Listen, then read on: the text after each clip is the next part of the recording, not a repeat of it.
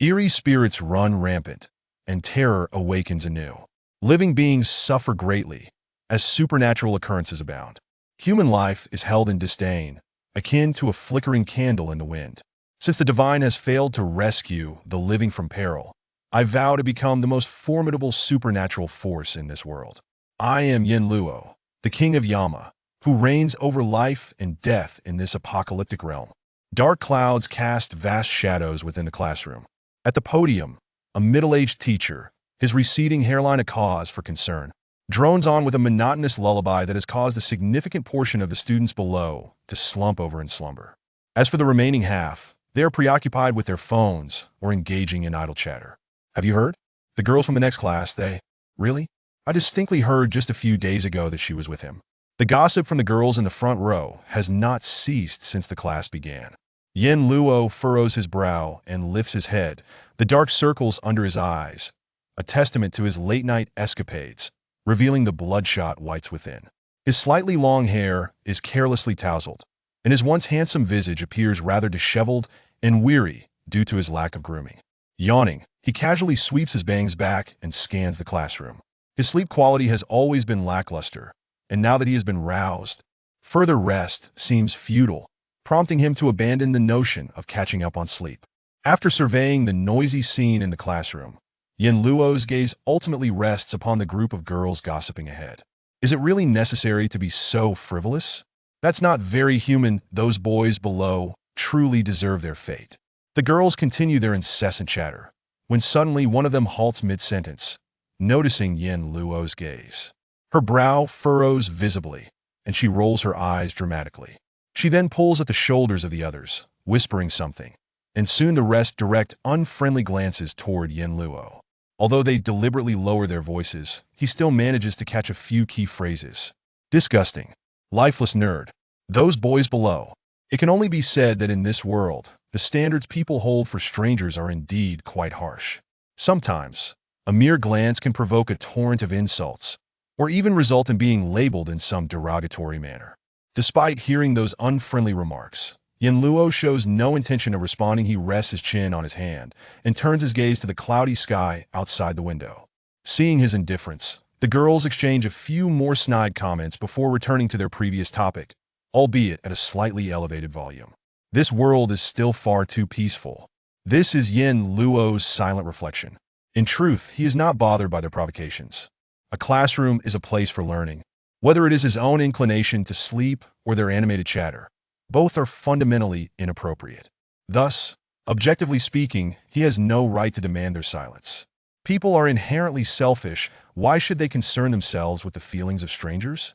As for their malicious attitudes, that is simply human nature in this society governed by law. Quarreling over trivial matters is hardly worthwhile. Pulling out his breakfast a bottle of yogurt, Yin Luo aimlessly surveys the campus scenery outside the window. It is summer, and the university campus is visibly imbued with a vibrant youthful energy. The darkened sky does not bring discomfort, rather, it ushers in a refreshing coolness, allowing more lively figures to populate the campus. After casually observing for a while, Yin Luo retracts his gaze and retrieves his secondhand Mi phone to browse the news. Yunjiang community witnesses a gruesome murder, a family of 3 brutally slain, the perpetrator's methods exceedingly vicious, and remains at large. Authorities advise citizens to remain vigilant and limit nighttime outings. Missing person notice. Lu Cheng male, 18 years old, a senior student, has been unaccounted for since 3 days ago after leaving class. His whereabouts are unknown. Citizens with information are urged to come forward. The family promises a reward of 30,000 yuan. A major corporation was suddenly shut down overnight. The site is heavily secured, with special police maintaining order and dispersing the surrounding crowd, amid suspicions of a biochemical weapon leak. Seems like peace is not entirely absolute. Yin Luo muses as he scrolls through the news. However, amidst an overall peaceful atmosphere, the emergence of minor disturbances is not entirely unexpected. With this thought, he clicks on the article concerning the suspected biochemical weapon leak. Though he is aware of the potential for media exaggeration, the fact that a news piece related to biochemical weapons has not been forcibly removed lends it a certain credibility. Moreover, the incident occurred in Yun City, where he resides, and understanding the situation is prudent for his own safety. After scanning through a lengthy, alarmist report, Yin Luo's attention is drawn to a few accompanying photographs at the bottom. In front of a tall building, police tape is stretched taut, with several squads of heavily armed special police officers maintaining a solemn guard and order at the scene. Yin Luo's brow furrows slightly with such commotion in the city center. Even if it's not related to biochemical weapons, the situation is likely significant. However, he soon notices a detail in one of the photographs. After scrutinizing for a moment, Yin Luo's frown deepens as he distinctly observes unusual figures appearing within the confines of the police tape. These individuals are not clad in police uniforms, but are dressed casually, and the two special police officers beside them seem to adopt a posture of subservience. Could they possibly be high-ranking officials? Yet their attire is far from formal, and would leaders truly visit a dangerous scene in person? The photograph appears to have been taken in haste, rendering the details quite blurry, and Yin Luo cannot discern the specific appearances of these individuals. Yet for some inexplicable reason, he feels inexplicably drawn to them, a peculiar sensation swelling within him. Just as Yin Luo focuses intently on the image, one figure's previously indistinct face suddenly becomes strikingly clear in his view. In the next moment, the eyes of that individual eerily begin to move, locking directly onto Yin Luo's gaze. His pupils widen in shock, and before he can react, the screen flickers and a prompt appears. This news has been deleted. After a moment of stunned silence, Yin Luo regains his composure, but when he attempts to click on the article for a closer look, he is met only with the notification that the news has been deleted. What had seemed like an exaggerated news article was suddenly accompanied by real photographs from the scene, only to be swiftly removed. It appears that the world harbors many secrets yet to be uncovered. As the class bell rings, the teacher's lecture abruptly ceases, and in a matter of moments, he hastily gathers his belongings and exits the classroom. Students who had been dozing off quickly shake off their stupor, efficiently packing up before leaving the classroom. Yin Luo puts away his phone, casually slinging a textbookless backpack over his shoulder and following the flow of students. Just before exiting the classroom, a cacophony of laughter erupts from behind him, prompting Yin Luo to instinctively glance over. A group of boys encircles a somewhat plump boy, with the lead blonde boy leaning in close, whispering something with a broad grin plastered across his face. They appear to be the best of friends. Yet the nervous smile on the plump boy's face, along with the beads of cold sweat trickling down his forehead, betray the unsettling reality beneath this harmonious facade. The strong devours the weak, and the weak feast upon the vulnerable. Hasn't the essence of the world long made this abundantly clear? Yin Luo apathetically averts his gaze, crumpling the empty yogurt container in his hand and tossing it into a nearby trash bin. Then he melds into the crowd, becoming just another shadow in the throng. Chapter 2. The Grass and Weeds. Little Yin has arrived. It seems quite early today, Uncle Wong. I have no classes today, so I came in a bit earlier. After placing his belongings in the locker and changing into his uniform, Yin Luo greeted the kind-hearted and honest-looking store manager before heading into the kitchen to commence his duties. This establishment is a bubble tea shop, and it is where he works part-time. The pay is modest at 15 yuan an hour, which is merely average in the surrounding market. After a month of diligent work to support his studies, once he deducts the expenses for rent and meals, there is hardly anything left. The sole advantage might be its proximity to both the school and his residence, minimizing commuting time. Today is overcast, and from the view outside the window, it appears that a torrential downpour is imminent. As the wind outside picks up, the number of pedestrians dwindles significantly, and the customers in the shop become sparse. Yet, Yin Luo does not find solace in this quietude. Little Yin, if the ingredients are all prepared, could you tidy up the shop? Please clean the counter, the floor, and dispose of the litter left behind by the customers. All right, sounds good. Young people certainly work swiftly to be by the way. My office is a bit messy too. Would you mind spending a few minutes tidying it up as well? Oh, keep an eye out for any customers while I take a break. After issuing a flurry of instructions, the manager waved goodbye and retreated into his small resting room. Yin Luo pushed open the office door, surveying the disarray within, a room that could only be described as filthy and cluttered, yet his expression remained as calm as a still pond. Outside, the rain began to fall. After a day of toil, the hour had grown late. The hour hand on the wall clock pointed to 11, and according to past experiences, on rainy days like this, no further customers would likely arrive. Yin Luo adeptly finished tidying up just as the manager, who had been absent for the afternoon, suddenly reappeared beside him. The middle-aged man, slightly portly, wore a troubled expression on his face. "Little Yin, business has been rather poor lately. As you may have noticed, the economic climate is bleak and everything seems to be faltering. The shop's expenses are substantial, so Uncle Wong needs to discuss something with you." "What is it, Uncle Wong?" Yin Luo paused in his cleaning, turning to look at him with a calm demeanor. "Regarding your salary, it may need to be reduced to 13 yuan. It's not that I wish to exploit you. It's simply a necessity given the circumstances. Other nearby shops are also cutting wages. Last month, the one down the street lowered their pay to 12 yuan. I'll continue to calculate your wages based on the previous amount for this month. And I hope you can understand." Yin Luo remained silent, his eyes, tinged with bloodshot, gazing steadily at the manager for a moment before he slowly nodded. "I understand, Uncle Wong." Upon hearing this, the manager's troubled expression instantly dissipated, returning to his customary amiable demeanor as he patted Yin Luo's shoulder reassuringly. "You young people can endure a bit of hardship. It will all contribute to your future experiences. Suffer a little now, and you'll enjoy the fruits of your labor later. Once you graduate and start working, you'll realize that Uncle Wong was right. Thank you, Uncle Wong. Die in this world, where the big fish eat the small and the small fish consume the shrimp. He, devoid of any support and reliant solely on his own earnings for tuition and living expenses, was no different from a small fish in this vast ocean."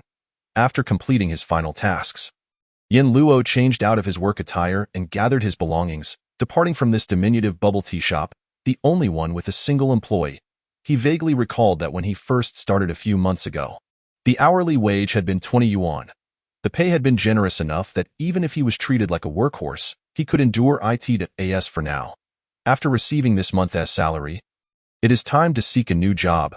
Squatting by the roadside, he finished the cheap boxed meal he had procured from the supermarket for only 8 yuan. The rain-soaked street was desolate, and the chilling wind sent shivers through Yin Luo's heart. Disposing of the empty meal box in a nearby trash can, he dusted off his hands, picked up his umbrella, and stepped into the curtain of rain. The night deepened. The silent street was devoid of any presence. The entire city seemed to have succumbed to slumber, illuminated only by the flickering streetlights guiding him home. Yin Luo's university was situated on the outskirts, in a remote location, and he had long grown accustomed to the solitude of these nighttime walks. As he navigated the intersections of light and shadow, his gaze pierced through the rain, his thoughts drifting far away. Like drifting weeds, he felt no different from the falling raindrops, destined to create no ripples in the vast ocean of life. This fleeting thought caused him to sigh quietly, drawing back his wandering mind. Perhaps the desolation of the night was too profound, invoking within him a sense of melancholy. Above him, the aged streetlights flickered with increasing frequency, likely due to aging wiring and years of neglect. In the moment he stepped from light into shadow, a faint sound reached his ears. Tap. It resembled the sound of footsteps, soft yet penetrating through the rain, resonating distinctly in the stillness of the night. Yin Luo hesitated, instinctively turning towards the sound. That moment, half of him remained illuminated by the streetlight, while the other half lay shrouded in darkness. The dim light only illuminated a small area, rendering the rain-soaked night even more opaque. Beyond the glow, it was impossible to see one's hand in front of one's face. He gazed into the source of the sound for a moment. Yet no further noise followed, causing a slight furrow to form on his brow. However, he did not dwell on it, averting his gaze and stepping forward once more. The next moment, tap, the identical sound echoed from the darkness again. This time Yin Luo was certain he was not hallucinating in this rainy night. The footsteps on the desolate street ignited a primal fear within him. In an instant, a strange chill coursed through Yin Luo's veins. He focused his gaze through the darkness, fixating on the source of the sound. Yet there was no further movement to be heard. What could it be? A rat? A wild cat? Or something else entirely? No, it was undoubtedly the sound of footsteps. As his mind raced, the news stories he had seen earlier flashed through his mind, sending a shiver down his spine. Damn it, I had no intention of delving into any hidden secrets of the world. Why must this draw me in? In that moment, Yin Luo experienced no hesitation. His instinctive sense of danger propelled him into action faster than his thoughts. He quickly turned and fled towards the direction illuminated by the light, his back to the source of the sound. With a powerful push against the wall, he vaulted over the old earthen barrier and dashed into the street on his right, that very instant. The previously tranquil darkness erupted with a sudden flurry of footsteps. Tap, tap, tap. The sound of footsteps, like the harbinger of death, raced towards Yin Luo at a terrifying speed. The rain pounded in his ears. The cold wind sliced against his face like a blade, and his heartbeat echoed in the darkness, amplifying the sense of dread, mingled with a primal roar that resembled that of a wild beast. Chapter 3. The chase. On a rainy night, Yin Luo gritted his teeth, feeling the adrenaline surge through him. He dared not glance back to see the true form of whatever was pursuing him. He could surmise it was no benign entity. Judging by the ever-increasing sound of footsteps behind him, he knew that any delay in turning around would result in being caught in an instant. He did not even dare to scream, fearing that a moment of weakness would lead to his undoing. Moreover, the area was already secluded, with few inhabitants, and it was the dead of night. Even if he cried for help, who would hear him? Even if someone did, would they be willing to lend a hand? Yin Luo was uncertain, and at this moment, he could not afford to ponder too deeply. He could only clear his mind of chaotic thoughts and concentrate on each step he took. Raindrops soaked his face, and Yin Luo strained to keep his eyes open, pushing forward towards the light source. A chilling, eerie sensation enveloped him from behind, causing a shiver to crawl down his spine. As if whatever lurked in the darkness was mere inches away, ready to open its gaping maw and consume him whole.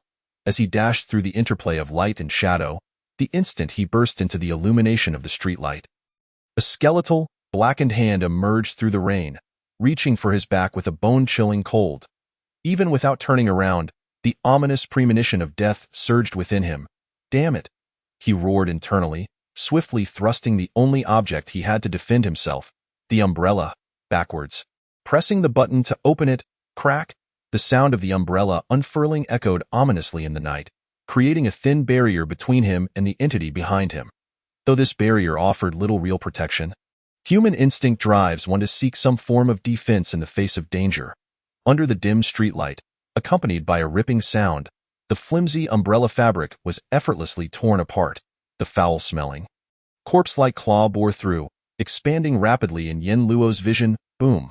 A flash of lightning illuminated the sky, momentarily clarifying the world around him. In that fleeting moment, Yin Luo finally beheld the true visage of this grotesque entity.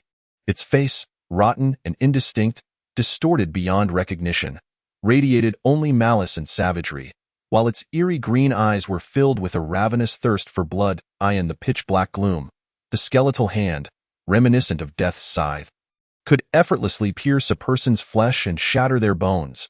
As fear began to spread, Yin Luo instinctively sought to leap to the side, attempting to evade the lethal assault that threatened his very existence. However, the exhaustion of the day, compounded by the energy expended in his frantic dash, rendered his legs powerless. He abruptly fell forward, collapsing beneath the dim glow of a streetlight. Was he to perish? Would his life conclude so hastily? Akin to wild grass trampled by passers-by? The feeble light illuminated Yin Luo's pallid face as he helplessly watched that ghastly hand lunge towards him, only to halt at the boundary of light and shadow. Ah? Gur! A suppressed, raspy growl echoed, halting abruptly in the darkness. Yin Luo could vaguely discern the fury etched upon the grotesque visage behind the hand that had pierced his umbrella, as if a famished vagabond. Denied a feast at the moment of indulgence, in an instant, as if swallowed by the darkness, that horrifying face vanished from his sight. All that remained was the umbrella, now rendered useless by the very hand that threatened him. Staring at the discarded umbrella he had salvaged from a second-hand market, now utterly ruined, Yin Luo struggled to process the emotions of having narrowly escaped death. The rain continued to fall, and the surrounding darkness remained terrifyingly impenetrable, as if it could consume all light. Zzz, a faint crackle of electricity pierced the air. The old streetlight seemed to falter, its dim glow flickering erratically in the distance. The eerie sound of footsteps seemed to resurface within the shadows. Yin Luo's expression shifted, and he swiftly rose, propelled by an instinctive urge to flee, rushing forward without a moment's hesitation. The encroaching darkness offered him no respite for contemplation, as his adrenaline-fueled legs began to ache from the near brush with death.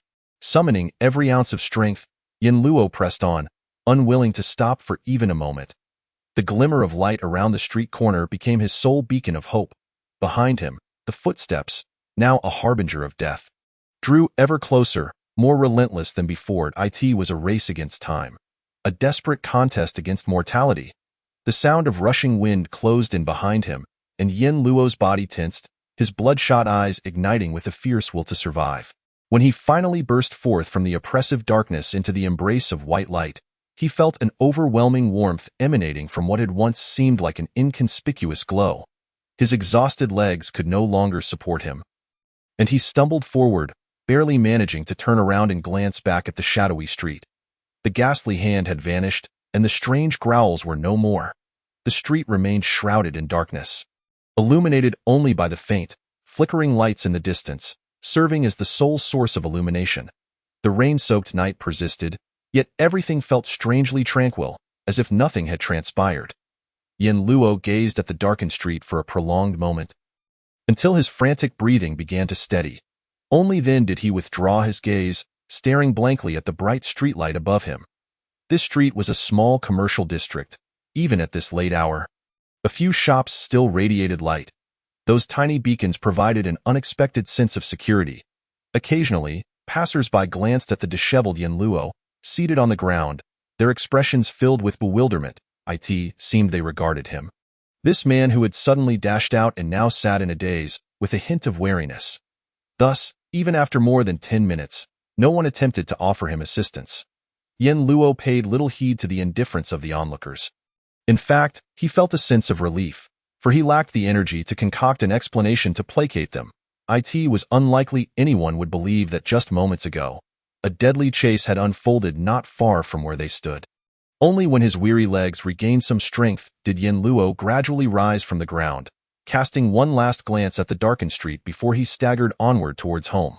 Notably, he deliberately chose the main road, opting for a lengthy detour rather than risk traversing the ominous, shadowy alleys.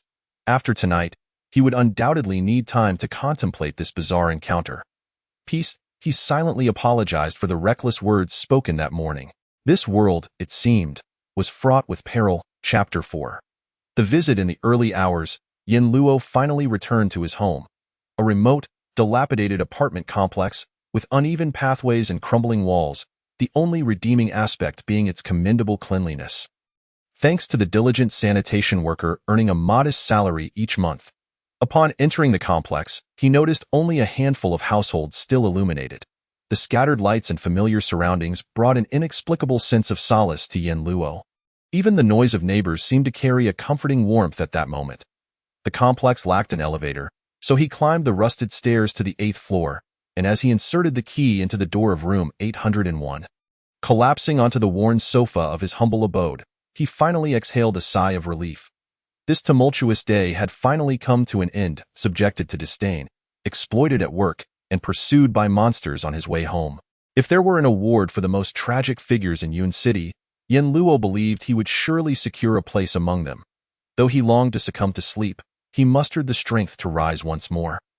Retrieving 2 clean garments before heading to the bathroom, setting aside the risk of catching a cold from falling asleep drenched in rain, he also worried about any potential pathogens harbored by the creature that had just hunted him. It was prudent to scrub himself thoroughly this evening.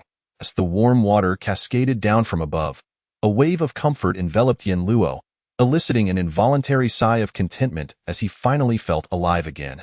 Several minutes later, wrapped in a towel and emanating steam, Yin Luo emerged from the bathroom, having vigorously scrubbed his skin in an effort to ward off any lurking viruses. Though not particularly muscular, he was far from frail. Lacking chiseled abs, he had nonetheless developed a well-defined physique through years of labor. Leaning against the railing of the tiny balcony in his rental unit, he observed that the rain had lessened. His gaze fixed upon the curtain of droplets. The apartment was modest, around 50 square meters, yet it was functional, clean and organized, with furniture neatly arranged. The rent was affordable, merely a few hundred yuan per month. And even with utilities included, it was not much more expensive than residing in a dormitory. Initially, due to financial constraints, Yin Luo had no intention of renting off campus, but after enduring sleepless nights amidst his roommates' raucous gaming sessions, He decided to move out following an unsatisfactory response from the counselor. With his workload already substantial, he felt it imperative to secure adequate rest to withstand life's pressures. As the night deepened, one by one, lights flickered out, and the city succumbed to silence, the cacophony of the day fading into oblivion. Within this small room, illuminated only by a dim light, Yin Luo felt as though he resided in a forgotten corner of the world. Reflecting on the day's surreal events, he cleared his mind, craving a moment of tranquility to ponder the path ahead. Zzz, the old bulb began to flicker, a common occurrence in this aging complex. Soon enough, the little room was engulfed in darkness, extinguishing the last vestige of light. Tomorrow, he would need to summon the landlord to repair the electrical wiring. Yin Luo sighed inwardly, his thoughts interrupted by the sudden sound of soft footsteps. Piercing through the stillness, tap in the silent corridor, the faint sound resonated clearly in Yin Luo's ears. An icy chill coursed down his spine, enveloping him entirely. He froze mid-step, turning his head rigidly towards the door. In the darkness, a pair of eyes emerged, reflecting a mix of shock and terror. Astonishment, dread, disbelief. Yin Luo gritted his teeth, forcing himself to remain calm as his mind raced. It was only then that he recognized the unsettling quiet that enveloped him. The squabbling couple downstairs, the elderly women dancing in the courtyard at night, the children who cried intermittently. All of them had mysteriously vanished. He had been so preoccupied with his thoughts, and after such an exhausting day, he had failed to notice this glaring anomaly. The entire complex seemed to have transformed into a forgotten island, consumed by the night, utterly silent. Tap-tap, the eerie footsteps grew increasingly distinct, each step resonating like a hammer upon the strings of his heart. Awakening the primal fear buried deep within, through the aging iron door, Yin Luo could almost envision the grotesque, hideous creature lurking in the darkness, inching ever closer to his room. Its face, marred by decaying flesh, was slick with viscous blood, grinning with malevolence and greed, fixated on him. Damn it! With no time for further contemplation, Yin Luo acted instinctively, hurriedly barricading the old iron door with his sofa, wardrobe, and any heavy objects he could find. Once this was accomplished, he swiftly retreated to the balcony, his eyes locked onto the door's direction. In that moment, the footsteps had drawn ominously near, halting just outside his room. With a resounding thud, even the steadfast heart of Yin Luo could not suppress a gulp as he felt a surge of anxiety. A grotesque and hideous creature loomed terrifyingly close, separated from him by merely a door, clutching the only potential weapon within the room, a somewhat rusted kitchen knife. His fingers turned pale from the strain. Engaging in a deadly struggle with an unknown monstrosity, was it even conceivable for a mere human to emerge unscathed? Yin Luo was uncertain, but he was resolute in refusing to succumb passively to fate. Tap, tap, tap. The door was knocked upon with a sound both faint and piercing. Images flitted through Yin Luo's mind of that sinister entity, its withered hand striking against the door repeatedly. The knocking reverberated through the desolate neighborhood, becoming the sole sound in this moment of dread. As if impatient for a response, the knocks quickly escalated from a slow beat to a frantic barrage, crescendoing into bang, bang, bang. The violent pounding echoed throughout the room.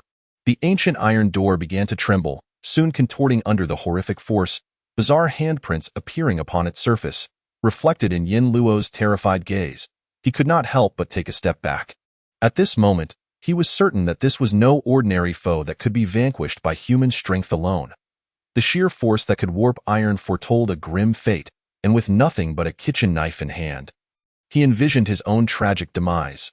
Unlike a wild beast, which, despite its ferocity, could still be injured, this creature outside the door, he could not even ascertain whether it was alive or dead. Chapter 5. Wind chimes as the old iron door began to sway precariously. Yin Luo's heart sank further. Each knock resonated like a hammer upon his very soul. Glancing towards the balcony, the height of the 8th floor promised certain death should he leap. The only means of escape lay in the rusted pipes and the air conditioning unit, whose many hands he could not count. Yet, the most despairing aspect was the impenetrable darkness that enveloped him. The shadows surged like a tide, threatening to engulf him in an endless abyss. Yin Luo could not guarantee that the aging pipes and the air conditioning unit would withstand his weight, nor could he fathom whether more horrifying creatures lurked within that boundless darkness. But should the door be breached, He would have no choice left. He tightened his grip on the kitchen knife. His gaze fixed resolutely on the now distorted door. Suddenly, a thought struck him. He dashed into his bedroom, rummaging through a chipped cabinet until he unearthed a flashlight, a precaution against power outages. This small action filled him with immense relief. If his instincts were correct, the creature seemed to fear the light. That was why it had remained hidden in the shadows while he stood beneath the streetlight. Yet, the moment he ventured beyond its glow, the entity had pursued him relentlessly. However, just as he collapsed beneath the streetlight, the creature had halted its deadly advance. Yet, contemplating the worst-case scenario, the flashlight's efficacy might be limited. Yin Luo's mind raced as he replayed the night's events. Whenever that creature drew near, the light would likely flicker and fail, suggesting that, while it feared illumination, it possessed the means to disrupt it. Thus, the greatest utility of his flashlight would probably only last for that initial moment. The thunderous banging at the door continued, growing ever more chilling during his brief contemplation. Taking a deep breath to steady his tumultuous heart, he forced himself to remain calm. Gripping the kitchen knife tightly, Yin Luo swiftly positioned himself behind the door. The creature's raspy growl seeped through the door, stirring the deepest fears within him. At that moment, every nerve in Yin Luo's body was taut. His focus razor-sharp, he had made up his mind. The instant the monster breached the threshold, he would shine the flashlight upon it and strike with all his might. If this could inflict harm upon the creature, he would fight for his life. If physical means proved ineffective, he would dash to the balcony and descend by the pipes. He could not believe that this abomination could scale the exterior walls with its contorted limbs.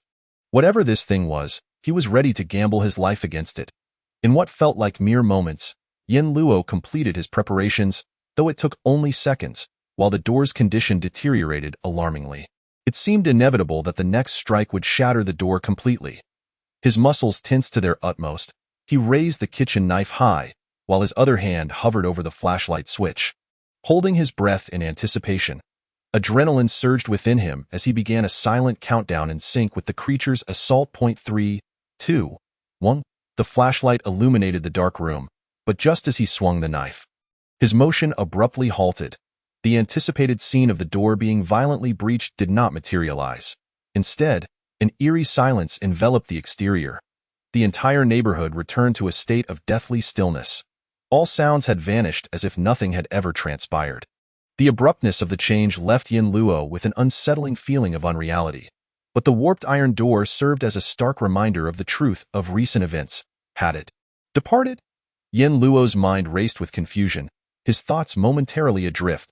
He dared not lower the kitchen knife, peering through the distorted crack in the door to survey the darkened corridor beyond. 3 seconds, 10 seconds, 30 seconds. An entire minute passed without any sign of disturbance, allowing his racing heart to finally settle slightly. At the very least, he had not glimpsed any ghastly green eyes or the decaying, twisted form of that creature. Yet, he remained on high alert, hesitating before summoning the courage to shine the flashlight through the warped crack in the door, casting light into the hallway. The entryway lay empty. The corridor was devoid of any presence. The entity that had so relentlessly battered against the door, seemingly eager to tear him asunder, had vanished without a trace, or perhaps it had merely retreated just before it would have burst through. A swell of profound bewilderment filled Yin Luo's heart. He was not foolish enough to let down his guard completely. Turning swiftly, he approached the balcony, leaning over to observe the entirety of the neighborhood. Thick black clouds obscured the sky, casting the area into utter darkness. Not a single streetlight flickered to life, nor did any windows glow with the warmth of habitation. The pervasive gloom continued to shroud the neighborhood. Silence reigning as the prevailing theme outside. This was not normal, utterly abnormal. The slight easing of his anxiety was abruptly replaced with a renewed sense of dread. Though the creature had departed, the danger felt far from over. This current state of affairs was even more unsettling than the previous assault on his door. The unknown nature of what might happen next loomed ominously over him, rendering him more anxious than the prospect of a life-or-death confrontation with the beast. He glanced back at his modest rental room, his nerves taut once more. In the darkness, it felt as though strange eyes were upon him. The wind from the rainstorm was fierce and cold. Sending a shiver down his spine, he gripped the flashlight and kitchen knife tightly, retreating to a corner of the balcony. In this precarious situation, recklessly venturing into the darkness would undoubtedly be fraught with peril. Remaining in place might afford him a semblance of safety, yet Yin Luo himself was uncertain. This was his first encounter with such a bizarre occurrence, and everything remained shrouded in mystery. He could only rely on instinct to navigate this treacherous landscape. Initially, he managed to maintain his composure, vigilant against every rustle and whisper of the wind. However, as time wore on, an overwhelming fatigue began to envelop him. After a long day compounded by these strange events, his emotions teetered wildly, pushing both his body and mind to their limits. Just as consciousness began to slip away, an eerie chime pierced the silence. Ding-ling-ling, ding-ling-ling. It sounded like wind chimes, yet also reminiscent of bells. The sound was faint, yet possessed an uncanny allure. In that moment, Yin Luo's awareness surged back to life. He fought to keep his eyes wide open, striving to locate the source of the sound. The instant he opened his eyes, he was met with a pair of bare feet. Delicate and fair, akin to those of a young maiden, they were adorned with 2 strands of bells strung together by red thread at the ankles. The sound he had heard was clearly produced by this figure's movement. At that moment, the owner of those feet stood quietly before Yin Luo, gazing down at him. He felt a chill run down his spine, and as he attempted to look up and discern the identity of this mysterious figure, an overwhelming wave of sleepiness engulfed him. His consciousness blurred, and the world faded into darkness. Before his awareness dissipated entirely, the last sound that echoed in Yin Luo's ears was the gentle laughter of a girl, reminiscent of wind chimes. Chapter 6. The Wedding. Congratulations, congratulations! The long-awaited day has finally arrived. With such a beautiful daughter-in-law, the prospect of having 1 or 2 chubby grandchildren fills the future with hope. Cheers and congratulations to all. May everyone eat and drink to their heart's content. A chorus of hearty laughter approached from afar. The cacophony was overwhelming. In the midst of it all, Yin Luo drowsily opened his eyes, propping his forehead with one hand as he sat up. A fog of confusion enveloped his mind. After a considerable pause, as his faculties gradually returned to a semblance of clarity, he strained to discern his surroundings. The room was awash in a vibrant red hue, adorned with a colossal red double happiness character on the walls. Red candles flickered on the table, and even the bed he had just vacated, along with the bedding and curtains, were all dyed in shades of red. It was evident that this was a bridal chamber prepared for newlyweds. In the distance, the sounds of conversation mingled with laughter floated in. Sitting on the edge of the bed, Yin Luo gazed blankly at the scene before him, his brows slowly knitting together. Where am I? Why am I in such a place? The moment this thought surfaced, a sharp pain shot through his head. Why am I having such thoughts? If I shouldn't be here, then where should I be? His mind, muddled like a thick paste, caused his brow to furrow ever deeper. A profound sense of incongruity surged within him, and the unfamiliarity of his surroundings filled him with unease. Yet, he could not pinpoint the source of this disquiet. Outside, the laughter and chatter drew nearer. All right, it's almost time. We must go fetch the bride. Indeed, we mustn't keep her waiting too long, or she might grow impatient. The doors swung open, and a throng of people flooded in. Each face was beaming with smiles, mirroring the expressions typically worn by guests at a wedding. Following the sound, Yin Luo instinctively grasped a fleeting thought. These are my relatives. At the forefront stood a pair of middle-aged couples. The man, with a resolute visage and a touch of gray at his temples, and the woman, exuding warmth and affection, her eyes brimming with joy and happiness. These were his parents. Yin Luo's gaze fell upon them. A corresponding thought arose in his mind. Xiao Yin, why are you still dawdling? Everything is ready. Hurry and go fetch your bride. To marry such a beautiful wife is indeed a stroke of fortune. May you both cherish your life together. Before Yin Luo could react, his relatives surged forward, playfully pulling him from the bed and ushering him toward the door. Come on, my groom, if you linger any longer. The bride might become impatient and refuse to marry you. Yin Luo, still grappling with the situation, was already led out of the bedroom. As he passed by his parents, they smiled at him and gently urged, hurry along, don't keep Xiaoli waiting. Upon hearing the name Xiaoli, Yin Luo's heart skipped a beat. The overwhelming sense of incongruity dissipated significantly, replaced by an inexplicable feeling of security. Flashes of memories began to coalesce in his mind, and he recalled Su Li, his childhood sweetheart, who had accompanied him through the years from primary school to university, from youthful naivety to maturity. They had supported each other through trials and tribulations, overcoming countless challenges hand in hand. The wave of happiness and sweetness surged within him. Today marked the culmination of their decade-long romance as they stepped into the sanctity of marriage, with all the guests present. It was indeed time for him to fetch his bride. Very well, Mom and Dad. The moment he uttered this, Yin Luo's brow instinctively furrowed for a fleeting moment, but he gradually relaxed under the tender smiles of his parents. Before long, he was being nudged out of the community and down to the ground floor, where the vehicle designated for the occasion awaited him. As he settled into the back seat, the driver started the engine and they set off towards the bride's residence.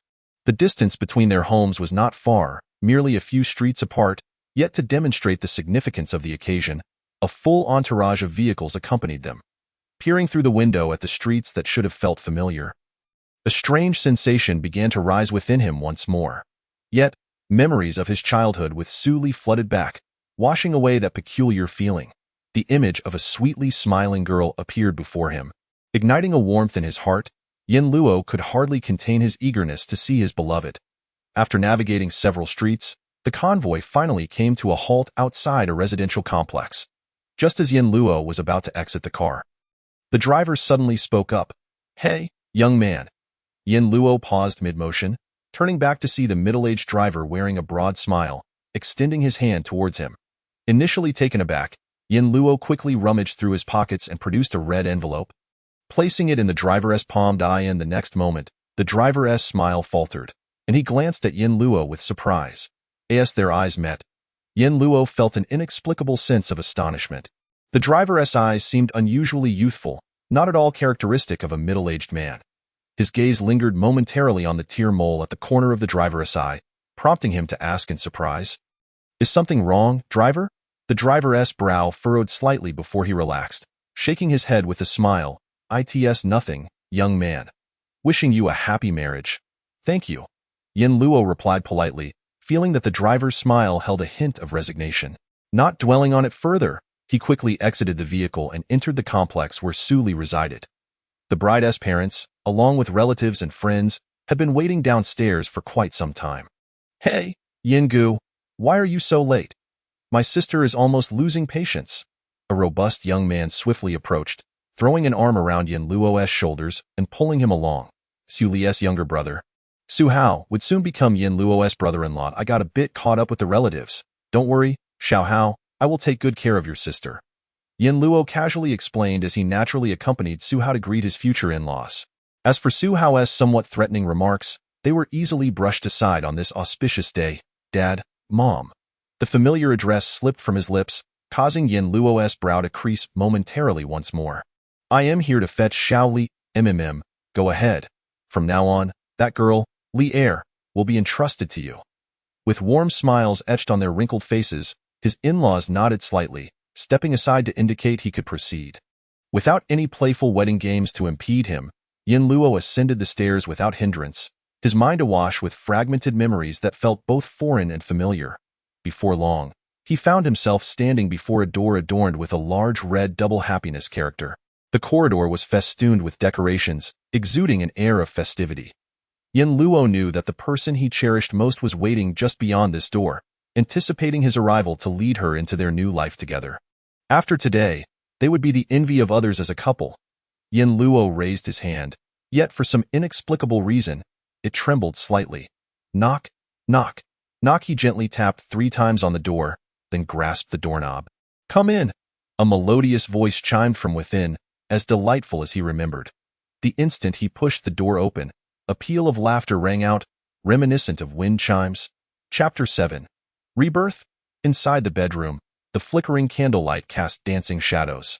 The crimson light illuminated every corner of the room. On the bed sat a stunning maiden clad in a vibrant red bridal gown, her head covered by a red veil, patiently awaiting the one who would vow to cherish her for a lifetime. To take her hand and step into the sacred realm of matrimony. Yin Luo stood at the threshold, captivated by the scene. His body urged him to enter, yet his foot felt as heavy as lead. "Silly, why are you still dawdling? How much longer do you intend to keep me waiting?" The playful reproach came from beneath the veil, tinged with a hint of dissatisfaction, yet underscored by affection. It's the sound of her voice. Yin Luo's hesitance melted away, and he stepped into the room without further delay. Drawn by an irresistible pull, he approached the bed, gazing intently at the enchanting figure before him, love reflecting in his eyes. He reached out, gently lifting the veil, and under the candlelight, a breathtakingly beautiful face was revealed, captured forever in his gaze. Her eyes sparkled like stars, her complexion akin to blossoming peach petals, her lips shimmering with a tempting sheen. Even without adornments, she was a vision of exquisite beauty. A haze of adoration enveloped Yin Luo as he tenderly cradled Su Li's face. "I'm sorry for being late." He lowered his head, inching closer to her lips. Just then, a sound reminiscent of wind chimes echoed in his ears. All right. The atmosphere shifted unexpectedly.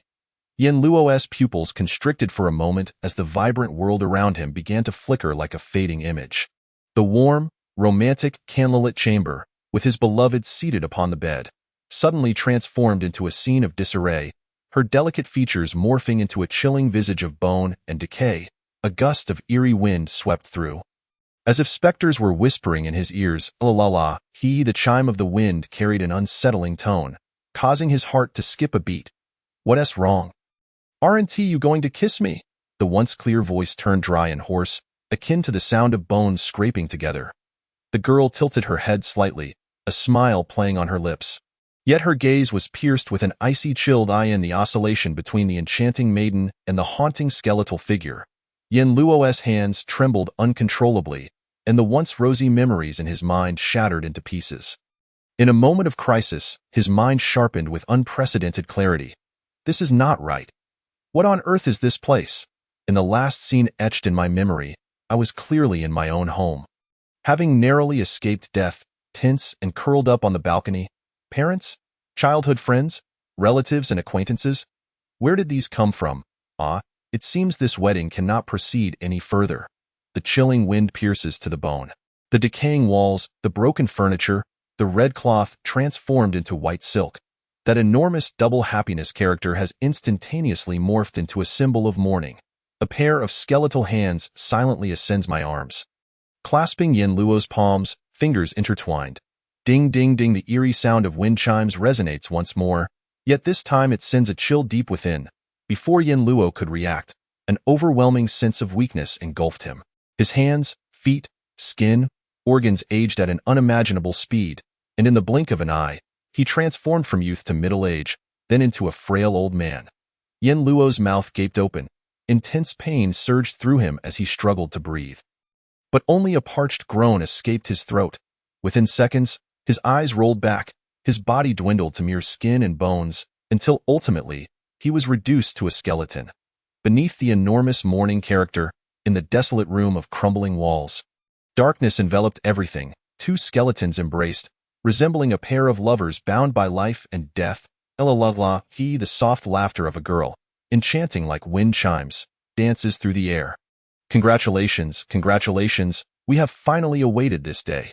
With such a beautiful daughter-in-law, and perhaps another chubby child or two, life is indeed looking up. In the wedding chamber shrouded in festivity, Yin Luo suddenly bolted upright, gasping for breath.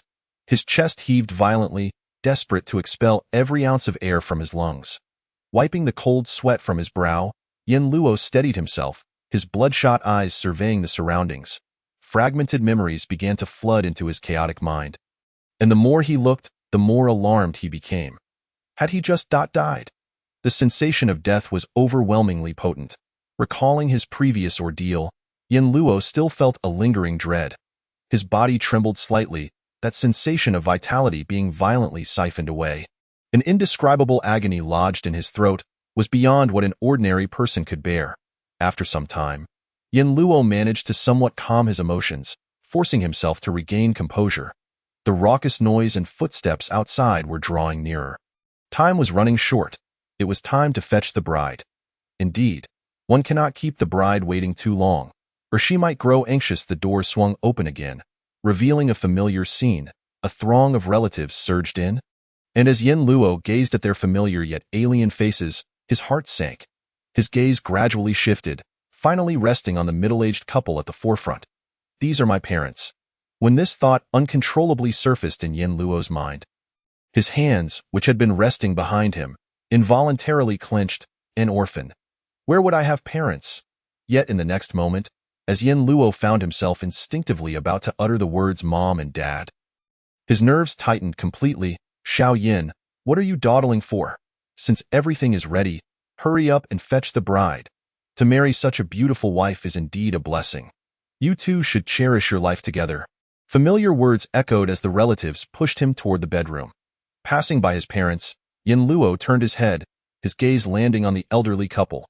Simultaneously, he silently urged himself, hurry, don't keep Xiaoli waiting. Almost synchronously with his internal plea, his so-called parents smiled gently at him, then echoed, hurry, don't keep Xiaoli waiting. To that moment, Yin Luo's heart plummeted to the depths of despair. He averted his gaze, turning away from the elderly couple's warm smiles, merely nodding in response. Now, he was completely certain that the death he had just experienced was indeed real. Yet for reasons unknown, he had returned to the very beginning of this bizarre ordeal. Yin Luo maintained a stoic expression, exiting the community and directly taking a seat in the back of that familiar vehicle. It was only when the supposed relatives vanished from sight that he dared to release a barely perceptible sigh of relief. Calm, calm. Think carefully. What on earth is happening here? Chapter 8. The Twist. Strangely arriving in this unknown place, surrounded by a group of complete strangers claiming to be his family, and now, the so-called bride he was about to marry was a thorough monstrosity. Furthermore, what unsettled Yin Luo the most was that his memories and body seemed to be under the influence of some peculiar force, already somewhat beyond his control, in a situation where he could not even trust himself. How was he to confront this strange predicament? Yin Luo's slightly heavy breathing betrayed his inner turmoil. What he feared most was that this inexplicable rebirth might actually be one of the methods employed by this bizarre place. If that were the case, he had likely lost any chance of resistance. As he contemplated, Yin Luo suppressed his facial expressions as much as possible, discreetly observing the driver in the front seat. Soon, his brow furrowed, his suspicions deepening. The driver bore a striking resemblance to someone from his memories, yet there were discrepancies. Before his rebirth, the driver's eyes, which belied his age, and the tear mole at the corner of his eye had left a significant impression on him. But now, the driver had transformed into an ordinary middle-aged man. Although the face was the same, the gaze was entirely different, devoid of any distinctiveness, and even the tear mole had vanished. Yin Luo scrutinized the scenery outside the window, which mirrored the timeline of his previous life, and his heart leaped. This was the first anomaly he had encountered thus far. Upon reflection, in that prior timeline, the driver's demeanor had indeed been markedly different from the others. Recalling it now, whether it was his so-called parents or those relatives, their expressions and manners had been rather peculiar, or perhaps stiff. It was as if they merely donned human skins, desperately mimicking human behavior. Only the driver had exhibited traits of a genuine person, including the look he had given Yin Luo just before he exited the vehicle. What could it have meant? After a moment of hesitation, Yin Luo cautiously spoke, "Driver, please turn around at the upcoming intersection." "Oh? What's the matter, young man?" The driver did not turn his head, speaking in a gravelly voice. As expected, even the tone was different. Yin Luo, feeling resolute, continued, "I left something at home. Let us go back to get it before we fetch the bride." "Haha, what could you have forgotten? We're almost at the bride's house. What could be more important than fetching the bride? Let us get her first. You can always retrieve your things later." Yin Luo's gaze flickered as he spun a tale. "You see, the bride's brother is quite fond of pestering his sister. I was told beforehand that I must bring a generous red envelope for him. I left it in my rush to leave, and if I don't give it to him, I'm afraid he'll cause a scene and prevent me from taking the bride." The moment his words left his mouth, the driver's jovial smile instantly froze on his face. The car fell into an eerie silence. As they turned the corner, the driver showed no intention of turning around. The vehicle continued toward the complex where Suli resided. Yin Luo carefully observed the driver's expression, noticing his face had stiffened, lips slightly parted, muttering something under his breath. Leaning in to listen, Yin Luo finally discerned the words, "We're almost there, soon we'll fetch the bride." This bizarre scene caused Yin Luo to hesitate in what he had intended to say, but ultimately, he gritted his teeth and declared, "Driver, Let's not go to fetch the bride. Please turn left at the upcoming intersection and head to another place first. Bang! The vehicle suddenly accelerated violently, the force of inertia causing Yin Luo to be thrust back into his seat. Fetch the bride. The middle-aged driver suddenly let out a low growl, then madly slammed the accelerator. The car racing down the road like a wild horse. Yin Luo raised his gaze, catching sight of the driver in the rearview mirror. His cold, emotionless eyes were fixated on him, indifferent to the road ahead. That twisted, frenzied expression was far from that of a normal person, instantly bringing to mind his memories of being chased by that monster in the downpour last night. A chill ran down Yin Luo's spine, prompting him to hastily reassure, all right, driver, don't get agitated. I want to go back to get my things. Let us go fetch the bride. Nothing is more important than that." Upon hearing this, the driver's expression softened slightly, but he showed no signs of reducing speed, the car hurtling down the road even faster, while the driver occasionally glanced at Yin Luo through the rearview mirror, scrutinizing his every move. The chilling gaze, unsettling to the core, sent a shiver down Yin Luo's spine. This simple probe had caused his heart to plummet into despair. Indeed, in this bizarre world, there seemed to be no sane individuals. It was likely that not just the driver, but even the so-called relatives at home were the same. The moment he exhibited any sign of peculiarity, they would discard their facade of warmth. Had he insisted on not visiting the bride's family, Yin Luo suspected the driver might have erupted in violence, tearing him apart. At home, he was subjected to the watchful eyes of his parents and relatives. Yet, once he left the house and entered the car, he would be under the scrutinizing gaze of this driver.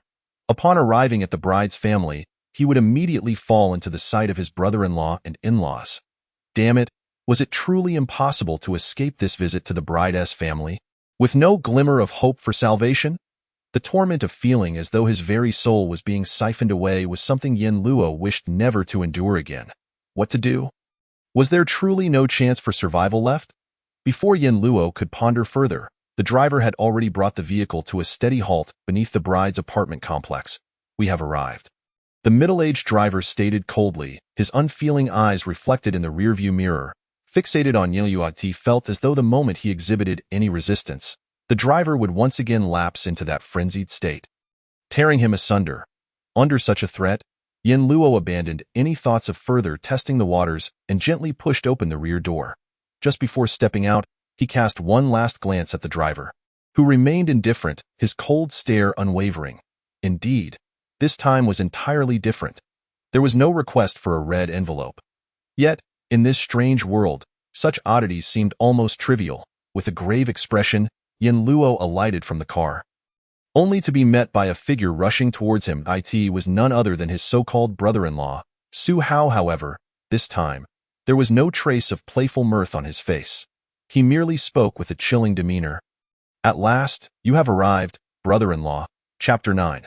Struggle for survival. Was it his actions in the car that had altered the subsequent events? The worst possibility loomed. Perhaps every move he made here was under constant surveillance. Yin Luo exhaled softly, and under Su Hao's insistence, he stepped into the community. Not far away, the warm smiles of his in-laws had vanished, replaced by icy indifference. Upon seeing Su Hao drag Yin Luo over, their tone was stiff. "What took you so long? You should have arrived earlier this time," they remarked, the tension palpable. Had his movements been exposed? There was a bit of traffic on the way, which caused a delay. Yin Luo replied, opting to feign nonchalance. The smiles on his in-laws' faces grew even more rigid as they scrutinized him, their cold gazes unmasked, akin to predators locking onto their prey. Only after making Yin Luo feel utterly uncomfortable did they finally step aside, coldly instructing, "Go on, fetch Xiaoli, don't keep her waiting too long."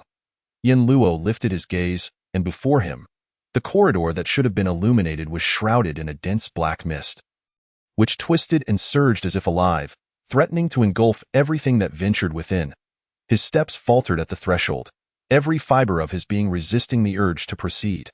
Once he stepped inside, he feared there would be no turning back. "What are you hesitating for? Hurry and go fetch my sister." Su Hao chuckled, pushing Yin Luo towards the corridor. "If you keep her waiting, she'll be quite upset." Brother-in-law, the moment he was enveloped by the black mist, an overwhelming chill coursed through him, as if he had plunged into an icy abyss. his body trembling uncontrollably. The looming sense of death sharpened his focus. Why did everyone insist he enter that bridal chamber to fetch the bride? What if he resolutely refused to ascend? Would that ghostly entity emerge and slay him? Yin Luo was uncertain, but having come this far, it seemed he had lost any chance of escape. Having faced death once before, he cherished his life all the more. He refused to confront death without a fight. Resolute, he stood still within the black mist, firmly refusing to take a single step toward the staircase. Sensing his resistance, the mist surged violently. A fierce wind howled through the corridor, thickening the darkness, accompanied by the chilling wails of tormented spirits that pierced his ears, igniting the deepest fears within him. Perhaps it would be easier to comply with their sinister intentions, allowing himself to die swiftly, rather than endure further suffering. That thought surged uncontrollably through Yin Luo's mind, and he stiffly lifted his foot, unable to discern whether it was his own will or some external force compelling him to ascend. Just as his foot was about to touch the next step, Yin Luo gritted his teeth, a fierce light igniting in his eyes. Damn it! What nonsense is this?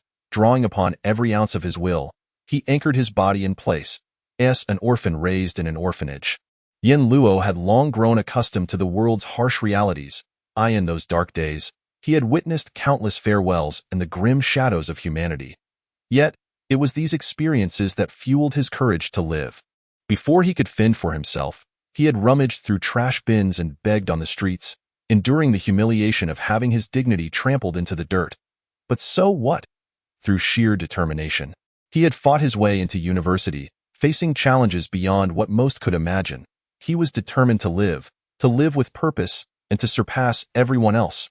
Perhaps today, he would perish here, but he would never surrender his hope for life without a struggle. Accepting death with open arms? Absolutely not. Every muscle in Yin Luo's body quivered, yet he clamped his jaw tightly, his bloodshot eyes filled with defiance. The foot he had raised remained suspended, refusing to step onto the next stair. Even as the process brought him indescribable agony, his expression revealed no hint of surrender. The black mist roiled violently, the bone-chilling wails of the spirits now laced with a potent fury, roaring and shrieking in a frenzied outburst. Yet, it was futile. Upon realizing that the psychological pressure could not sway Yin Luo, countless dark, enormous hands emerged from the mist, grasping at his limbs, while he had managed to resist the earlier threats with sheer willpower. The terrifying strength of these hands was beyond human capability to withstand. Yin Luo's body was uncontrollably yanked upward, careening through the black mist, a powerful tugging sensation threatening to tear him apart. The world spun around him, and when his feet finally met the ground again, he found himself before a door. A gigantic double happiness character adorned the door, though its vibrant hue had morphed into a ghastly pallor. Come in a whisper, ethereal and intimate, echoed in Yin Luo's ears, reminiscent of sweet nothings exchanged between lovers. As the words rang out, his hand lifted involuntarily, gently knocking on the door. This time, he had no opportunity to resist. Or rather, unlike the earlier scenario in the corridor, the enchanting power of that voice was simply irresistible. Knock, knock, knock. The soft sound of knocking reverberated through the mist-shrouded corridor. The door swung open, even though Yin Luo had not made any effort to push it. Inside and outside the room felt like two entirely different realms. The swirling black mist was kept at bay in the corridor. Pale candlelight flickered against the cracked walls, illuminating a bride in a white wedding gown, seated quietly on the bed, as if pushed unexpectedly from behind. Yin Luo stumbled into the room. Ha ha ha, a drawn-out note echoed, akin to a child's gentle hum, resonating in every corner of the room. Soon after, a light, girlish laughter filled the air. Hee, the prey has stepped into the trap, and no one can escape alive. Come closer, the beauty on the bed beckoned. Lift my veil, and we shall share life and death, never depart. Yin Luo's breathing grew heavy, the bloodshot veins in his eyes gradually fading. His expression dulled, becoming numb and indifferent, yielding to that eerie will. He approached the edge of the bed without a hint of resistance, as if he had entirely relinquished hope for life and was ready to face death. His hand gently rested on the veil, and the next moment, he slowly began to lift it. In that fleeting moment, the exquisite beauty of her face flashed before him, juxtaposed with the grotesque visage of a skeleton. Suddenly, a gust of wind howled. Then, a fist, as large as a sandbag, slammed into that face, along with the veil. Chapter 10. Struggle. Yin Luo understood that this punch would likely not inflict any harm on the entity before him. Perhaps it would only serve to infuriate the other party, plunging himself into an even more tragic fate. Yet, he still unleashed that punch, accepting death without resistance, obediently offering up his life. Such a thing was not something Yin Luo could ever do. Crack! As this blow struck the bride squarely in the face, the sound of shattering bones reverberated throughout the room, as Yin Luo had anticipated. The ghastly entity before him was utterly unscathed. Instead, it was his own arm that twisted and broke. Excruciating pain engulfed him, blood cascading down his arm. Yin Luo let out a muffled groan, his brow furrowing slightly, but in the next moment, his other hand had already clenched into a fist, impassively launching another strike at this malevolent being. Crack, crack, the outcome was the same. Both arms shattered simultaneously, the agony causing cold sweat to bead on Yin Luo's brow, yet he did not emit a single cry of despair, nor was there a trace of fear in his eyes. Only rage, endless rage. No one could so easily snatch away his life. Even if he were as insignificant as a blade of grass, at some moment, wild grass could become sharp, slicing the arms of those who sought to pluck it. Just as Yin Luo raised his left foot, intending to deliver a fierce kick to this ghastly being's face, the bride, who had absorbed 2 punches without a scratch, finally moved. Ha ha ha, chilling. Eerie laughter suddenly echoed through the room. A frenzied wind swirling around, sending shivers down one's spine. The bride sprang up, forcefully tackling Yin Luo to the ground.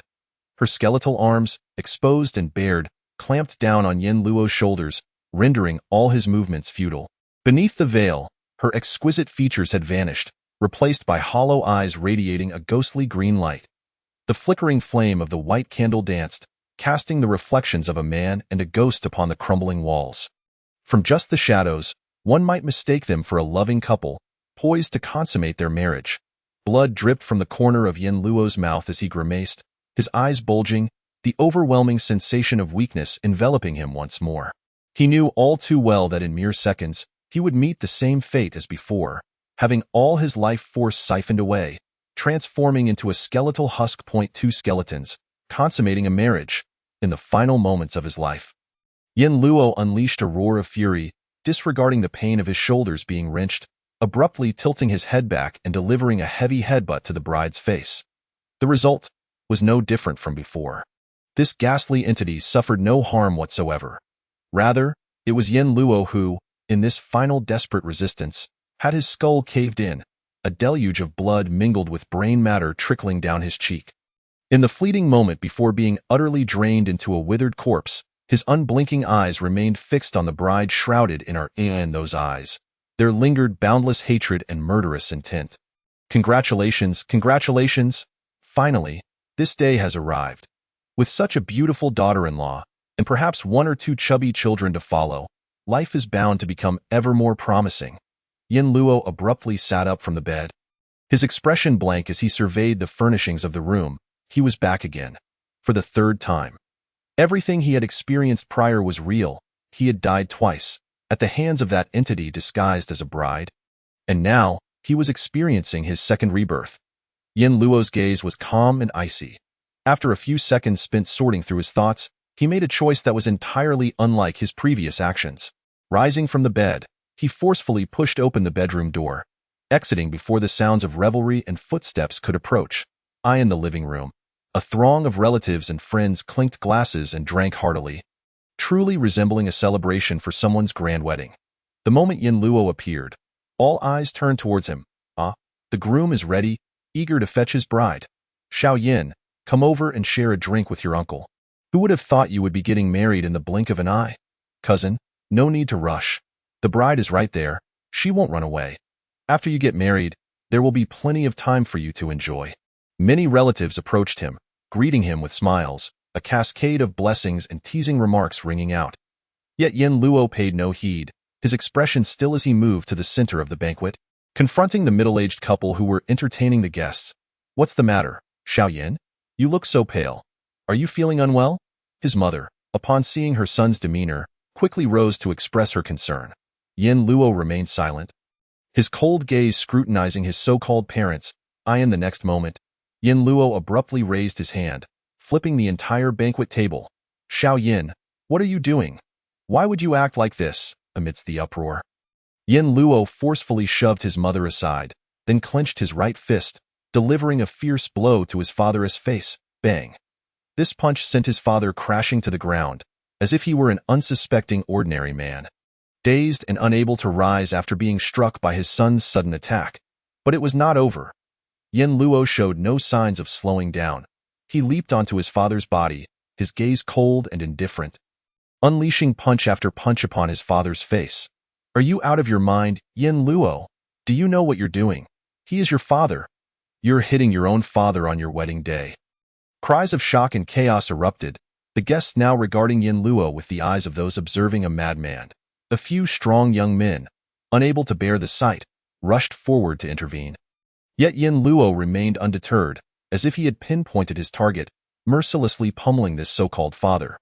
Just as the young men were about to restrain him, Yin Luo turned expressionlessly, saying, "Father, I am an orphan. What parents do I have? And you ghastly beings, what are you playing at, putting on this charade before me time and again? Do you truly think I am but a lump of clay?" The cold, emotionless words of Yin Luo sank the entire living room into an eerie silence. The once bright lights dimmed in an instant. The relatives, once animated, now wore expressions of apathy and indifference. Even those young men who had intended to stop Yin Luo halted their movements, staring at him blankly. Meanwhile, beneath him, his father, who had just appeared dazed and bleeding, suddenly had the blood on his face congeal and then vanish entirely. His eyes, now devoid of warmth, fixated coldly on Yin Luo. "So, the pretense is over, is it? I prefer you in this guise, rather than that which only revulses me." Yin Luo smirked coldly, raising his fist once more to strike at his father's face. However, this time, crack! The sound of bones fracturing echoed. Yin Luo's arm was broken once again. Yet, as if he had anticipated this, he did not hesitate to lift his other hand, continuing to strike at his father's face. Bang! An overwhelming force surged through him, sending Yin Luo uncontrollably crashing against the wall behind him. Pain erupted, the world before his eyes began to blur, and his entire body felt as if it were falling apart. Yin Luo wished to rise, yet he could muster no strength whatsoever. The throng of relatives now surrounded him, looking down upon him from above. Their cold gazes sent chills down his spine, as if he were nothing more than a lifeless object. "Hey, you ghastly beings, come, kill your father!" Yin Luo laughed coldly, his face a mask of mockery, jest, resentment, and rage. But fear was absent.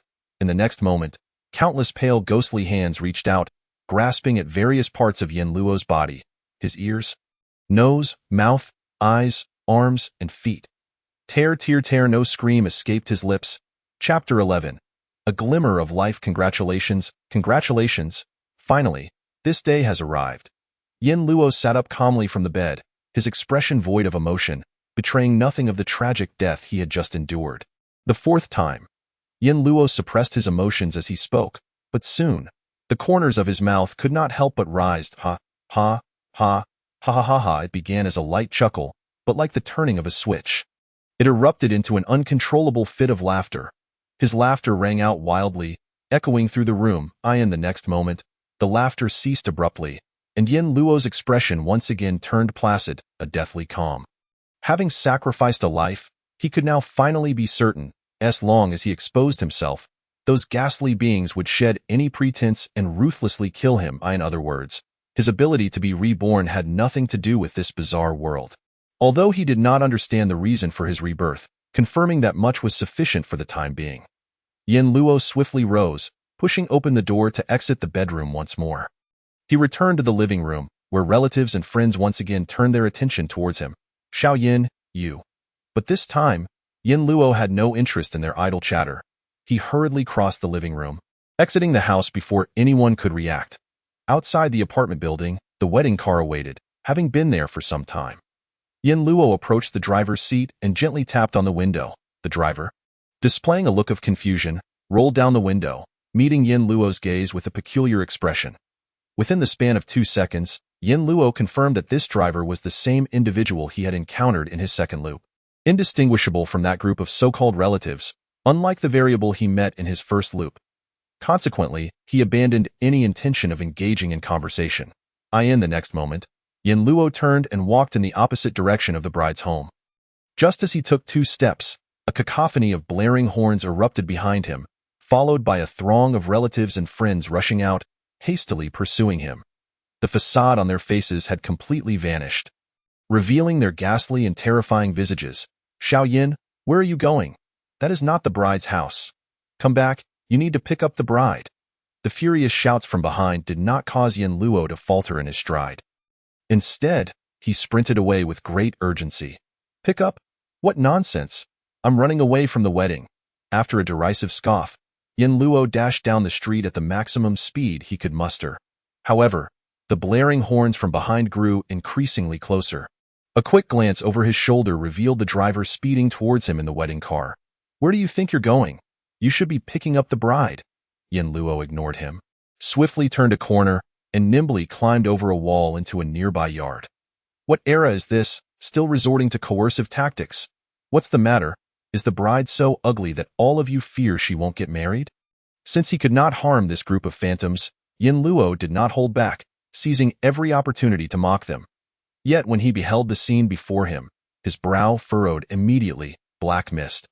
Everything in sight was shrouded in an ominous fog. Yin Luo, undeterred, jumped into another yard. The situation was eerily similar. The interior of the building was also engulfed in the black mist, save for the outer walls. After scrutinizing the mist for a moment, he discerned a distinct difference from the swirling black fog in the corridor.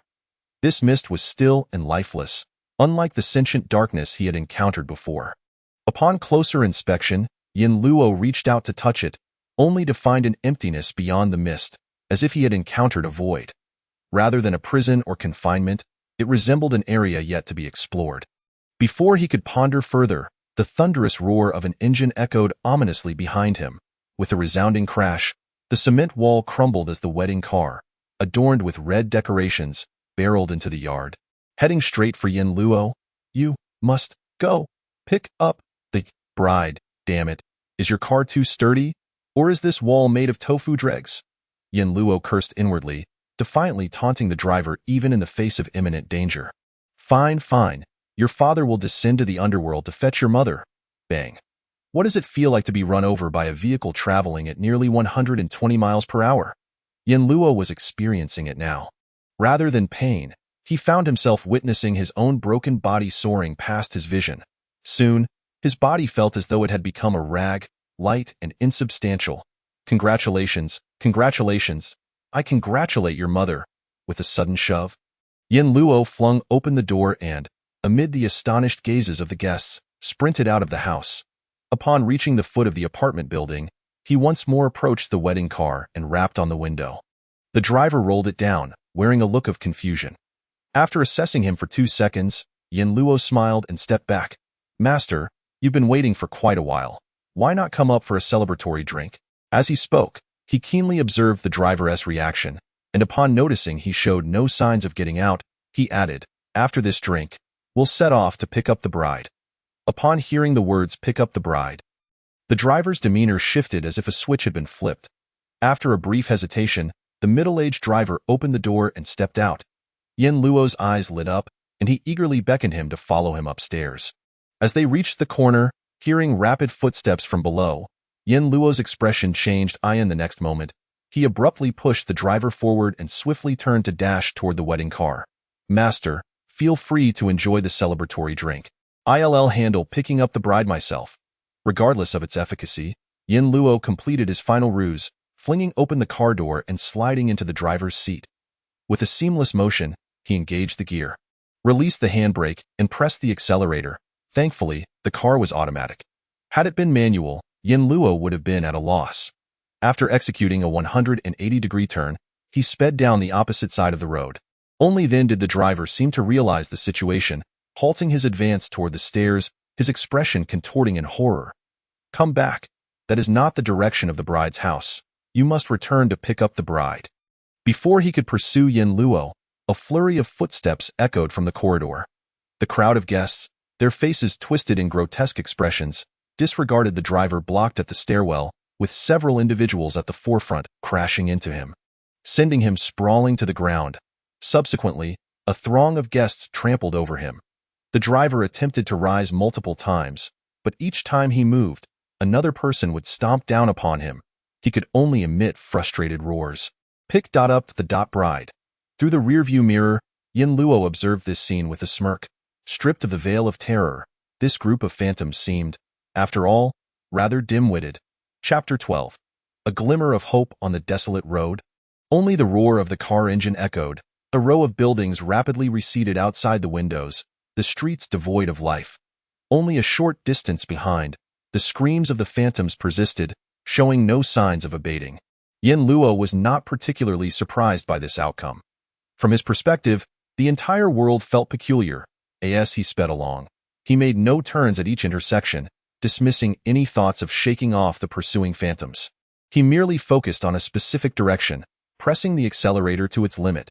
As his vision blurred and the surroundings became enveloped in a thin veil of black mist, the road ahead was eventually consumed, rendering it invisible. Yin Luo began to reduce his speed, ensuring that as he approached the black mist, the vehicle's velocity was brought to a safer level. He casually placed a decorative item on the accelerator, shielding his head with his arms as he leaped from the driver's seat. The force of the impact caused his arms to ache painfully, and his chest and back burned with a sharp sting. He suspected a few ribs might have been fractured. After enduring several previous deaths, Yin Luo had grown accustomed to such pain. Ignoring his injuries, he quickly rose to observe the direction in which the car had sped away. The wedding car shot forth like an arrow, plunging directly into the black mist, after which it fell eerily silent. Yin Luo strained his ears, but no sound reached him. Even the engine noise dissipated the moment the car entered the fog. Dragging his injured body, he cautiously approached the mist once more, reaching out to touch it. His hand met an emptiness once again, yet it felt distinctly different from merely touching air. The portion of his hand that penetrated the black mist seemed to enter a void, severing it completely from his body. So, this indeed appears to be an unexplored area? Yin Luo whispered softly. At this moment, he had reason to suspect that this bizarre world was merely a small region, or perhaps even a domain belonging to a certain entity, for instance, the bride whom everyone insisted he should greet. How had he been suddenly drawn into this domain? Yin Luo could not recall what had transpired after fainting on his balcony. Or perhaps, rather than delving into the reasons, the priority now was to find a means to escape this realm. His previous attempts had already demonstrated that he had no means to confront the phantoms. To survive, his only option was to seek an escape route. You cannot escape. Come back. The bride has been waiting for you for a long time. Behind him, the once distant howls had grown closer. The grotesque faces of his relatives and friends, now racing towards him, were drawing nearer due to the brief delay. Yin Luo turned, his expression devoid of emotion, casting a cold glance at the phantoms before gently brushing off the dust on his clothes. Then, without a backward glance, he stepped into the black mist, leaving them with a grand gesture of defiance. For the 6th time, Yin Luo once again sat up in bed, his face devoid of any anxiety or panic. After enduring several excruciating deaths, 2 outcomes were possible. One could either become utterly fearless or descend into madness. Yin Luo was uncertain which state he currently occupied. Even after stepping into the black mist, he found himself unable to escape. The reality was that the moment he entered the black mist, his body completely detached from perception, as if it had been obliterated. When he opened his eyes again, he had once more been reborn. The origin of this inexplicable rebirth ability, does it truly possess a limit? In this bizarre realm, is there genuinely a possibility of escape? An undeniable sense of urgency surged within him. Yet, if one expects me to passively await my demise, to embrace death with equanimity, that is an absolute impossibility.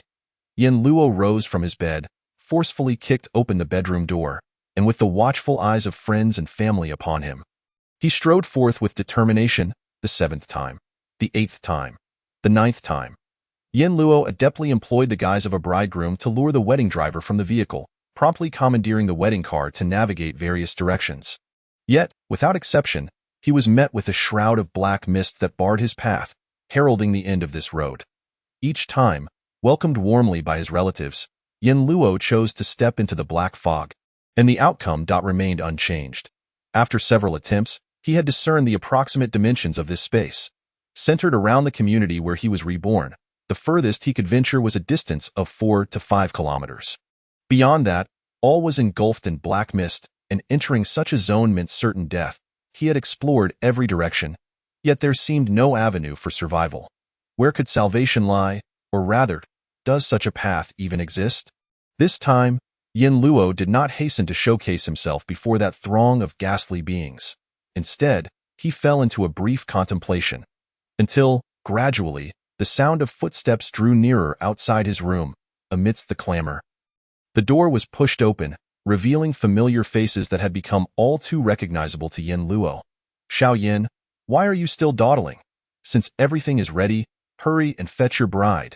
To marry such a beautiful wife is indeed your fortune. You two must cherish your life together. Go on, my dear groom. If you linger any longer, the bride might grow impatient and refuse to marry you." As with the first time, this large group of relatives barged into the room, unceremoniously shoving Yin Luo towards the exit. Passing by his parents, the elderly couple once again urged him, "Hurry along, don't keep Xiaoli waiting." Lost in thought, Yin Luo allowed that strange will to influence him, instinctively responding, "All right, Mom and Dad." When he was finally escorted downstairs to the community, seated in that exceedingly familiar wedding car, the doubts in Yin Luo's eyes were suddenly dispelled. He had come to a realization. Heaven does not completely forsake humanity. He refused to believe that there was no means of escape within this space. Or rather, even if there were none, he would carve out his own path to survival, since fleeing was no longer an option. Perhaps his last glimmer of hope lay with this bride. A bold conjecture surged within Yin Luo's heart, and he resolved to test its validity. Even if he were mistaken, it would merely result in another death. Of course, before that, he would ensure that the bride experienced the taste of his soft yet unyielding iron fist, as well as the flavor of his affectionate headbutt. Perhaps this time, he might consider delivering a flying kick first. As Yin Luo resolved this and turned his gaze towards the window, his eyes instinctively caught a glimpse of the rearview mirror, which caused him to momentarily freeze. Unlike the countless times before, the middle-aged driver, who had always seemed ordinary in his calm demeanor, reflected in the mirror possessed a pair of eyes that belied his age. Moreover, a distinctive mole at the corner of his eye. Chapter 13. The path to survival. Is it the same driver I encountered during the first loop? Yin Luo stood momentarily in shock, scrutinizing the driver in the rearview mirror until he finally confirmed this reality. The stark contrast presented by those eyes was simply too profound for Yin Luo to forget. In every previous rebirth, he had taken care to assess the driver's condition, but each time, he arrived at the same conclusion. It was unexpected that, in this instance, this variable had resurfaced once more. Yin Luo did not rush to speak. Instead, he began to reflect on the differences between this encounter and the others. His conclusion was that only during the first and this time had he not exhibited any peculiarities before that host of ghastly entities. Even the strange will that had influenced his mind, he had chosen to disregard, allowing it to guide his actions.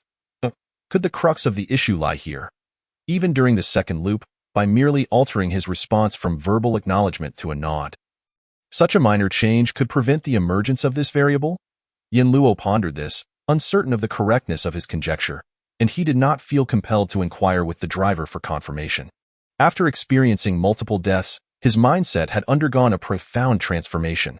He had learned to remain remarkably composed.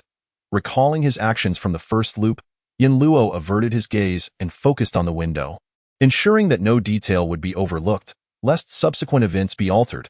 It was not until the car came to a steady halt outside the bride's community that Yin Luo grasped the door handle. Poised to exit without casting even a fleeting glance at the driver, as anticipated, the next moment arrived. "Hey, young man," the driver spoke, echoing the experience of the first loop. Yin Luo feigned surprise, turning to meet the driver's beaming gaze. His eyes then fell upon the driver's outstretched palm. In the first loop, he had been deeply influenced by this space, interpreting it as a request for a red envelope. However, upon closer inspection, Yin Luo contemplated for a moment before placing his hand atop the middle-aged driver's hand. Though his expression remained impassive, his gaze was piercingly fixed on the driver. The trajectory of the narrative should now shift. "Tell me, What do you know? What must be done to escape this cursed place? Yin Luo's tone was flat, as if he were merely asking a casual question, devoid of any hint of the life and death stakes at play. The driver paused momentarily, his expression faltering as he observed Yin Luo's actions. Initially poised to smile, but instead revealing a trace of unspoken astonishment in his eyes. Yet soon enough, his demeanor returned to normal, though the astonishment in his tone was palpable. How surprising, I sensed hope from your reaction. But I didn't expect you to offer me such a delightful surprise. The driver's tone of admiration earned Yin Luo no warmth in return. Could you refrain from speaking in riddles? Just be clear. Yin Luo's blunt words did not provoke any displeasure from the driver. He merely shook his head gently, gesturing to his own mouth, then subtly hinting, this is where you are meant to be. Is it impossible to speak plainly? Yin Luo furrowed his brow for a fleeting moment before relaxing and nodding calmly that of course, this is the home of the bride I am here to marry. What of it? Noticing Yin Luo's quick grasp of the implication behind his words and his willingness to engage, the driver's smile broadened, his eyes reflecting a hint of admiration. After a moment's contemplation, the driver pointed to Yin Luo's attire, then gestured towards the community where the bride awaited. You are the groom today. You should know what a groom ought to do, shouldn't you? With succinct clarity, the driver indicated that it was time for Yin Luo to exit the car. Go on, young man. It's time. You must go fetch your bride. Lingering too long would surely raise suspicions, potentially leading to complications. Yin Luo's gaze shifted towards the outside, where he noticed a robust figure steadily approaching. After observing the driver for a moment, Yin Luo deduced this conclusion from the driver's reaction. Realizing he could not extract more useful information from the driver, he stepped out of the car with a neutral expression and proceeded towards where the bride awaited. After a mere few steps, his brother-in-law, Su Hao, naturally draped an arm around Yin Luo's shoulder, guiding him into the community. What were you up to, brother-in-law? Why did you take so long to get out of the car when it had already arrived? Reluctant to leave, glancing at Su Hao, Yin Luo noted that while his face bore a smile, there was no mirth in his eyes. A single misstep in response could lead to exposure, with the best outcome merely being the suspicion of that throng of ghastly beings. Is it not because I'm finally bringing your sister home? A bit too excited. Perhaps at this point, maintaining his composure while weaving a lie was no longer a challenge for Yin Luo. I see. Su Hao feigned realization, then teased.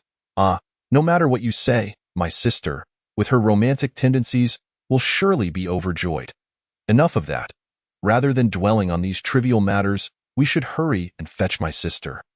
If we keep her waiting too long, it won't matter what you say. Su Hao hurriedly pulled Yin Luo towards the entrance of the building, greeting the in-laws who had been waiting for who knows how long before Yin Luo entered the corridor without a backward glance. Was this what a groom ought to do? Yin Luo mused, finding it quite aligned with his original conjecture. Since escape was no longer feasible, the remaining possibility likely resided with this bride. Marriage, the wedding ceremony. The bridal chamber? To what extent must I precede myself? It seems today, I truly must emulate Ning Kaichen and experience firsthand what it feels like to encounter a ghost, with familiar ease. I arrived at the door adorned with the bright red double happiness character, and my gaze lingered on the entrance for a brief moment. Judging by appearances, I have likely not yet revealed my presence. Thus, does that mean the entity behind the door is not omnipotent in this realm? Or perhaps it simply lacks the intelligence to see through my subtlety? While lost in thought, I was guided by an unseen force to raise my hand and gently knock on the door. Knock. Knock. Knock. In the stillness of the corridor, the sound of my knocking echoed. Come in. A soft, melodious voice called from within. A cold smile graced my lips as I pushed the door open. My dear, your husband has come to take you home. Chapter 14. A thousandfold return. Inside the room, flickering red candles illuminated every corner, casting a romantic and warm atmosphere. Without waiting for the enchanting figure seated on the bed to summon me, I stepped inside, captivated by the allure of love reflected in my eyes, as if I could hardly contain my eagerness to see my beloved. My dear, may I lift your veil and behold your beauty? My hands trembled slightly, betraying the excitement I could not suppress, as I tenderly cradled the bride's face, gazing into her eyes through the veil. Of course, was it not agreed upon? The girl's voice was sweet and gentle, striking a chord deep within the heart. With her permission, my breath quickened, and I could no longer contain my affection. Gently, I lifted the veil that separated us. The flickering candlelight adorned the bride's exquisite face, each smile and frown tugging at my heartstrings, prompting an instinctive desire to cherish and protect her. My dear, you are truly beautiful. The warmth and softness I felt in my palms responded to my touch. Cradling the bride's face like a love-struck suitor, I leaned down to bestow a soft kiss. Suddenly, an eerie nursery rhyme echoed abruptly within the room, mingled with the girl's laughter, transforming the atmosphere into one of terror. The once bright candle flames had taken on a pallid hue. A chilling breeze rose, plunging the temperature of the bridal chamber to freezing levels. In the flickering light, the breathtaking visage I held began to shimmer as if it were fading from existence. Her ruby lips turned to bone, her enchanting eyes became hollow and frigid, and the warmth I once felt evaporated, replaced by a bone-chilling cold. My dear, am I beautiful? The dulcet tones had vanished, replaced by a dry, sinister voice that emanated from the skeletal throat, laced with mockery and derision. Yet, in the face of this transformation, I remained unfazed. I continued to gaze at the skeletal form in my hands with an expression of affection. My voice the softest it had ever been. Tiomi, you will always be the most beautiful bride. Upon uttering those words, I pressed a gentle kiss upon the skeletal lips within the room. The encroaching wind seemed to pause momentarily. I grasped the cold skeletal arm and pressed its palm against my cheek, my affection unwavering. Through all of life's trials, aging, illness, wealth, or poverty, you will forever be the most beautiful existence in my heart. Even if one day we are separated by death, we shall remain united in spirit, never depart. With sincere declarations of love, I leaned down to kiss the skeletal hand once more, then gently pulled the red veil back down. I took the hand of my beloved and helped her rise from the bed, guiding her toward the door. Come, my dear, today is our joyous day. I shall announce to the world that you are the one I will cherish for a lifetime. From now on, we belong to each other. If touched by my words, the previously eerie atmosphere within the room gradually dissipated. The white candles rekindled their warm red glow, the chilling wind ceased, and the flickering skeletal form regained its breathtaking beauty. Beneath the red veil, gentle eyes gazed quietly at me, and the air filled with a sweet fragrance. Surely, this was the essence of love. Suddenly, as I led my bride outside the door, a piercing wail erupted in my ears, stabbing at my eardrums with excruciating intensity. The warmth I had just begun to feel vanished once more, replaced by a bone-chilling cold that surged through my body. The red candles extinguished, and pale ghostly flames illuminated the room, elevating the sinister atmosphere to its peak. Beneath the veil, the exquisite visage was gone, replaced by a chilling skeletal face adorned with a grotesque, sinister smile. The hand I held felt as heavy as lead, immovable against my will. The skeletal figure leaned closer, its hollow eyes glimmering with an eerie green light beneath the veil, its raspy voice echoing in my ears. My dear, how could you forget?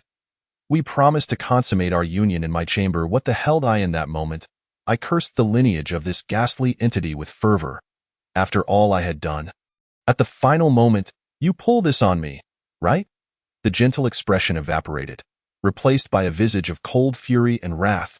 My foot that had been about to step outside was abruptly withdrawn. Disregarding the pain of my hand being held captive, I twisted my body and delivered a powerful kick to the empty chest of my bride. Consummation. I shall consummate with you now. The result of that final stubborn kick was, naturally, as one might expect, with a resounding crack. The force of the blow did not send the bride flying. Instead, I felt a sharp pain in my foot. Despite the agony, I paid it no mind.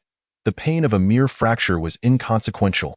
Reviving my remaining strength, I swung my left arm and landed a fierce punch on the empty eye socket of my bride. When it comes to consummation, I tend to be rather vigorous. My dear, so you must withstand it. As anticipated, my blow failed to inflict any damage upon this ghostly being. Only my own arm bore the brunt of the injury.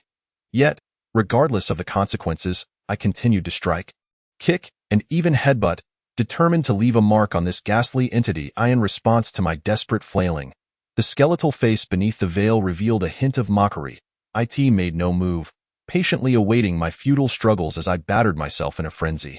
Finally, it slowly extended its bony hand and gently embraced me. My dear, I truly enjoyed your heartfelt declarations just now.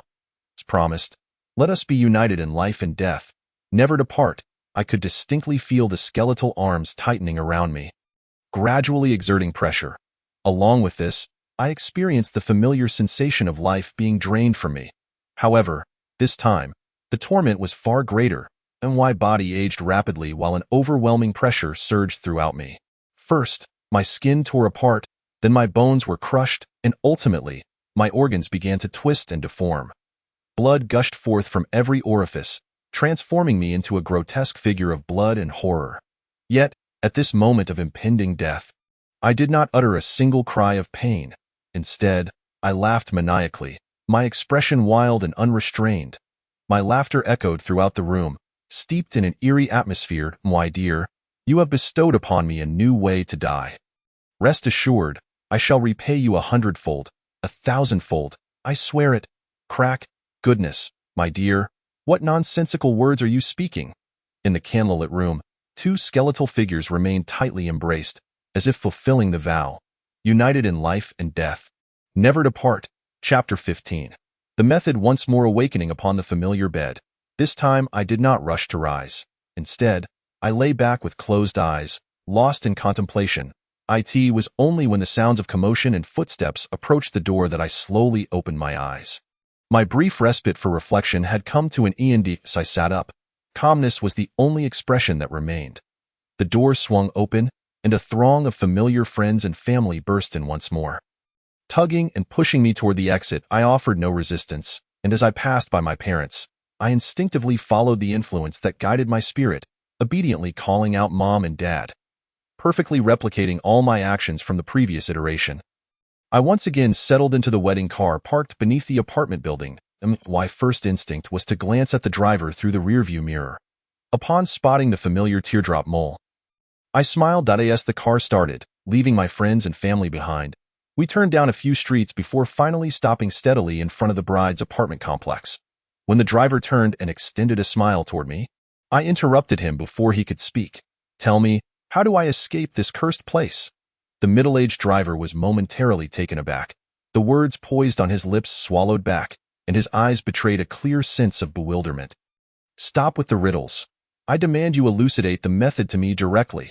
As he uttered these words, the shock on the driver's face became even more pronounced.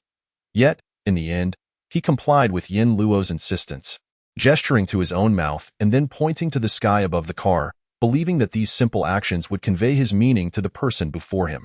However, Yin Luo's subsequent actions left him stunned once more. I understand.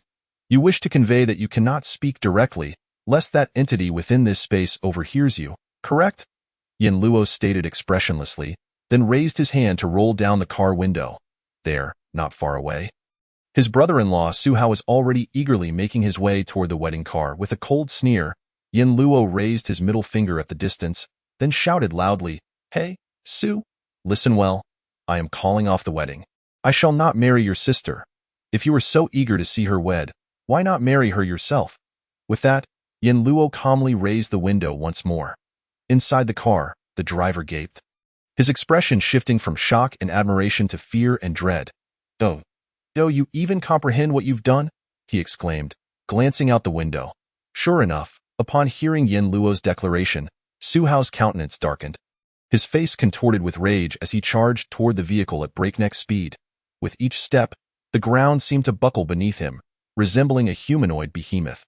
This seemingly sturdy vehicle would likely be dismantled within mere seconds before such a monstrous presence. "At this point, even I cannot assist you in escaping," the driver lamented, shaking his head in bitter resignation, clearly unable to fathom why this seemingly composed individual would act in such a reckless manner. "So, you originally had the ability to help me escape?" Yin Luo questioned, his demeanor still unperturbed, ignoring the approaching Su Hao entirely. Even the massive amount of information the driver had just divulged failed to rouse any reaction from him. "Never mind, it matters not. I have already changed my mind. Now, tell me, is there any way to deal with that entity?" Yin Luo said, gesturing toward the interior of the community. He was not referring to the menacing Su Hao, but rather to the bride, who was evidently the true core of this space. There was a way, but given the current circumstances, all hope is lost. Even if you knew, with her already alerted, there would be no chance left. The driver sighed, looking at Yin Luo with a mix of pity and resignation. Next, you can only pray for your own fortune. After the driver finished his lamentations, Yin Luo coldly interrupted, enough with the superfluous talk. Quickly tell me the method, before that entity tears us apart. If you do not reveal the method, I shall consider you nothing more than a despondent fool. You. The middle-aged driver was evidently unprepared for Yin Luo's attitude. His expression now marked by irritation as he glanced at the approaching entity. What difference does it make to tell you? From what I have gathered, to break this domain, one must cater to the desires of that ghostly bride and provide her with a perfect wedding. Throughout this process, you must not harbor even a hint of fear, or you will be drained of all vitality during the ceremony. As he spoke, Su Hao had already reached the wedding car. His physique swelling and muscles straining against his clothing, transforming him into a towering monster over 3 meters tall in the blink of an eye. With a powerful yank, he wrenched the car door, which seemed secure, into a twisted mess, and with a roar, it would only take moments before the entire wedding car was violently dismantled. The fate of those inside was, of course, self-evident. Observing this, the driver scoffed, quickening his tone. Maintain your composure, cast aside distractions, regardless of the circumstances, follow her wishes throughout the entirety of the wedding ceremony. Once the wedding is completed, this space will naturally be dispelled. However, during this process, that ghostly bride will undoubtedly employ every method to provoke your fears. Should you exhibit any untoward behavior, or allow even a trace of fear to arise within you, the only fate that awaits is death. After absorbing the driver's words, Yin Luo's expression remained unperturbed as he calmly inquired, after breaking this space, will she die? Of course not. She will merely fall into a state of dormancy for a period. If you wish for her demise, then continue your efforts after the wedding, and see how far you can go. The driver replied with a cold chuckle. In the next moment, the car door was violently ripped away, and Su Hao, with a face twisted in rage, reached in with a hand half the height of a person, grasping Yin Luo in the back seat and yanking him out of the car. No wedding, then you shall die. Amidst the tremendous roar, Yin Luo's dark eyes reflected Su Hao's grotesque and terrifying visage. Fear not, I shall not spare any of you. Crack. Tear. Chapter 16.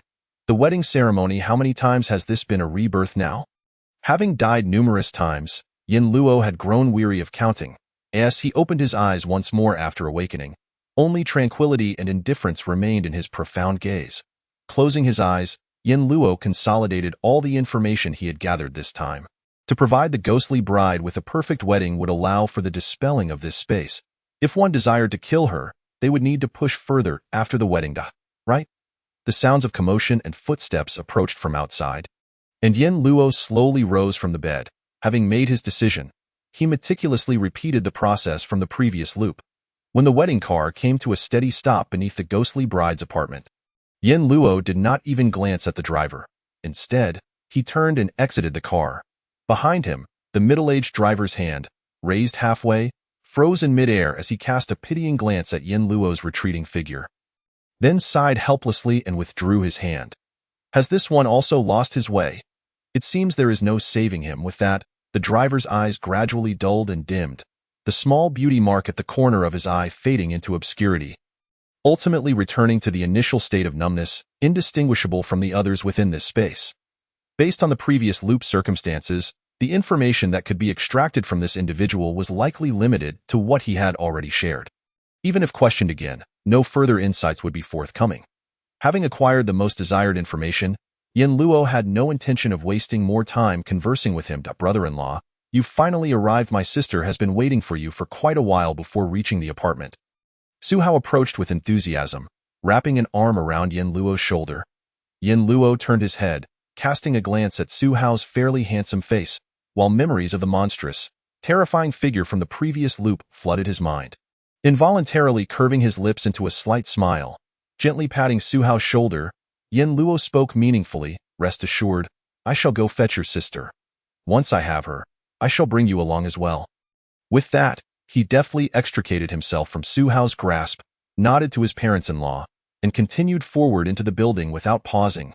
Behind him, Su Hao stood momentarily stunned, gazing in astonishment at Yin Luo's retreating figure, completely failing to grasp the meaning behind his words. How many times have I stood here now? Gazing at the door adorned with the bright red double happiness character, Yin Luo's eyes were as calm as still water. Devoid of any emotion, it no longer mattered. This time, whether it would be the last mattered not. If one attempt failed, then another would follow.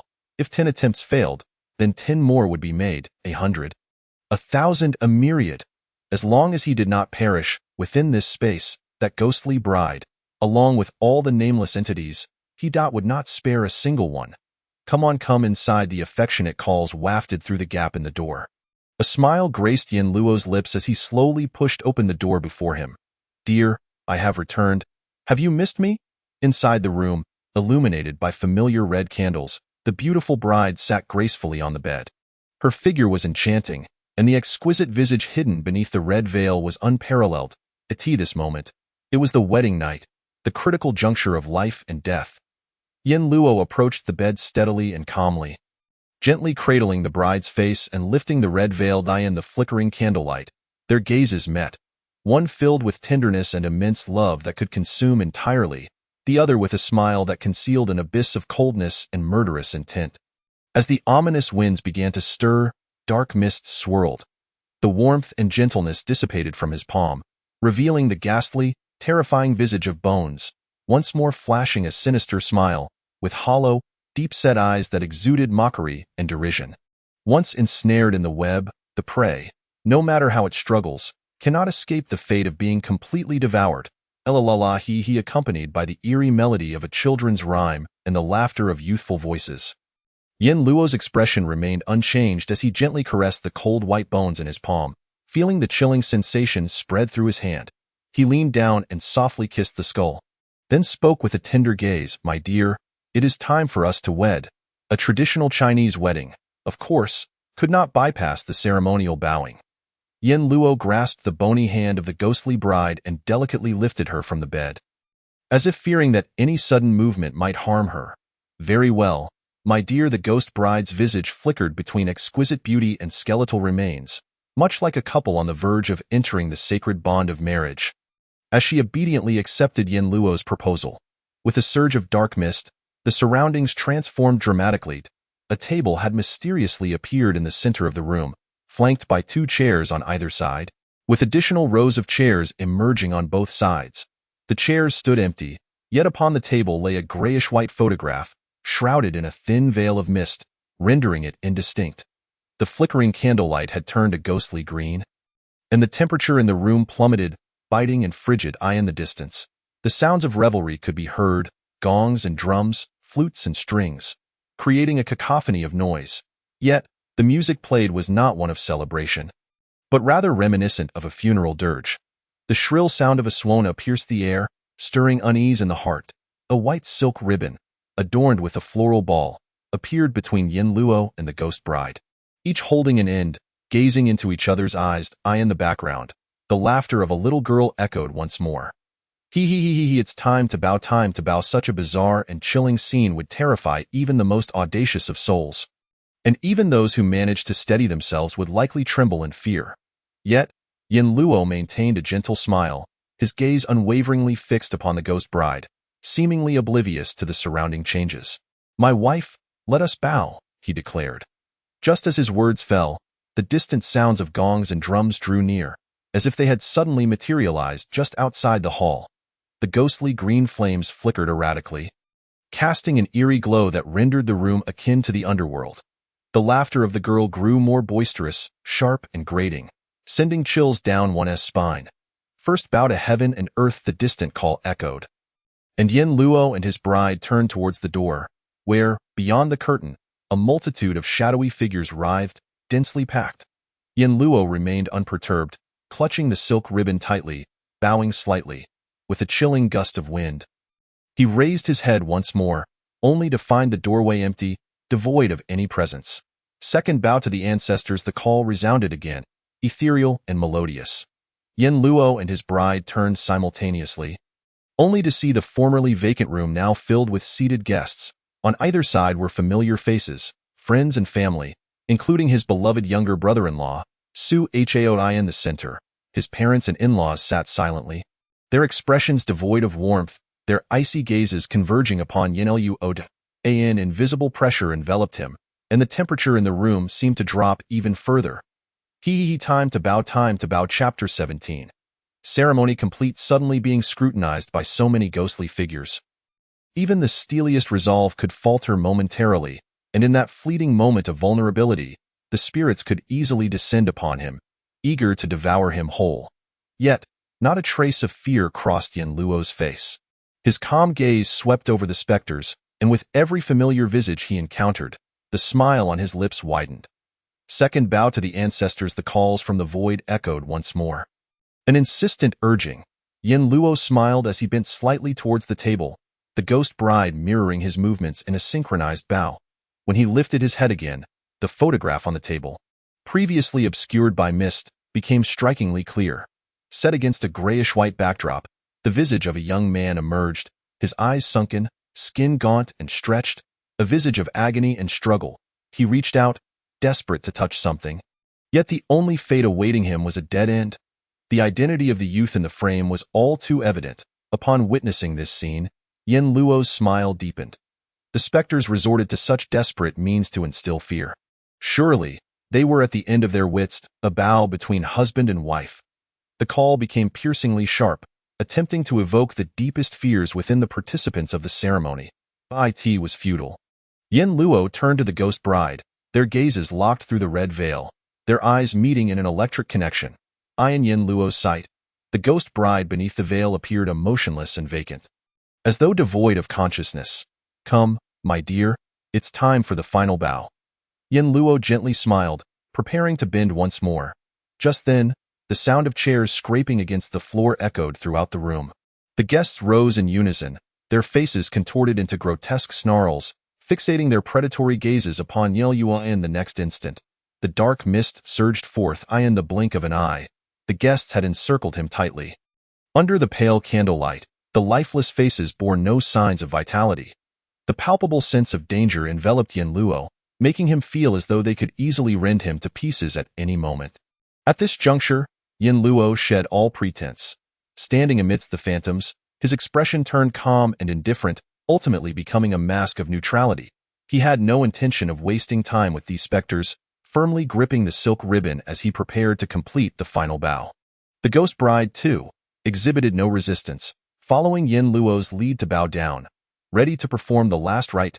That moment, a sudden rush of wind exploded from behind him, followed by a searing pain coursing through Yin Luo's body.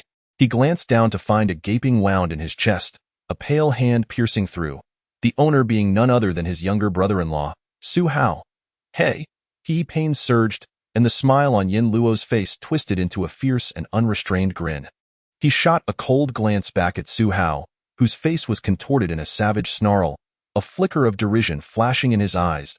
In the next heartbeat, he disregarded the gaping wound, allowing blood to flow freely, and bent down, a bow between husband and wife. Ceremony complete, a shrill scream echoed in Yin Luo's ears, accompanied by the wails and cries of countless vengeful spirits. The entire room began to tremble violently. Tables and chairs shattering, walls collapsing. The ground beneath him fractured in layers. The dark mist dissipated, revealing the azure sky above. A ray of light streamed through the broken roof, illuminating a corner of the room, casting its glow upon Yin Luo. The horrific wound on his chest had vanished entirely, as if everything that had transpired was merely an illusion.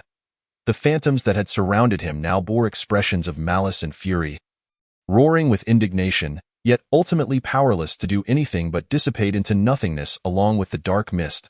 It turned out, it was all so simple as long as he fulfilled the ghost bride's wish and bowed in marriage without a shred of fear in his heart.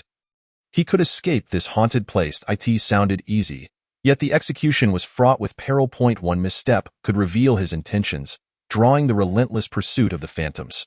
Merely brushing against the ghost bride's forbidden boundaries could lead to a brutal demise. A fate that had claimed countless lives.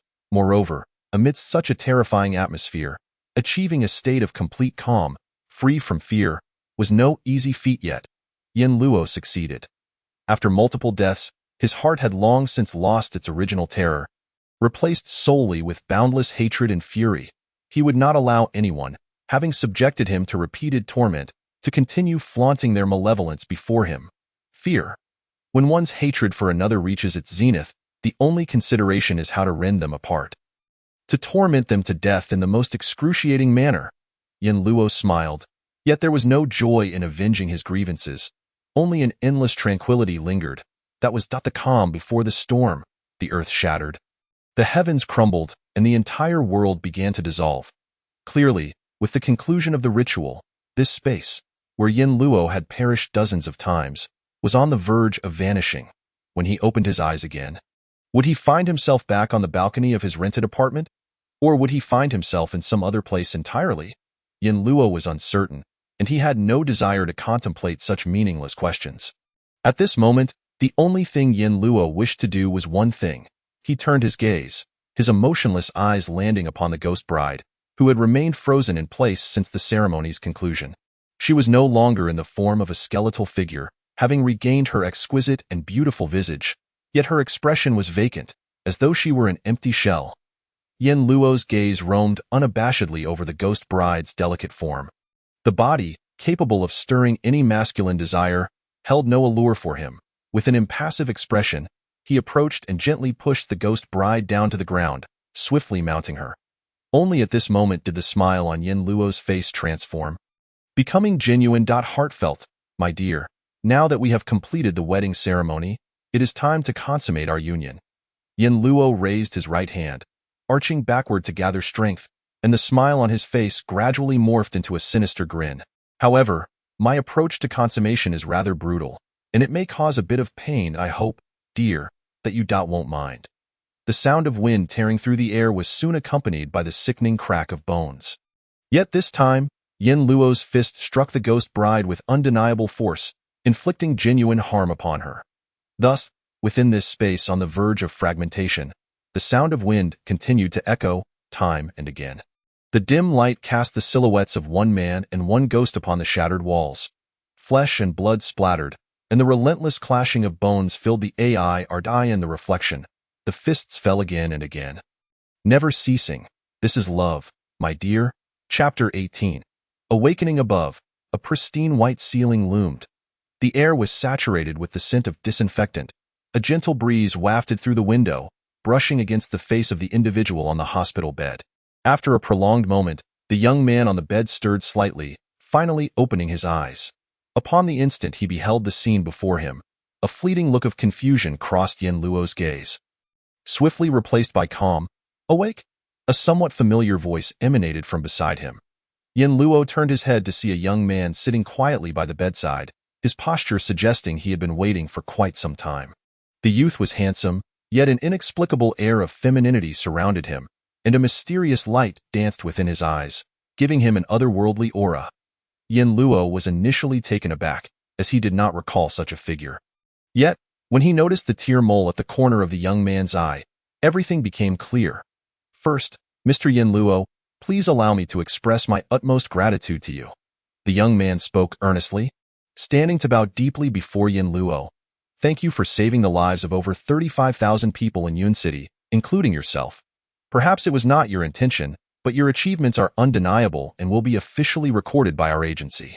In light of your accomplishments, I have reported the details to the Bureau, and I believe appropriate rewards will be issued shortly. Rest assured, they will be more than satisfactory. After finishing, the young man slowly resumed his seat, a gentle smile gracing his features as he regarded Yin Luo. If you have any questions, feel free to ask. Taking a few seconds to organize his thoughts, Yin Luo was not taken aback by the overwhelming amount of information the young man had conveyed. After experiencing a series of bizarre events, his state of mind had undergone a significant transformation. There was little that could astonish him now. Furthermore, Yin Luo had long suspected the existence of supernatural occurrences in this world. It was not difficult to infer that a corresponding agency would be established to address such anomalies. That day, he had stumbled upon a news article during class, featuring mysterious figures in identical uniforms. They were likely officials from the relevant department. In any case, please recount the events surrounding my experience in detail. After a moment's contemplation, Yin Luo calmly responded, his priority being to uncover the truth of the matter. Of course, the young man nodded with a smile. Allow me to introduce myself. My name is Zhang Chun, the vice captain of the 3rd team stationed in Yun City. I am also the temporary lead for the Ghost Bride incident, successfully resolving an S-rank supernatural case. Even without my elaboration, you should be aware that our world indeed harbors inexplicable and eerie beings. These entities are officially referred to as ghosts, and our agency was established specifically to address supernatural incidents. Our duties include exorcising ghosts or confining them. As Jiang Chen spoke, he retrieved a peculiar phone from his pocket. After a brief operation, a virtual map of Yun City materialized. The map clearly marked every street in Yun City, indicating all locations where supernatural incidents had occurred, along with dates and details of their resolution. Yin Luo glanced over the map, noting that the majority of events were classified as B or C rank, with the rank incidents being quite rare and S rank occurrences were exceedingly few. Jiang Chen's fingers navigated the map until a familiar location caught Yin Luo's eye: Tianhai Community, his own residence. At that moment, a vast red circle enveloped a radius of several dozen square kilometers, centered on Tianhai Community. Detailed annotations regarding the supernatural incident were inscribed above the red circle. Ghost Bride Incident, Preliminary Assessment, City Destroying Level, S-Rank Malevolent Spirit, Task Description. 3 days prior, centered around Tianjin Community, an eerie black fog rapidly engulfed a 100-mile radius, expanding at an uncontrollable speed. All observable entities within the fog fell into a deep slumber, drawn into a bizarre dream. If one perished within the dream, their physical body would likewise meet its end in reality. Currently, it has been discovered that only spirit tamers possess the ability to resist the encroachment of the black fog.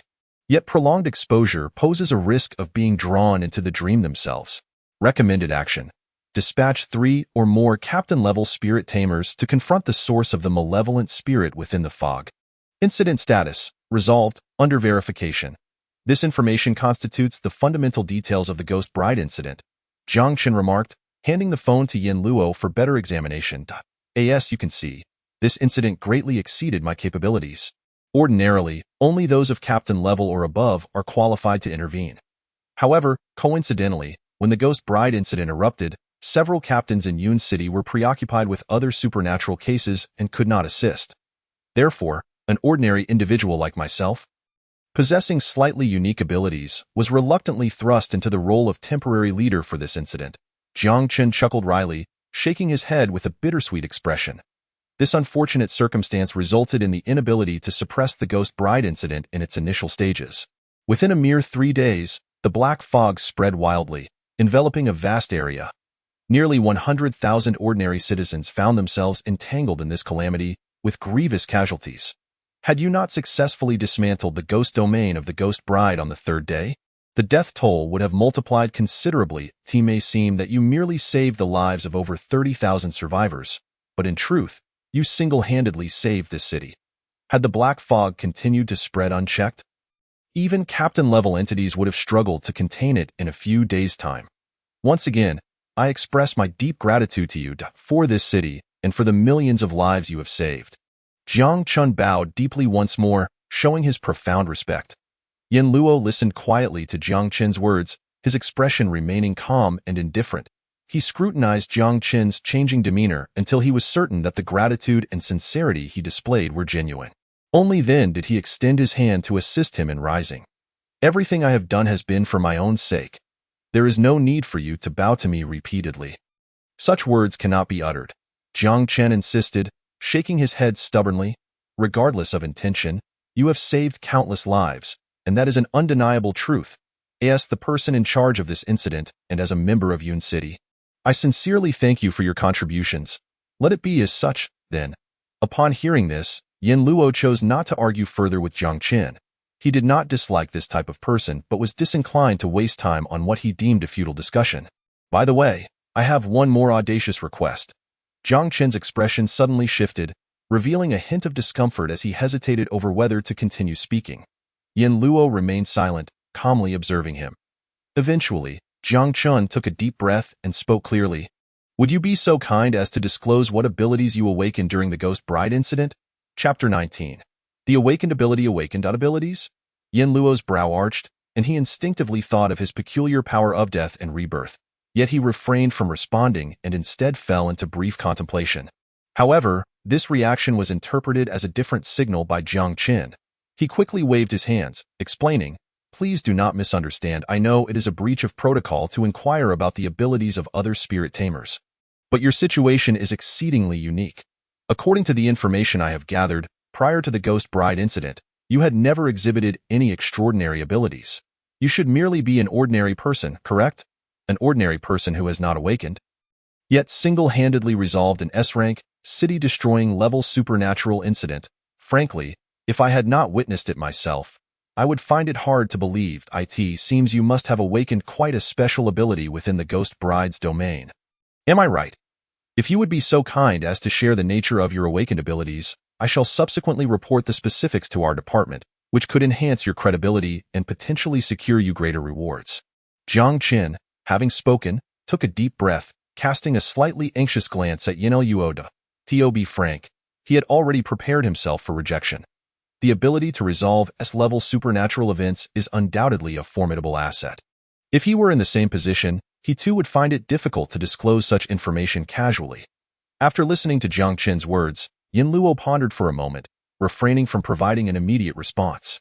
Instead, he shifted the topic, stating, "Before I answer your question, please tell me, what constitutes an awakened ability, and what are the circumstances that trigger this awakening?" Jiang Chun was momentarily taken aback, instinctively assuming that Yin Luo must have already awakened his abilities and would therefore be familiar with these matters. However, upon reflection, he realized that this individual had only recently begun to explore another realm, and it was quite reasonable for Yin Luo to be unaware of such fundamental information. I must have overlooked that. "Allow me to clarify for you," Jiang Chen said, clearing his throat and smiling gently as he began to elaborate. "Having come into close proximity with a ghost, you should be able to vividly sense just how helpless an ordinary person is in the presence of such entities. It would not be an exaggeration to liken it to a lamb awaiting slaughter. Without mastering extraordinary abilities, one could never hope to confront a ghost. Currently, there are only two known pathways to acquiring such powers, the most common being awakening. As I speak, I find myself contemplating how to convey this knowledge to you as succinctly as possible. In encounters with ghosts, one inevitably becomes tainted by their aura, which is lethal to ordinary individuals. Contact with this aura could lead to a near-certain death. Yet, if one possesses the fortitude to withstand it, a fortunate few may undergo a transformation, thereby acquiring some form of extraordinary ability and gaining the means to oppose ghosts. This process is referred to as awakening. Of course, as research into ghosts deepens, there have been further developments in the awakening process. Compared to the perilous method of directly engaging with ghosts, our underworld has developed a more sophisticated approach to awakening. At the very least, we can reduce the casualty rate during this awakening process to 50%, with the fatality rate dropping below 30%. Although risks remain significant, this represents a qualitative leap from the previous near-certain death scenario. At this point, Jiang Qian gazed at Yin Luo with a hint of admiration. To be honest, at this juncture, there are very few ghost tamers still relying on the rudimentary method of awakening through direct interaction with ghosts. Moreover, one like you, who has resolved an S-level supernatural event upon awakening, is likely unparalleled throughout the entirety of Xia country. Jiang Qin's praise did not elicit any visible reaction from Yin Luo. He merely nodded calmly, then, with piercing clarity, he inquired, "And what of the other method of acquiring extraordinary powers?" At the mention of this, Jiang Qin's countenance visibly stiffened, his eyes reflecting a complex mix of emotions. If the awakening process entails certain risks, the second pathway is akin to gambling with one's very life against the heavens. It might not yield a single successful case among 10,000. "Why do you persist in speaking such nonsense?" Yin Luo interjected, a frown creasing his brow, his tone tinged with dissatisfaction. "Just tell me plainly what that method is." At this moment, a suspicion loomed in Yin Luo's mind, and he was eager for confirmation. Jiang Chun was momentarily taken aback, wondering how it seemed as though Yin Luo knew him so well. They had only met half an hour earlier, without any meaningful exchange. Jiang Chun silently grumbled but nodded slightly before continuing. The second method of awakening involves directly harnessing the power of a ghost. In other words, to incorporate a ghost within oneself, or even to merge entirely with a ghost. Yin Luo pressed further. Does this second method not confer a significantly greater power than the first? Indeed, that is the case in our underworld. Nearly every team leader is a formidable individual who has contained vengeful spirits within themselves. Jiang Qin replied. However, The drawbacks of this method are far more pronounced and are nowhere near as favorable as you might imagine. The risks involved in this process are immense, bordering on 10 deaths for every life spared. Even if one miraculously succeeds, they cannot afford to be complacent. Each time one draws upon a ghost's power, it requires a heavy toll. Eventually, should you be unable to pay this toll, you risk being turned against by the vengeful spirit within you. There is a chance that the spirit might seize control of your body and return to the world in its own right. At that point, it would undoubtedly herald a catastrophic disaster. For this reason, every leader in our underworld is akin to a weapon of mass destruction. They rarely engage in combat, only being deployed in dire circumstances. After each mission, our superiors treat them with utmost caution, fearful that one of these leaders might, at any moment, transform into a terrifying vengeful spirit and unleash a bloody storm. Having strayed somewhat from the topic, Jiang Qian concluded his detailed exposition, and Yin Luo finally interjected coolly.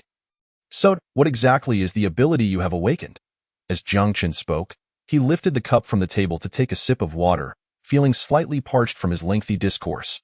This time, Yin Luo did not remain silent for long. He merely lowered his eyes in contemplation. A few seconds later, he decisively responded, "In this ghost bride incident, the ability I awakened is the foresight of the future." Chapter 20. Foresight of the future? Jiang Qian nearly choked on his drink, almost spewing it out as he succumbed to a fit of violent coughing. "What did you say?" Yin Luo, his expression devoid of emotion, coldly repeated, "I said, in this ghost bride incident, the ability I awakened is foresight of the future." This. Jiang Qian's face was etched with profound astonishment. Prior to this, he had entertained countless possibilities.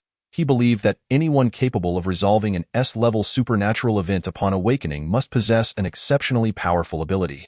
However, the truth revealed by Yin Luo far exceeded his expectations.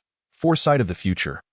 These 4 simple words concealed unimaginable terror, and when compared to this ability, the powers possessed by the captains he had heard of before seemed utterly mundane. If Yin Luo were not jesting, then with this ability alone, he could become a strategic asset for Yun City and even the entire Xia country. With him around, Xia country could avert countless risks and significantly reduce casualties in supernatural occurrences. By merely foreseeing the locations of impending supernatural events, he could rally sufficient personnel in advance to suppress them at the very onset. For a moment, Jiang Qian found himself lost in that vision, his face betraying uncontainable excitement. Yet, when he raised his gaze to meet Yin Luo's calm demeanor, it felt as though a bucket of cold water had been doused over him, instantly bringing him back to reality. "This is impossible." Jiang Qian shook his head, letting out a gentle sigh. He longed for Yin Luo's words to be true, rather than a jest, but alas, reason told him that it was inconceivable for Yin Luo to possess the ability of foresight. "Why is it impossible?" Yin Luo frowned, perplexed regarding awakening. "I refrained from delving into excessive detail earlier, fearing it might overwhelm you. One fundamental point is that ghost tamers who awaken through proximity to ghosts invariably have abilities that relate to the specific ghost they encounter. As far as I know, the ghost bride does not possess any means akin to foresight of the future. So how could you possibly awaken such an ability?" Jiang Qian sighed in resignation, shaking his head as he continued. "If you truly do not wish to disclose your actual ability, there's no need to fabricate such a clumsy excuse to deceive me. Moreover, the veracity of a power like foresight of the future can be easily substantiated. Such a lie would be easily exposed." Jiang Qian's skepticism was well-founded, effectively unmasking Yin Luo's deception. Yet, despite this, Yin Luo remained unfazed. He calmly retorted, "Must the awakened ability always relate to the ghost encountered?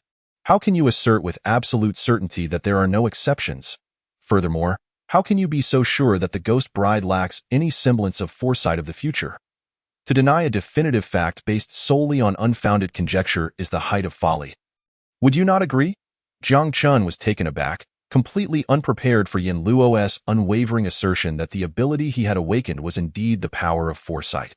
Was he resolute in dragging this deception to the bitter end?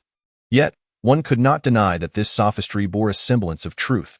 Furrowing his brow, Jiang Qian felt a twinge of displeasure at Yin Luo's obstinate defiance. How could the conclusions drawn from countless validations by predecessors be so casually dismissed as exceptions in his case? Moreover, the ghostly bride had not exhibited any semblance of a foresight ability. Even if, for the sake of argument, She truly possessed such a gift.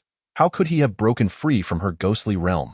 Were the experiences of predecessors infallible? If so, what was the point of further development? Everyone might as well lie back and feast on the fruits of history. Yin Luo let out a cold chuckle, showing no intention of retracting his claim. The ghostly bride had not demonstrated any capacity for foresight. Could it not be possible that everyone else, apart from me, was simply too weak to invoke such a power? As for how I shattered her ghostly domain, it was undoubtedly due to my foresight being superior to hers. What I glimpsed was the future that she had already peered into. As Yin Luo's audacious declaration echoed in the air, Jiang Chen felt his lips twitch in disbelief. Truly, what a tangled web of lies. The ability you awakened from her could not possibly surpass her own. And this notion of having seen the future she foresaw, was he engaging in some sort of nested delusion? The more he spoke, the more convoluted it became, nearly leaving Jiang Chen dizzy. Seeing Yin Luo steadfastly refusing to relent, Jiang Chen resignedly rubbed his temples. After a moment's thought, he pointed toward the entrance of the ward. Since you claim to possess the ability to foresee the future, tell me, how many individuals will pass through that door next, and what will be their genders? Yin Luo followed Jiang Chen's finger and, without a moment's hesitation, declared, 1, female. Very well, I shall see if your words hold any truth. With that, Jiang Chen fixed his gaze unwaveringly on the doorway. Soon, footsteps echoed, gradually approaching their ward. Jiang Chen raised an eyebrow. Judging by the sound, it was indeed just one person. Perhaps it was merely a coincidence. Nevertheless, a flicker of anticipation surged within him.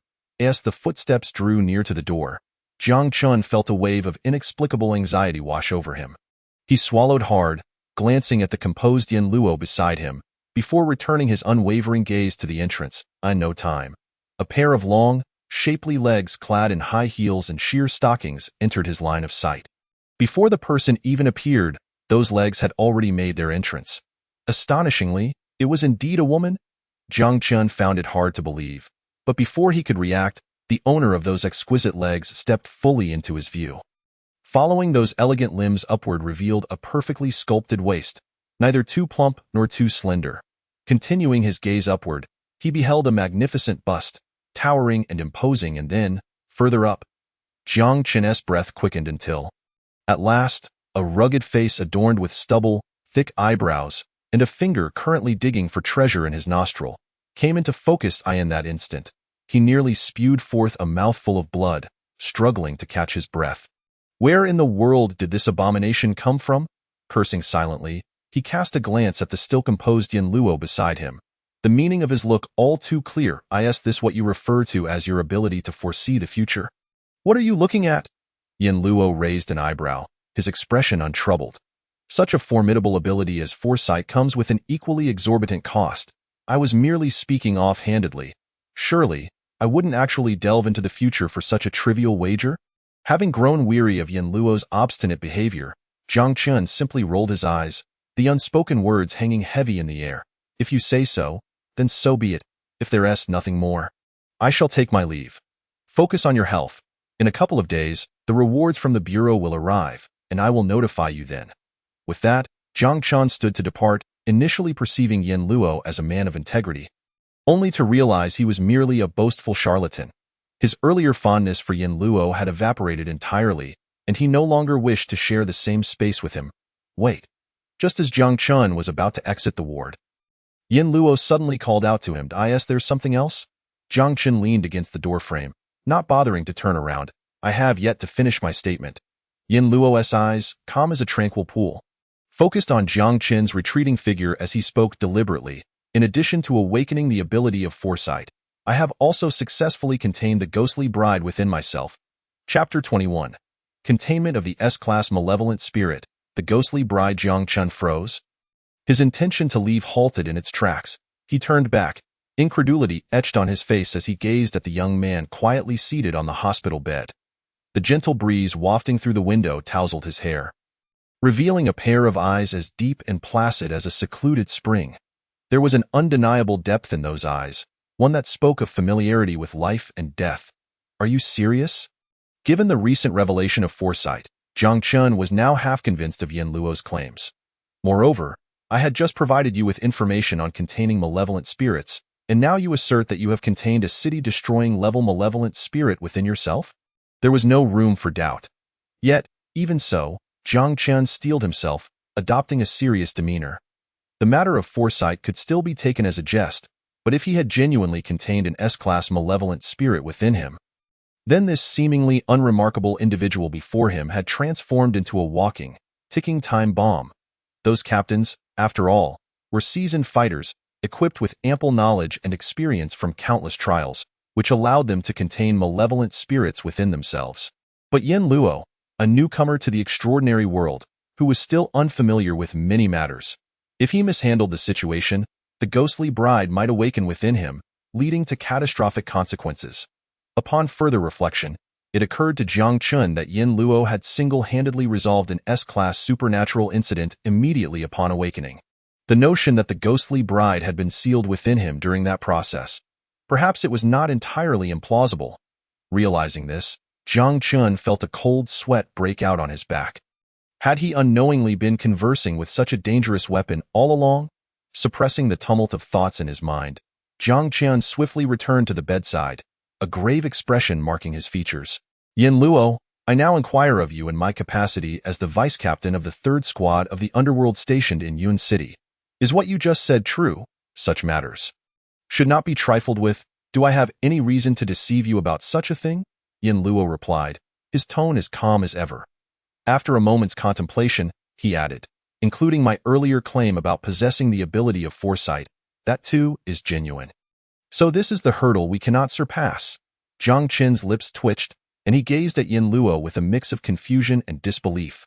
After a considerable pause, he hesitantly inquired, since you claim to have contained the ghostly bride, could you provide proof?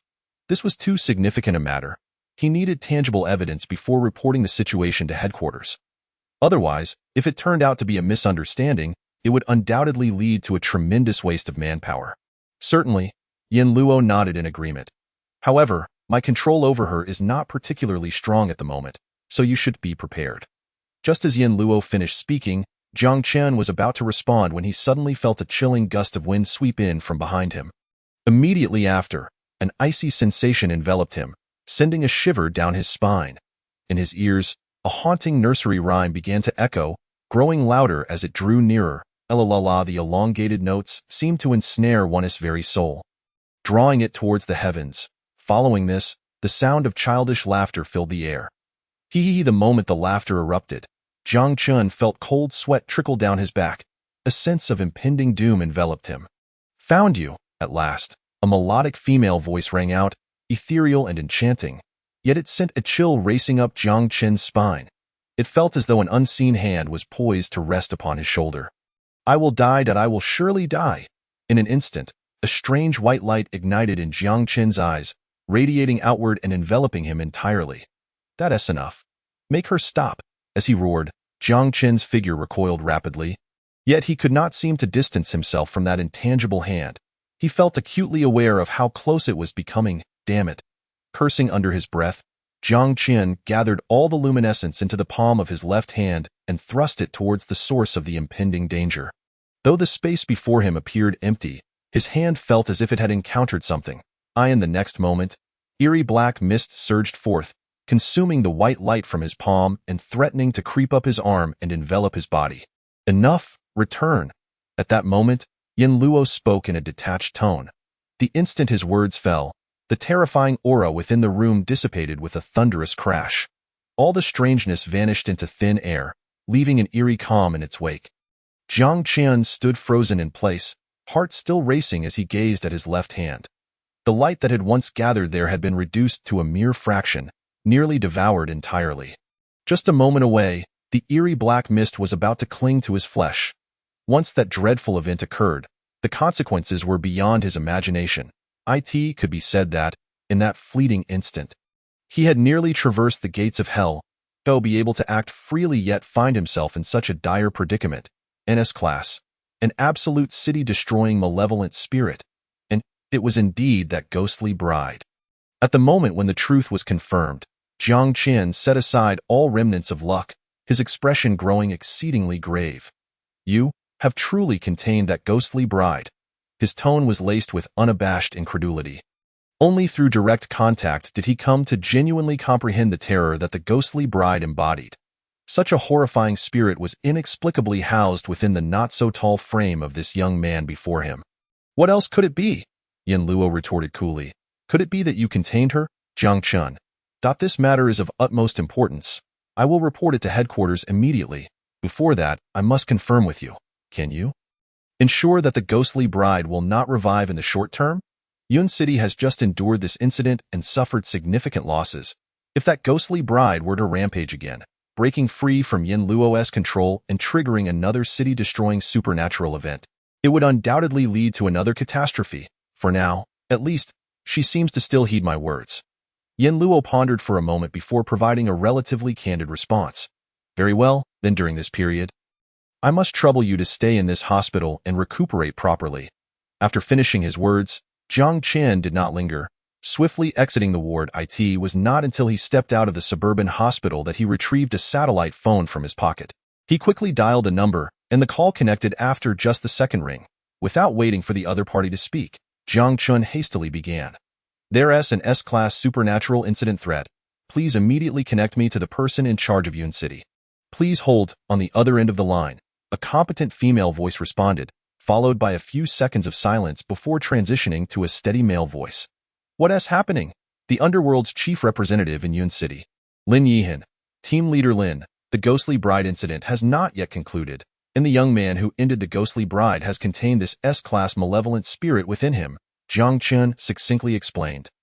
After several seconds of renewed silence, a reply finally came through the phone. Is the information reliable? I have personally verified it, Jiang Chen asserted with certainty. All right, I understand. Once I handle the ghost shadow incident on my end, I will head back to Yun City immediately. Gather all the captains stationed outside, and after resolving their current supernatural incidents, they must return at the first opportunity. You should promptly report detailed intelligence. I will personally assess this incident. Lin Yihan quickly responded before hastily ending the call. Clearly, the supernatural event he was dealing with was also no small matter. Jiang Chun let out a long breath. Glancing back at the hospital, his gaze filled with concern. Recently, the frequency of supernatural incidents in Xia country has been rising alarmingly. Why does it feel as if a storm is brewing? He shook his head, swiftly dismissing the distracting thoughts from his mind. The most pressing matter now is still to manage Yin Luo's situation. Chapter 22. Entering the underworld in the following days, Yin Luo remained in the suburban hospital to recuperate. Though it was termed recuperation, the reality was that Yin Luo had not sustained any injuries. After breaking free from the ghostly bride's domain, his body had fully recovered, and he could have been discharged long ago. However, Jiang Chun suggested that he remain there until the underworld completed its assessment of his situation. Jiang Chen's intent was evident. This hospital was located in a remote area, and even if Yin Luo were to suddenly lose control of the ghostly bride, allowing her to revive, the casualties could be minimized in a short span of time. Yin Luo had no objections to this. Currently, he knew very little about the supernatural realm, ghosts, and the underworld. Rather than blindly exploring, he was willing to invest time waiting for a result. Moreover, since the ghostly bride incident erupted, his rented apartment, university, and part-time job at a milk tea shop had all ceased to exist. The apartment still stood, but the people inside. Hence, Yin Luo was in no hurry. He was remarkably patient. After all, staying here meant all meals and lodging were covered, the environment was pleasant, and he wouldn't have to spend a dime. What's not to like? During these few days, Jiang Chen visited several times, but he brought no useful news regarding the underworld's stance on his situation. It seemed the underworld's efficiency left much to be desired, or perhaps they did not regard him with sufficient gravity. Additionally, Jiang Chun provided Yin Luo with a satellite phone exclusive to the underworld, containing detailed information about the underworld and the supernatural realm, as well as known intelligence on malevolent spirits. This was quite a boon for Yin Luo, especially the section regarding containing malevolent spirits within one's body, which Jiang Chen had particularly highlighted, evidently for Yin Luo's attention. A gentle breeze stirred the curtains, brushing against Yin Luo's hair. He sat quietly at the head of the bed, perusing the materials on the supernatural realm, with some of his longer hair falling loosely on either side, slightly obscuring his vision. Yin Luo remained still, yet invisible hands gently swept across his cheek, tucking the strands behind his ears. Throughout, the room remained utterly silent, devoid of any conversation. Time passed slowly. Finally, Yin Luo extinguished the screen of his phone, organizing the information he had gathered. The containment of malevolent spirits within one's body was not as simple and crude as he had imagined. The underworld had roughly categorized it into 3 stages: containment, taming, and fusion. The containment stage involved simply sealing the malevolent spirit within the body. Point 1 could utilize some of the spirit's abilities, but each use carried the risk of being eroded by the spirit. And after a certain point, one might no longer be able to suppress the spirit, leading to its revival.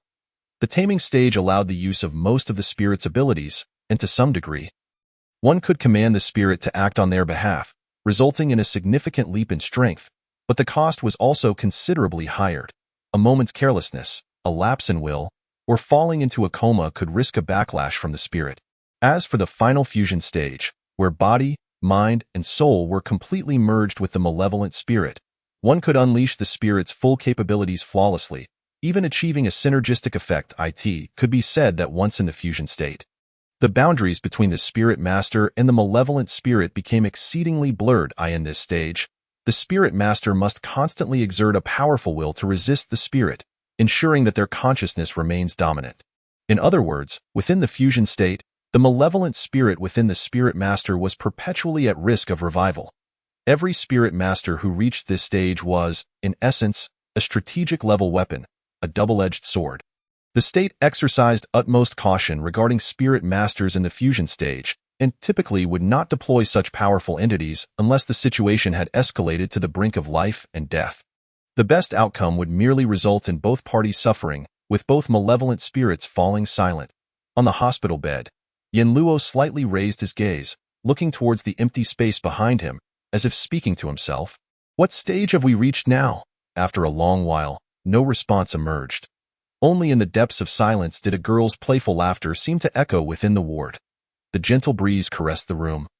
Tranquil and tender, Yin Luo nodded slightly, his expression remaining serene and unperturbed. So it is. Throughout these days, Yin Luo diligently absorbed information about the supernatural realm. These previously unfamiliar concepts peeled back the layers of the extraordinary. After several more days, Jiang Chun re-entered the ward. The first words he spoke piqued Yin Luo's interest. Yin Luo, would you be willing to join the underworld? Oh. Pausing his reading, Yin Luo did not lift his head. Diving straight into the matter, joining the underworld. What benefits would it confer upon me? Not to mention, within the supernatural realm of Xia country, the underworld, as the sole official institution, wields a level of power far beyond your imagination. The resurgence of the supernatural has endured for centuries, whereas the underworld traces its history back hundreds of years. The resources controlled by the underworld would greatly aid you in suppressing the malevolent spirit within you. Becoming stronger, or exploring the supernatural realm, having such a colossal entity as a backer is undoubtedly superior to navigating this alone. Moreover, Jiang Chen's brow furrowed slightly as he hesitated to continue. Moreover, the underworld would not allow dangerous individuals like me to roam freely. Would they? Yin Luo casually completed the unspoken thought Jiang Chen had left hanging. I hope you can understand. I recognize that it may not seem entirely fair to you, who has just saved the lives of thousands. But the threat posed by S-class malevolent spirits is indeed too great. A single misstep could lead to enough. You need not explain further. Yin Luo interjected, cutting Jiang Chen's lengthy discourse short. Simply tell me, by joining the underworld, what will I gain, and what must I sacrifice? Given your circumstances, as long as you join the underworld, you will receive a substantial allocation of resources every month, with priority access to intelligence. Jiang Chen's expression turned slightly unnatural upon mentioning the meal, and he continued, moreover, if you can successfully suppress the malevolent spirit within you, it won't be long before you ascend to the rank of a captain. At that point, the resources you receive will experience a qualitative enhancement. Jiang Chen's shifting demeanor did not escape Yin Luo's keen observation, yet he could not be bothered to delve deeper into it. What is the cost? He inquired. In the event of a supernatural incident, should conditions permit, you are required to follow orders from your superiors to address these occurrences. Jiang Chen continued, moreover, each month, you will face a compulsory request to take action, which you cannot refuse. This did not sound overly harsh. Yin Luo lightly tapped her fingers against the railing, deep in thought. However, upon hearing this, Jiang Chun could not help but let out a bitter laugh. For awakened ghost tamers like them, managing supernatural events inherently posed considerable danger. And for someone like Yin Luo, each time she intervened, she not only had to confront external spirits but also contain the malevolent spirit within her that could erupt at any moment, facing both internal and external threats. The risks were far greater than one might expect. It could be said that every time a ghost tamer like Yin Luo took action, they were putting their life on the line, which rendered the seemingly generous conditions offered by the underworld quite understandable. So, what is your answer? Yin Luo raised her hand to rest it 2 inches above her chest, her thumb gliding as if she were rubbing something. This scene caused Jiang Chen's pupils to constrict slightly. He did not believe Yin Luo would be idly toying with the air. Inside the hospital room, a silence lingered for a while before Yin Luo finally spoke. All right, I will join. Chapter 23. Resource Quota. As soon as Yin Luo's words fell, the previously dead silence was dispelled. Jiang Chen exhaled a long breath of relief. Yin Luo's agreement was undoubtedly the best outcome. He then produced a new satellite phone along with a sandalwood box and handed them to Yin Luo. This is your personal phone. From now on, any matters will be communicated through this device. The permissions granted to you are several levels higher than the ordinary version I provided earlier. As for this box, you may open it and take a look. Yin Luo raised an eyebrow, took the phone and placed it in her pocket, then examined the antique sandalwood box before opening it. Instantly, a pale blue mist wafted out from within the box. Inside, there lay a vial of potion, a verdant crystal pendant, and 2 pills, one black and one red. Yin Luo picked up the potion. Under the sunlight, the liquid inside the vial shimmered with a blue glow, exuding an enticing allure. This is your subsidy for the month. Allocated at the highest standard below the captain level, Jiang Chen explained, pointing to the vial as he continued. This is a soul solution. Consuming it will enhance your willpower and soul strength, greatly benefiting you as you suppress the malevolent spirit within. The green crystal pendant was crafted by a special ghost tamer. Wearing it can effectively mitigate the side effects caused by suppressing the malevolent spirit, such as agitation, irritability, and even bloodthirsty urges. Many ghost tamers experience such issues in the later stages of their careers. But your current state is still manageable, better to be prepared than not. The last 2 pills, the red one is a healing pill. As long as you are not fatally wounded beyond rescue, consuming it will keep you alive long enough to await assistance. As for the black one, it is a last-ditch effort. You may understand it as a powerful stimulant specifically for ghosts. If you find yourself in a dire situation, it may allow you to exert a final burst of strength. The items are quite commendable. Yin Luo nodded lightly, tucking away the crystal pendant and the 2 pills, while carefully scrutinizing the vial of soul solution in her hand. It was no surprise that an official organization with a history spanning centuries would produce items of significant aid to ghost tamers. Moreover, this was merely the highest quota allocated to those below the captain level each month. According to Jiang Chun, becoming a captain in the underworld would yield an even greater increase in resources. Yin Luo found herself slightly tempted. What must I do to become a captain of the underworld? Do I need to resolve a few more supernatural incidents, or are there other conditions? With this thought in mind, she straightforwardly posed the question. However, upon hearing her words, Jiang Chen's expression became rather awkward. Frowning, he appeared visibly conflicted, seemingly hesitating over whether to respond. If you have something to say, just say it, Yin Luo said, her gaze narrowing as she spoke coldly. Hearing this, Jiang Chun let out a soft sigh before slowly stating, in truth, you only need to independently resolve 1A level or above supernatural incident, or 5B level incidents, to qualify for an application to become a captain of the underworld. Of course, there is also an unspoken rule. Typically, captains of the underworld are ghost tamers rather than awakened individuals, given the evident disparity in combat power between the two. Only a select few exceptionally powerful awakened individuals have the opportunity to break this unwritten regulation. Get to the point. Seeing Jiang Chen continue to speak vaguely, Yin Luo interrupted him coldly once more. Alas, I shall be frank. Jiang Chen lowered his voice, his expression complex. Considering your situation, with a clean background and having contained an S-level terrifying malevolent spirit, if you were to independently resolve an S-level supernatural incident, you would be fully qualified to apply for the captaincy upon joining the underworld. At most, you might lack a bit of common knowledge. But that is hardly an issue.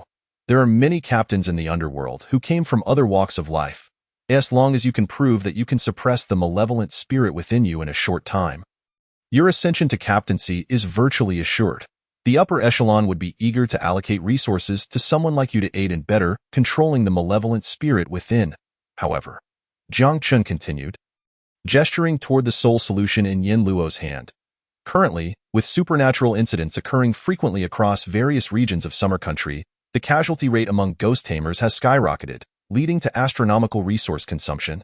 Even though the underworld is substantial, it is facing some strain. Thus, the resource quotas provided to each city by headquarters are limited. In Yun City, accounting for the overall commander, there are 5 captains stationed here. If another were to be added. Jiang Chun did not finish his sentence, but the implication was clear. If he were to become a captain, it would naturally mean a division of the existing resources among the other captains, who would willingly watch their resources being siphoned away. Rest assured, the head of Yun City, Captain Lin Yihan, along with the captain of the 3rd Squad, are on your side. However, if the other captains remain adamant in their opposition, relying solely on those two may not suffice to secure you the captaincy. Yet, Captain Lin is already striving to advocate for you. As long as you demonstrate your capabilities subsequently, even if the other captains unite, they cannot suppress you for long. Otherwise, they would have a hard time explaining themselves to headquarters. Jiang Chun hastily reassured Yin Luo, half comforting and half persuading. He feared that her youthful exuberance might lead her to react impulsively, seeking confrontation with the other captains now that she had just grasped her extraordinary abilities. Such a scenario would not be a trivial matter. Regardless of who emerged victorious or if both sides suffered losses, it would be a significant detriment to the ghost-taming team stationed in Yun City. Understood, Yin Luo replied, her expression revealing little emotion as she nodded lightly. Her calm demeanor was far beyond Jiang Chun's expectations. It was the first time he carefully scrutinized this young woman before him. Her eyes, deep as a tranquil pool, betrayed no hint of the arrogance typically associated with her age. This level of composure was something most ordinary individuals could hardly aspire to. Only someone of such caliber could possibly resolve an S-level supernatural incident while maintaining an ordinary guise. Jiang Chun mused inwardly, suddenly recalling something. He retrieved an item from his pocket and handed it to Yin Luo. Oh, right, there's also this. I shall give it to you as well. That a gun? Yin Luo raised an eyebrow, examining the firearm in her hand. The moment she grasped it, its substantial weight became apparent, the entire weapon gleaming in silver. Exuding a sharp aura, with a menacing skull motif engraved on the muzzle, lending it an unsettling AI art. Is it true that ghost tamers require firearms to deal with spirits? This is certainly not an ordinary gun. Jiang Chun elucidated. This weapon is called Soul Hunter, a type of ghost artifact. If you will as long as you infuse it with the malevolent spirit's energy, Soul Hunter will automatically generate bullets capable of harming spirits. It may not be a formidable weapon, but it can be quite helpful in dealing with ordinary spirits when managing supernatural incidents. After all, frequently utilizing the powers of the malevolent spirit will only hasten its revival within you. Therefore, it is best to avoid engaging your inner spirit when dealing with weaker foes. Yin Luo nodded slightly upon hearing this, casting a sidelong glance at Jiang Chun. This must be your weapon, and you are just giving it to me? Jiang Chun, however, waved his hand dismissively. It is of no consequence. After all, I seldom find myself in need of it now. Moreover, I am a native of Yun City. It is my home. My family and friends all reside here. If it weren't for your intervention during the Bride of Ghosts incident, my home might have faced destruction. The decisions made by those in power are beyond my influence. So consider this as a small token of my gratitude to you. Yin Luo cast a deep glance at Jiang Chun before sheathing the Soul Hunter. Very well, I accept it. The primary reason for my visit today pertains to these matters. I suspect that the higher-ups will take some time to reach a conclusion regarding your assessment. I appreciate your cooperation during this period. After today, you will be free to leave the hospital at your leisure. As Jiang Chun spoke, he produced a letter and a property deed, handing them to Yin Luo. The house is located in the suburban area. It is a suitable accommodation arranged by the Bureau for you. As for this letter of introduction, I noticed during my investigation that you are still a university student. It appears you have put in considerable effort to gain admission. Thus, I took the liberty of applying for a recommendation letter from Yun University on your behalf. If you wish, you may experience a taste of student life. I hope you don't mind. Thank you. Yin Luo accepted the property deed and the recommendation letter without any formalities. The immense effort he expended to gain university admission, in pursuit of a better life, now seemed to have evaporated into thin air. The very university he had strived to enter no longer existed due to the Bride of Ghosts incident. After becoming a ghost tamer, the life of an ordinary person would inevitably drift further from him. The question of attending university had become irrelevant. Yet, in light of Jiang Qin's goodwill, he still chose to accept the recommendation letter. The intricacies of this decision might only be understood by the one involved. Having said all that needed to be said, if there is nothing else, I shall take my leave. Jiang Qin smiled and turned to depart. Wait, there is one more thing. Yin Luo suddenly interjected, halting him. Jiang Qian turned back in surprise, only to find Yin Luo's expression calm as he inquired, "What was the response from the higher-ups regarding my awakened ability?" "Your awakened ability?" Jiang Qin was taken aback for a moment before realizing what Yin Luo was referring to. That cursed ability to foresee the future. Why can't we get past this hurdle? Are you serious? Jiang Qin sighed in exasperation, rubbing his forehead. He simply could not comprehend why Yin Luo insisted on claiming he possessed the ability to foresee the future. Was it a ploy to draw attention? Just the presence of an S-rank malevolent spirit within him would ensure he was already under scrutiny. "Do I appear to be jesting with you?" Yin Luo frowned slightly, seemingly displeased with Jiang Qin's attitude.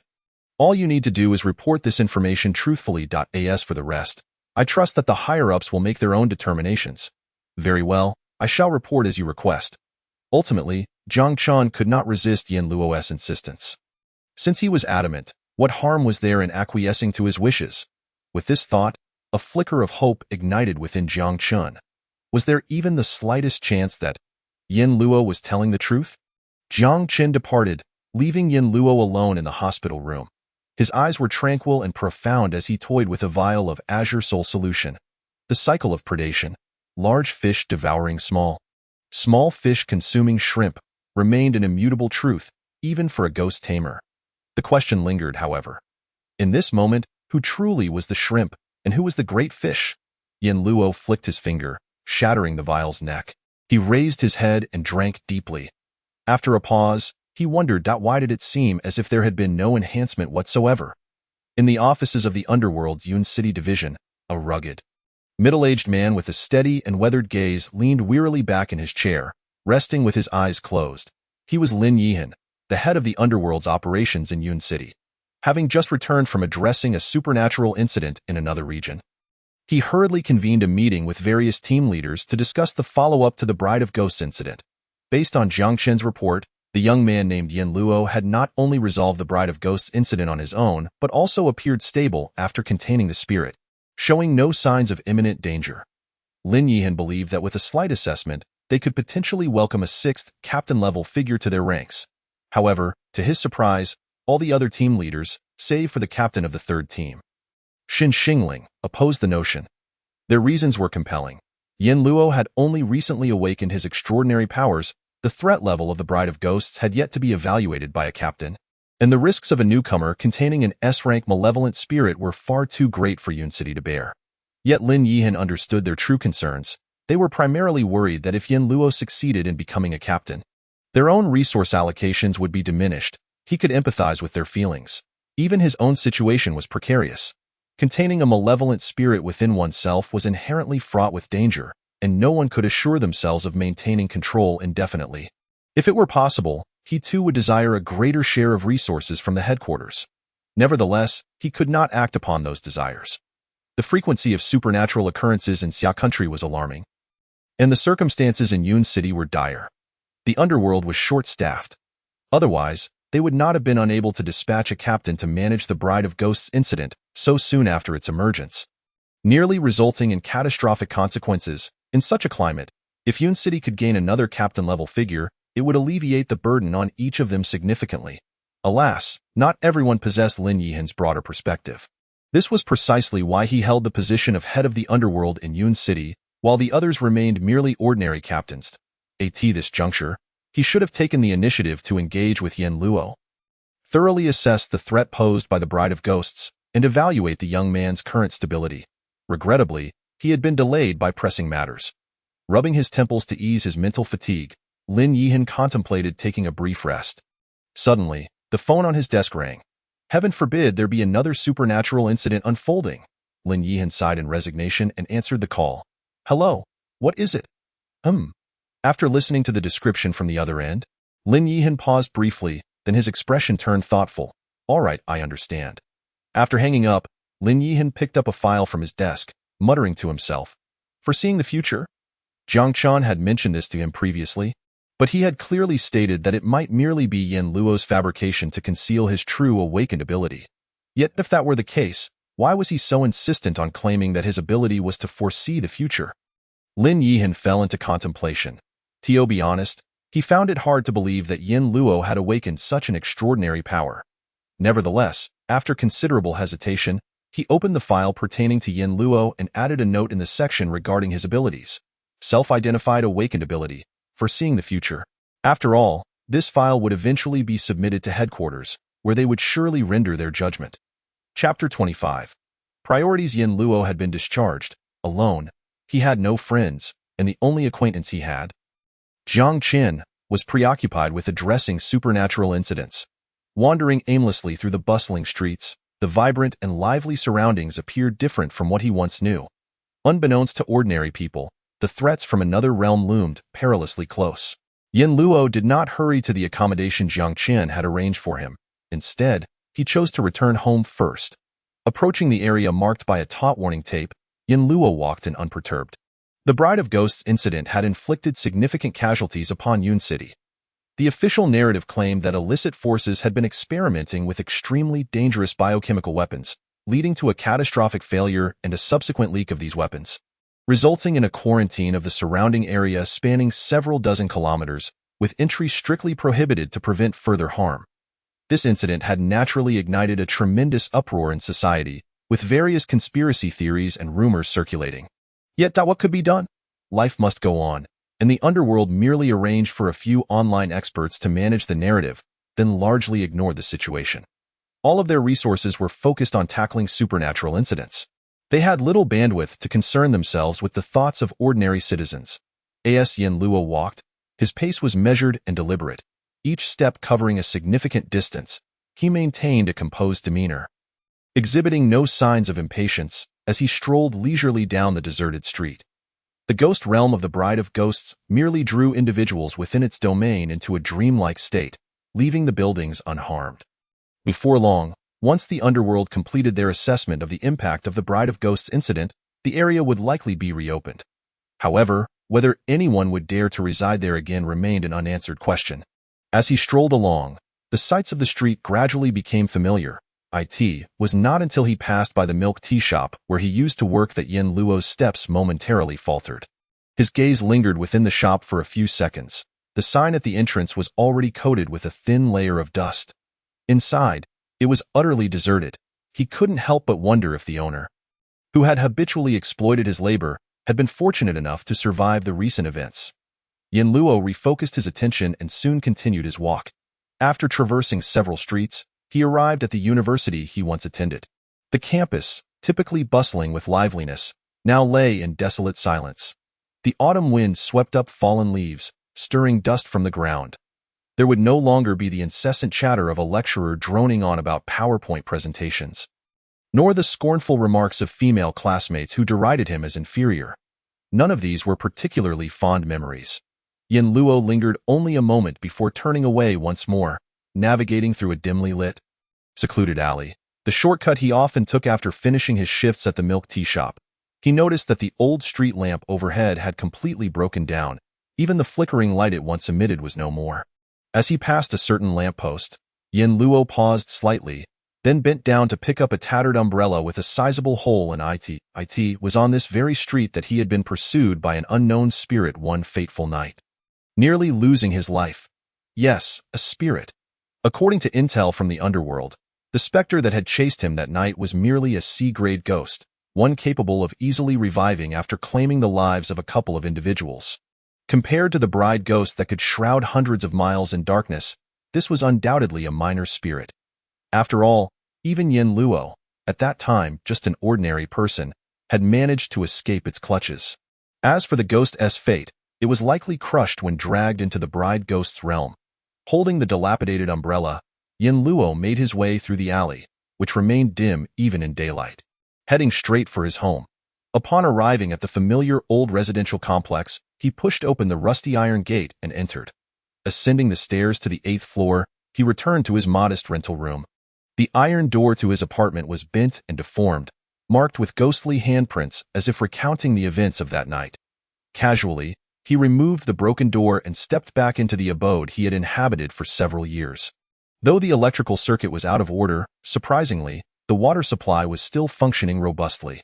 After shedding his clothes and taking a brief cold shower, Yin Luo wrapped himself in a towel and quietly settled onto the old sofa in the living room. He closed his eyes, entering a state resembling meditation. As the sun set outside, the last rays of light vanished beyond the horizon, enveloping the room in darkness. Fortunately, it was a clear night, and the twinkling stars illuminated a corner of the room. Only then did Yin Luo rise, slowly making his way to the balcony.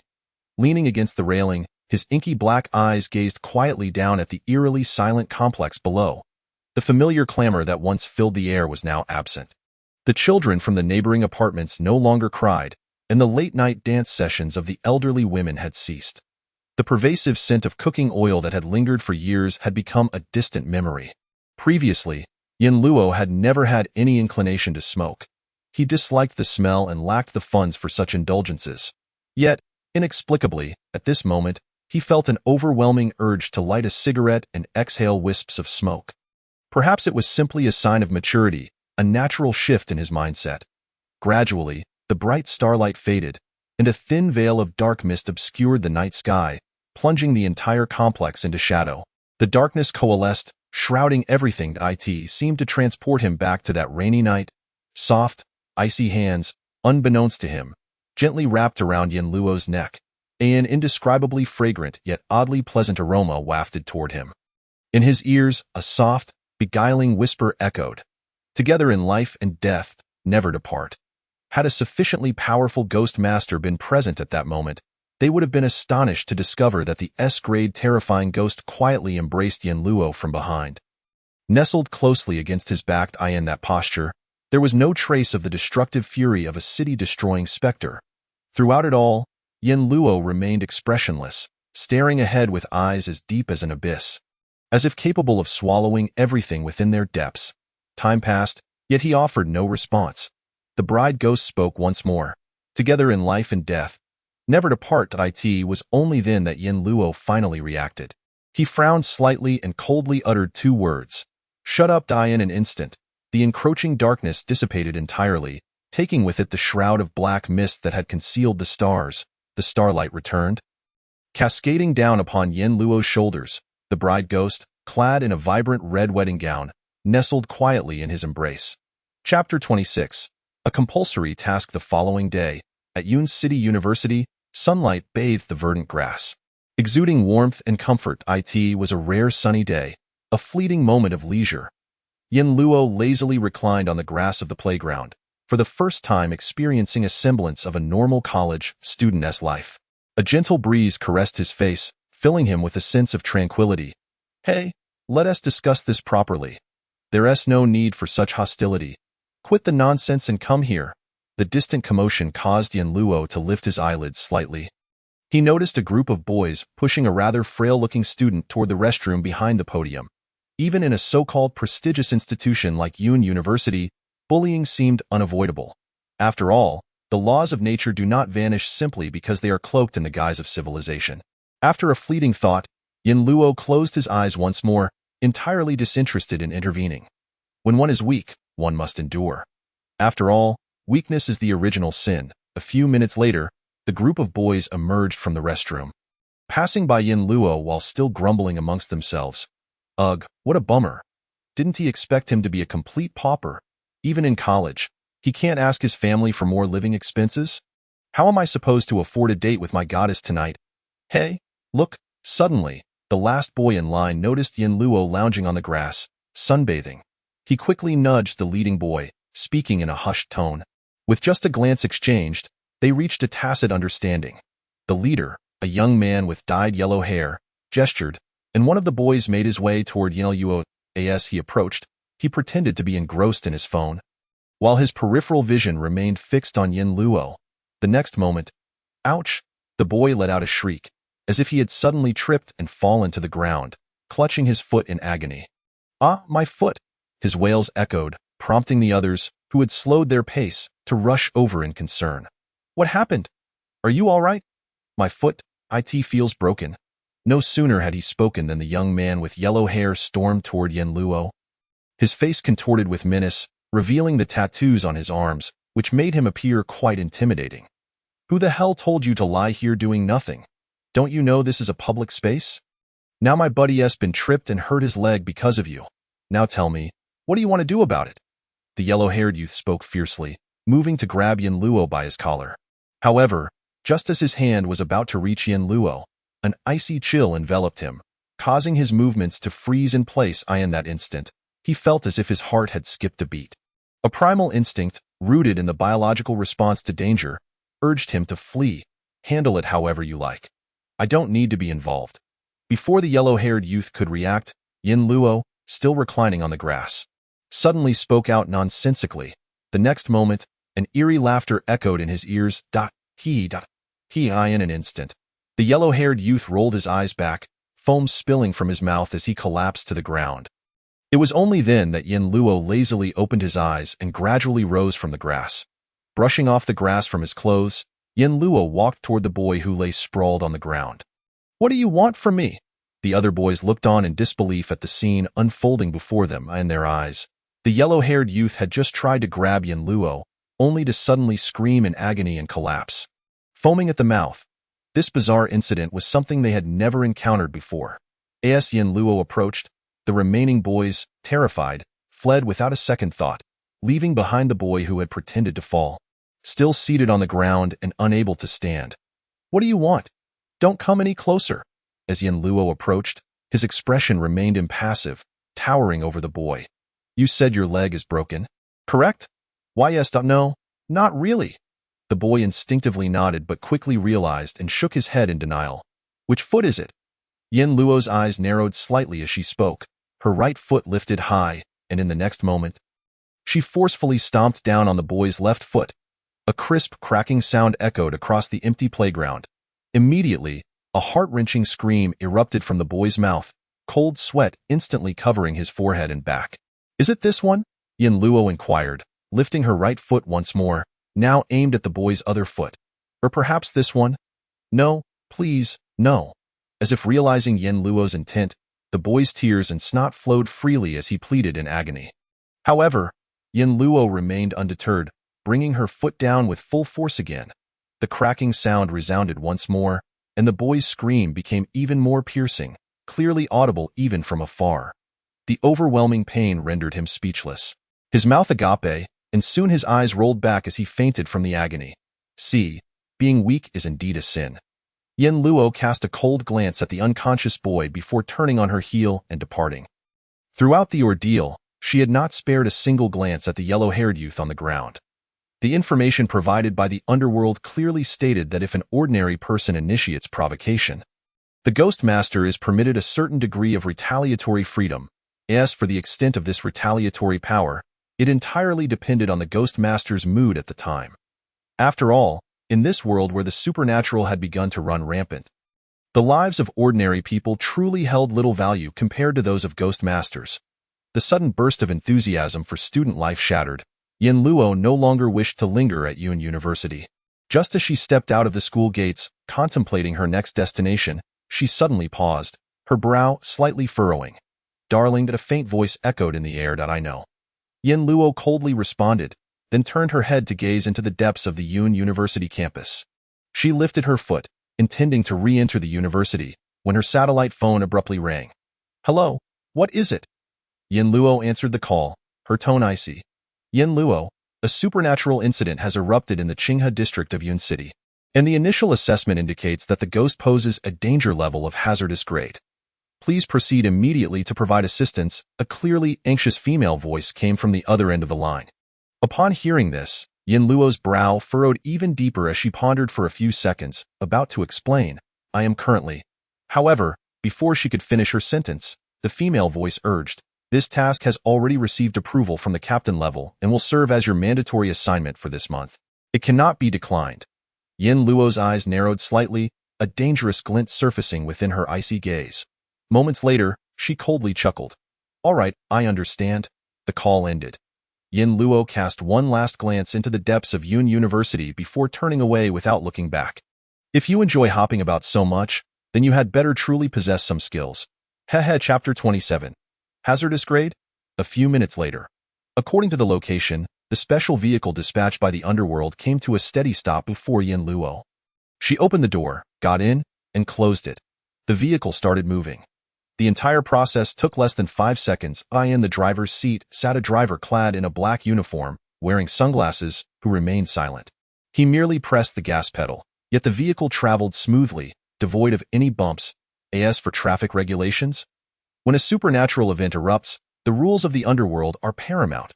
These special vehicle drivers have undergone professional training, possessing exceptional driving skills, and they never inquire about the passengers they transport. Their sole responsibility is to pick up the designated individuals at the moment of receiving the order and deliver them to the specified location as swiftly as possible. Nothing more. During the journey, Yin Luo picked up her satellite phone and began reviewing the information she had just received. Event name: undetermined, preliminary assessment, hazardous grade, B-level malevolent spirit, task location, Qinghe District People's Hospital, task description, at 1:05 p.m. today.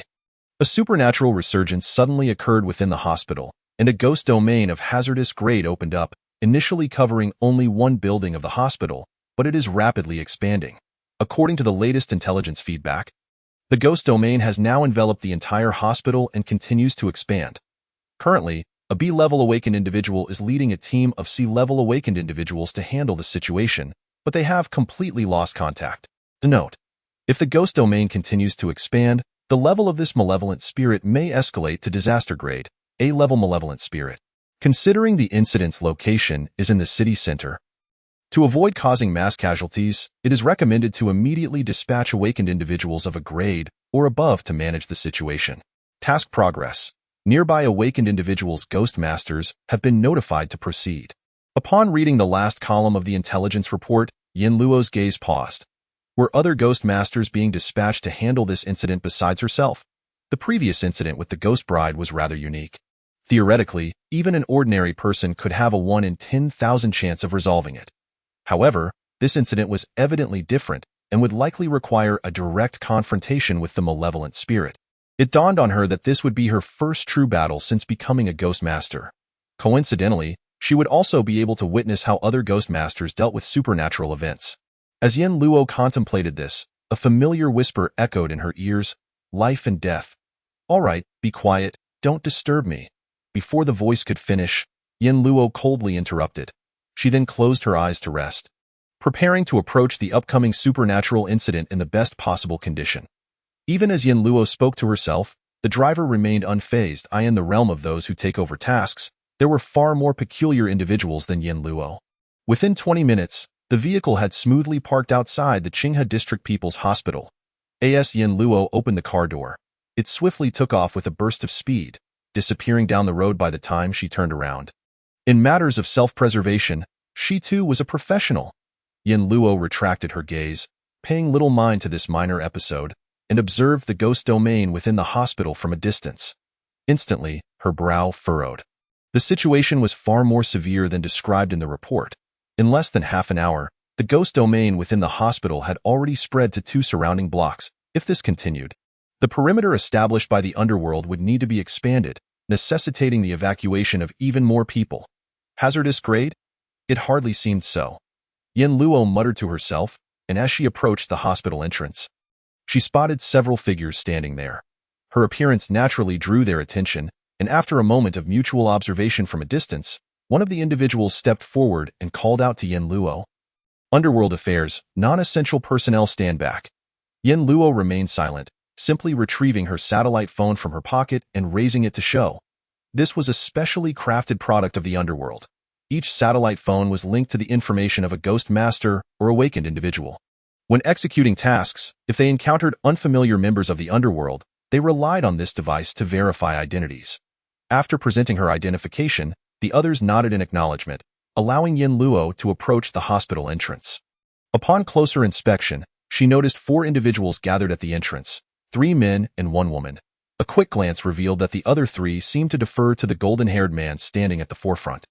"You seem somewhat unfamiliar." The golden-haired man scrutinized Yin Luo, his brow furrowing slightly.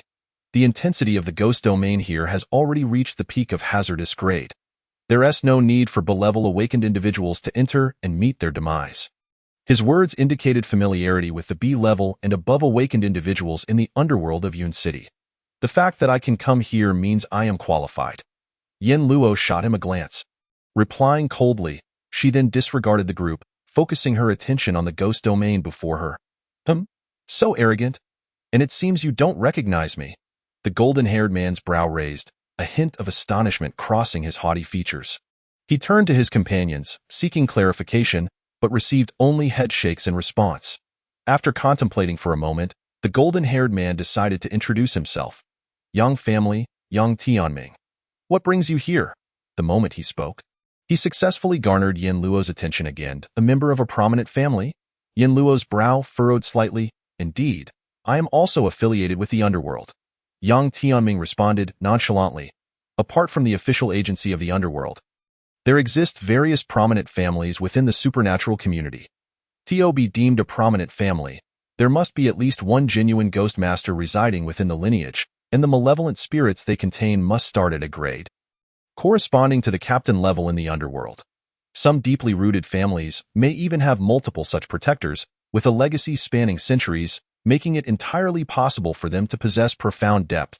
Notably, these families often ensure that before the previous ghost master passes away, they select a suitable successor from within, thereby safeguarding the family's strength from waning."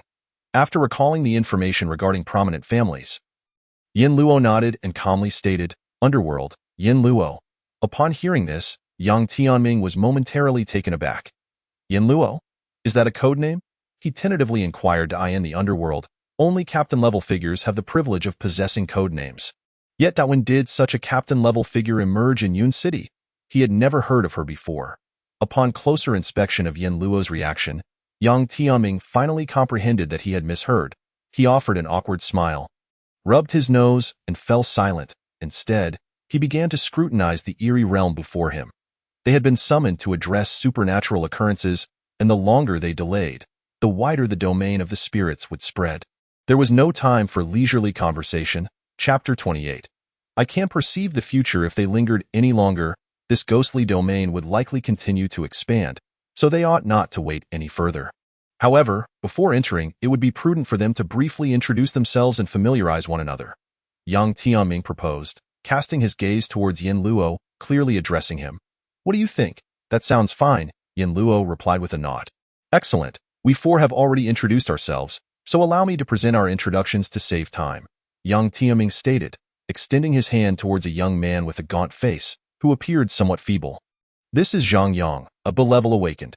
"Hello," Zhang Yang greeted weakly, his voice tinged with a sense of frailty.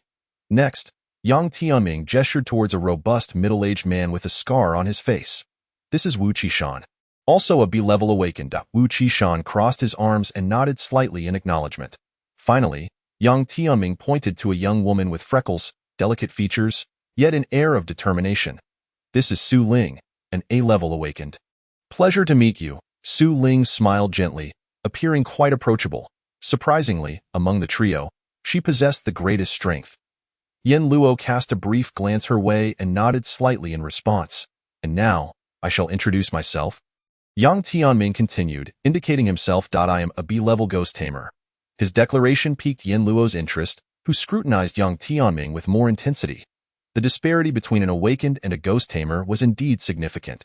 Despite Yang Tianming's B-level status, if he were to engage in combat with Su Ling, an A-level awakened, he might not necessarily find himself at a disadvantage. It was no wonder that the positioning of the group clearly indicated Yang Tianming as their leader. After Yang Tianming concluded, the other 3 shifted their gazes to Yin Luo, awaiting his introduction. Yin Luo, unfazed, spoke softly. "I am Yin Luo, a ghost tamer, currently of undetermined level." After a moment of contemplation, he added, "Furthermore, my awakened ability is foresight into the future." As his words resonated, an eerie silence enveloped the group. Undetermined level. What on earth does that mean? Moreover, as a ghost tamer, you possess an awakened ability, and it is foresight into the future? Yang Tianming's mouth fell agape, his eyes wide with astonishment. He naturally assumed that Yin Luo had no reason to lie about such matters. However, foresight into the future. That ability seems exceedingly formidable. Both awakened and ghost tamers possess abilities that are meant to be shrouded in secrecy. The more individuals who are aware, the greater the risk. Even among those from the underworld, this holds true. When they introduced themselves earlier, no one had voluntarily disclosed their abilities, which stem from this very principle. It is an unspoken rule among ghost tamers. Yet, Yin Luo boldly proclaimed it without hesitation. Foresight into the future. If this ability is genuine, should he not be sheltered by the underworld's headquarters? Why would he be permitted to handle supernatural incidents? In an instant, Yin Luo's peculiar behavior left Yang Tianming and the others utterly bewildered. Before they could fully process the magnitude of Yin Luo's revelation, he turned and strode purposefully towards the hospital. Let us proceed. We cannot afford to waste time. It was only then that Yang Tianming snapped out of his shock, furrowing his brow as he hastened to catch up with Yin Luo. Entering the ghostly domain within the hospital, the remaining three exchanged glances before resolutely following suit. Upon stepping into the ghostly realm, the once bright sky was instantly engulfed in darkness. Outside the domain, the sun blazed high above. Within, they had been thrust into the depths of night. A crimson moon hung silently in the sky, casting an otherworldly red glow. This ghostly domain could even manipulate time? Yang Tianming was taken aback. His expression shifting. It seemed that within the realm of danger, the spirits residing in this hospital were among the most formidable, perhaps on the brink of reaching catastrophic levels. A dangerous spirit was manageable for them. But if the spirits in the hospital had ascended to catastrophic levels, could they not only fail to resolve this supernatural incident, but also risk their own survival? Pondering this, Yang Tianming furrowed his brow as he observed the composed Yin Luo, who was calmly surveying the ghostly domain. After a moment of reflection, Yang Tianming hastened a few steps forward and leaned closer to Yin Luo, lowering his voice. Brother, what you mentioned earlier, is it true? Yin Luo glanced at him, raising a brow. What exactly are you referring to? That you can foresee the future? Yang Tianming's urgency was palpable, as if the answer to this question bore immense significance for him. Yin Luo did not respond immediately. Instead, he extended 2 fingers towards his eyes and then raised a hand, pointing toward the heavens. My eyes can perceive the future. His tone was calm, as though stating a mere fact. Upon hearing this, Yang Tianming's eyes lit up. If the ability to foresee the future was indeed authentic, then even if the spirits within this hospital reached catastrophic levels, they could still escape unscathed. Could they not? Then, brother, in the future you see, what is the strength of the spirits in this hospital? Can we resolve this matter smoothly? Yin Luo cast a brief glance at Yang Tianming, then without hesitation, replied, Danger level. As for your second question, if we were incapable of resolving this, do you believe I would be here? That seems reasonable. Yang Tianming paused, and upon processing this, his confidence surged. If they were not a match for the vengeful spirit, then it was evident that Yin Luo, with his foresight, would not accompany them to face certain doom. Excellent. The exchange between Yang Tianming and Yin Luo was not lost on the other three, who felt a swell of morale. Brother Yin, you lead the way, and we shall follow your guidance. That would be ideal, Yin Luo replied, a hint of assurance in his tone. Follow me, and I guarantee your safety. With Yin Luo's words, Yang Tianming felt a wave of relief wash over him. The calm demeanor of Yin Luo imbued his words with a compelling sense of conviction. In just a few exchanges, the less experienced Yang Tianming had become completely immersed in the grand vision Yin Luo painted. Yin Luo remained composed, feeling no sense of deceit in his assertions. After all, he had not claimed to guarantee their survival in any specific iteration. Moreover, if they were to survive, how else could his eyes perceive the future? Let us proceed and uncover the true nature of the spirits within this hospital. As Yin Luo spoke, he strode ahead towards the largest main building. Yang Tianming and the others, seeing this, wasted no time in following closely behind. Even if they harbored some doubts regarding Yin Luo's purported ability to foresee the future, those hesitations were swiftly buried deep within their minds. After all, who would risk their life to jest in such a manner? Chapter 29. Blood rain. Meanwhile, at Yun City University, as the bell rang signaling the end of class, a bustling throng of students poured out of the lecture halls. Amidst their laughter and chatter, they discussed where to dine next. Everything appeared tranquil and serene. However, in the next moment, a layer of crimson ghostly domain abruptly unfurled, enveloping the entire university at a terrifying speed. Countless students halted in their tracks, gazing up at the sky, which had transformed into a blood-red expanse, their expressions filled with disbelief. What is happening? A solar eclipse, a lunar eclipse, or perhaps a typhoon is approaching. Fool! What do those scenarios have to do with the sudden change in the sky? A cacophony of conversations erupted among the crowd. Some perceptive individuals felt a surge of foreboding and instinctively began to retreat towards the buildings. Soon, a chilling wind swept through, and the sky began to coalesce with blood-red clouds. Then, drops began to fall. 2 blood-red rain cascaded down in torrents. The world was abruptly bathed in a horrific crimson hue. Those sheltered within the buildings remained relatively unscathed, but students exposed to the rain screamed in agony. It hurts! It hurts! What is this? My skin! My face! Help! Help me! The piercing screams echoed across the campus, shattering the previously serene atmosphere. Replaced instead by a haunting despair. Soon, this place would transform into a hell on earth. On a desk, a telephone rang urgently. As soon as it was answered, the anxious voice of the operator came through. Captain Lin, it's bad. A ghostly domain has appeared at Yun City University. According to reports from the awakened who arrived at the scene, the moment the domain manifested, screams erupted throughout the campus. Preliminary assessments indicate that the domain is of catastrophic level. Lin Yahan's hand trembled as he received the call. He was about to rise when a sudden thought struck him. The site of the supernatural event is at Yun City University? Yes, the operator on the other end, unaware of Lin Yahan's reasoning, hurriedly affirmed. The newly appointed ghost handler, Yin Luo, if memory serves me right, seems to have received a recommendation letter for Yuncheng University from Jiangchen. Is he currently within the ghost realm? This? Lin Dui, please hold on. On the other end of the line, there was a brief silence, at least, for an A-level supernatural incident to erupt in the city center, particularly within the university campus. The casualties can only be imagined. However, if Yin Luo is present, with the S-class ghost bride residing within him, even if he cannot resolve this supernatural event, he should be able to minimize the number of casualties. Lin Yihan's brow furrowed tightly, his fingers anxiously tapping on the desk, silently praying in his heart. Yin Luo must be at Yun University. After a brief pause of about 10 seconds, the operator on the other end finally responded. Lin Dui, Yin Luo indeed visited Yuncheng University today. Upon hearing this, Lin Yihan's face instantly brightened, but before he could exhale in relief, the latter part of the operator's sentence shattered his moment of reprieve. However, not long ago, a supernatural incident of the same danger level erupted at the Qinghe District People's Hospital. At the request of Team 1's captain, Wang Qingfeng, it has already been assigned as a mandatory mission to Yin Luo. Half an hour ago, Yin Luo left Yuncheng University and headed to the Qinghe District People's Hospital. Bang! Lin Yihan slammed his fist onto the desk, instantly shattering the sandalwood-crafted table into splinters. Damn it! Who granted him the authority to assign mandatory missions to Yin Luo? Flames of fury blazed in Lin Yihan's eyes, clearly indicating his extreme anger. How many innocent lives would be lost due to Wang Qingfeng's actions? Lin Dui, according to the underworld rules, each captain has the power to assign mandatory missions to other ghost handlers. The operator on the other end spoke weakly. Upon hearing this, Lin Yihan's fist clenched even tighter. But he forcibly suppressed his rage. Now is not the time to settle accounts with Wang Qingfeng. Who is the nearest captain to Yun University? Lin Yihan asked urgently.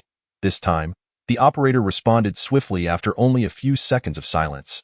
It is the captain of Team 3, Shen Xingling. Immediately notify her and instruct her to rush to the scene to control the situation. I will be there shortly. After hanging up, Lin Yihan swiftly rose and rushed outside. The repercussions of the Ghost Bride incident had yet to dissipate, and now a disaster-level supernatural event had erupted in the city center of Yuncheng. The site of the Ghost Bride's revival was on the outskirts. In a remote location, so even after a 3-day delay, the final death toll only reached tens of thousands.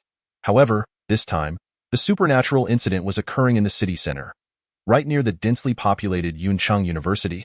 It wouldn't take half a day, even a delay of just a few hours, even if the ghost was merely an A-level malevolent spirit, The casualties would likely exceed those from the Ghost Bride incident. Yuncheng could not afford such losses at present. Yuncheng, Qinghe District People's Hospital. Upon entering the main building of the hospital, the surrounding air seemed to grow oppressive and suffocating. The blood moon's light shone through the windows, transforming the entire hospital into a hellish realm, the eerie atmosphere reaching its zenith. Brother Yin, what should we do next?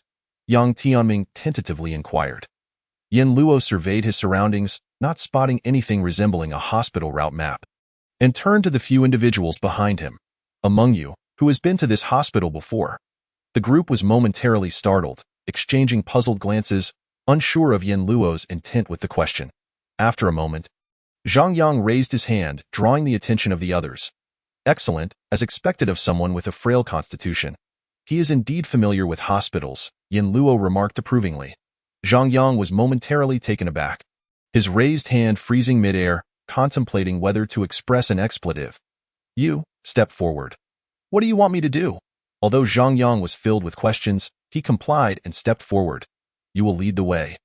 Yin Luo patted his shoulder, speaking as if it were the most natural thing in the world.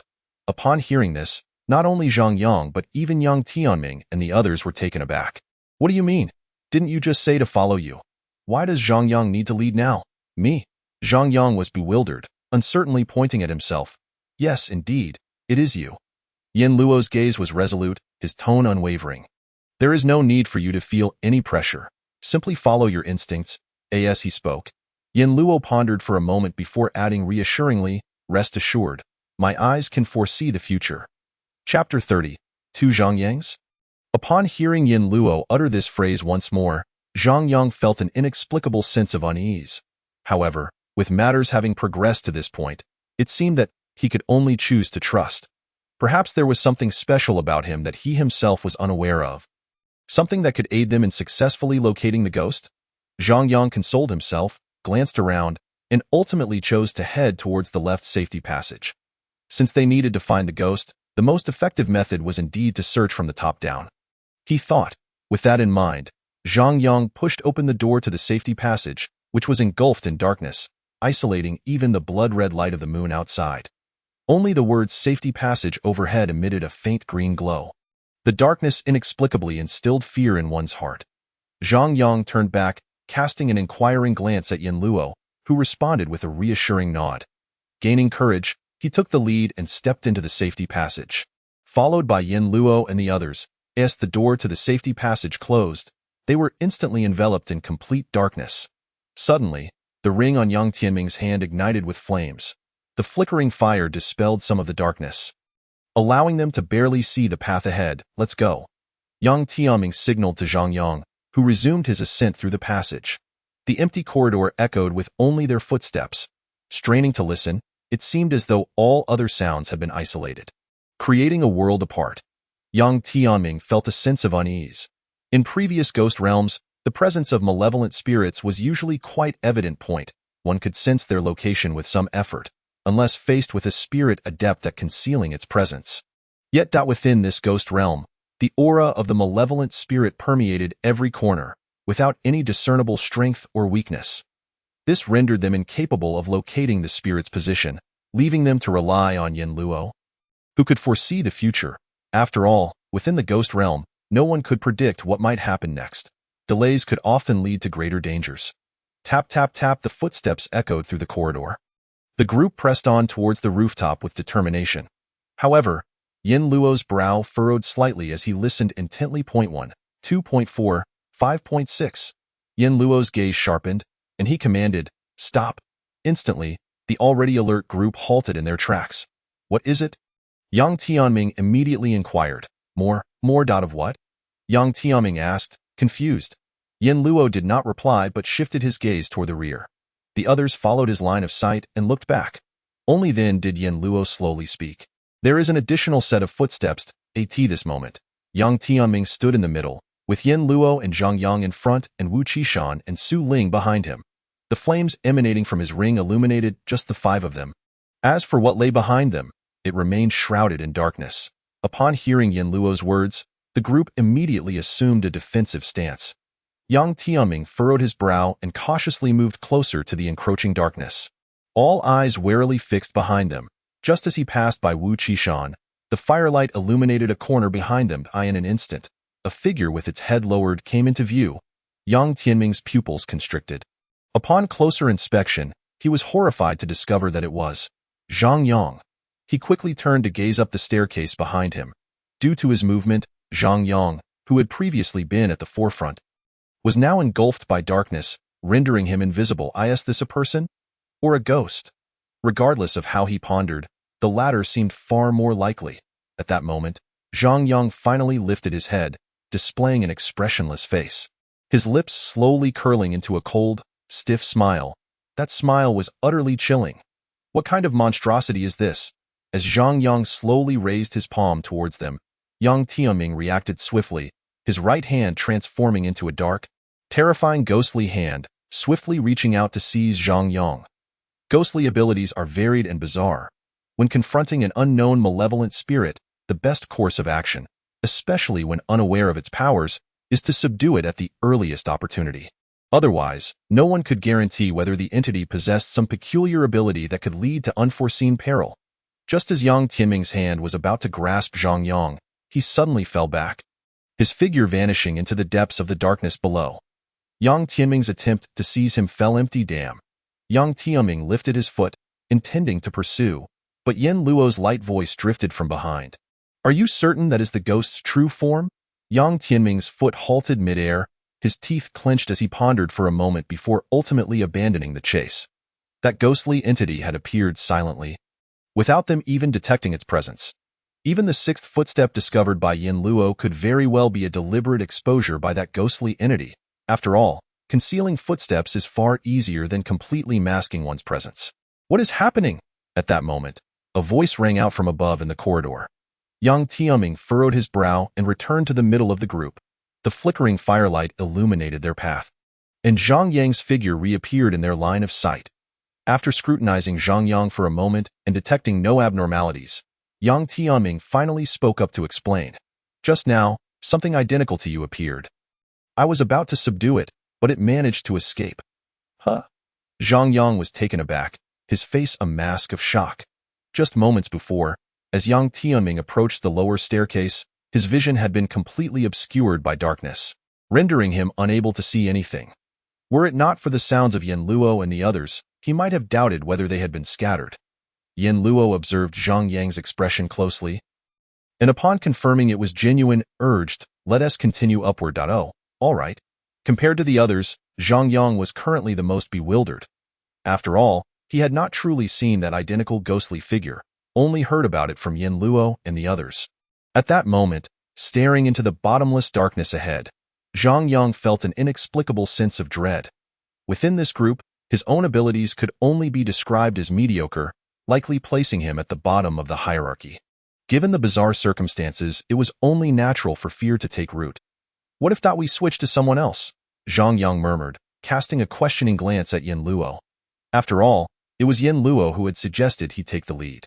Yin Luo shot a sharp look at Zhang Yang, and without hesitation nodded, "That's fine." This response left Zhang Yang momentarily stunned. It was that simple to swap roles? Then why was he still required to lead? Not only Zhang Yang, but even Yang Tianming and the others felt a sense of confusion upon hearing Yin Luo's reply. They had no idea that for Yin Luo, everything at that moment was akin to exploring in the dark. It made little difference who led. The key was to keep experimenting. Tio probed the abilities and patterns of that ghost within this haunted domain. Who among you will take the lead? Yin Luo inquired. Turning to the three behind him, the trio exchanged glances, and it was Yang Tianming who spoke first. "I will." With that, he removed the ring from his finger and handed it to Yin Luo. "You take this and walk in the middle." Yin Luo glanced at the ring, presumably a type of ghostly artifact, and felt a twinge of admiration for Yang Tianming's willingness to entrust it to him. Without hesitation, Yin Luo accepted it and slipped it onto his index finger. Very well. With that, he positioned himself in the center of the group. Meanwhile, Yang Tianming moved past Yin Luo and Zhang Yang to take the lead at the front. Under normal circumstances, he would not have been so generous as to casually hand over a precious ghostly artifact to someone he had just met. However, within this haunted domain, the ring's effects appeared to be significantly diminished for reasons unknown. What usually illuminated over 100 meters and offered some defense against malevolent spirits now barely cast light for just a few of them. A sense of vigilance crept into Yang Tianming's heart. This supernatural incident was likely far more perilous than anticipated. At that moment, it seemed that Yin Luo, who claimed to possess the ability to foresee the future, might be their only hope of resolving this eerie predicament. Yang Tianming is quite resolute. Let us proceed. Yin Luo spoke. The group continued their ascent through the corridor. In the darkness, an unknown terror seemed to lurk, silently awaiting them. Chapter 31. The way to break the deadlock. 1 floor. 2 floors, 3 floors. The group pressed onward through the dim corridor. Before entering, Yin Luo had observed that the main building of the hospital was not excessively tall, perhaps 20 to 30 stories. Under normal circumstances, given the physical resilience of a ghost handler, they would traverse that height in a mere minute or two. Yet now, within the haunted domain, each careful step slowed their pace considerably as they advanced. No further bizarre occurrences transpired. However, none dared to let down their guard. It was not until they reached the staircase of the 14th floor that Yang Tianming rounded a corner and was about to continue when suddenly, a footstep echoed unexpectedly. This time, the source of the sound did not come from behind but rather from the corridor ahead. Yang Tianming's foot paused mid-step. In the darkness, he could sense something that had inexplicably positioned itself perilously close to him. Looming over him, that sensation was decidedly unsettling. Step aside. Yin Luo tapped Zhang Yang in front of him, bypassing him to position himself behind Yang Tianming, the ring emanating a ghostly fire that instantly illuminated the path ahead. Clearly visible were a pair of feet, standing quietly atop several steps. That ghostly figure simply stood there, motionless. Its upper body was entirely shrouded in darkness, obscuring any discernible features. Yin Luo frowned and reached out to restrain the impetuous Yang Tianming who was about to charge forward. Then turned to glance back. The last person, Su Ling, had been completely enveloped in darkness due to Yin Luo's advance. Wu Qishan and Zhang Yang exchanged tense glances, both apprehensive as they looked forward. Su Ling, catch up. Everyone, be prepared. Yin Luo's voice was cold as he issued the warning, then boldly approached the ghostly figure. Yang Tianming hurriedly followed, positioning himself protectively in front of Yin Luo, fully aware that while Yin Luo claimed to foresee the future, he knew nothing of his combat abilities. The light expanded forward, spreading along the corridor, and throughout this time, the ghostly figure remained still. Only when the ghostly fire fully illuminated its face did they see a freckled visage imbued with an air of heroism. Su Ling. Only when the figure was completely revealed in the light did Su Ling's face break into a rigid smile, her eyes hollow and her appearance unsettling. In the next moment, Su Ling raised her foot and delivered a direct kick at Yin Luo's face. What the hell? Before Yin Luo could react, Yang Tianming had already shouted in anger. He raised his hand, using his formidable physical prowess to block the kick while his other hand swiftly grasped the chilling ghostly energy, transforming it into a pitch-black ghostly hand that lunged towards Su Ling's ankle. Su Ling emitted an eerie laugh. After her kick was thwarted, she retreated without hesitation, vanishing back into the darkness. Gone without a trace. Damn. Another attack missed. Yang Tianming's hand returned to its original state as he muttered a curse. What is that ghost trying to achieve? It shows itself for a moment only to flee. Does it intend to scare us off with such tactics? Yin Luo did not respond but instead retreated to the center of the group. Su Ling, now back at the rear, re-entered the other's line of sight. Observing the serious expressions of her companions, especially the unflinching gaze of Yin Luo fixed upon her, she felt a pang of realization. So, that ghost had transformed into my likeness when it appeared just now?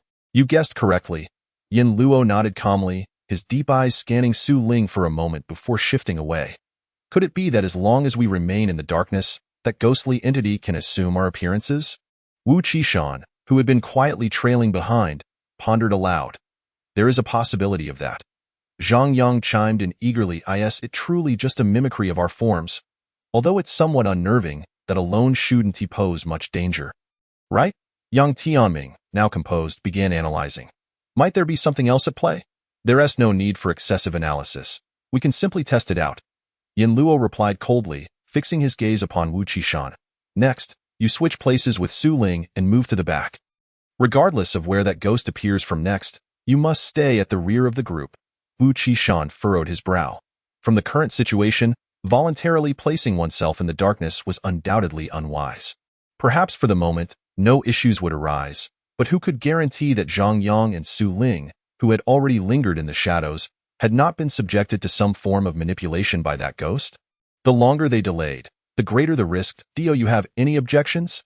Yin Luo's calm gaze met Wu Qishan's, and the lack of emotion in his eyes deepened Wu Qishan's frown.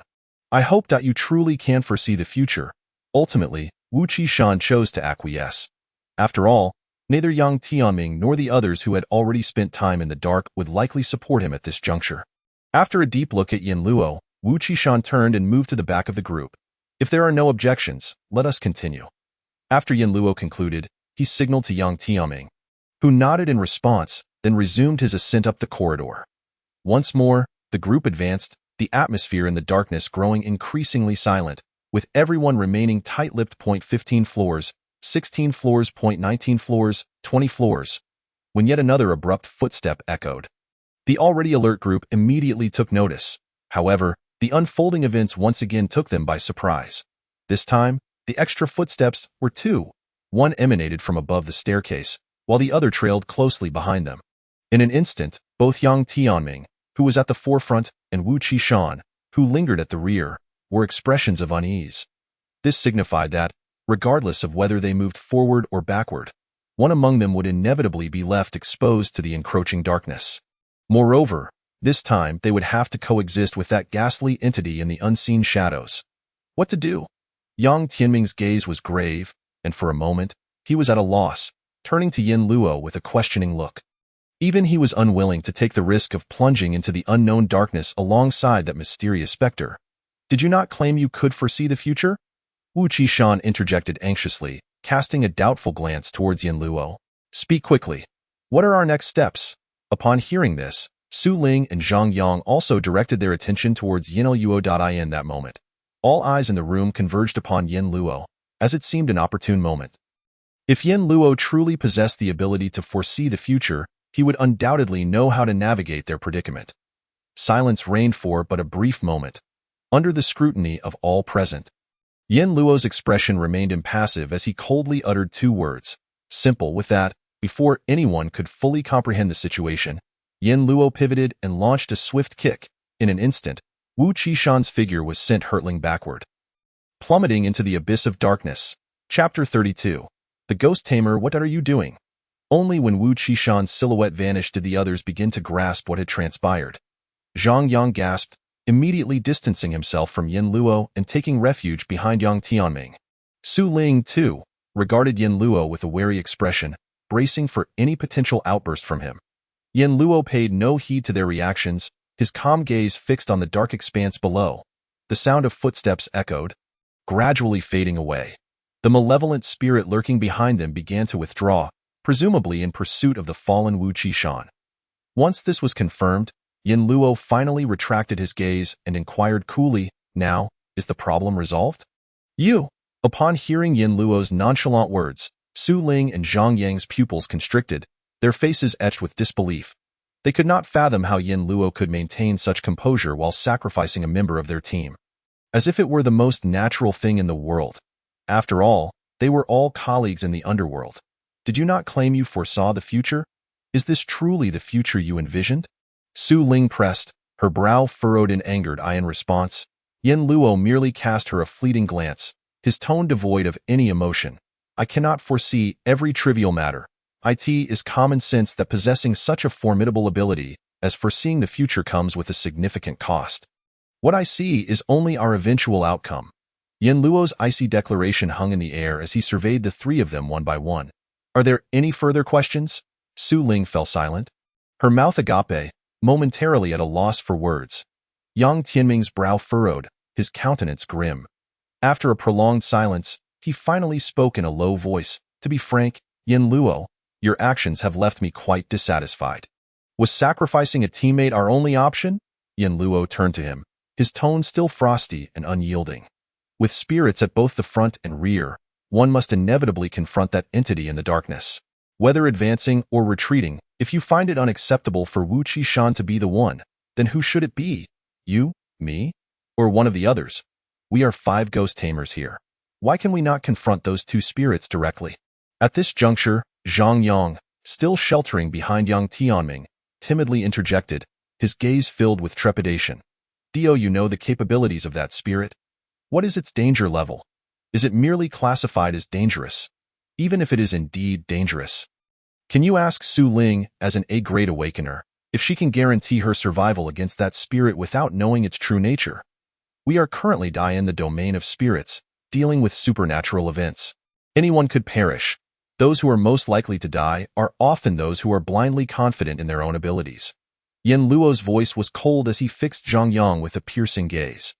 "Of course, if you are so compassionate and willing to take risks, I support your choice." After uttering this, Yin Luo pointed towards the darkness behind them. "You may now proceed to seek out Wu Qishan and see if you can take on that spirit together." Silence ensued. A deathly quiet enveloped the room as Yin Luo's words settled in. The other three fell into contemplation, and after a moment, Yang Tianming was the first to break the silence, his teeth clenched. "Since the situation is thus, let us hasten to uncover the true nature of that spirit. The rest, we shall discuss once we are outside." Yang Tianming then turned his gaze back to Yin Luo. "But you must promise that there will be no further incidents like this. No one wish to entrust their safety to a teammate who might betray them at any moment." "Of course," Yin Luo replied calmly, nodding in agreement. With Wu Qishan's departure, they no longer faced the risk of being engulfed in darkness, and there was no need for Yin Luo to take unnecessary action against the remaining members. "Let us proceed," Yin Luo stated, moving to the front of the group, urging Yang Tianming and the others to follow closely behind. They had taken but 2 steps when the visage of the spirit revealed itself in the upper corridor. As the golden-haired entity came into view, Yin Luo's eyes narrowed slightly. Had he miscalculated? He had expected this apparition to bear Wu Qishan's face, yet it was Yang Tianming instead. Behind Yin Luo, Yang Tianming gazed ahead with a bewildered expression, confronted by the ghostly figure bearing an identical visage to his own, an inexplicable sensation stirring within him. Just moments ago, Zhang Yang and Su Ling had not encountered the spirit mimicking their faces. Yet he had the fortune, or misfortune, of being the first. But what was this? Shouldn't the spirit only be capable of mimicking those who had ventured into the darkness? It was crucial to note that throughout this ordeal, Yang Tianming had remained within the confines of the Linghua. Yin Luo parted his lips, ready to respond, but at that moment, Yang Tianming's expression twisted into a sinister grin, his fingers clawing towards Yin Luo's face. "Be careful," Yang Tianming's eyes sharpened. Even now, he regarded Yin Luo as a ghost tamer with unique abilities, but lacking in raw power. He instinctively reached out to push Yin Luo aside, aiming to intercept the spirit's attack. However, just as his hand was about to make contact with Yin Luo, his pupils dilated in sudden realization, a chilling sensation coursing through his palm. Simultaneously, a bizarre, mocking laughter echoed in his ears. An overwhelming sense of danger enveloped him, prompting Yang Tianming to retract his hand instinctively, retreating hastily from Yin Luo's vicinity. At that very moment, Yin Luo's cold voice resonated. "Get down!" A frigid gust swept through the corridor. The hand Yang Tianming had aimed at Yin Luo was engulfed before it could reach him. Consumed by an eerie black mist in mere moments, the dark vapor traveled up Yang Tianming's arm, spreading rapidly throughout his entire being. Subsequently, just inches away from Yin Luo's face, his body began to disintegrate starting from his arm. Vanishing into the void in the blink of an eye, silence fell. The corridor was engulfed in a deathly stillness. The remaining 3 stood frozen, their expressions rife with disbelief as they beheld the scene before them. This was the first instance of the spirit stumbling since its emergence. Throughout it all, Yin Luo had merely remained in place, not stirring an inch. Gulp! The sound of swallowed saliva echoed clearly in the hushed corridor. Recalling the moment he had attempted to touch Yin Luo and the surge of danger he had felt, Yang Tianming was still haunted by the memory. It was only then that the 3 of them recalled Yin Luo's self-introduction. Yin Luo? Ghost Tamer, level undetermined. The awakened ability is foreseeing the future. That so-called foresight was merely his awakened ability. Even setting that aside, this individual was a ghost tamer of terrifying prowess. Chapter 33. Casualties. The notion that the spirit could mimic those enveloped in darkness was merely our assumption. It is possible that there is no need to venture into the darkness. Upon our arrival within its domain, it may have already been capable of taking on our forms. Everything remains an enigma. Do not place excessive faith in your own judgment. Yin Luo concluded, waving his hand to dissipate the lingering wisps of black mist before him. Now, let us continue onward, as Yin Luo's words echoed. He resumed his ascent up the staircase.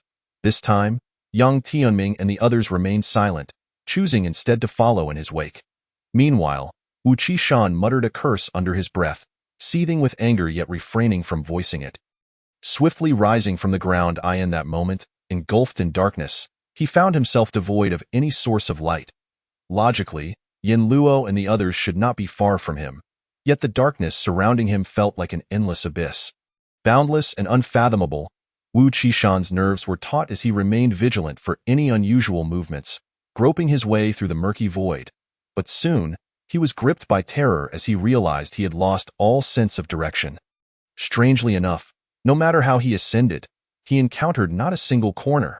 Just moments ago, when they had acted together, each flight of stairs had barely a dozen steps. Damn it, what on earth is happening? At this moment, Wu Qishan had lost all semblance of calm, his face etched with anxiety.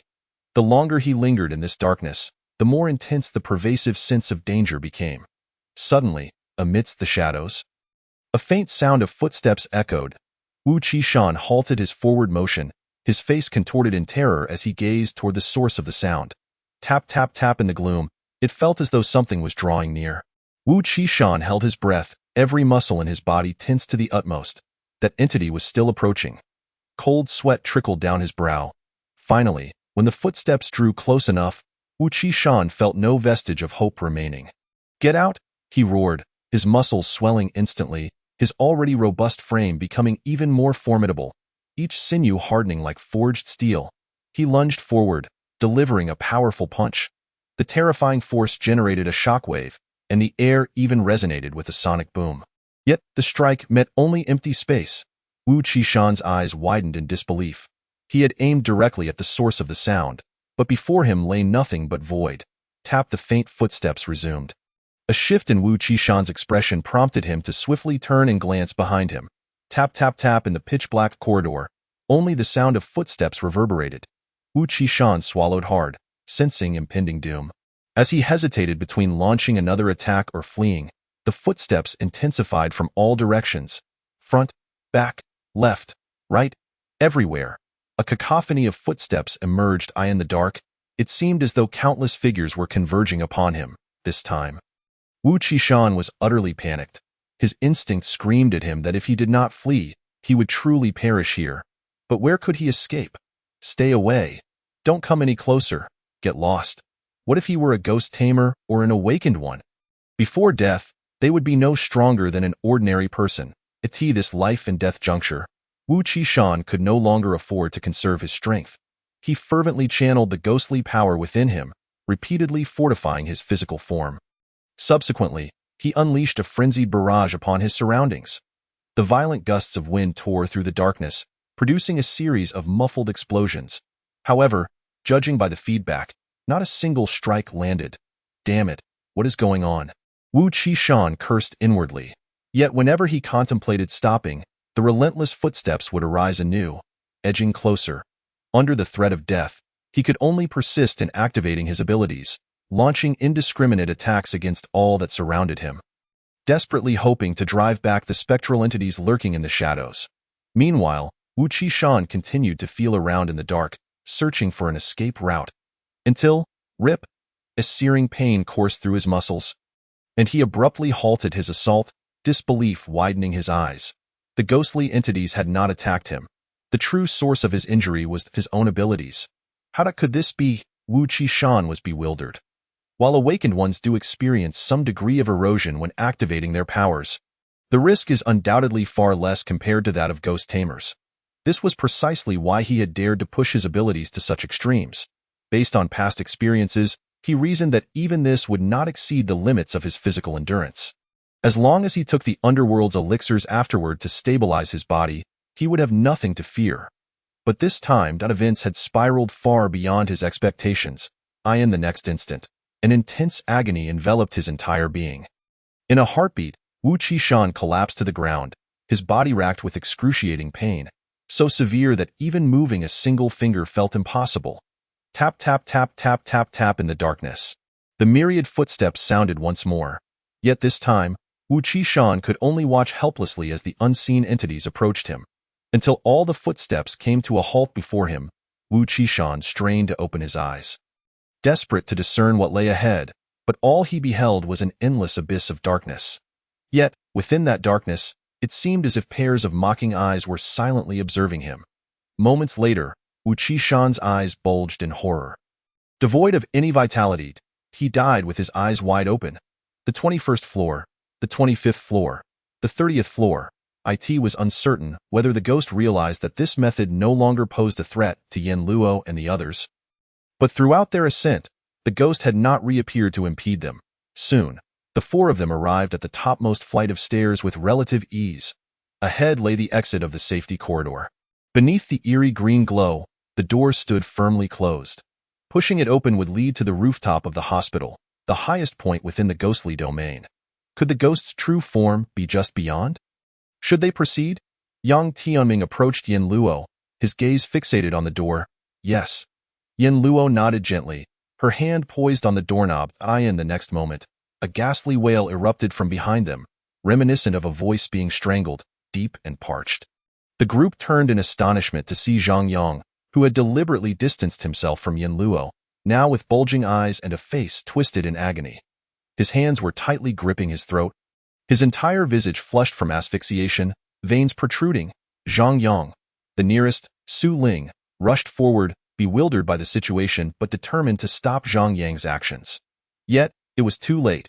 Before the eyes of the three, Zhang Yang's eyes rolled back, and in the next moment, he collapsed to the ground, motionless.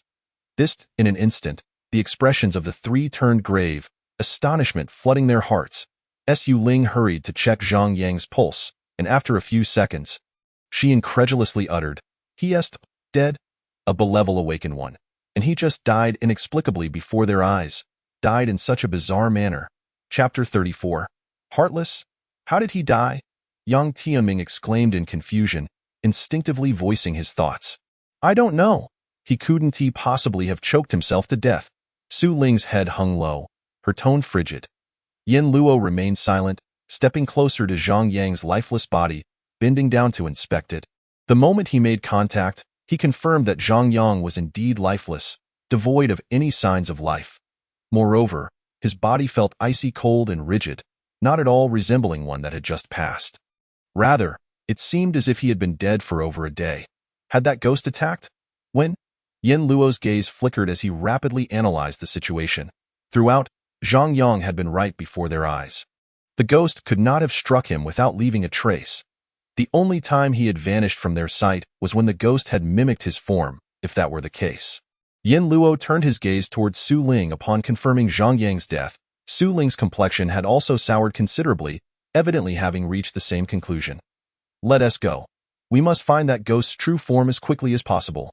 Yin Luo offered no words of comfort, rising to return to the door, seemingly unfazed by Zhang Yang's demise. Shouldn't you provide an explanation? At that moment, Su Ling's voice, laced with suppressed fury, pierced through. Explanation for what? Yin Luo replied unperturbed, his hand resting on the doorknob. You said you could foresee the future, which is why we chose to trust you to lead. But now, Wu Qishan has been led astray by you. Zhang Yang has also inexplicably died before our eyes. Is this the future you foresaw? I found it absurd from the very beginning. If you truly possess the ability to foresee the future, how could the higher-ups of the underworld allow you to roam freely? In response to Su Ling's inquiries, Yin Luo did not turn back, his expression impassive as he retorted, "Oh, what? What explanation do you desire from me? You." Yin Luo's cold demeanor utterly infuriated Su Ling. Because of you, 2 of our colleagues have perished. How can you remain so unrepentant? I now have reason to suspect that you are an infiltrator sent by another faction to lurk within the underworld.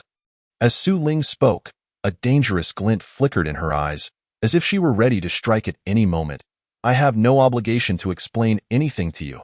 If you don't believe me, you are free to leave right now. Yin Luo maintained his calm tone, unruffled by Su Ling's anger. Or do you wish to confront me? Here, in the ghostly realm? Su Ling gritted her teeth. her expression shifting as she weighed her options. In the end, reason prevailed, and she let out a cold huff before turning away. I will report everything that transpires in this ghostly domain. Do as you wished. At that moment, Yang Tianming, who had remained silent, stepped forward to grasp Su Ling's arm as she prepared to leave. It's too dangerous for you to go alone right now. Who knows where that ghost's true form is lurking? What if you end up meeting the same fate as Zhang Yang? Su Ling shot him a disdainful look, forcefully shaking off his grip.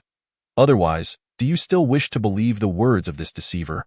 Even if we were to concede the improbable notion that he possesses the ability to foresee the future, how can you be certain that in the future he envisions, he will not be the sole survivor? The peril associated with this supernatural event has escalated far beyond our initial estimations. The entity that could extinguish B-level Zhang Yang without our awareness cannot merely be classified as a mere threat. We must depart immediately. Perhaps we still have a chance to escape this realm of spirits. At the very least, we shall not be betrayed by our own, Su Ling stated, casting a cold glance at Yang Tianming. What say you? Will you accompany me, or will you continue to follow this individual who has already caused the demise of two? Yang Tianming was momentarily taken aback, a clear conflict evident on his face. He gazed deeply at Yin Luo, only to find the latter maintaining an impassive demeanor, seemingly uninterested even in their dispute. After a brief hesitation, he ultimately grasped Su Ling's hand. I shall go with you. Yin Luo's demeanor was indeed disheartening. Whether regarding Wu Qishan's death or his indifferent attitude towards Zhang Yang's demise, it left Yang Tianming feeling utterly desolate. It was as if he were a soulless machine. He could no longer bring himself to trust such a person. Furthermore, Su Ling's analysis was astute. If they turned back now, they might still have a chance to flee. Any further delay could jeopardize their safety. We should abandon this mission. Is that agreeable? Even after reaching a decision, Yang Tianming sought Yin Luo's stance one last time. Do as you please. Throughout, Yin Luo had not even turned his head, appearing entirely indifferent to the choices made by Su Ling and Yang Tianming. Upon finishing his words, he reached for the ring on his hand, but Yang Tianming shook his head at that moment. Since you have no intention of departing, let the spirit ring remain with you for now. You claim to foresee the future. Let us hope you can resolve this supernatural incident swiftly. Once we escape this realm of spirits and report to the underworld for a captain-level task to handle the situation. Who knows how many lives may be lost? With that, Yang Tianming ceased his lingering and turned to walk into the dark corridor alongside Su Ling. Their figures swiftly vanished into the shadows.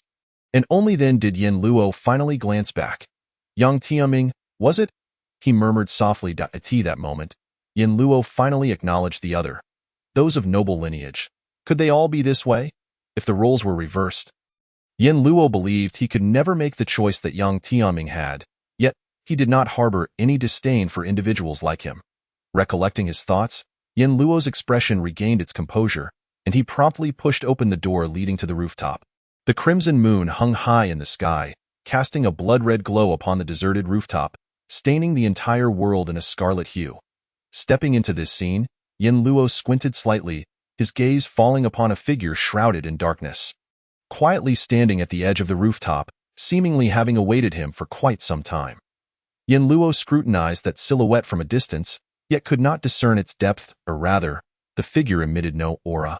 And were it not for the naked eye, one might not even perceive its existence. As this, the true form of the spirit within the hospital? Yin Luo pondered, a flicker of doubt surfacing in the next moment. The figure raised a hand slightly, and the blood moon above erupted in crimson radiance. It was as if a scarlet beam descended upon the figure, rendering the scene even more bizarre and unsettling. Immediately after, an endless darkness began to expand rapidly from that figure, enveloping and consuming everything around it. In the blink of an eye, the darkness surged forth like a tide, rushing towards Yin Luo. Yin Luo raised his palm upward, fingers slightly spread, as if grasping some invisible hand. Then, with a gentle wave to the side, whoosh, instantly, a chilling gust swept across the rooftop. Following this, a roiling tide of black mist surged forth, cleaving the rooftop into two distinct zones. Chapter 35. Counterattack? Beneath the blood moon, two factions of darkness stood in confrontation. One was as viscous as an abyss, impenetrable to sight. The other was a tumultuous whirlwind of black mist. filled with the wails of countless vengeful spirits. This was the battlefield of two spirits clashing. The standoff persisted for only a moment when the shadow at the rooftop's edge stirred once more. With both hands raised high, it beckoned gently towards the scarlet moon. In the next moment, patter, patter, patter, patter, patter, patter. Countless footsteps echoed from the darkness, as if innumerable entities were hastening towards them. Subsequently, figures emerged from the shadows. They approached from all directions, densely packed, surrounding Yin Luo at the center. Oh! Upon seeing the faces of those entities, Yin Luo let out a soft gasp. Looking around, he discerned Zhang Yang, Su Ling, Wu Qishan. Even Yang Tianming's figure was unmistakably among them. They bore identical faces, staring blankly at Yin Luo, who stood encircled at the center. Not a single one was missing. Yin Luo raised his gaze, penetrating through layers of darkness to focus on the shadow at the forefront. And you? Whose face do you wear? As his words fell, the shadow seemed to sense something, dissipating the darkness that enveloped it. Revealed was a youthful face, cold and indifferent, with depths as dark as night, as if capable of absorbing all light. So it is to me? Yin Luo smiled. In the depths of existence, it felt as though an invisible hand embraced him from behind. In the next instant, the black mist surged violently, accompanied by a howling wind, as pairs of darkened giant hands emerged from the mist. At the same time, the countless figures surrounding Yin Luo began to move. Emotionless, they advanced towards Yin Luo, and in the blink of an eye, they became entangled with the numerous giant hands emerging from the black mist. Beneath the blood moon, the two forces clashed incessantly, rendering it difficult to discern a victor. Cease these meaningless tests. Whatever means you possess, it would be best to employ them swiftly. As soon as Yin Luo's words fell, the darkness once again birthed countless footsteps, followed by an increasing number of figures emerging from within. However, this time, each one of those figures bore his face. Countless Yin Luos instantly joined the fray, the darkness surging forth to engulf the swirling black mist. Who would have thought that one day, I would find myself surrounded by my own selves? It is indeed a novel experience. Yin Luo let out a cold chuckle. It seems some among them have considerable experience in dealing with him. Step forth. Calmly uttering two words, the black mist immediately echoed with numerous footsteps. Soon after, familiar faces emerged one by one from the black mist. They were his beloved family, brothers, parents, in-laws, and even the driver who had escorted him countless times on his wedding day was among them. Facing the multitude of Yin Luos charging towards him, each wore a sinister grin, their excitement palpable. Die, die, die. Yin Luo's younger brother, Su Hao, was the first to break through the throng, charging directly towards the group of Yin Luos rushing at him. His form suddenly swelled, growing to over 5 meters in height, his face contorting into a grotesque visage, resembling a devil. 4 inky black arms sprouted from his back, and with a mighty grip, Su Hao seized 2 oncoming Yin Luos, hurling them violently to the ground. Following this, 2 massive iron fists came crashing down, instantly reducing the 2 Yin Luos to a pulp. Ha ha ha ha ha. Damnable creatures, you bastards, die! Su Hao erupted in wild laughter, his 6 giant hands flailing, each swing capable of crushing a Yin Luo. The more he killed, the more exhilarated he became, casting furtive glances back, but with each glance at his sister, who nestled against Yin Luo like a delicate wife. His strikes grew more ferocious. Whatever Su Hao intended, Yin Luo paid it no mind. From the moment he had taken in the ghostly bride, this family that had caused his demise countless times was destined to be at his command. Yin Luo did not devote much attention to the battlefield's unfolding. His gaze remained fixed upon the shadow at the far end of the rooftop. Zhang Yang had perished, his death shrouded in mystery, and Wu Qishan was unlikely to survive as well. This spirit appeared to employ many tactics, yet the true lethal capabilities that posed a threat remained elusive to Yin Luo. The skirmish on the battlefield seemed fierce, yet it was nothing more than childish play. This level of conflict, let alone Yang Tianming, even Wu Qishan could withstand in the short term. In the sky, the blood moon grew even redder. Its eerie glow emanated a chilling aura. Bathed in the sanguine light, Yin Luo coldly observed everything on the battlefield, seemingly indifferent. Gradually, he furrowed his brow, an ominous premonition stirring within him. A strange feeling enveloped his heart, as if prolonging this situation could lead to dire consequences. Yin Luo narrowed his eyes, a murderous intent beginning to permeate the air. Facing forward, with his palm upward, he slowly raised his hand in the next moment. A warm sensation emanated from his palm. Yin Luo gathered his fingers inward, intertwining them. Instantly, his eyes turned pitch black, and the aura radiating from him grew increasingly perilous and enigmatic, as the black mist converged around him like a shroud. Yin Luo advanced, disregarding all else, steadily approaching the shadow at the end of the rooftop. The moment he stepped into the darkness, footsteps echoed from all directions, as if countless invisible figures were rapidly closing in on him. Yet they were all held at bay by an unseen force. Under the blood moon's glow, a faint silhouette clad in a vibrant red wedding gown could be discerned, quietly floating behind Yin Luo. With arms encircled, it gently leaned against him. It was not until Yin Luo traversed the encased area of darkness, coming face to face with the ghastly apparition, that he exhibited any reaction. Yin Luo frowned slightly. Raising his hand as black mist coalesced into his palm, the ghost bride's power seeping forth, unobstructed, toward the dark figure. The instant his hand made contact with the shadowy form, a strange suction emanated from his palm, causing the figure's body to wither and age at an alarming rate. Its cheeks sunken, it rapidly devolved into nothing but skin stretched over bone, until ultimately it was reduced to a mere skeleton. A chilling wind swept through, scattering the bones into a multitude of fine dust, which vanished into the void. With the demise of that shadow, the darkness enveloping the rooftop receded like a tide. All that remained was the blood-red moon, still radiating its eerie crimson light. Yin Luo's gaze sharpened as he surveyed his surroundings. The ghost realm had not dissipated, implying that Ghost was not truly dead. Was it not the main body? Or perhaps in the midst of his contemplation, a pair of hands softly encircled him from behind, resting upon his chest. Don't bother. Yin Luo frowned slightly, but before he could finish his thought, an excruciating pain surged from his chest. Looking down, he found a gaping, bloodied hole in his torso. The ghost bride's hand had pierced through his chest, tenderly, gently grasping his heart. The impending death did little to alter Yin Luo's countenance. He turned his head slightly, his calm gaze meeting that of the ghost bride behind him. You intend to backstab me? Given his mastery over the ghost bride, such an occurrence seemed improbable. It should have been the malevolent spirit that harmed the ghost wielder in a desperate bid for revival. Yet now, the hand grasping his heart felt undeniably real.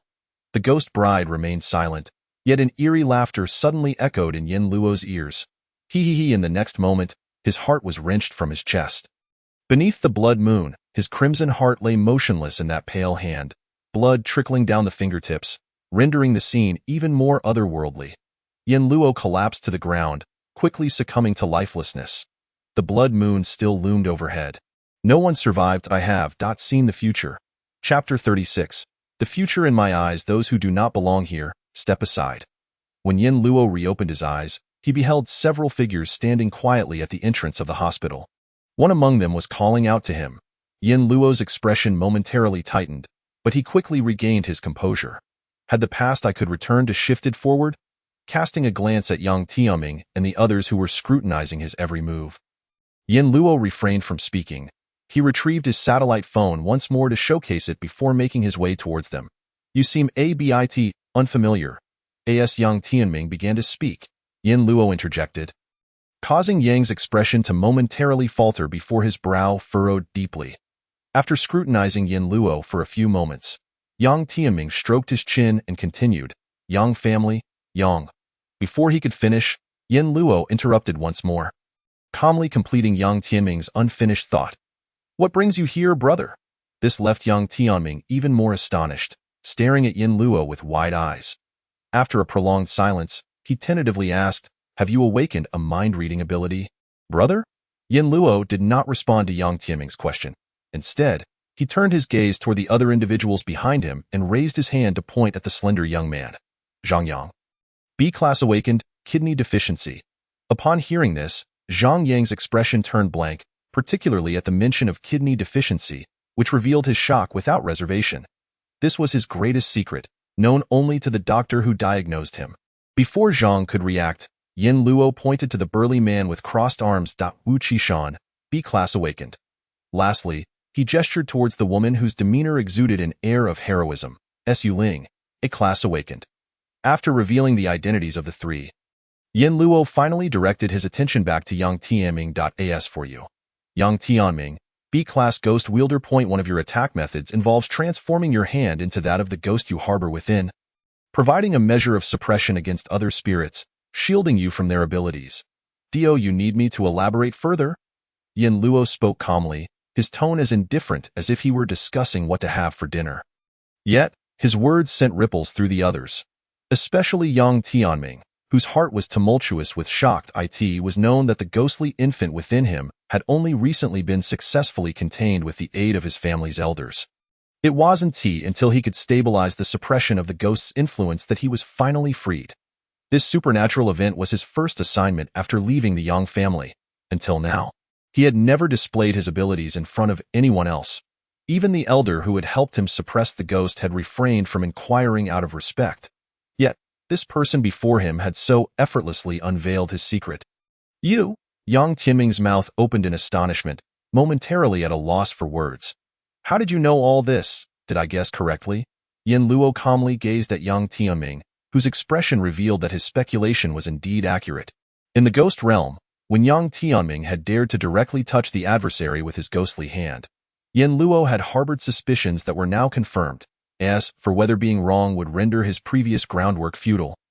Such concerns did not occupy Yin Luo's thoughts. As long as he could foresee the future, he would always be correct. Allow me to introduce myself. I am Yin Luo, a ghost wielder. Simultaneously, the ability I have awakened is foreseeing the future. As his words echoed, the expressions of those present varied. With the preceding context, their trust in Yin Luo's claim of foresight had visibly strengthened compared to the previous cycle. Even Su Ling, who was usually the most cautious, regarded him with a mixture of belief and skepticism.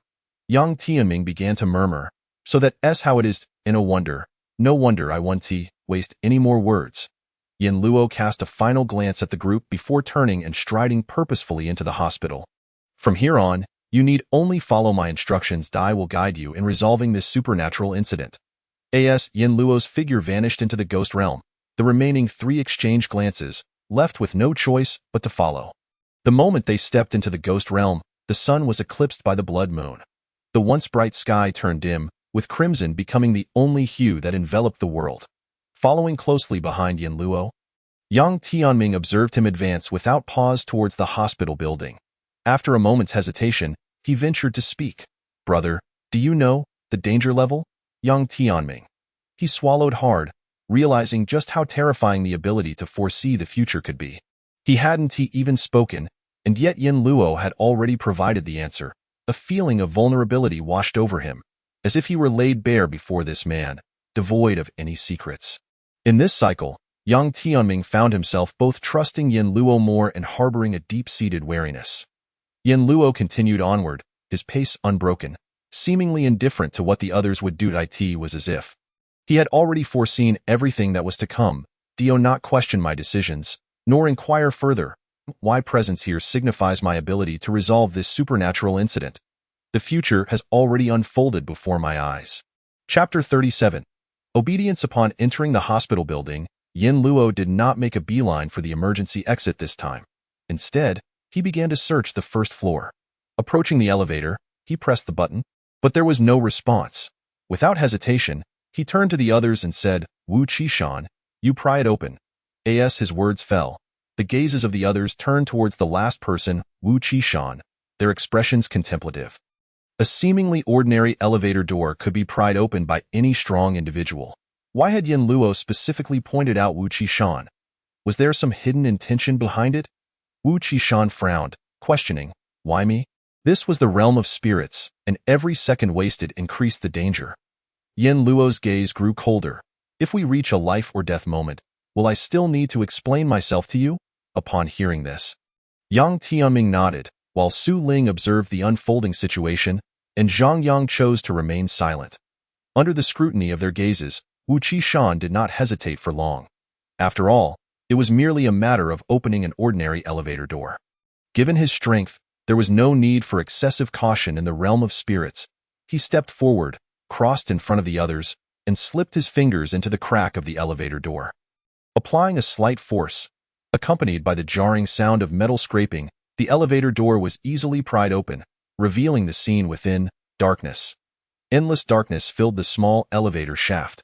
What should have been a modest space now appeared boundless. Was it a dead end? The elevator was clearly inoperative. Even if they entered, it would only place them in danger. Yin Luo did not hesitate, turning to seek another route. Wu Qishan gazed into the pitch-black elevator shaft. And as he turned back, he saw Yin Luo already moving away. He contemplated asking something but ultimately chose silence. Yang Tianming, however, showed no signs of hesitation and followed suit. They wandered through the first-floor hall of the hospital, searching thoroughly, only to find that all the elevators leading upstairs were shrouded in darkness, an undeniable dead end. Given the hospital's height of 2 to 3 dozen floors, unless one could fly, the only remaining option to ascend was to take the emergency exit. Pushing open the emergency exit door, they were met with an expanse of darkness that obscured their vision, yet at least they could either advance or retreat. During the first loop, Zhang Yang had fortuitously chosen the only correct path. "Shall we proceed?" Yang Tianming asked softly, noticing the contemplative expression on Yin Luo's face. Yin Luo turned back, his gaze sweeping over the faces of the four, and he had already made a decision in his heart.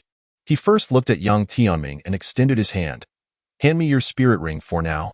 It will be needed."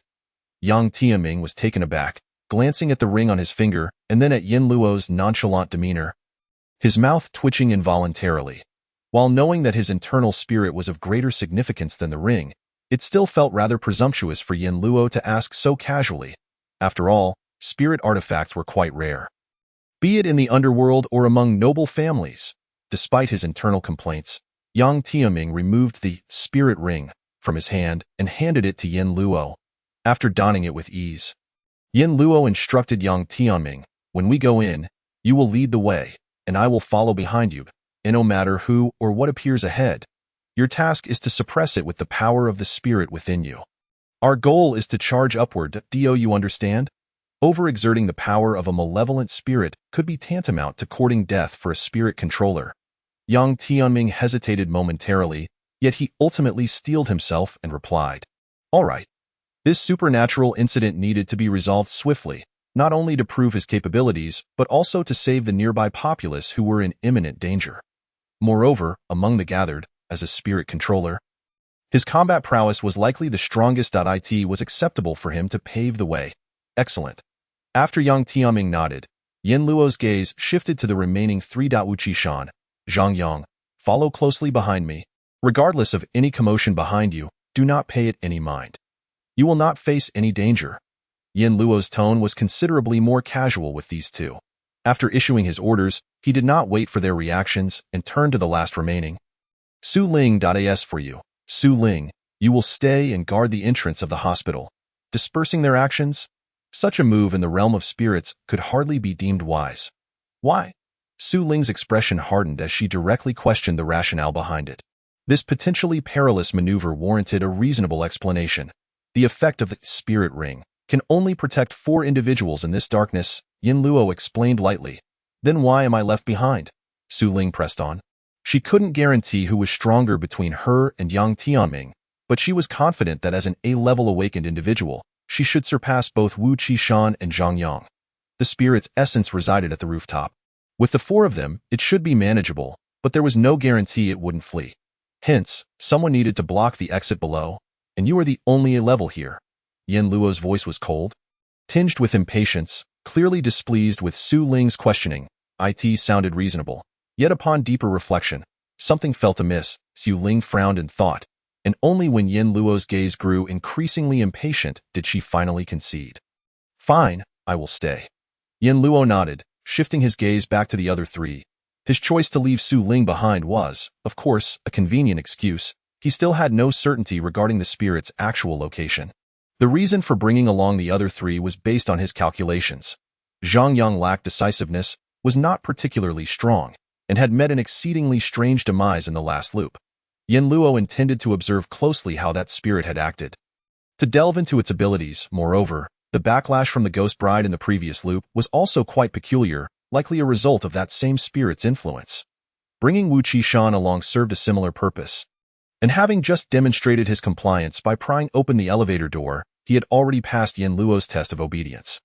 Consequently, Wu Qishan would only follow orders with greater adherence from then on. Lastly, Yang Tianming needed no further introduction. In terms of combat strength and obedience, he could be deemed reliable. Among the four, only Su Ling, who outwardly displayed the greatest strength and maintained a constant vigilance, was most suited to remain behind. As for what would become of Su Ling, Yin Luo had no desire to contemplate. What he required was a team that would heed his commands without question. Otherwise, he would prefer to face the realm of spirits alone to resolve this supernatural incident. Nevertheless, for now, increasing their numbers would be advantageous until he could ascertain the spirit's capabilities. Yin Luo's gaze turned icy, and the spirit ring in his hand began to ignite with spirit fire. This sight caused Yang Tianming's brow to twitch once more. Since all is well, let us set forth. With those words, Yin Luo turned and forcefully pushed open the emergency exit door. With a glance, he signaled for Yang Tianming to be the first to step into the darkness-laden corridor. Yin Luo followed closely behind, with Zhang Yang and Wu Qishan trailing right after. Soon, the expansive first-floor hall was left with only Su Ling's solitary figure. Through the transparent door, the crimson glow of the blood moon illuminated every corner of the hall. Su Ling scanned her surroundings, not sensing anything amiss, and then raised her gaze to the blood moon. Gradually, her eyes took on an otherworldly crimson hue. Chapter 38. Blood Frenzy. The spirit fire dispelled the darkness within the corridor, illuminating an area just spacious enough for 5 people. Yin Luo felt a measure of relief. The worst-case scenario had not materialized. If this darkness had been a reaction to their numbers, he would have had to once again request Wu Qishan to make an unwelcome sacrifice for the team. Charge! Yin Luo urged, and Yang Tianming, glancing into the engulfing darkness of the corridor, rushed upward without a moment's hesitation. Yin Luo followed closely behind, ensuring that the range of the spirit fire would always protect Yang Tianming. Wu Qishan and Zhang Yang, not daring to delay, swiftly caught up with the two. Although Yin Luo had not mentioned it, it was evident to all that stepping into this darkness would not bode well. They surged forward, 3 floors, 5 floors, 10 floors. Their speed seemed to catch even the spirit off guard. Only upon reaching the 10th floor did the sound of hurried footsteps echo behind them. Wu Qishan, who was trailing last, instinctively turned to look back. "Do not concern yourself. Just keep moving forward." Yin Luo's authoritative voice rang out, halting Wu Qishan's motion. From behind, the footsteps were almost in sync with his own, a primal sense of danger surging from behind him. Yet, he gritted his teeth and chose to disregard the sound.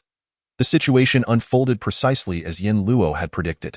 As long as they remained within the protective range of the spirit fire, the owner of those footsteps showed no intent to attack. However, as they ascended further, the number of footsteps behind them seemed to multiply, causing cold sweat to bead on Wu Qishan's back. Silently, he summoned his ability. Hardening his back like stone, they pressed on, 13th floor, 15th floor, 20th floor. This time, footsteps echoed from above in the dark corridor. Recalling Yin Luo's instructions, Yang Tianming, without hesitation, summoned the dark spirit power, transforming his right hand into a chilling, withered claw of a spirit. Just as the light of the spirit fire illuminated a figure ahead, Yang Tianming's spirit hand had already seized that figure by the throat, offering no resistance as it was instantly subdued and rendered immobile. Until this moment, Yang Tianming had finally discerned the figure's true form, and to his astonishment, it was Su Ling. "This is a deception, don't stop." Yin Luo's cold voice pierced through, pulling Yang Tianming back from his fleeting shock. In the next instant, the Su Ling he had captured let out a piercing shriek, her form shattering into countless fragments of darkness that melded seamlessly into the surrounding shadows. Yang Tianming's heart trembled with disbelief. And urged by Yin Luo, he pressed onward. Continuing his ascent, it was as if he understood that this tactic could no longer hinder them. Along the way, the corridor ahead fell silent, devoid of any footsteps. Even the hurried sounds from the darkness behind them gradually faded, soon leaving everything in a tranquil stillness. The group thus successfully arrived at the building's rooftop door, the entire process taking merely a few minutes, over 10 times faster than the previous iteration. Upon reaching the top floor, Yin Luo did not hasten to open the rooftop door, but instead swiftly turned to glance at Zhang Yang, only to find him maintaining a calm demeanor, showing no signs of distress whatsoever. "Why is the matter?" Zhang Yang felt a twinge of apprehension under Yin Luo's sudden gaze, swallowing hard. Surely, he wasn't experiencing any issues, was he? It's nothing. After confirming Zhang Yang was in good condition, Yin Luo shifted his attention to the other two. Both Yang Tianming and Wu Qishan appear to be in perfect health as well. It seemed that this time, the ghost had not yet had the chance to strike at them. Yin Luo speculated internally, his hands never ceasing their motions. In the next moment, he forcefully pushed open the rooftop door, raising his gaze to behold the blood moon's crimson glow spilling over the rooftop. The world before them was awash in a scarlet hue. They stepped onto the rooftop. Yin Luo's eyes narrowed, locking onto a shadow at the far end. Yang Tianming and the others followed his gaze. And naturally, they too beheld that figure, the true form of the ghost from the hospital. Yang Tianming's expression grew grave, his hands tightening and then relaxing, preparing himself for battle. Zhang Yang and Wu Qishan also regarded the figure with vigilance. Facing what was at least a dangerous grade ghost presented the risk of death with a single misstep. In this blood-red world, that figure stirred. It raised a hand, and darkness surged forth, crashing down upon the four of them with terrifying force. Yin Luo's thoughts surged, and flames erupted from the spirit ring, creating a small sanctuary amidst the encroaching darkness. Immediately thereafter, countless footsteps resounded, closing in from all directions, surrounding them entirely. What should we do next? Faced with such a bizarre situation, Yang Tianming felt an immense pressure, cold sweat beating at his temples. Press on, break through. Yin Luo had no intention of striking. Before fully understanding the ghost's true capabilities, he was unwilling to engage directly. The backlash from the ghost bride, Su Li, in the last iteration had left a deep impression on him. Yin Luo's eyes glinted with a mysterious light as he subtly assessed Yang Tianming, allowing the second ghost wielder present to test the ghost's true abilities. Good. Yang Tianming felt no qualms, having witnessed Yin Luo's foresight capabilities validated multiple times. Having come this far, he resolved to trust completely. Opening his mouth, a strange, infantile wail erupted from his throat, contorting his face with bizarre, interwoven patterns. In the next moment, his hands transformed into shadowy claws, and through his clothing, Yin Luo could even glimpse an eerie infantile visage flickering upon his chest. Ready, then charge. As soon as Yin Luo's voice fell, he and Yang Tianming surged forward into the darkness, their sights set firmly on the shadow at the end. Wu Qishan had long been focused, promptly following suit, while Zhang Yang lagged slightly behind. Hey, wait for me. Compared to before, the range illuminated by the spirit fire had shrunk even further. This delay nearly allowed the darkness to engulf Zhang Yang entirely. Hearing the multitude of footsteps and the low growls akin to beasts from the shadows, he acted without thought, hastily deploying his abilities. Instantly, Zhang Yang's eyes turned blood-red, his expression twisting into a sinister grin. Fangs elongating as a thin veil of blood mist radiated outward from him. I said, wait for me. Hey! Zhang Yang cackled maniacally, seeming almost deranged, then rapidly charged forward. His speed was so great that he quickly caught up to Yin Luo and Yang Tianming at the forefront. Damn it! Running so fast, are you trying to kill me? Yin Luo cast a surprised glance at Zhang Yang, who seemed transformed. His abilities appeared to be somewhat unique. Not only did they significantly enhance his physical prowess, but that layer of blood mist seemed to serve another purpose. However, the side effects were glaringly evident. Zhang Yang looked genuinely unhinged at this moment. Who knew the seemingly frail fellow had such a contrasting side? No wonder he always appeared so weak. Yang Tianming observed this scene, inwardly scoffing. Yet soon, the group regained their focus as countless hands emerged from the surrounding darkness, reaching out from all directions to grasp at them. What the hell is this? Get away from me! Before Yang Tianming could react, Zhang Yang had already roared, his hands clawing like a beast, effortlessly tearing through the myriad ghostly hands that obstructed their path. He charged ahead, surpassing both Yin Luo and Yang Tianming, leading the way. What the hell? So fierce. No wonder this guy dares to call himself Zhang Yang. Yang Tianming was taken aback by this spectacle. Once he regained his senses, he swiftly reined in the majority of the ghostly infant's power within him. With someone clearing the path, he figured he could conserve his strength. After all, overexerting himself and allowing the malevolent spirit to resurge was no trivial matter. Die, you bastards! Zhang Yang howled in fury, his face a mask of deranged glee. In the blink of an eye, he reached the rooftop's edge, his hands like vicious claws, blood surging as he struck fiercely at the shadow. Chapter 39. Counter surrounding Yang Tianming was astonished, Wu Qishan was stunned, and Yin Luo's gaze sharpened. All eyes were fixed upon the frenzied Zhang Yang. More precisely, they were transfixed on the claws of Zhang Yang as they lunged toward the shadow. In the next moment, darkness shattered. The shadow's form was effortlessly cleaved by Zhang Yang's claws, revealing a face that was Zhang Yang himself. At the moment he recognized the shadow's visage, even in his deranged state. Zhang Yang paused for a brief moment, then his fury surged anew. Damn it! What kind of ghost dares to impersonate me? Do I not possess the grace and valor that you, a mere ghost, could hope to mimic? With a roar, his blood-tinged claws slashed through the air, unfettered as they dealt powerful blows to the shadow. In an instant, the shadow fragmented into countless shards until it was entirely obliterated. Vanishing before their eyes.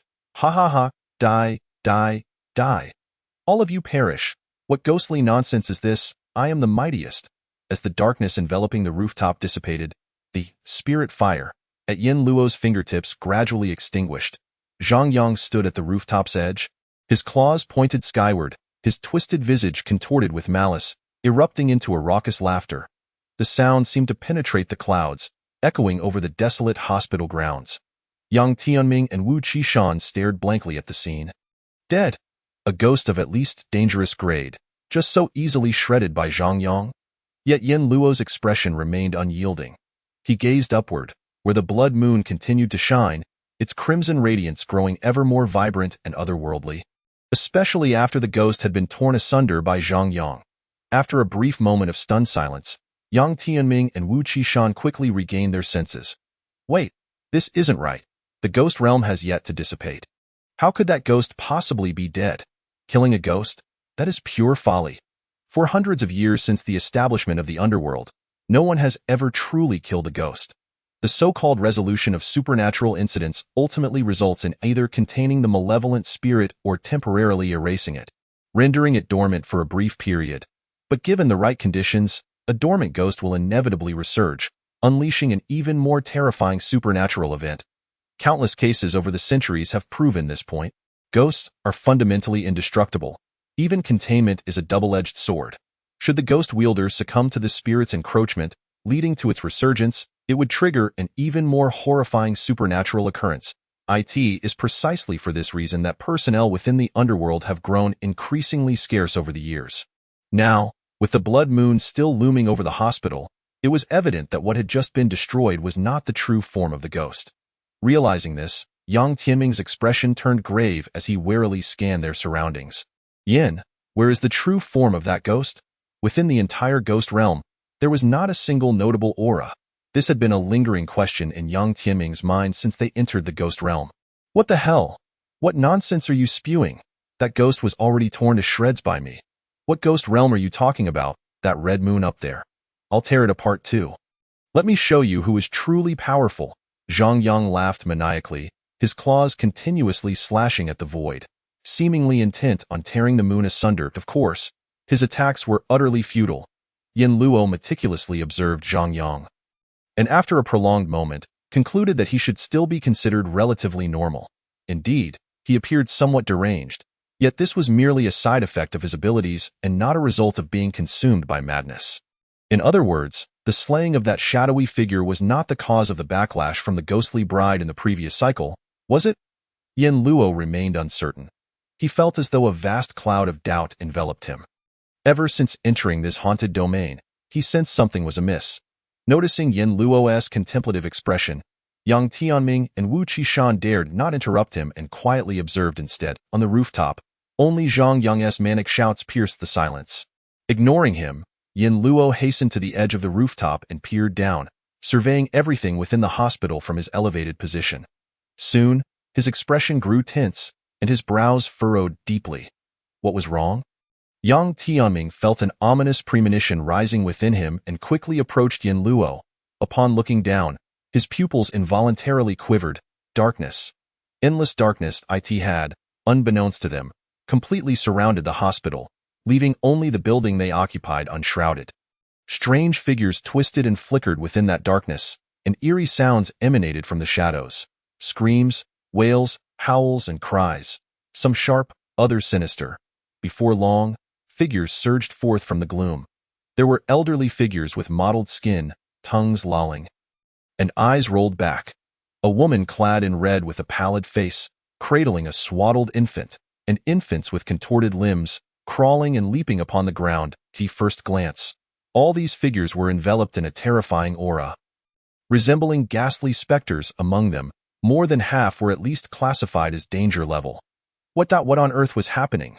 Wu Qishan exclaimed in shock, a profound sense of peril engulfing him, leaving him unable to maintain his composure. What kind of ghastly entities are these? Only Zhang Yang continued to wear a frenzied grin. Upon seeing the situation below, his smile grew even more exuberant. Ha ha ha ha, ghosts. So many ghosts. I shall tear you all to shreds. Zhang Yang laughed heartily, his eyes ablaze with murderous intent. Without hesitation, he turned and dashed toward the door leading off the rooftop. In the blink of an eye, he vanished from Yin Luo and the other's sight. Clearly, he truly intended to plunge into the fray against that horde of ghastly beings. The sudden turn of events left Yang Tianming and Wu Qishan in shock, rendering them incapable of focusing on Zhang Yang. By the time they regained their senses, Zhang Yang had already disappeared without a trace. What should we do? Should we stop him? Yang Tianming asked with a wry smile. Let him be, if he wishes to go. Then let him die. It's also a chance to test the strength of these ghosts. Yin Luo replied coldly, his gaze sweeping over the vengeful spirits emerging from the darkness. This was clearly unusual. If such a multitude of vengeful spirits truly existed within this haunted realm, how could they only be detected as danger level? Moreover, when have you ever seen so many ghosts congregating at once? Hearing this, Yang Tianming and Wu Qishan also began to understand. It couldn't entirely be blamed on their poor mentality. The aura emanating from those ghosts was indeed terrifying. Even from a distance, an overwhelming sense of despair surged within them, as if they were on the brink of death in the face of mortality, who could remain calm forever. Are you suggesting that those ghostly entities are mere illusions? Or perhaps they are simply puppets, merely shells without any real substance? Wu Qishan struggled to maintain his composure, analyzing the situation.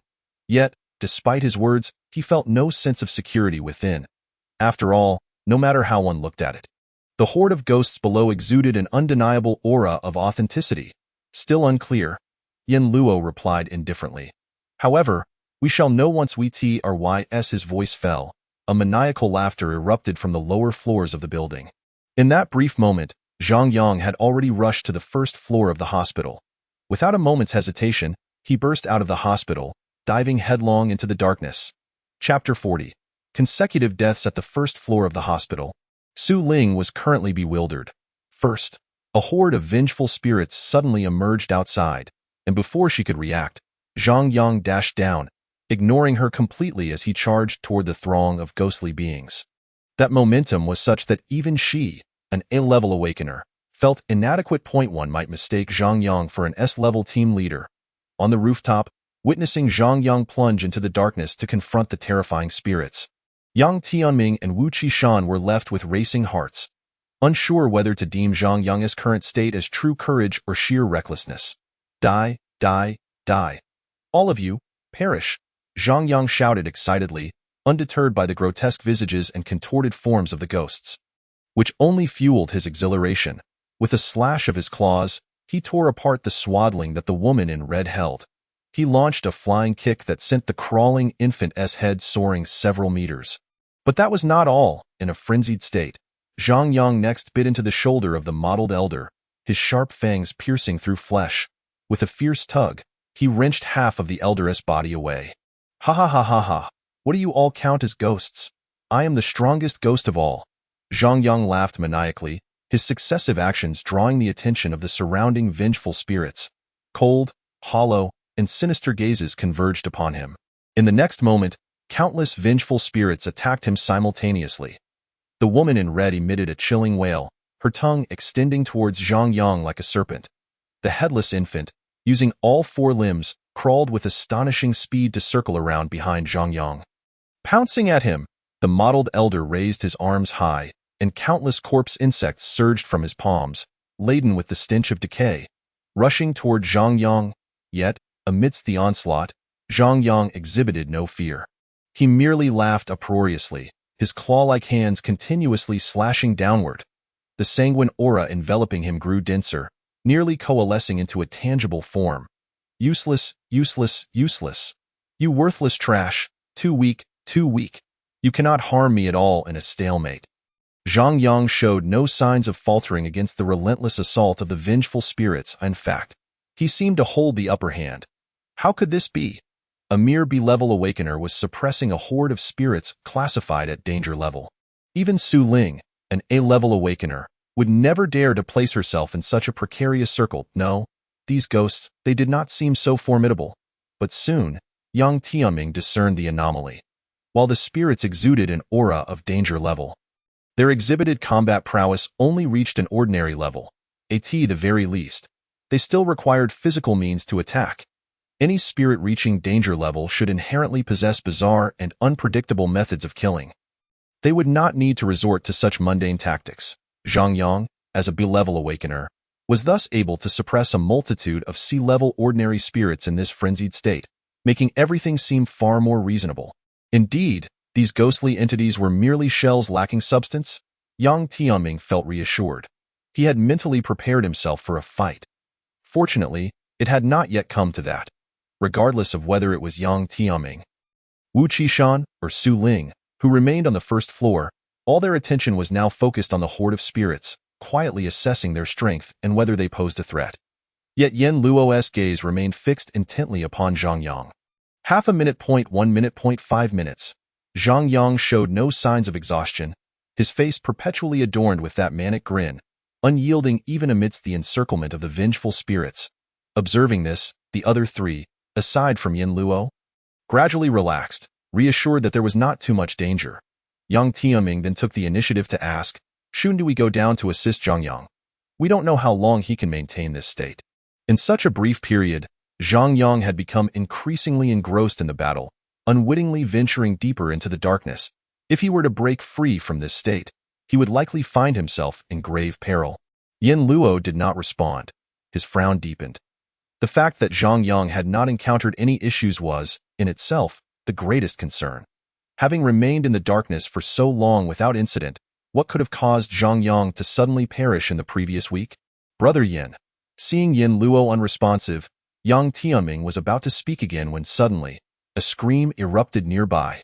Turning back, he saw Wu Qishan's eyes bulging, veins standing out on his face, mouth agape but only able to emit a hoarse whimper. He reached out toward Yen Luo and Yang Tianming, seemingly seeking help. Yet in the next second, he collapsed to the ground, utterly still. This. Yang Tianming was taken aback, unable to comprehend what had just transpired. Wu Qishan had died right before his eyes. It was not until he approached and confirmed that Wu Qishan had ceased to breathe that Yang Tianming could hardly believe it. From the moment they entered the haunted domain until now, Wu Qishan had been right under their noses, and there had been no sign of any ghostly beings targeting him. Yet, inexplicably, he had died without clarity. Yen Luo turned to gaze coldly at the fallen Wu Qishan, thoughts swirling in his mind. Thus, in the previous cycle, the first to perish was undoubtedly Wu Qishan. What, pray tell, is the underlying principle behind these ghastly murders? Witnessing such a bizarre scene of death for the second time, Yen Luo felt an inkling of understanding, yet it remained unconfirmed. He lifted his gaze to the blood moon, which hung ominously in the sky, quietly illuminating every corner of the ghost realm. Below, Zhang Yang was engaged in a fervent battle, his prowess rendering the surrounding malevolent spirits utterly incapable of posing any threat to him. Kill, kill, kill. This is how it should be. I am the strongest. Just as he was about to release a hearty laugh, the mirth abruptly vanished from his lips. His figure suddenly froze in place, the lines on his face swiftly fading, and the bloodlust emanating around him gradually dissipated. His claws retracted, and his eyes returned to their normal hue from a crimson blaze.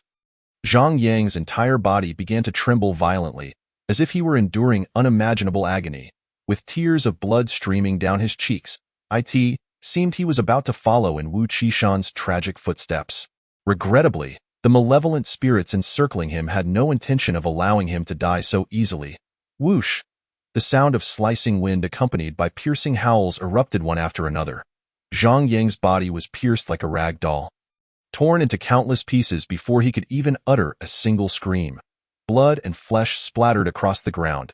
Xu Ling's expression turned pale with horror, while Yang Tianming's eyes widened in fear.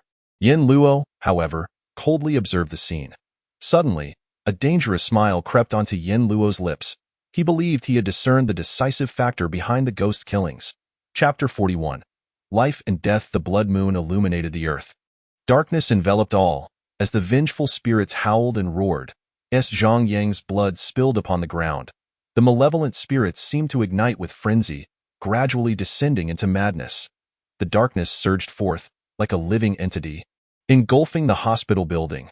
Countless twisted and grotesque spirits surged within, a sight that would instill dread in the hearts of any onlooker, especially after having just witnessed Zhang Yang's gruesome fate. In the lobby on the first floor, Xu Ling's face drained of color as she involuntarily took 2 steps back. She could not comprehend how Zhang Yang had met his demise. One moment he was slaughtering enemies with abandon, and the next he stood frozen, only to be torn apart by the very spirits he had fought. Indeed, the greatest taboo within the ghost realm is to rejoice too soon.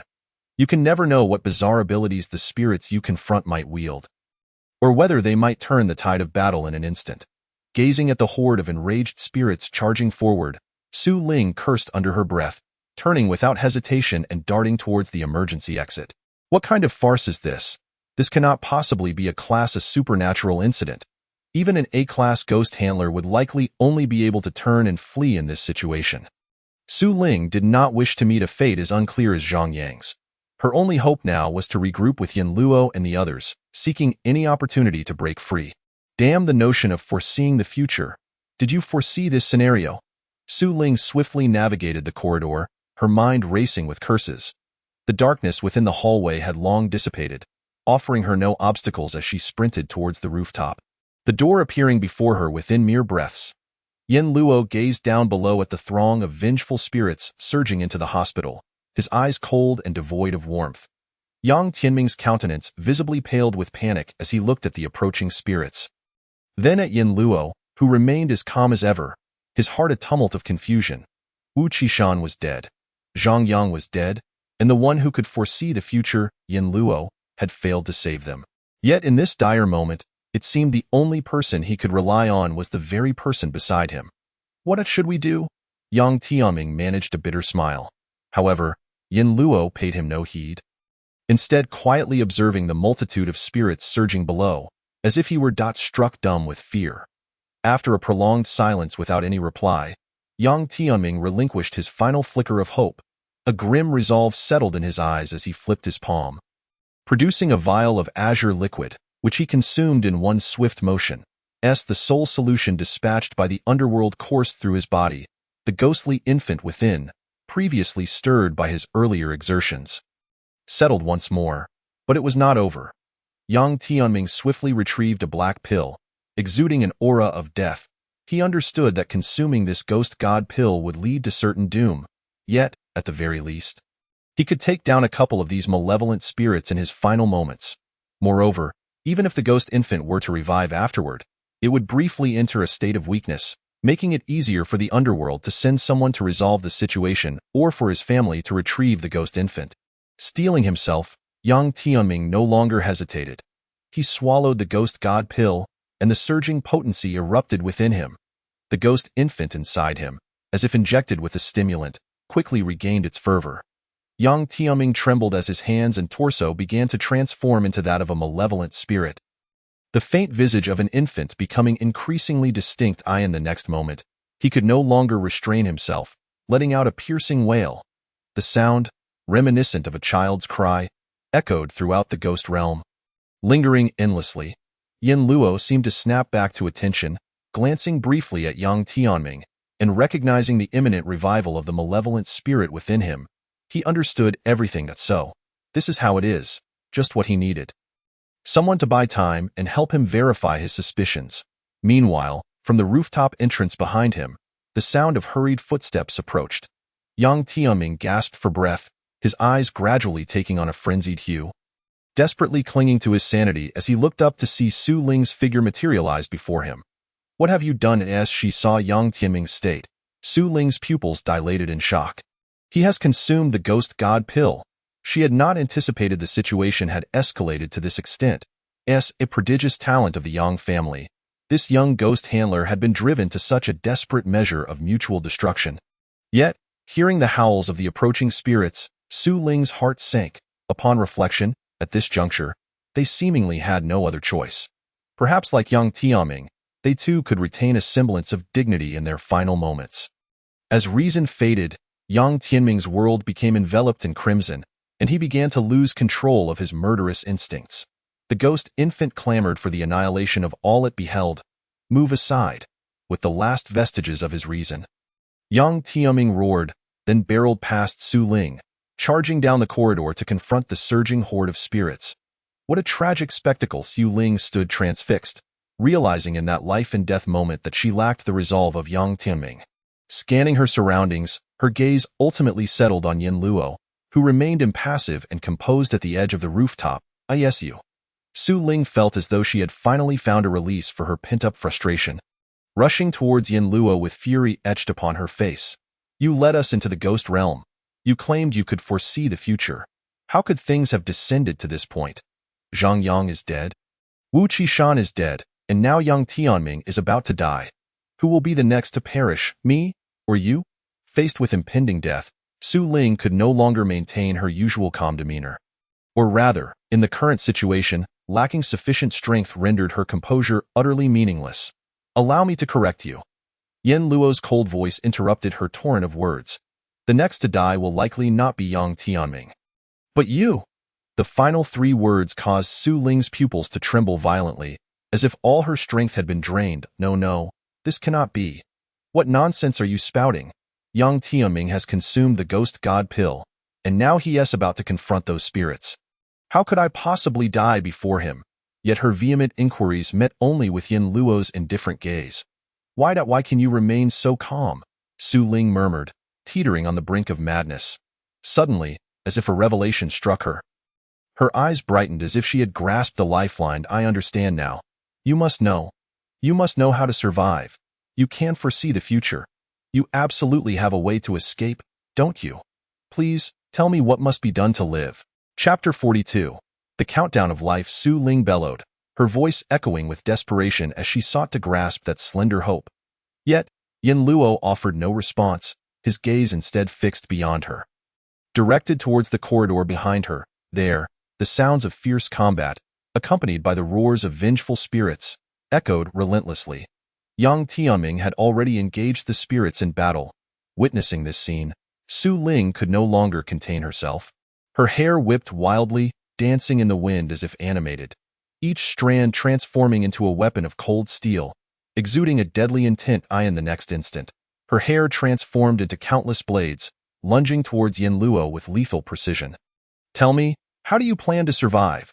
Su Ling could no longer concern herself with anything else and abruptly launched an attack against Yin Luo. Yet, Yin Luo merely stood there, motionless. It was only when countless strands of hair, sharp as blades, were about to pierce his body that suddenly, they all came to an instantaneous halt. In the next moment, all the hair returned to its original state, gently floating back into place. Devoid of any menacing presence, Su Ling's eyes widened in shock, filled with fear and disbelief.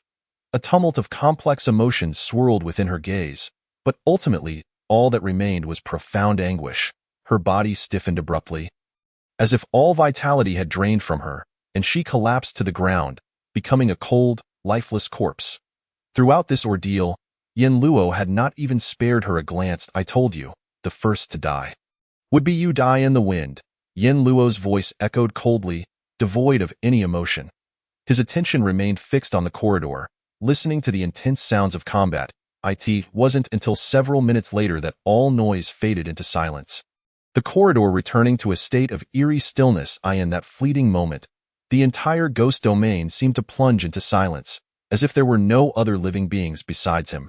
Tap, but soon, a faint sound of footsteps echoed once more in the corridor. That a figure, exuding a terrifying aura, with a rigid expression and eyes filled with endless killing intent, stood atop the rooftop. Those icy eyes locked onto Yin Luo with unwavering intensity. With the figure's appearance, soon came the second, third, fourth, until the entire rooftop was surrounded by countless vengeful spirits, densely packed, leaving no room for escape. Yin Luo calmly surveyed the crowd but did not spot the ghostly infant residing within Yang Tianming. It was evident that Yang Tianming was dead. However, the vengeful spirit within him had not awakened, which was unfathomable. Yin Luo suddenly chuckled. He raised his gaze to the blood-red moon above, disregarding the multitude of vengeful spirits surrounding him. He awaited the arrival of death with serene composure. Of course, this group of lesser spirits, despite their dangerous aura, posed no real threat to him. However, time was running out. Yin Luo murmured, his eyes devoid of emotional fluctuation. He had come to understand everything. Initially, he had contemplated whether engaging with the darkness would trigger that ghost's powers, ultimately leading to death. After all, during the first cycle, besides him, the remaining four had mostly lingered in the darkness. Yet, this did not elucidate why the ghost bride's backlash occurred in the end. Thus, a second hypothesis formed in Yin Luo's mind. Whether contact with the darkness or engaging with the entities within this ghost domain would trigger that ghost's murderous abilities. Consequently, in this instance, he entrusted all tasks to others, refraining from intervening personally. However, the outcome revealed that Wu Qishan, having neither lingered in darkness nor engaged in combat, still met an untimely demise, an inexplicable death. Ironically, Zhang Yang, who fervently battled in the dark against ghosts, survived longer than Wu Qishan. All assumptions were overturned in this ghost domain. The ghost's abilities seemed to defy rational explanation. Regardless of the hypothesis, it appeared that each would ultimately contain some irrationality. For instance, the sequence in which individuals entered the ghost domain, or whether the time spent under the blood moon's gaze played a role. Clearly, none of these were valid. When all conjectures were dismantled, the only conclusion that could be drawn was one. The conditions were flawed. The prerequisites used to deduce the ghost's abilities were fundamentally flawed. Erroneous causes naturally yield incorrect results. The true catalyst behind the sequential deaths of Wu Qishan, Zhang Yang, and Su Ling was something far simpler, more brutal, and direct. Yin Luo pondered extensively but ultimately arrived at the most plausible conclusion: time. The duration spent within this ghost domain. Beyond that, it might also be linked to various other factors, such as the disparity in strength, the depth of fear harbored within one's heart, and so forth. Yet, one thing remained certain. As long as they lingered in this ghost domain for a sufficient duration, it would trigger that ghost's murderous abilities. Using this as a foundation to review all prior experiences, Yin Luo grew increasingly convinced of the validity of this hypothesis. Whether it was the darkness obstructing the corridor, the emergence of ghostly doppelgangers, or the continuous summoning of puppets to engage them atop the rooftop, including the multitude of vengeful spirits currently encircling him, all were merely strategies to buy time, to delay the activation of the ghost's killing abilities, leading them to perish through various bizarre means. Thus, upon entering this ghost domain, their lives had already commenced a countdown. Therefore, to resolve this supernatural incident, they must locate the true form of that ghost and either contain or suppress it before the countdown concluded. It seemed that matters had returned to square one. This time, Yin Luo already possessed a glimmer of insight regarding the ghost's true form. Ironically, he owed gratitude to Su Ling's recent frenzied, suicidal behavior. Had it not been for her, he might not have noticed the most glaring anomaly. This was what one might call that darkness beneath the lamp, wasn't it? Yin Luo shook his head with a smile. Soon, before him, a figure gradually materialized. Clad in a resplendent red wedding gown, a red veil draped over her head, her hands gracefully folded before her, exuding an air of dignity and elegance.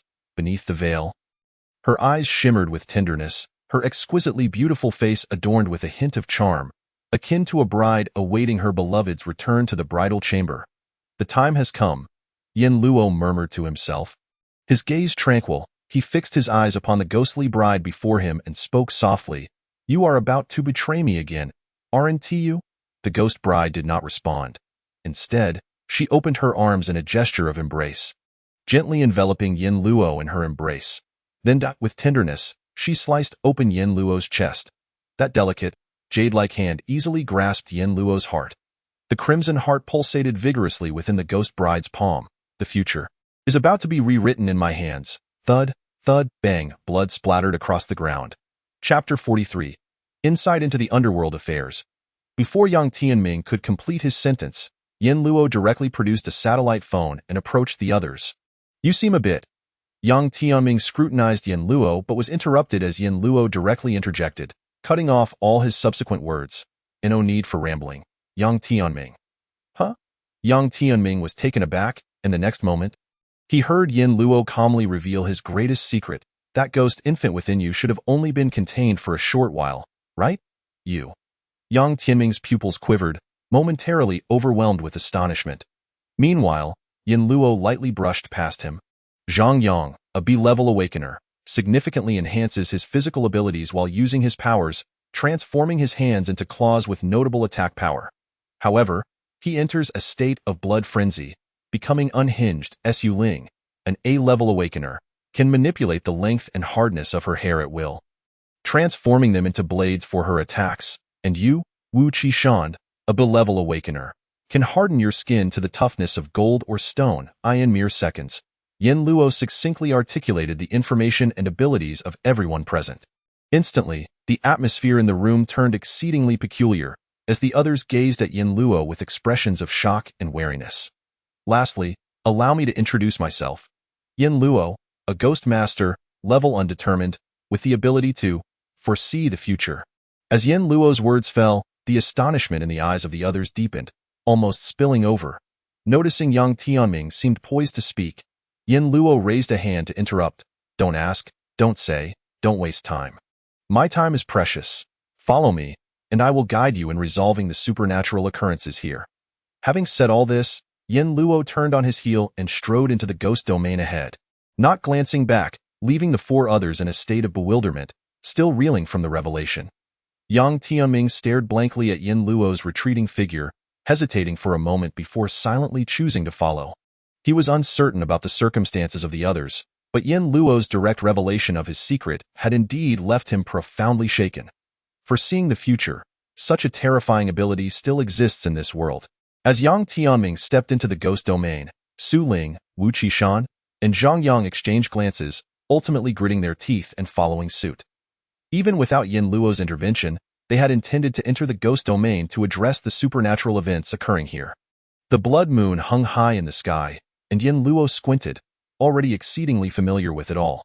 Once inside the ghost domain, he made no immediate move, simply finding a relatively clean spot to sit cross-legged.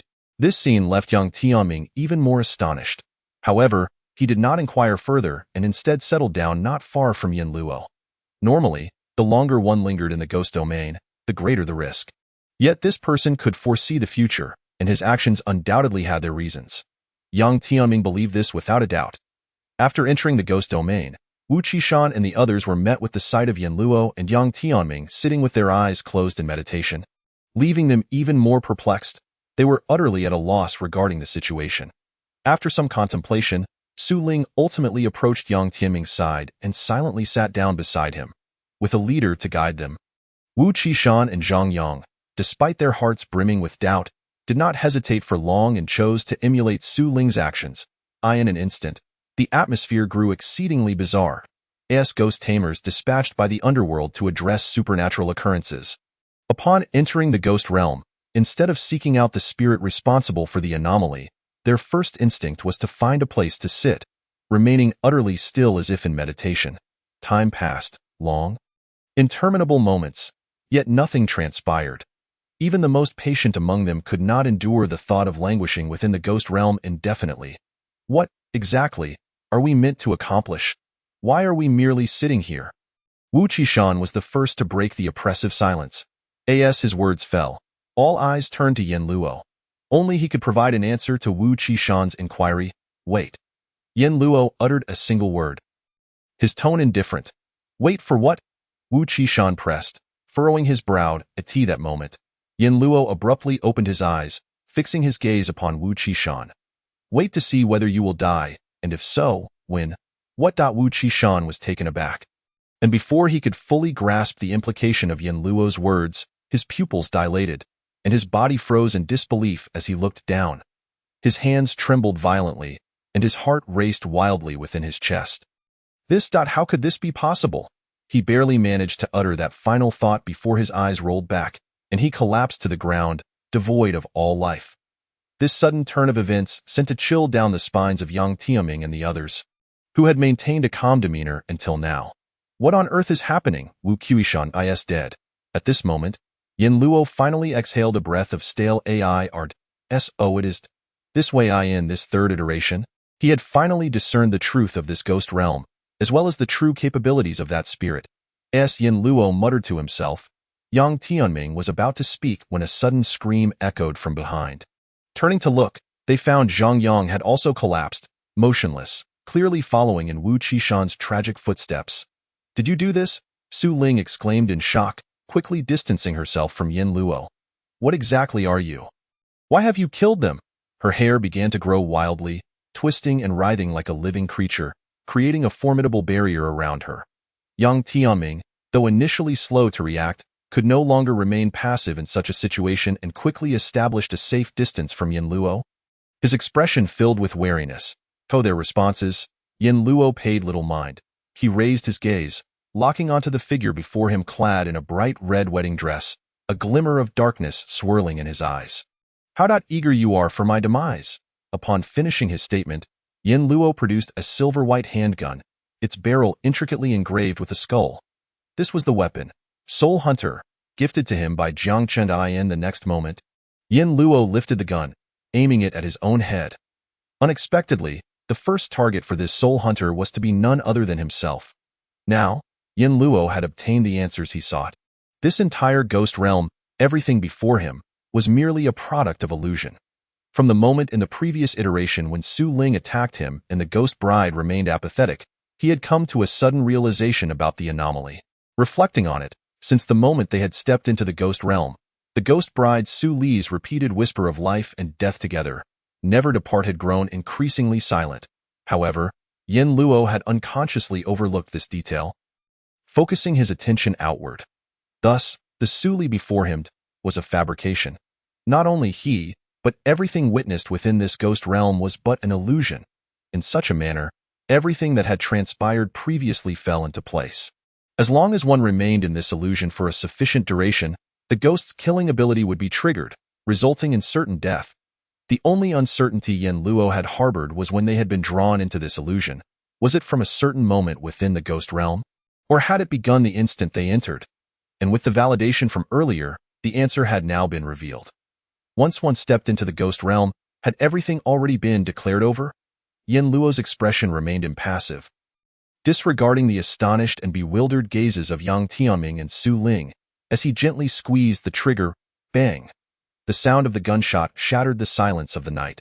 Even within the illusion, the moment one believed they had perished, there was no need to await the ghost's activation of its killing ability. In the end, Yin Luo once again confirmed further details of the ghost's capabilities.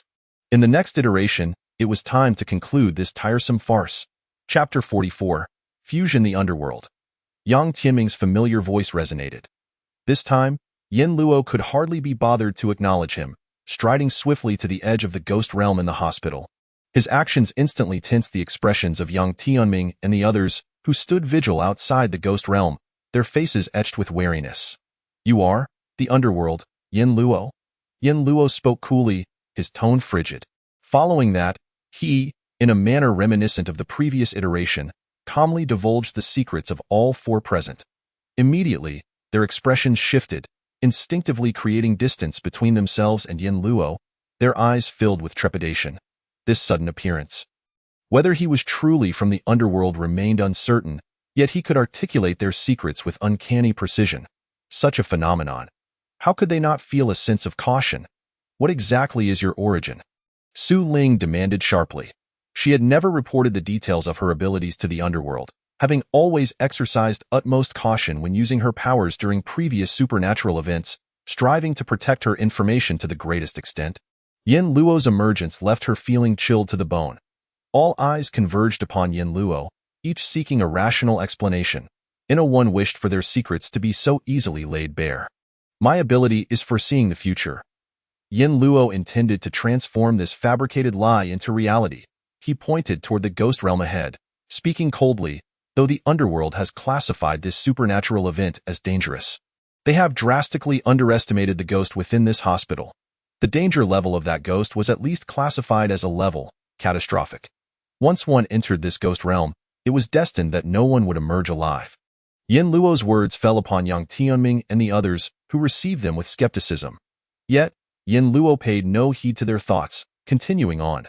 The entire ghost realm is a vast illusion. Upon entry, one is fated to become lost within it. As long as one remains in the ghost realm for a sufficient duration, the ghost's killing ability will be triggered, and death is inevitable. To unravel this ghost realm, one must locate the originating ghost, but if one is ensnared within the ghost realm, lost within the illusion, it becomes impossible to find the ghost's true form. Thus, from the moment of entry into the ghost realm, death has already been sealed. After Yin Luo's weighty revelations, Yang Tianming and the others were left in a state of shock. They either furrowed their brows or fell into contemplation, striving to assess the credibility of Yin Luo's assertions. How will you prove what you say? I have no need to prove anything to you. I am merely stating a fact. Yin Luo replied coldly, raising his hand, palm facing upward, reaching toward the void ahead. And now, I will resolve this supernatural incident. You simply need to watch quietly from the sidelines. Upon finishing his statement, Yin Luo spread his fingers as if seizing something. In the next moment, he clenched his fists tightly. Life and death together, never part. The familiar chant echoed in their ears, and a chilling smile graced Yin Luo's lips. This is more like it in that instant. An eerie sound of wind chimes resonated in the ears of all present. Following that, a child's tender voice began to chant a haunting nursery rhyme. La he accompanied by the laughter of a young girl. The atmosphere of terror reached its zenith. Yang Tianming's pupils trembled violently, his heart nearly bursting with fear. The ghost infant within him quivered frantically, as if confronted by a fearsome adversary, curling into a tight ball within him, falling utterly silent. It was crucial to note, even when faced with an A-level malevolent spirit contained within a familiar elder's home, the ghost infant had merely quivered slightly, revealing a hint of trepidation. What kind of horrifying spirit resided within this person before him? Not only he, but Su Ling, Wu Qishan, and Zhang Yang all felt an overwhelming sense of oppression at this moment, the breath of death more palpable than ever. Like children facing towering waves, all they could do was tremble in fear. Come, let us see how far we can go. As Yin Luo's words fell, a figure suddenly materialized before him. Initially elusive and indistinct, the figure rapidly became solid at a visible pace.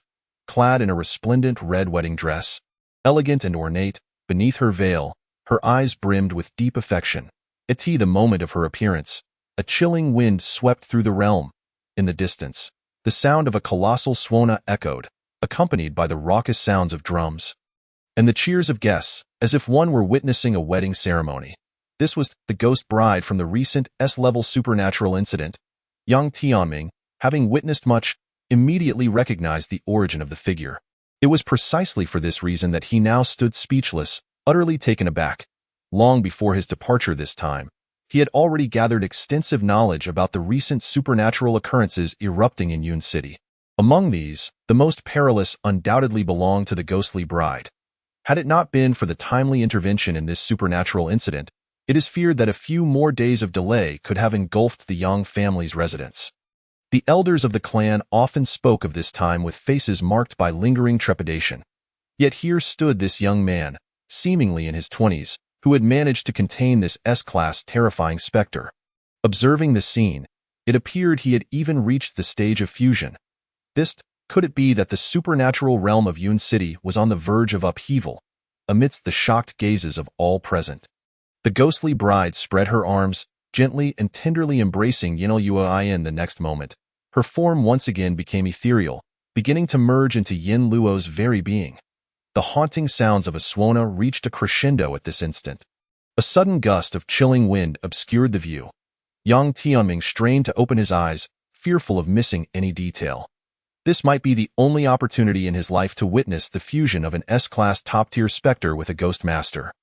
At the moment the ghostly bride fully integrated into Yin Luo's body, his previously long hair began to swell dramatically, cascading down to his waist. His attire transformed into a resplendent red wedding dress, and his dark eyes were tinged with a deep crimson hue. The previously indifferent expression on his face now bore an additional air of aloof coldness, his handsome features becoming even more exquisite. As if meticulously sculpted without a trace of flaw, dreamlike and ethereal, androgynous yet breathtakingly beautiful. The instant young Tianming caught a glimpse of that face, the shock and dread that had filled him momentarily gave way to a dazed admiration. A hint of enchantment flickering in his eyes.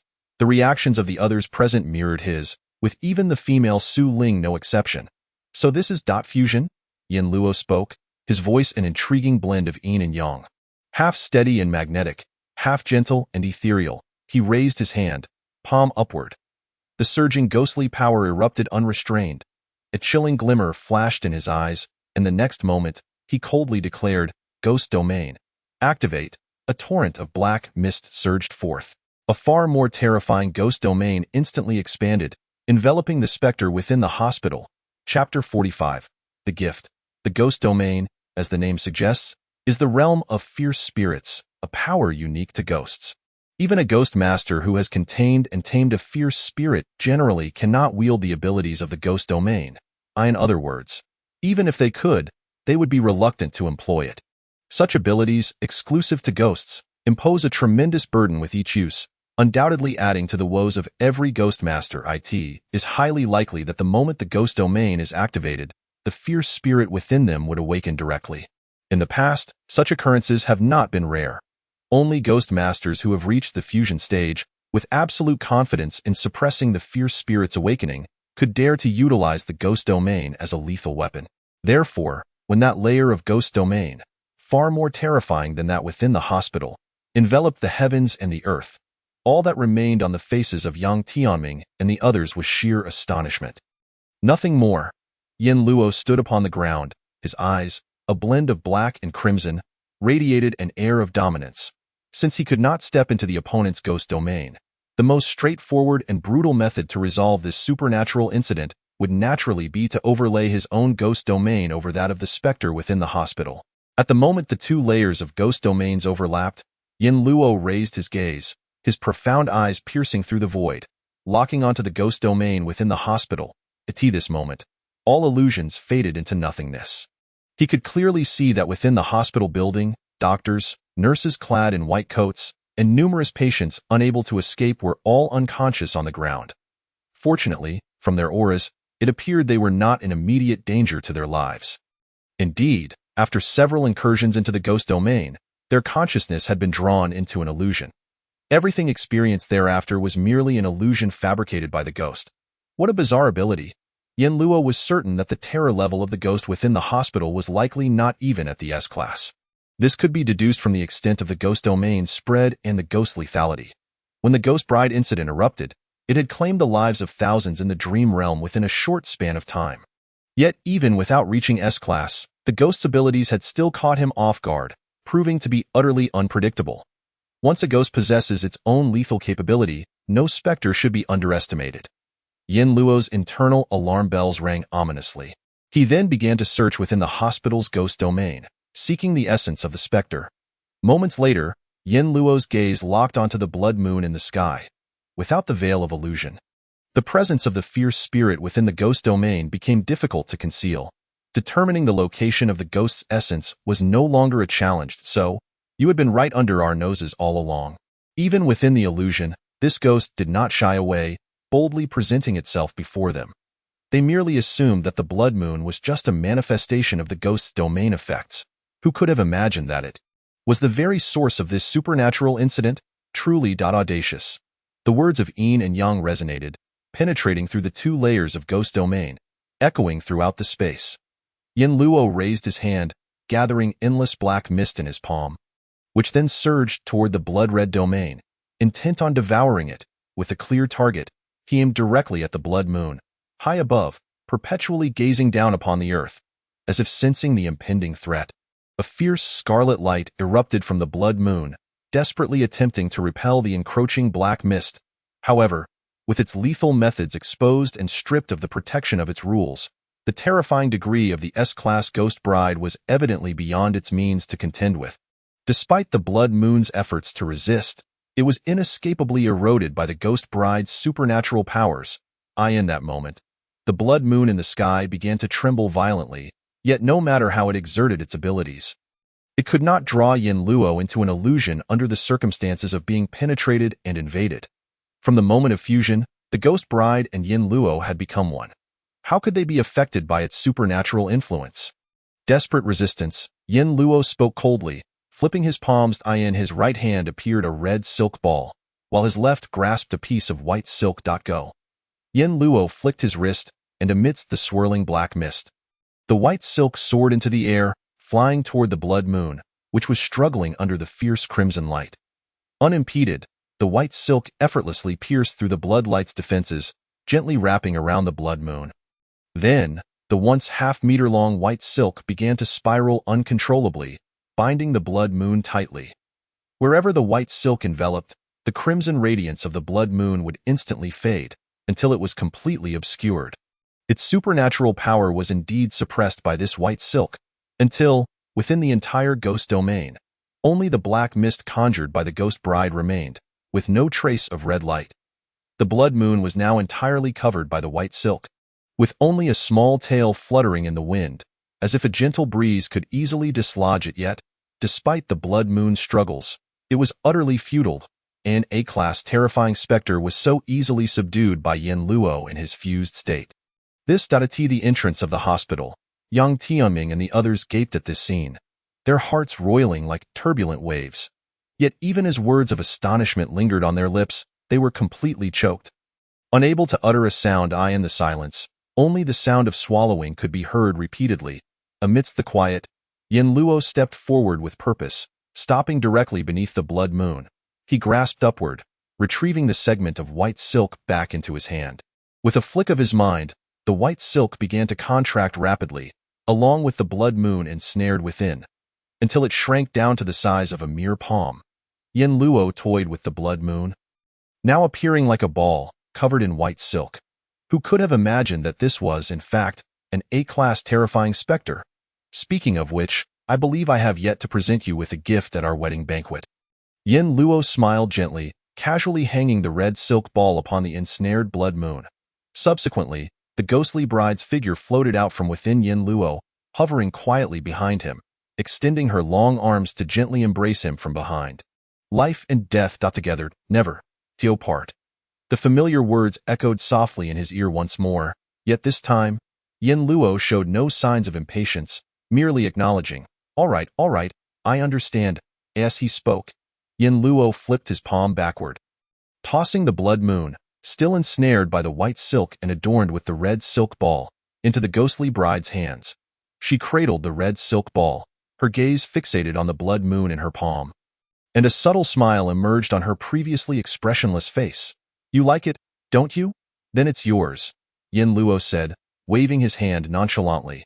The ghostly bride, as if in possession of a treasure, carefully tucked the blood moon into her embrace.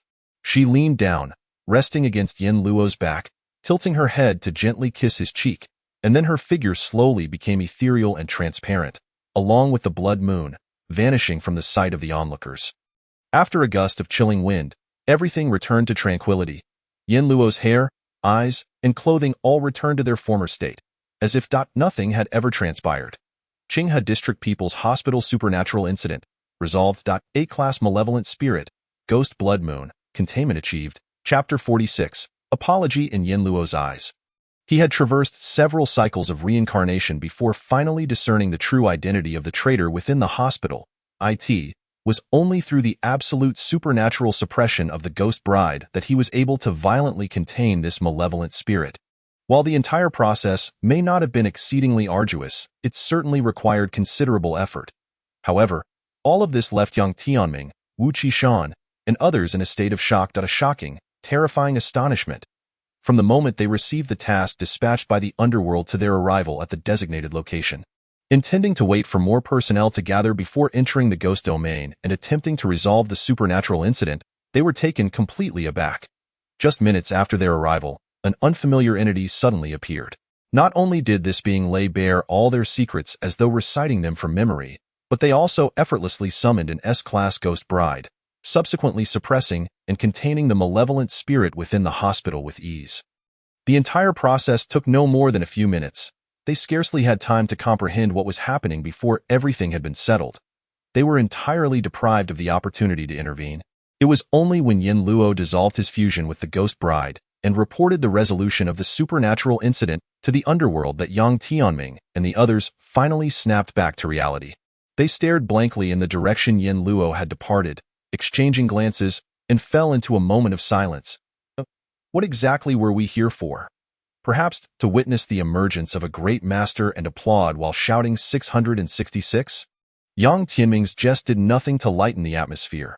Instead, it deepened the silence among them, foreseeing the future, containing the S-class ghost bride and reaching the fusion stage, effortlessly suppressing and containing the malevolent spirit within the hospital. The immense amount of information conveyed in such a brief span was likely too much for them to digest in the immediate moment, or perhaps it was not just them. Once the details of the supernatural incident at Qinghe District People's Hospital spread, the entire supernatural community of Yun City would be in turmoil. The higher-ups of the underworld in Yun City would surely be unable to remain idle. The ability to foresee the future, so unfathomable, would undoubtedly cause a significant uproar. The individual who awakened this ability happened to be a ghost master who contained a top-tier malevolent spirit. The combination was akin to a monstrous entity walking the earth. The skies over Yun City were destined to change. It was uncertain who instinctively uttered such a statement, but none present offered any rebuttal. At this moment, Yang Tianming silently retrieved his satellite phone. Before reporting the situation here to the underworld, he deemed it necessary to inform his clan. The Yang family needed to thoroughly assess the implications of having an additional ghost master within their ranks. The second supernatural incident. After containing the ghost within the hospital, Yin Luo departed without further ado. The subsequent cleanup was not his concern. The underworld would naturally dispatch personnel to handle it. Since the ghost bride incident, this marked the second supernatural event he had resolved. Overall, it could be considered a case of having experienced danger without peril. With the prior experience of containing the ghost bride, the process of containing the blood moon this time would likely be much smoother. Indeed, Yin Luo intended to contain the blood moon within himself. If word of this spread, others might think he had lost his mind. The mere act of containing a malevolent spirit entails immense risk, let alone the first spirit he contained being the S-class ghost bride. In this context, attempting to contain a second malevolent spirit, even if the blood moon were not as formidable as the ghost bride, would still signify a genuine disaster-level spirit. If before, he was merely walking a tightrope, now attempting to contain the blood moon was akin to blindfolded dancing, without a safety net. Whether he survived would depend solely on the strength of his connections within the underworld. Of course, this underworld was the genuine realm of the dead. Yet, Yin Luo had the confidence to act as he did. Since containing the ghost bride, he had discovered a distinction between himself and ordinary ghost masters. To date, the ghost bride, Su Li, had never attempted to invade him, in stark contrast to the internal and external strife faced by other ghost masters during supernatural events. Yin Luo commanded the ghost bride with the ease of a conductor guiding an orchestra. As if they were inherently one, this was also why Yin Luo could merge with the ghost bride without hesitation, freely opening the ghost domain without any burden. Yin Luo was uncertain whether this peculiar harmony stemmed from him or the ghost bride's uniqueness. However, should this attempt succeed and he managed to contain the A-class blood moon within himself, he would surely uncover the answer to this question. It ought to be arriving soon, right? Having not ventured far. This thought barely crossed his mind when the satellite phone in his possession began to ring. Yet, without even glancing at it, Yin Luo simply hung up. 3 seconds later, the phone rang again. He hung up once more. It wasn't until a few seconds later, when the phone rang for the third time, that he leisurely answered. Yin Luo, you. The familiar female voice on the other end was that of the operator who had previously assigned him the mandatory task. Yin Luo's tone grew somber. Without waiting for her to speak, he coldly questioned, "Are you unaware that even the slightest mistake in handling supernatural incidents can lead to death? Who gave you the audacity to call me repeatedly while I am executing a mandatory task? Is this the level of professionalism you uphold? If your interference prevents me from resolving this supernatural incident, the resurgence of the malevolent spirit could cost countless lives. Can you bear such a consequence? Get lost." After a barrage of inquiries, Yin Luo hung up before the operator could respond. He was well aware of the purpose behind her call. It was likely that the supernatural incident at Yun City University had already erupted. Initially, he had intended to intervene and attempt to resolve the ghost before the situation escalated, but since someone had taken it upon themselves to give him a show of authority, the consequences would naturally fall upon them. Yin Luo never considered himself a good person. He was not one to engage in foolish acts of betrayal while pretending to assist. His words were clearly intended for the captain behind the operator.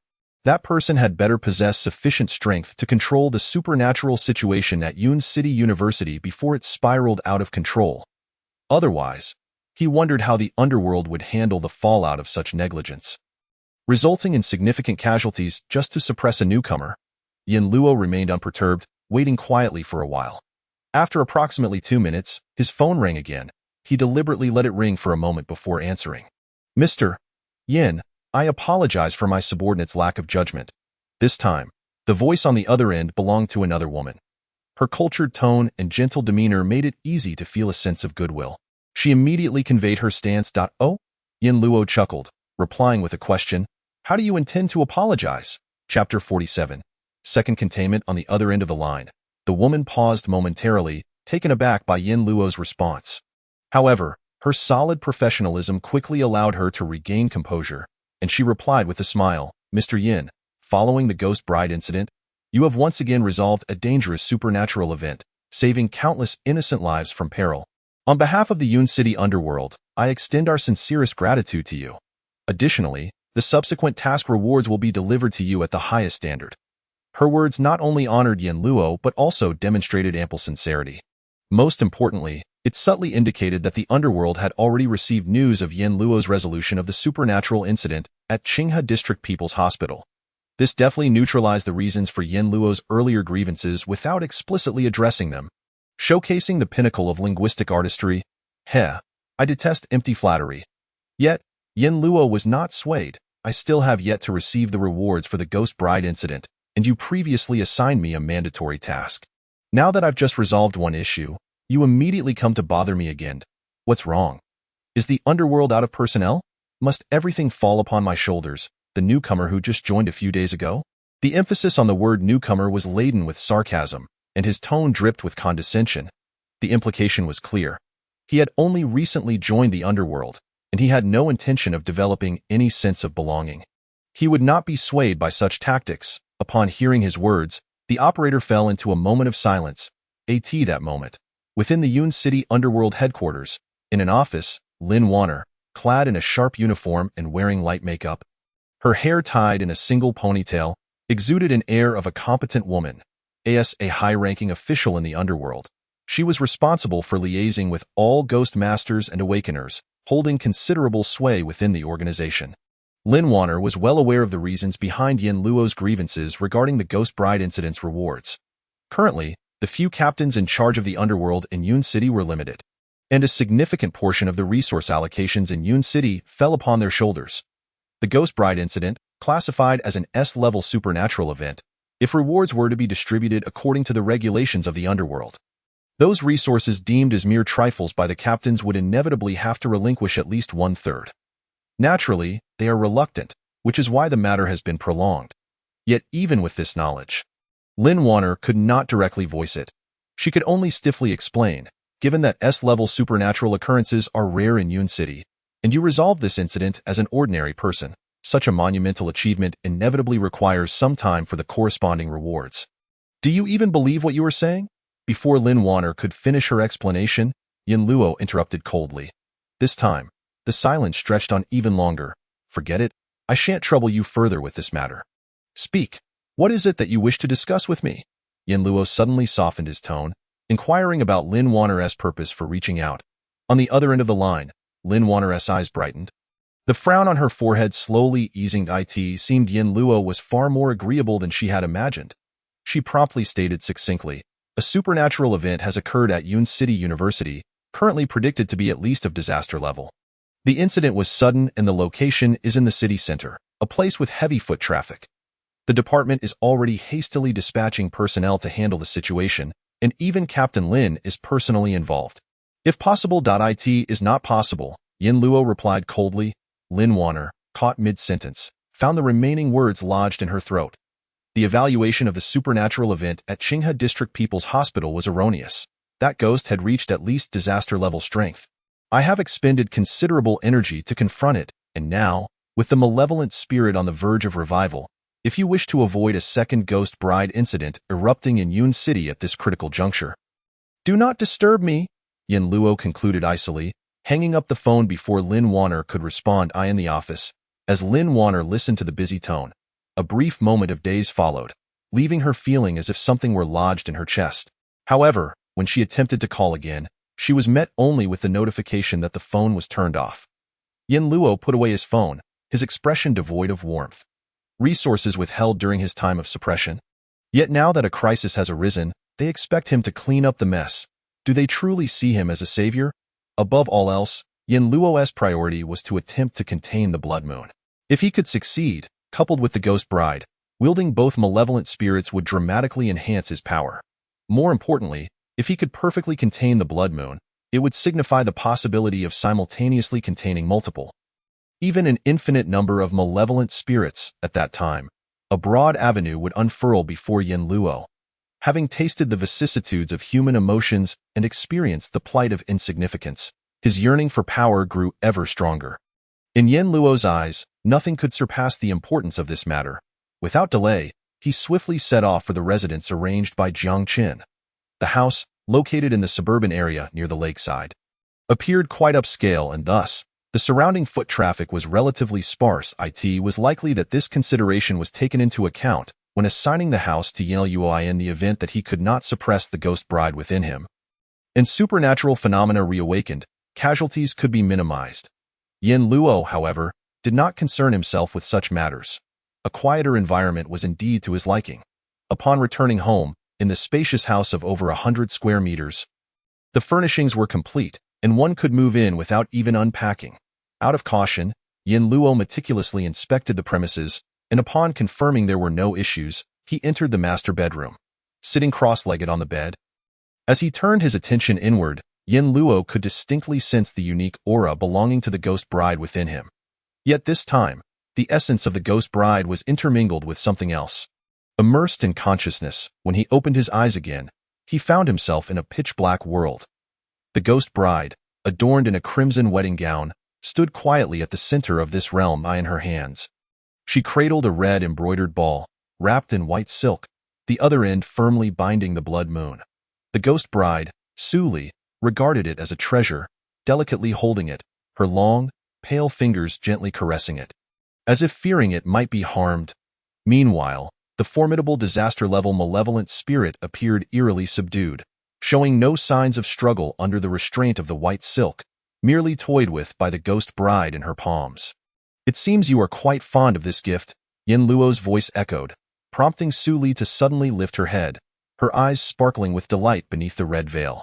She raised the blood moon, ensconced in white silk, towards Yin Luo, as if she comprehended his intentions. Such a good girl. Yin Luo extended his hand, gently placing it atop the blood moon. I will return it to you shortly.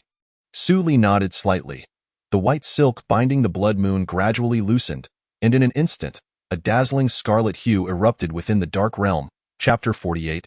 Hell, it truly is rather unruly.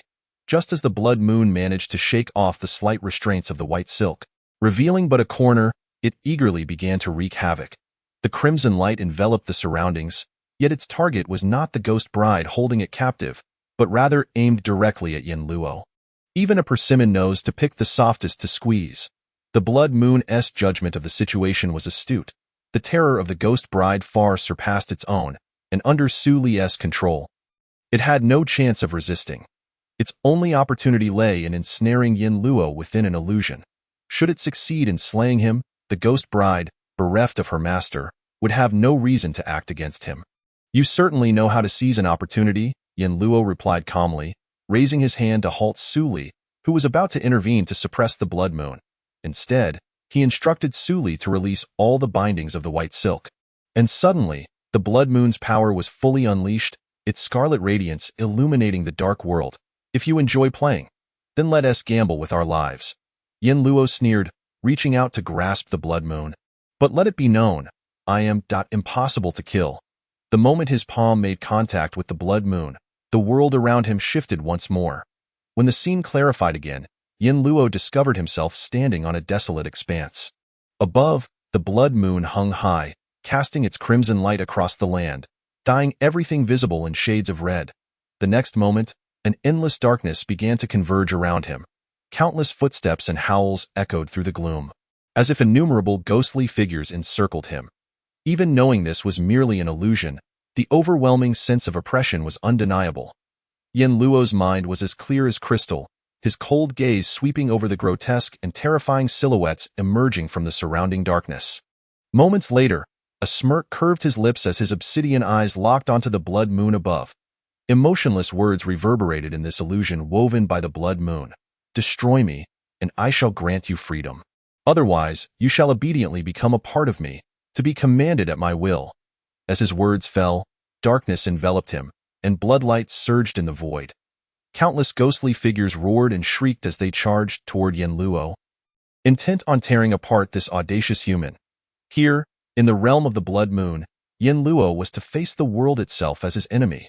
With a wicked grin, Yin Luo pressed forward rather than retreating, charging directly into the throngs of malevolent spirits. More importantly, he did not intend to utilize any of the Ghost Bride's powers, nor did he plan to. Relying on the Ghost Bride's strength to contain the blood moon was hardly a wise choice. Should there come a day in the future when the Ghost Bride's power waned and fell into silence, all the malevolent spirits she had subdued and contained would turn against him.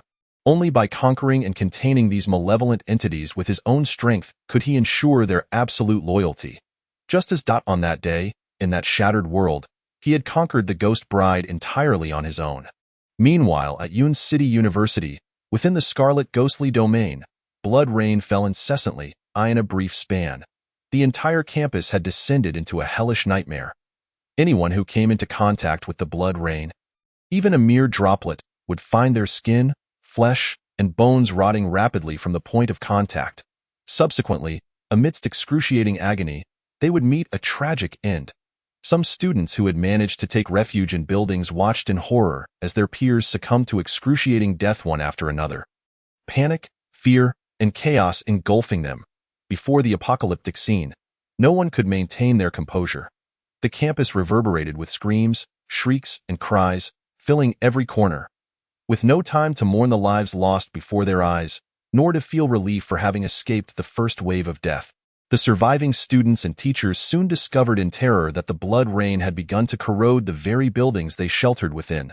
The steel and concrete walls, the rooftops, began to slowly dissolve under the assault of the blood rain. At this rate, it wouldn't be long before the entire campus was reduced to ruins. Everyone within this scarlet realm must die. This realization ignited a wildfire of fear. Countless surviving students lost control, desperately searching for a way to survive. They had just witnessed a multitude of classmates perish in a harrowing manner, and the mere thought of following in those unfortunate souls' footsteps was enough to unsettle even the most composed individuals. Survivors on the higher floors frantically rushed downwards, while those on the lower levels sought refuge above to evade the torrential downpour of blood carried by the wind, as the outer walls of the buildings began to dissolve under the relentless assault of the blood rain. The survivors were compelled to converge towards the center of the structures. Ultimately, they all huddled together in the heart of the building, helplessly watching as the blood rain inched closer, with death looming ever nearer. In a desperate bid to escape their grim fate, some students shed their garments, gathered anything that could serve as a shield, and shouted as they plunged into the blood rain, striving to flee the campus. Their bravery was commendable, yet tragically none of them made it far. They all perished along the way, their deaths grotesquely brutal, their faces unrecognizable. A pall of despair enveloped the campus, and just when everyone believed they had descended into hell, they remained oblivious to the far greater horror that was just beginning. It stopped moving.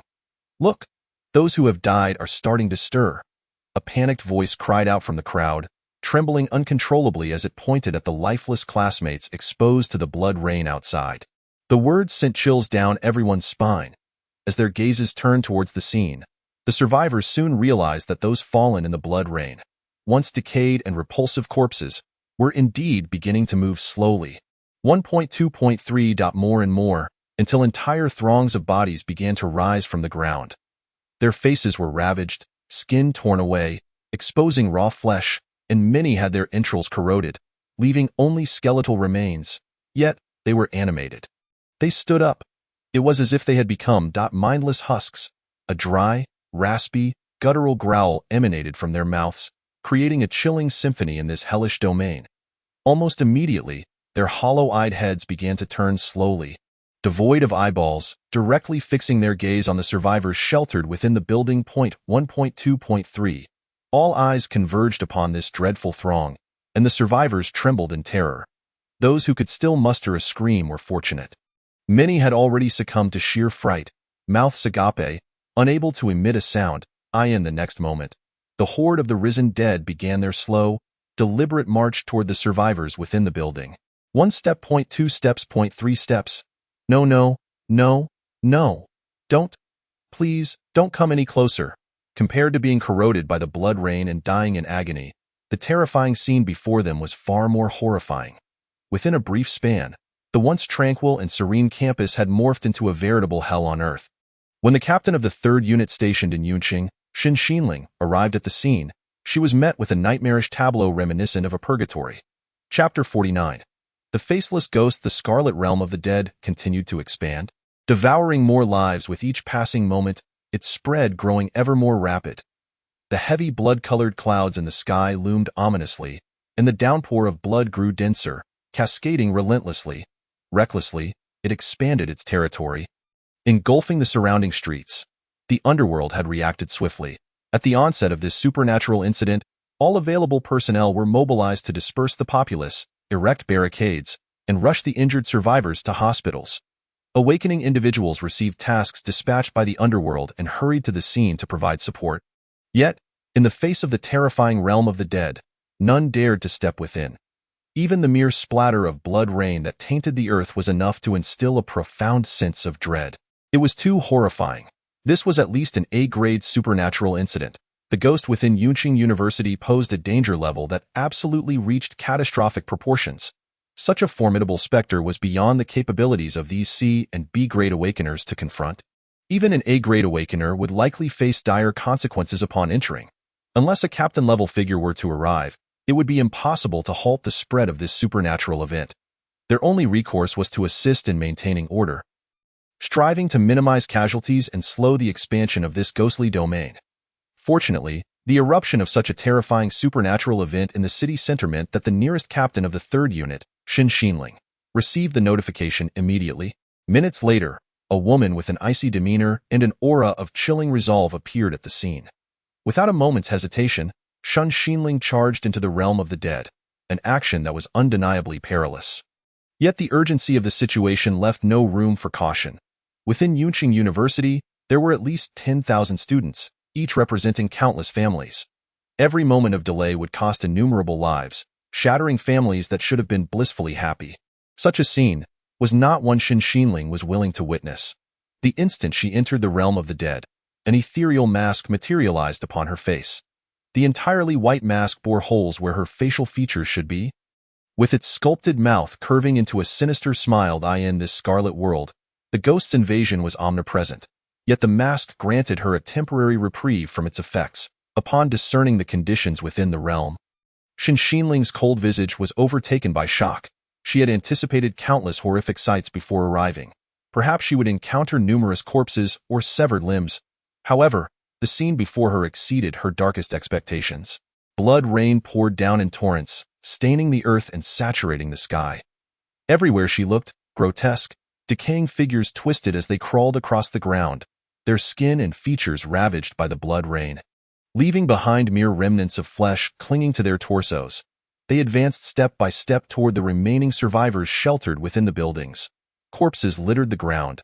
The entire world was steeped in crimson. The sounds of screams, wails, and roars intertwined, presenting a grim tableau of hell on earth. Despair permeated every corner of the ghostly domain, relentless and all-consuming. Xin Xinling's heart raced. The specter within Yunqing University possessed an astonishing capacity for slaughter. In such a short time, of the tens of thousands of students, only a scant few remained alive. The vast majority had already become cold corpses, and even in death they were subjected to manipulation.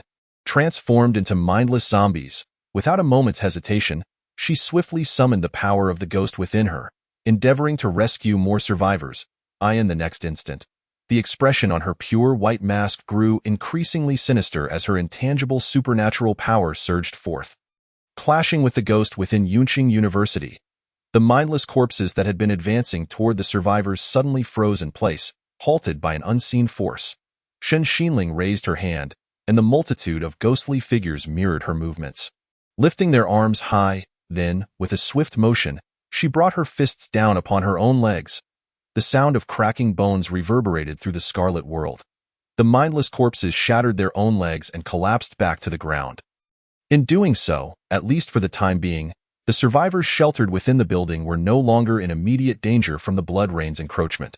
Just as Shen Xinling relinquished her control over the horde of undead, the contorted figures began to stir once more, some using their hands and others relying solely on their decaying torsos to inch forward.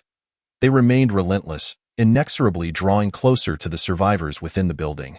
Such an eerie spectacle sent shivers down one's spine. Shen Xinling furrowed her brow but refrained from taking further action. Harnessing the power of the faceless ghost to manipulate such a vast number of puppets was no small drain on her energy. Should her strength wane, she would not only fail to save the survivors within the ghostly domain but might also seal her own fate. If that were to happen, the resurgence of the ghost within her would lead to an even greater disaster. With her capacity for action severely compromised, it would be challenging to pose a threat to those who had survived. Shen Xinling observed for a moment, reaching a conclusion in her mind. The most pressing matter at hand was to locate the true entity of the ghost within Yunqing University, attempting to either expel or contain it, thereby resolving the supernatural incident. Should she fail to confront that ghost, she would be unable to extract many of the remaining survivors on her own. Extending her senses, Shen Xinling's gaze turned steely as she began to search the ghostly domain for the source of the anomalous aura. However, after a considerable time had passed, she found herself empty-handed. A ghost without a physical form, or perhaps a ghost whose body had fragmented into countless pieces. Damn it, this is troublesome. Upon realizing she had failed to pinpoint the ghost's location within Yunqing University, Shen Xinling cursed inwardly. The captain stationed in Yunqing's underworld. She was well versed in the lore of powerful ghosts, far surpassing the knowledge of a novice like Yin Luo, who had merely scratched the surface of the supernatural. Almost instantaneously, she conjured the worst possible scenario in her mind. The blood rain within this ghostly domain was not merely a manifestation of the ghost's power. Rather, this blood rain was the ghost itself. Shen Xinling raised her head, gazing up at the blood-soaked clouds overhead, a chill settling in her heart. When dealing with supernatural events, the most daunting adversary was a ghost that lacked a tangible target. Whether through expulsion or attempted containment, both would prove exceedingly difficult. In the most dire of circumstances, it is imperative to unleash the realm of spirits in order to confront the malevolent entity present here. Contemplating this, a flicker of hesitation crossed Shen Xinling's eyes beneath her pristine white mask. Given her current capacity to contain the shapeless ghost, forcibly opening the ghost realm was not beyond her reach. Yet the associated risks were monumental. Even if she could temporarily suppress the ghost's encroachment upon opening the realm, should she find herself at a disadvantage in the ensuing confrontation with this sanguine domain, the potential for her own spiritual upheaval loomed ominously. In such a scenario, not only would her demise be a certainty, but the ghost realm would also guarantee no survivors. Alas, she could not afford such a gamble. Every soul saved was a victory. Swiftly assessing the situation, Shen Xinling resolved to act. Chapter 50. Assessing one's capabilities withstanding the onslaught of the blood rain. Shen Xinling hastily made her way to the nearest academic building. Due to the suddenness of the incident, numerous students remained within, and the faculty had not yet evacuated. They were all gathered in a classroom on the middle floor. The corridors, staircases, and outer walls were being relentlessly eroded by the blood rain. And it would not be long before this edifice succumbed to decay, leaving everyone exposed to the deluge. Shen Xinling moved with urgency, striving to gather all survivors from the surrounding buildings into the largest academic structure available. It was not that only these individuals remained alive within Yun City University. However, she felt utterly powerless to assist those further afield. She had to consider not only the safety of the students and faculty, but also ensure her own risk of spiritual resurgence was mitigated. Acting within her means, she wished to save as many as possible, yet she did not desire to sacrifice her own life in the process. Hundreds, if not thousands, were crammed into several classrooms, the atmosphere chaotic and tumultuous. "Silence!" Xinling commanded coldly, immediately restoring order. The previously tumultuous classroom fell into a hush, all eyes turning to the poised figure of the woman at the front. Outside, the terrifying blood rain would spell doom for any ordinary person it touched. Yet she regarded it with indifference, even managing to shelter them from its wrath, successfully relocating them here. Although they were unaware of her origins, it was clear to all present that Xinling was their sole beacon of hope for survival. "I shall dispense with superfluous words. All who wish to live must heed my instructions. Everyone, sit tight. From this moment forth, if anyone speaks, I shall send them back whence they came. I can save you here or watch you perish." Xinling's tone bore no softness, and she had no intention of indulging in futile attempts to soothe the panicked crowd. The more gentle she appeared, the more the terrified throng would cling to her as their lifeline, spiraling the situation further into chaos. The most prudent approach was to maintain a facade of cold, inscrutable strength, imposing enough to prevent anyone from defying her. Pointing towards 3 classrooms, she delineated a safe zone. "From here on, regardless of what transpires or what you witness, none are permitted to step outside these 3 classrooms. Otherwise, you may as well seek your own salvation." With that, Xinling disregarded the survivors' reactions and proceeded to sit cross-legged outside the central classroom. The chilling wind tousled her hair as the blood rain, seeping through the walls, threatened to drench her, only to be repelled by an unseen force. The individuals within the classroom regarded her with a mixture of reverence and desperation, none daring to utter a sound. Evidence soon proved Xinling's approach was indeed the most sagacious.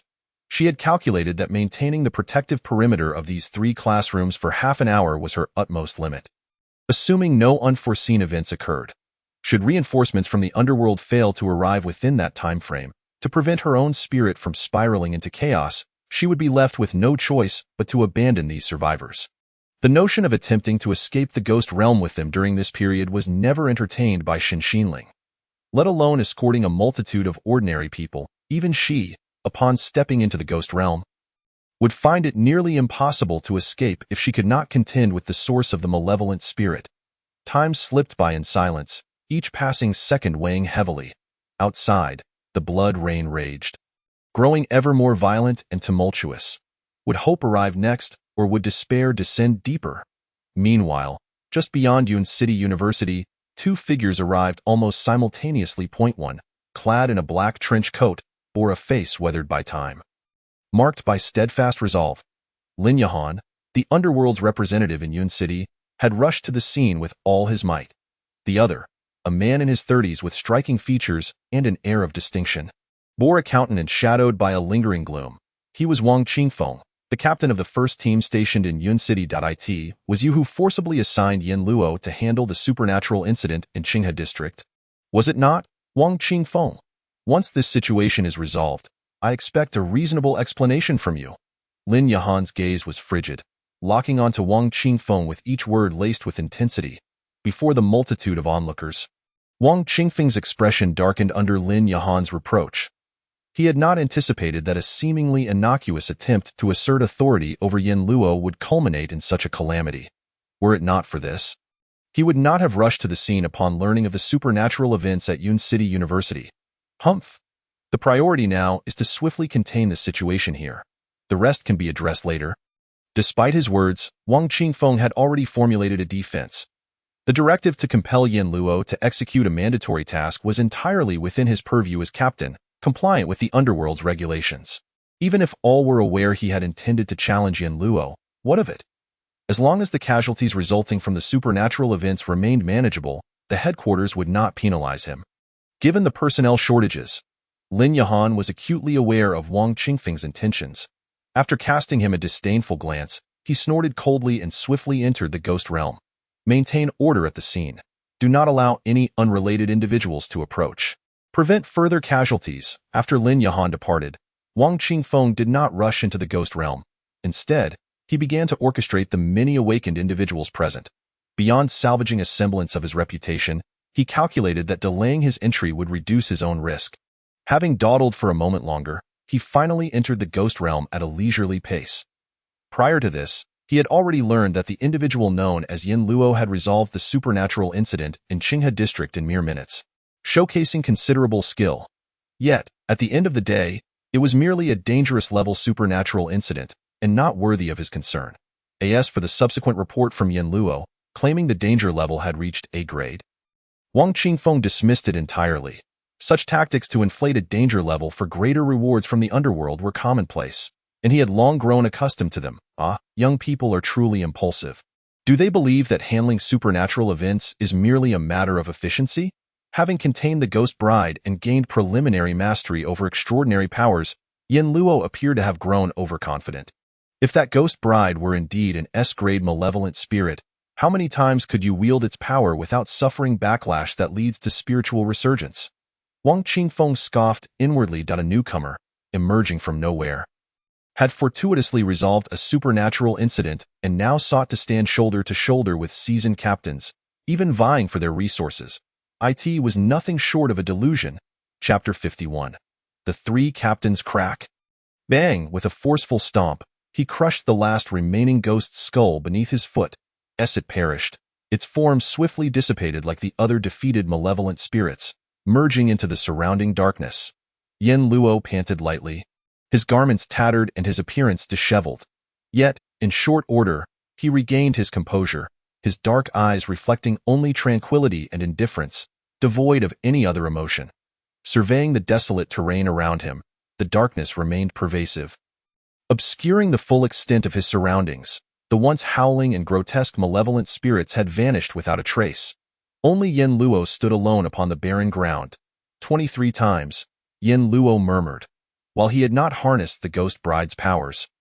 His own body had surpassed that of an ordinary human after containing her.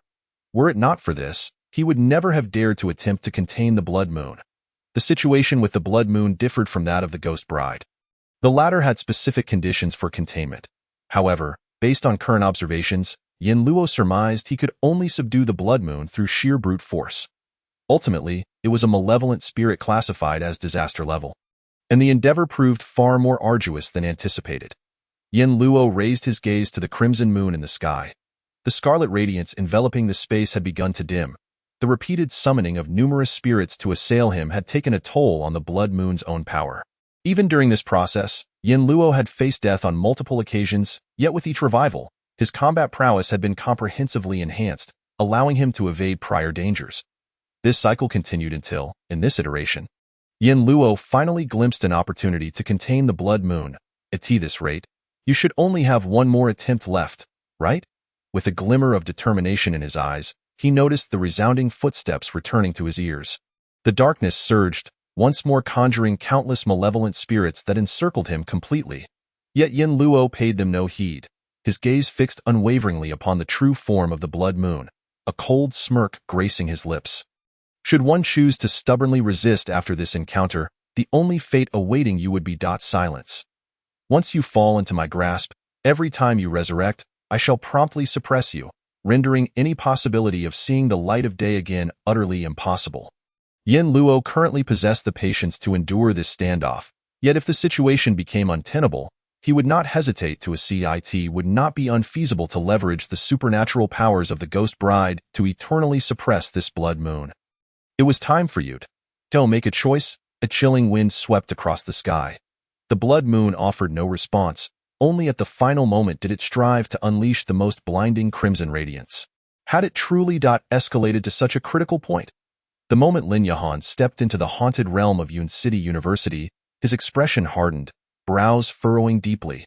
The unfolding crisis was far more severe than he had anticipated. Within a short span, the casualties at the university were devastatingly high. As he surveyed his surroundings, he found corpses strewn about, nearly impossible to find a trace of a living soul. Wang Qingfeng, who followed closely behind, displayed little reaction to the grim scene before him. He merely cast a cursory glance around, his voice steady as he inquired, "Where is Shun Xingling? Wasn't she closest and supposed to arrive first? How did it come to this?" Lin Yahan disregarded him, immediately setting out to locate the source of the supernatural disturbances that had ignited the chaos. However, his expression soon grew even more grave. It was a ghost without a physical form, or rather, Was this blood rain the very embodiment of that ghost? Damn it, this was troublesome. Without a specific target, the task of containing or exhausting the ghost's power, plunging it into silence, would undoubtedly become significantly more challenging. Since an immediate resolution to the supernatural occurrences was unattainable, it was best to locate Shen Xingling first and see if more lives could be saved. At this moment, Wang Qingfeng nonchalantly reminded him that, if conditions permitted, he too wished to avoid excessive casualties here. Otherwise, when the headquarters inevitably held accountability, he would not escape scrutiny. Lin Yahan shot him a fierce glare. Choosing silence. Soon, the duo detected the distinct aura of the shapeless ghost within Shan Xingling, prompting them to hasten towards the source. Meanwhile, within the lecture hall, Shan Xingling sat cross-legged outside 3 classrooms filled with survivors. Her complexion notably pale, a clear indication of substantial depletion of her supernatural energy. She had begun contemplating whether to abandon this group in their attempt to escape the haunted realm, when 2 familiar presences intruded upon her awareness, allowing her to breathe a sigh of relief. The auras of the burial ghost and the cursed ghost belonged to Lin Yahan and Captain Wang Qingfeng, who had come to contain the ghost. With their assistance, alongside her own, 3 captains from the underworld had arrived, and even if they could not swiftly resolve the supernatural crisis, they could certainly manage to keep the dangers within controllable limits. Moreover, Shan Xingling lifted her gaze, her weary eyes falling upon the large group of students within the classroom, all of whom looked at her with eager anticipation. At the very least, she would not have to abandon them. You have exhausted yourself quite significantly.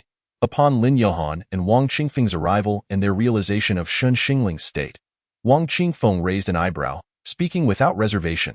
He then shifted his gaze to the crowded classroom, where nearly 1,000 people were crammed into 3 rooms, a sight that was undeniably overwhelming. All this effort to save these individuals? Truly, you, Captain Shen, are the epitome of compassion.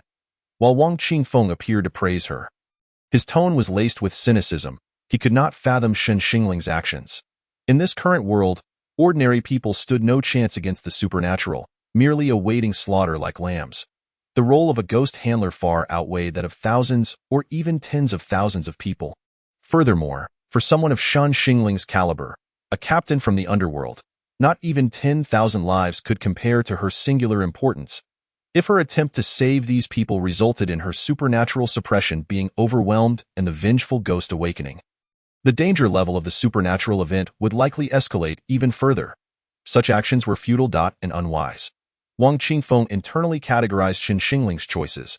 Shen Xingling, of course, discerned the implications in Wang Qingfeng's words but chose not to elaborate. Silently rising from the ground, she then turned to Lin Yahan. Captain Lin, since you are here, I shall leave the command to you. What shall be our next course of action? As the overall commander of Yun City, Lin Yahan's leadership would go unchallenged by both her and Wang Qingfeng. Chapter 52. Joint Suppression. Lin Yahan gazed somberly at the 1,000-strong crowd within the classroom. At this moment, the living souls within Yun City University were certainly not limited to these individuals. To save more lives, the only solution was to resolve the supernatural crisis here, to dismantle the haunted realm. However, executing such a plan was far from straightforward. Even with their combined efforts, they might not be able to vanquish the source ghost. Shan Xingling was evidently already significantly drained, and handling this type of supernatural entity was particularly troublesome.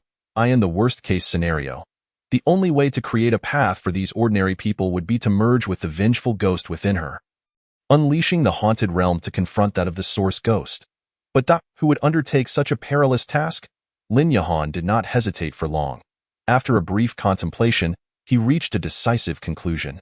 Captain Shen, you will escort the students and faculty to safety.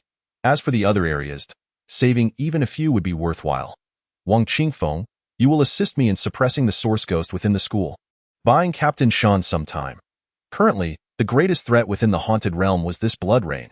If he and Captain Wang Qingfeng could manage to temporarily suppress it, they would buy the survivors within the campus a chance to escape. As for anything beyond that, their priority was to minimize casualties before considering further action. Understood. Agreed. Shen Xingling had no objections, and given the current situation, Wang Qingfeng could not afford to voice dissent. They all nodded in agreement. Soon, Lin Yahan led Wang Qingfeng outdoors, their respective vengeful ghosts safeguarding them as they approached the central area of the school, near a vast lake. the location imbued with the strongest supernatural aura in the entire campus. The heavy crimson clouds loomed above, torrents of blood cascading from the sky, creating the illusion that the heavens themselves were bleeding. The danger level of this ghost would surely not be weak. Even by A-rank standards, witnessing this scene, Lin Yahan's expression grew more grave. The falling blood rain seeped into the lake, staining its waters a deep crimson, exuding a chilling aura that sent shivers down one's spine. This blood lake seemed to be intrinsically linked to the blood clouds above. After observing for a moment, Lin Yahan quickly discerned the underlying issue, as long as this blood lake remained unexhausted. The blood rain enveloping the haunted realm would not cease. Wang Qingfeng, upon realizing the gravity of the situation, furrowed his brow, revealing a serious expression. It appeared that the blood rain cascading from the sky would continually replenish this blood lake. Every drop of blood that fell would ultimately return to this lake. As long as the blood rain persisted, the blood lake would never run dry. Truly an unreasonable ability. Thus, the ghost's power would never diminish. In the absence of external interference, the blood rain within the haunted realm would never cease. Let us see if we can suppress it, Lin Yahan declared, his complexion suddenly paling. This was not a pallor devoid of vitality, but one that conveyed lifelessness. Akin to that of a corpse in an instant, his skin, hair, and even his eyes turned ashen, while simultaneously, a terrifying supernatural energy began to converge within him. Lin Yahan clapped his palms together, the sharp sound resonating across the silent expanse above the blood lake. He then slowly opened his mouth, reciting an arcane incantation of unknown origin. Waves of sound emanated from his lips, as the supernatural energy of the burial ghost he contained began to gather above the blood lake. In that instant, the once flowing blood lake abruptly stilled, as if its connection to the crimson clouds above had encountered a formidable obstacle.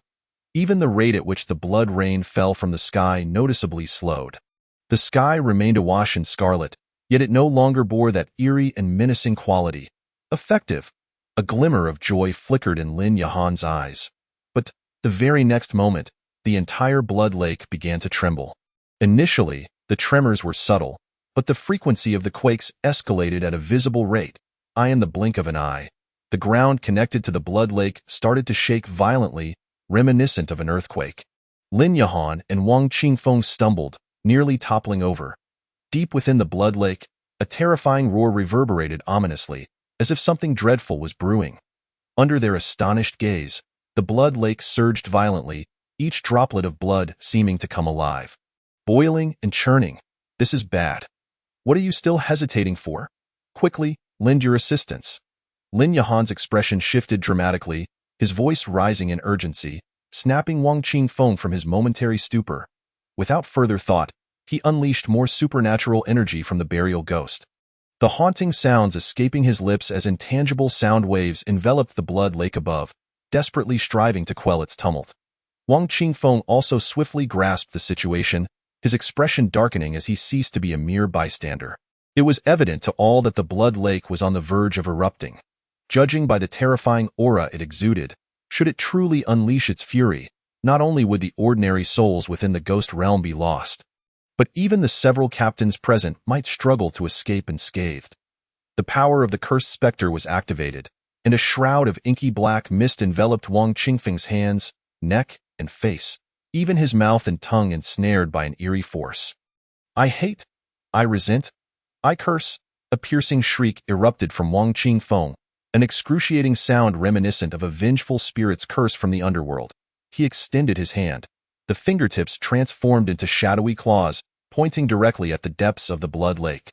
You, a withering phantom, your strength depleted, shall fall into silence.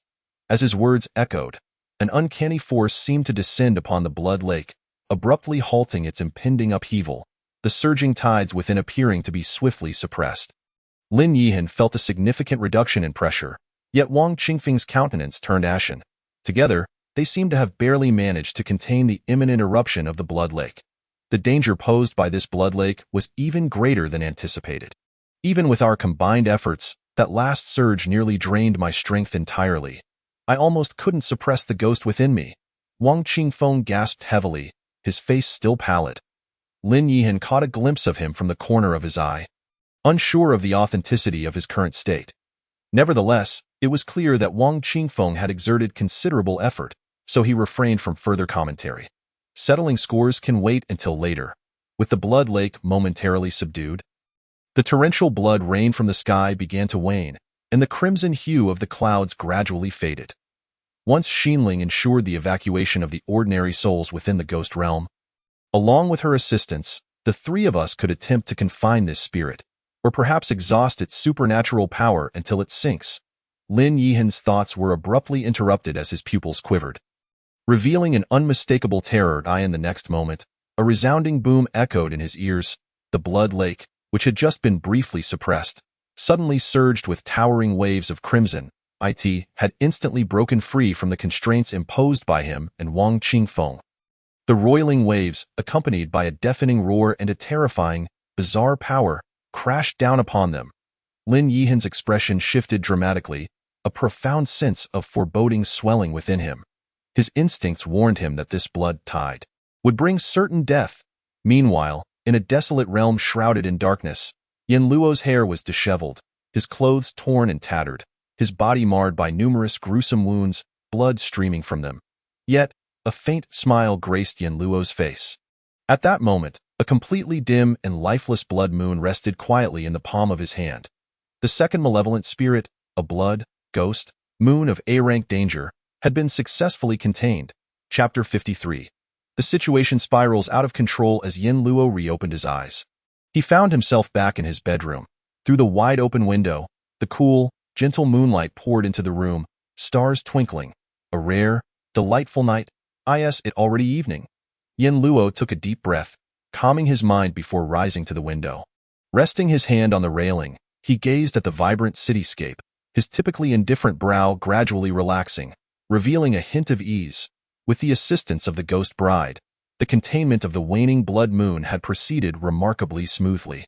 Moreover, with Su Li's ghostly energy nurturing it, the blood moon's supernatural power would soon be restored. Thus, he had officially contained two malevolent spirits within himself. Yin Luo was uncertain whether there were others in the underworld who, like him, could simultaneously contain two or even more malevolent spirits within. However, his mindset had undergone a significant transformation. The successful containment of the blood moon had laid a broad path before him. How fiercely must the wild grass buried underground strive to break through the heavy layers of soil to bask once more in sunlight and rain. Yin Luo understood this journey better than anyone. He had traversed it before and would continue to do so in the future. Gazing up at the luminous moon, Yin Luo instinctively raised his hand to grasp it, as if he might hold it in his palm the moment it vanished from sight. Not enough. Far from enough. Onward he must go, until he could no longer be bound by the heavens and the earth. After savoring this fleeting tranquility, Yin Luo suddenly recalled a matter. He wondered how the supernatural incident at Yun City University was being handled. Since then, the underworld had not sent anyone to contact him, so he assumed it had been resolved smoothly. Pulling out his satellite phone, he was taken aback when he saw the screen blacked out. He realized that after hanging up the call, he had inadvertently turned the phone off, which explained the prolonged silence from the underworld. Once the phone powered on, Yin Luo was astonished to find hundreds of missed calls, practically one every few minutes. Before he could react, another call came through. Frowning, he answered, "Hello, what is it?" On the other end, upon realizing the call had connected, Lin Warner, her eyes bloodshot from exhaustion, widened them in disbelief. "Yin Luo, thank heavens, you finally answered. What on earth have you been doing for the past 3 days? We couldn't reach you at all." At that moment, Lin Warner was far from her usual composed self. She resembled a forsaken woman, launching into a torrent of grievances. The frantic voice on the other end compelled Yin Luo to cover one ear, and as he comprehended Lin Warner's words, his brow furrowed. 3 days? Has it really been that long? I thought it was only half a day since nightfall. Only then did Yin Luo check the date on his phone and realize that indeed 3 days had passed since he began attempting to contain the blood moon. Hearing Yin Luo's response, Lin Warner could no longer contain her outburst. "Half a day? Have you lost your mind? Do you have any idea how many calls I've made to you over these past 3 days? If you hadn't answered now, I would have thought you perished in some supernatural incident." Yin Luo frowned at her words and coldly replied, "Is that all you wanted to say? I'm not interested in listening to you whine like a jilted lover. If that's all you have to say, I might just hang up. Wait, don't! Lin Warner exclaimed in a panic, abruptly standing from her seat and raising her voice. Listen to me, something major has happened in Yun City. Speak? Yin Luo uttered, his tone icy. He certainly had no intention of actually hanging up. The fact that she had been so frantic in seeking him out indicated a serious issue. His previous remark was merely to deter her from further lamenting. The supernatural incident at Yun City University has spiraled out of control.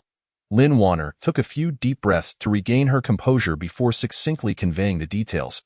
Elaborate. Yin Luo's demeanor shifted to one of seriousness. When the supernatural incident first erupted, it was estimated to be at least disaster level. Including Captain Lin Yihan, the captains of the first squad, Wang Qingfeng, and the third squad, Xin Xinling, rushed to the scene to contain the situation. However, the outcome was, Captain Lin forcibly released the Ghost Realm, bringing Wang Qingfeng and Shan Xinling to flee from Yun City University. Now, the malevolent spirits within them are on the brink of losing control. With the risk of revival looming at any moment, meanwhile, Xin Xinling of the third squad has collapsed from exhaustion, and Wang Qingfeng of the first squad has also sustained severe injuries. Currently, the underworld in Yun City is left with only 2 captain-level figures, who are now too wary to venture into the Ghost Realm, only able to try their best to delay its expansion. In just 3 days, the Ghost Realm's reach has already engulfed over 100 kilometers of the city center, with a significant portion of the urban area fallen, leaving countless citizens trapped within the Ghost Realm without time to evacuate. The Yun City division of the underworld currently lacks the capability to address this supernatural incident and is appealing for reinforcements from the headquarters and surrounding districts. Before assistance arrives, we hope you can intervene to help stabilize the situation and slow the Ghost Realm's expansion as much as possible. Yun City is now at risk of total collapse at any moment.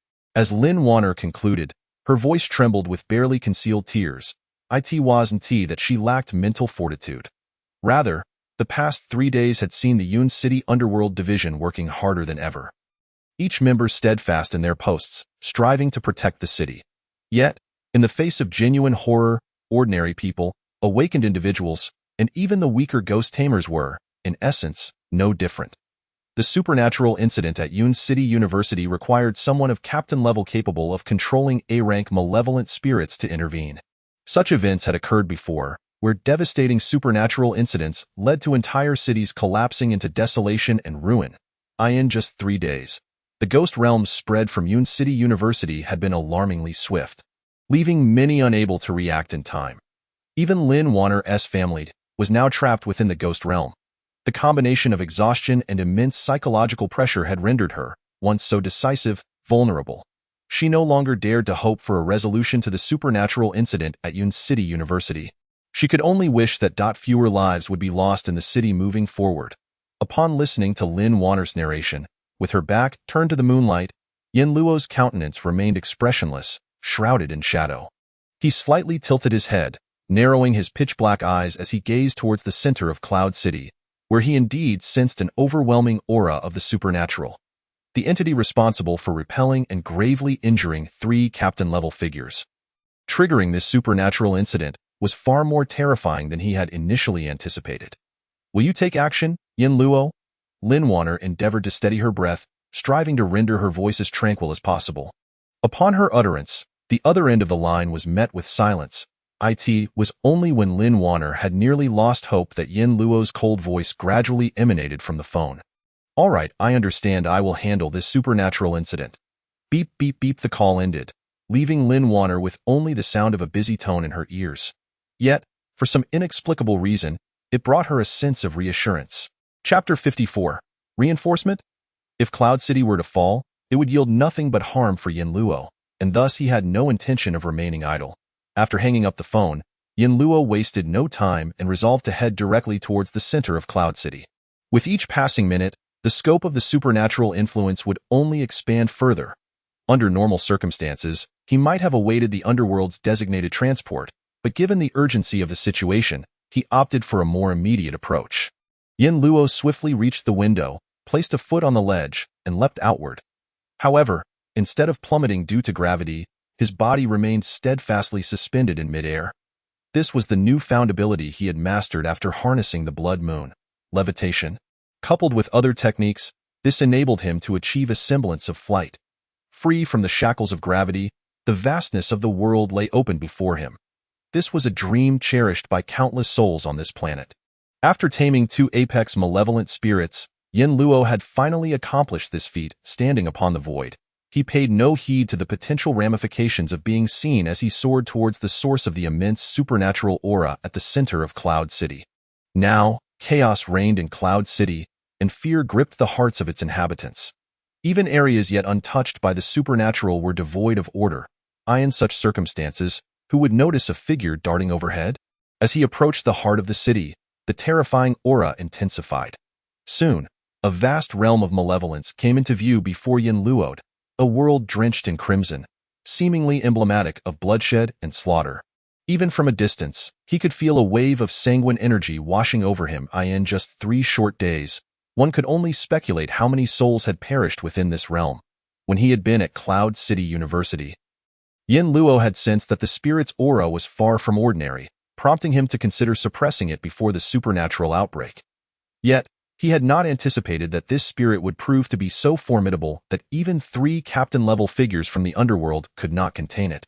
Suffering grievous injuries and facing the imminent risk of the supernatural reawakening, perhaps the spirit's danger level had indeed been catastrophic upon its initial resurgence, but the unrestrained killing spree it had indulged in since had likely rendered it even more fearsome.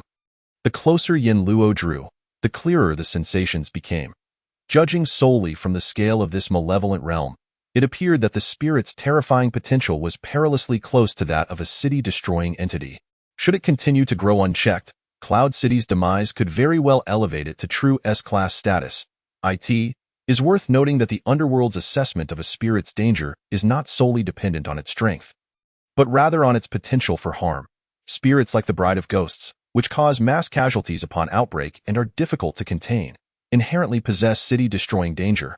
Had the supernatural incident at Cloud City University been suppressed early on, its threat level might have been contained to catastrophic. However, once allowed to run rampant, resulting in continuous killings and the expansion of the malevolent realm, it would inevitably reach the threshold of capable of annihilating a city, thus qualifying as an S-class, city-destroying spirit. Upon reaching the edge of the malevolent realm, Yin Luo immediately attracted the attention of 2 captains stationed there from the underworld, who, 2 pairs of vigilant eyes swiftly turned towards him, filled with palpable wariness. The captain of the underworld's 2nd squad in Cloud City, Yin Yi, and the captain of the 4th squad, Song Qingshu. They had been wholly focused on guarding against an outbreak from the malevolent realm, striving to suppress its expansion with their own malevolent spirits, when they suddenly sensed a formidable supernatural presence approaching. Instantly, they turned to face it like startled birds. The owner of this supernatural aura was at least A-class. Moreover, it was an entirely unfamiliar presence to them, with 3 other captain-level figures incapacitated. Only these 2 could hold the fort, and the prospect of another A-class supernatural incident was simply unimaginable. However, upon catching sight of the figure traversing the sky, both were momentarily taken aback, their expressions a mix of confusion and shock. Though they had never met him, they had seen this person's photograph at a recent underworld meeting in Cloud City. Yin Luo, the very individual who allegedly resolved the S-class Bride of Ghosts incident and contained that malevolent spirit. Just recently, the 2, along with Wang Qingfeng, had rebuffed Lin Yihan's proposal to establish a 5th squad and appoint Yin Luo as the captain of the Cloud City Underworld squad. Little did they expect to encounter him under such circumstances. After a brief moment of astonishment, both of them brightened. Observing the enigmatic figure standing atop the void, they deduced from the threat he emanated that the rumors were indeed true. The spirit that was likely an S-class entity, the Bride of Ghosts, was contained within him. But does the Bride of Ghosts possess the ability to fly? In the urgency of the situation, they had no time for further contemplation and instinctively chose to disregard the question. Yin Luo, your timing is impeccable. I am Song Qingshu, captain of the 4th squad of Cloud City's underworld. We need your assistance in suppressing the expansion of the supernatural here. Song Qingshu called out urgently to the figure in the air. He had previously sent a liaison to contact Yin Luo, hoping to enlist his help in containing the malevolent realm, but had been informed that Yin Luo, after resolving a recent supernatural incident, claimed to be in poor condition and needed to stabilize the malevolent spirit within him, subsequently going dark. Having lost hope, he was astonished to see Yin Luo appear at this critical moment. After several days of exertion, the two had already exhausted considerable energy. They could scarcely imagine enduring until reinforcements from headquarters arrived. If a third captain-level figure could join them, their chances of success would undoubtedly increase. With this thought in mind, both Song Qingshu and Yin Yi gazed eagerly at Yin Luo, awaiting his response. In their view, Yin Luo's arrival at such a pivotal moment indicated that he was indeed here to assist in suppressing the supernatural. And he would surely not refuse. As it turned out, this assumption was correct. However, upon hearing their calls, Yin Luo showed no inclination to respond, instead fixating his gaze on the ominous crimson malevolent realm before him. With narrowed eyes, he assessed the strength of the source spirit within. Soon, Yin Luo had formed a judgment in his mind. Quite powerful, but not beyond my capacity to confront. The key was to ascertain the abilities of the source spirit within this malevolent realm. Otherwise, as had occurred previously with the A-class Blood Moon, he might possess a distinct advantage in raw power yet be unknowingly influenced by the spirit's abilities, leading to an untimely demise. Hey, he wouldn't be thinking. As Yin Luo remained focused on the situation within the malevolent realm, both Yin Yi and Song Qingshu simultaneously entertained a troubling thought. Their expressions shifted as they urgently called out, "Yin Luo, don't act impulsively. The spirit within is beyond your capacity to handle. What we need to do now is stabilize the situation and await reinforcements from headquarters. If you recklessly venture inside and perish, the situation will spiral out of control." The spirit within the malevolent realm had gravely injured 3 captain-level figures, including Lin Yixian, in their eyes. If Yin Luo were to charge in impulsively, the outcome would undoubtedly be dire. After all, the spirit within the realm had been continuously killing and growing stronger during this time, and its power was likely greater than when it had previously confronted Lin Yixian and the others. Their concern was not solely for Yin Luo. They simply did not wish for the hard-won reinforcement to vanish or transform into a source of danger, compounding the crisis. Chapter 55. Last words. Only at this moment did Yin Luo finally respond to Song Qingshu and Yin Yi's shouts. He lowered his gaze, looking down upon the 2 figures on the ground from his elevated position. Initially, Yin Luo had no intention of wasting words on them, but upon reflection, he considered the importance of maintaining the facade of a seer of the future, which would significantly aid in garnering the attention of the higher-ups in the underworld. Thus, he temporarily halted his advance towards the malevolent realm. Since I have come, I shall naturally resolve the supernatural here. Yin Luo's tone was calm, as if merely stating a fact. The moment I appear, it signifies the end of the supernatural disturbances in this place. Yin Luo's serious declaration left both Song Qingshu and Yin Yi utterly dumbfounded. The two exchanged bewildered glances, their expressions mirroring each other's disbelief. Did I hear that correctly? It is also possible that we both misheard. No, could this person have lost his mind? What audacity to utter such words.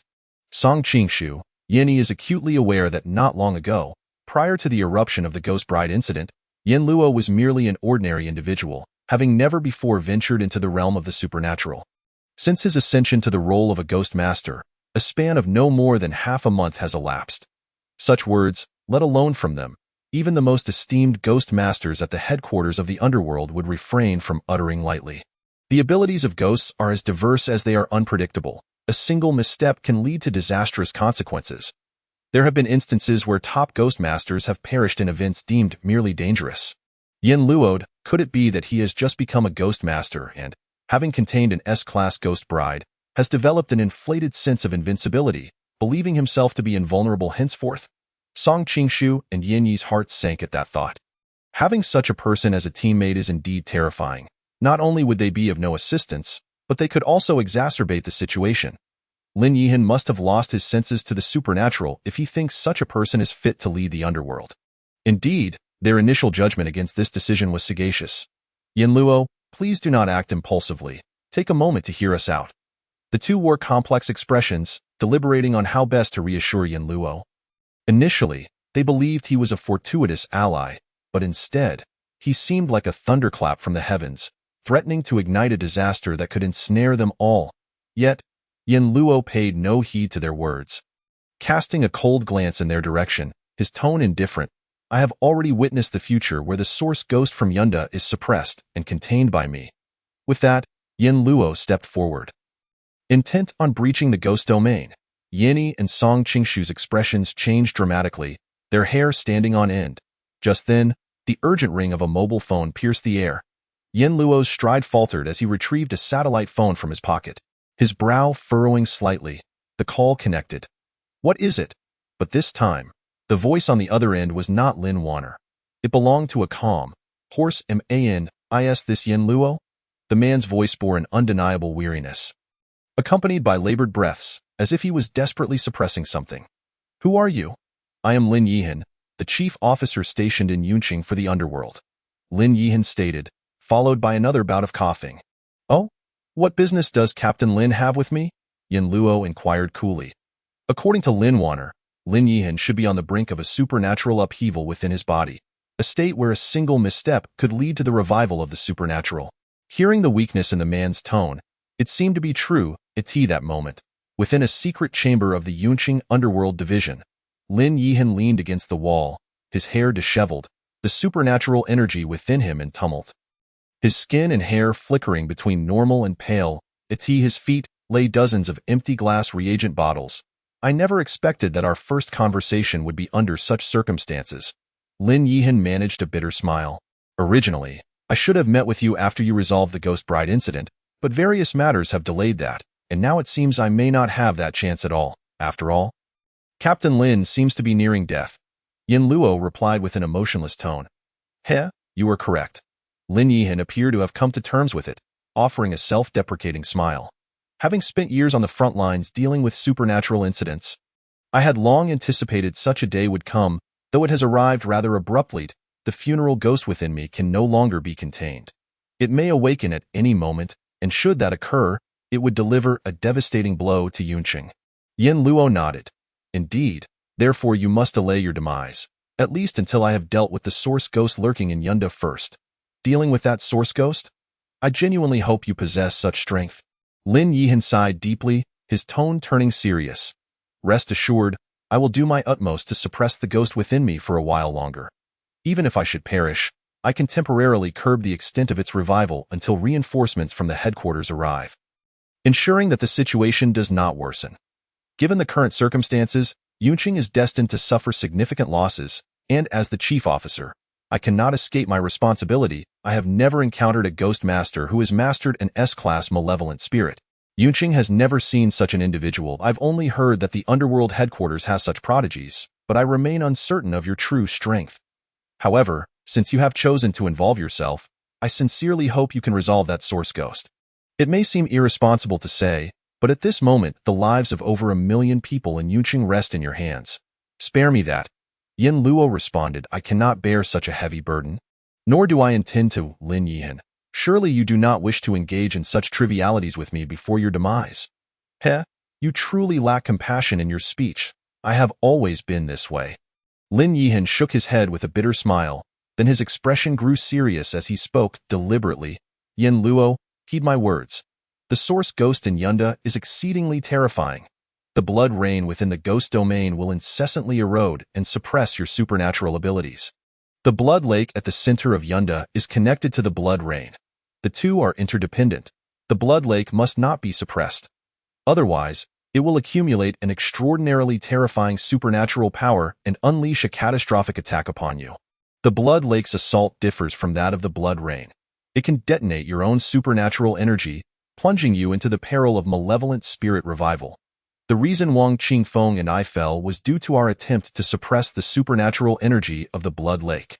I was ultimately forced to forcibly open the ghost domain to confront it, barely escaping. But you are well aware of my current predicament. Lin Yihan spoke in one breath, then was seized by another violent coughing fit. His pallor deepening. On the other end of the line, Yin Luo's voice remained calm. Are you nearing death? Lin Yihan. You need not remind me time and again that I am accustomed to it. Yin Luo's words fell, and a prolonged silence enveloped the call.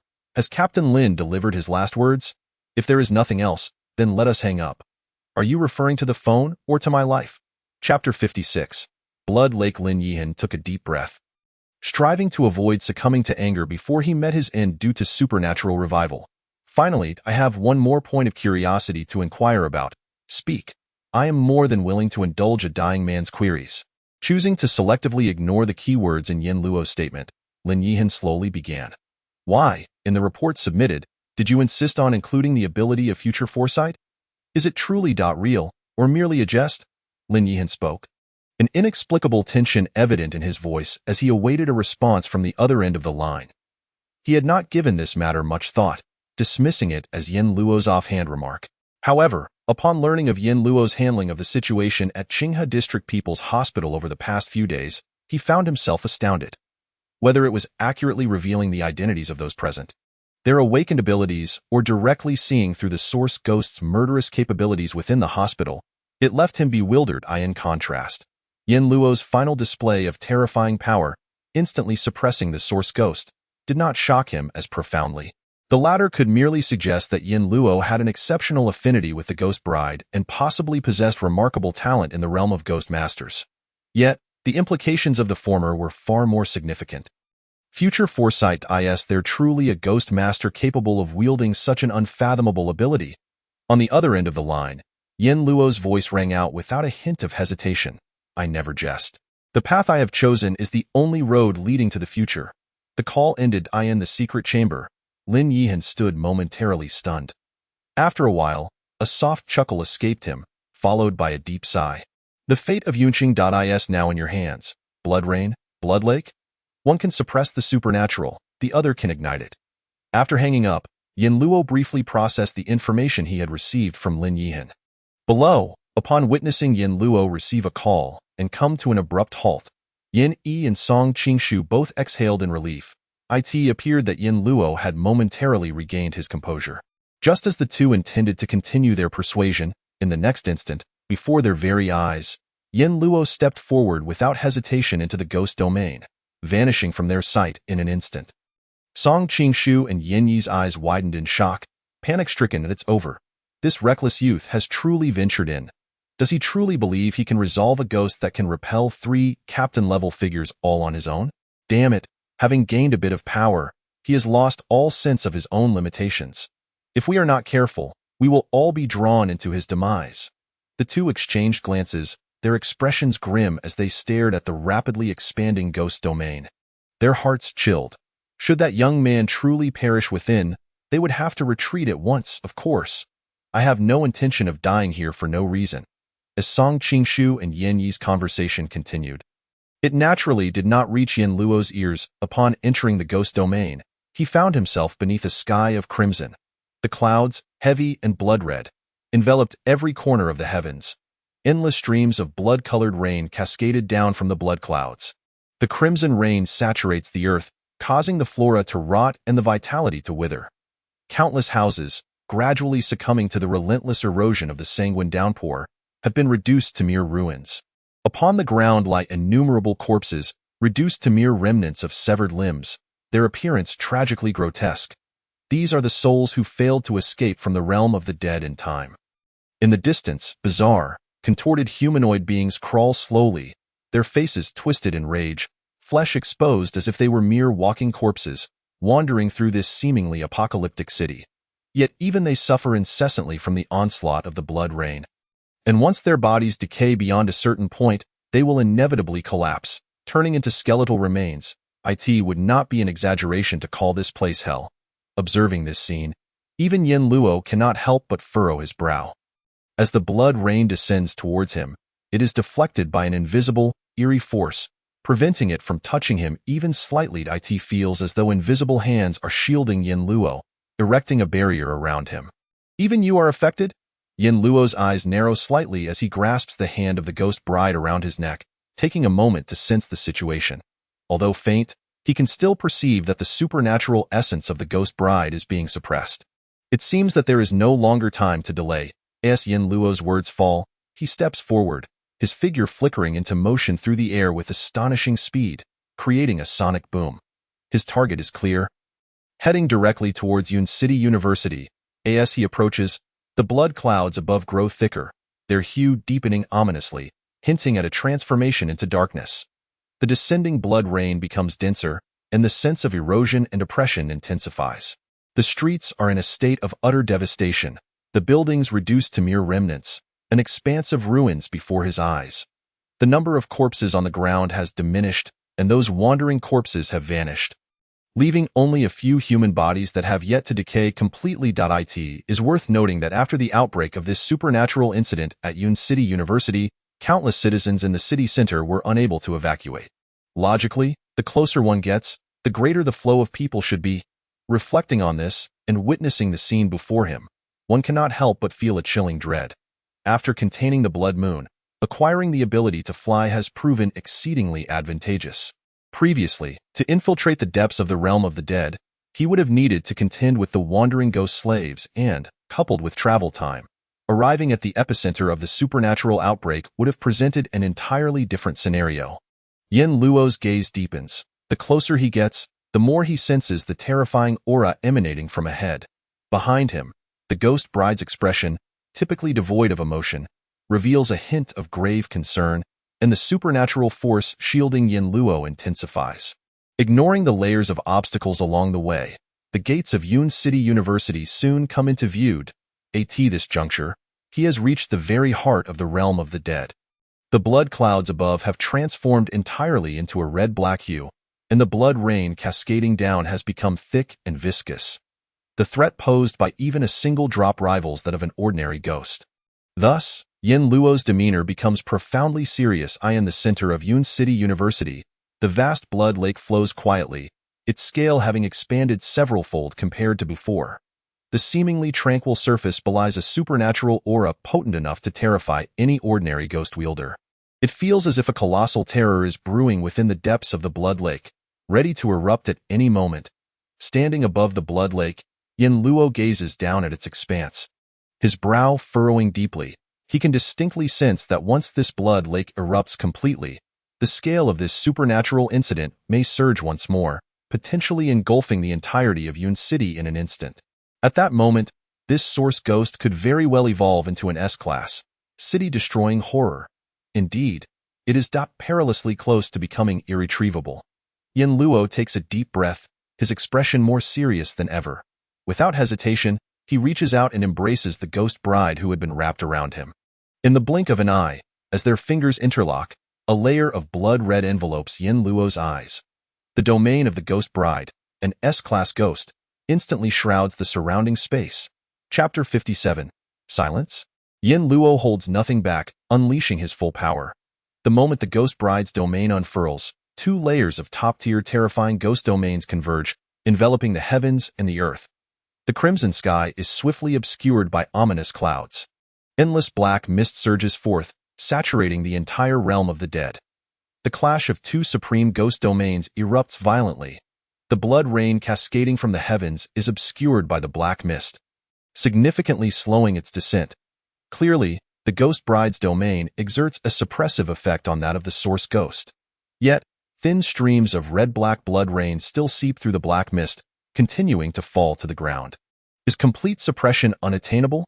It seems that the resurrection of this ghost is not far from its next stage. Yin Luo inhales deeply. In the next moment, the ghost bride in his arms vanishes, merging with his being. Her long black hair cascades down to his waist, flowing like a waterfall. A dot of vermilion adorns his brow, and an indescribable aura emanates from within him, enhancing his features, making them more defined, exquisite, and transcendent. The vibrant red bridal gown suddenly adorns him, a red embroidered ball quietly suspended at his chest. Yin Luo speaks, his voice resonating with a blend of yin and yang. You are formidable. Given a little more time, even the ghost bride's supernatural essence may not be able to suppress you. But alas, since I am here, you shall fall into silence. Yin Luo raises his hand.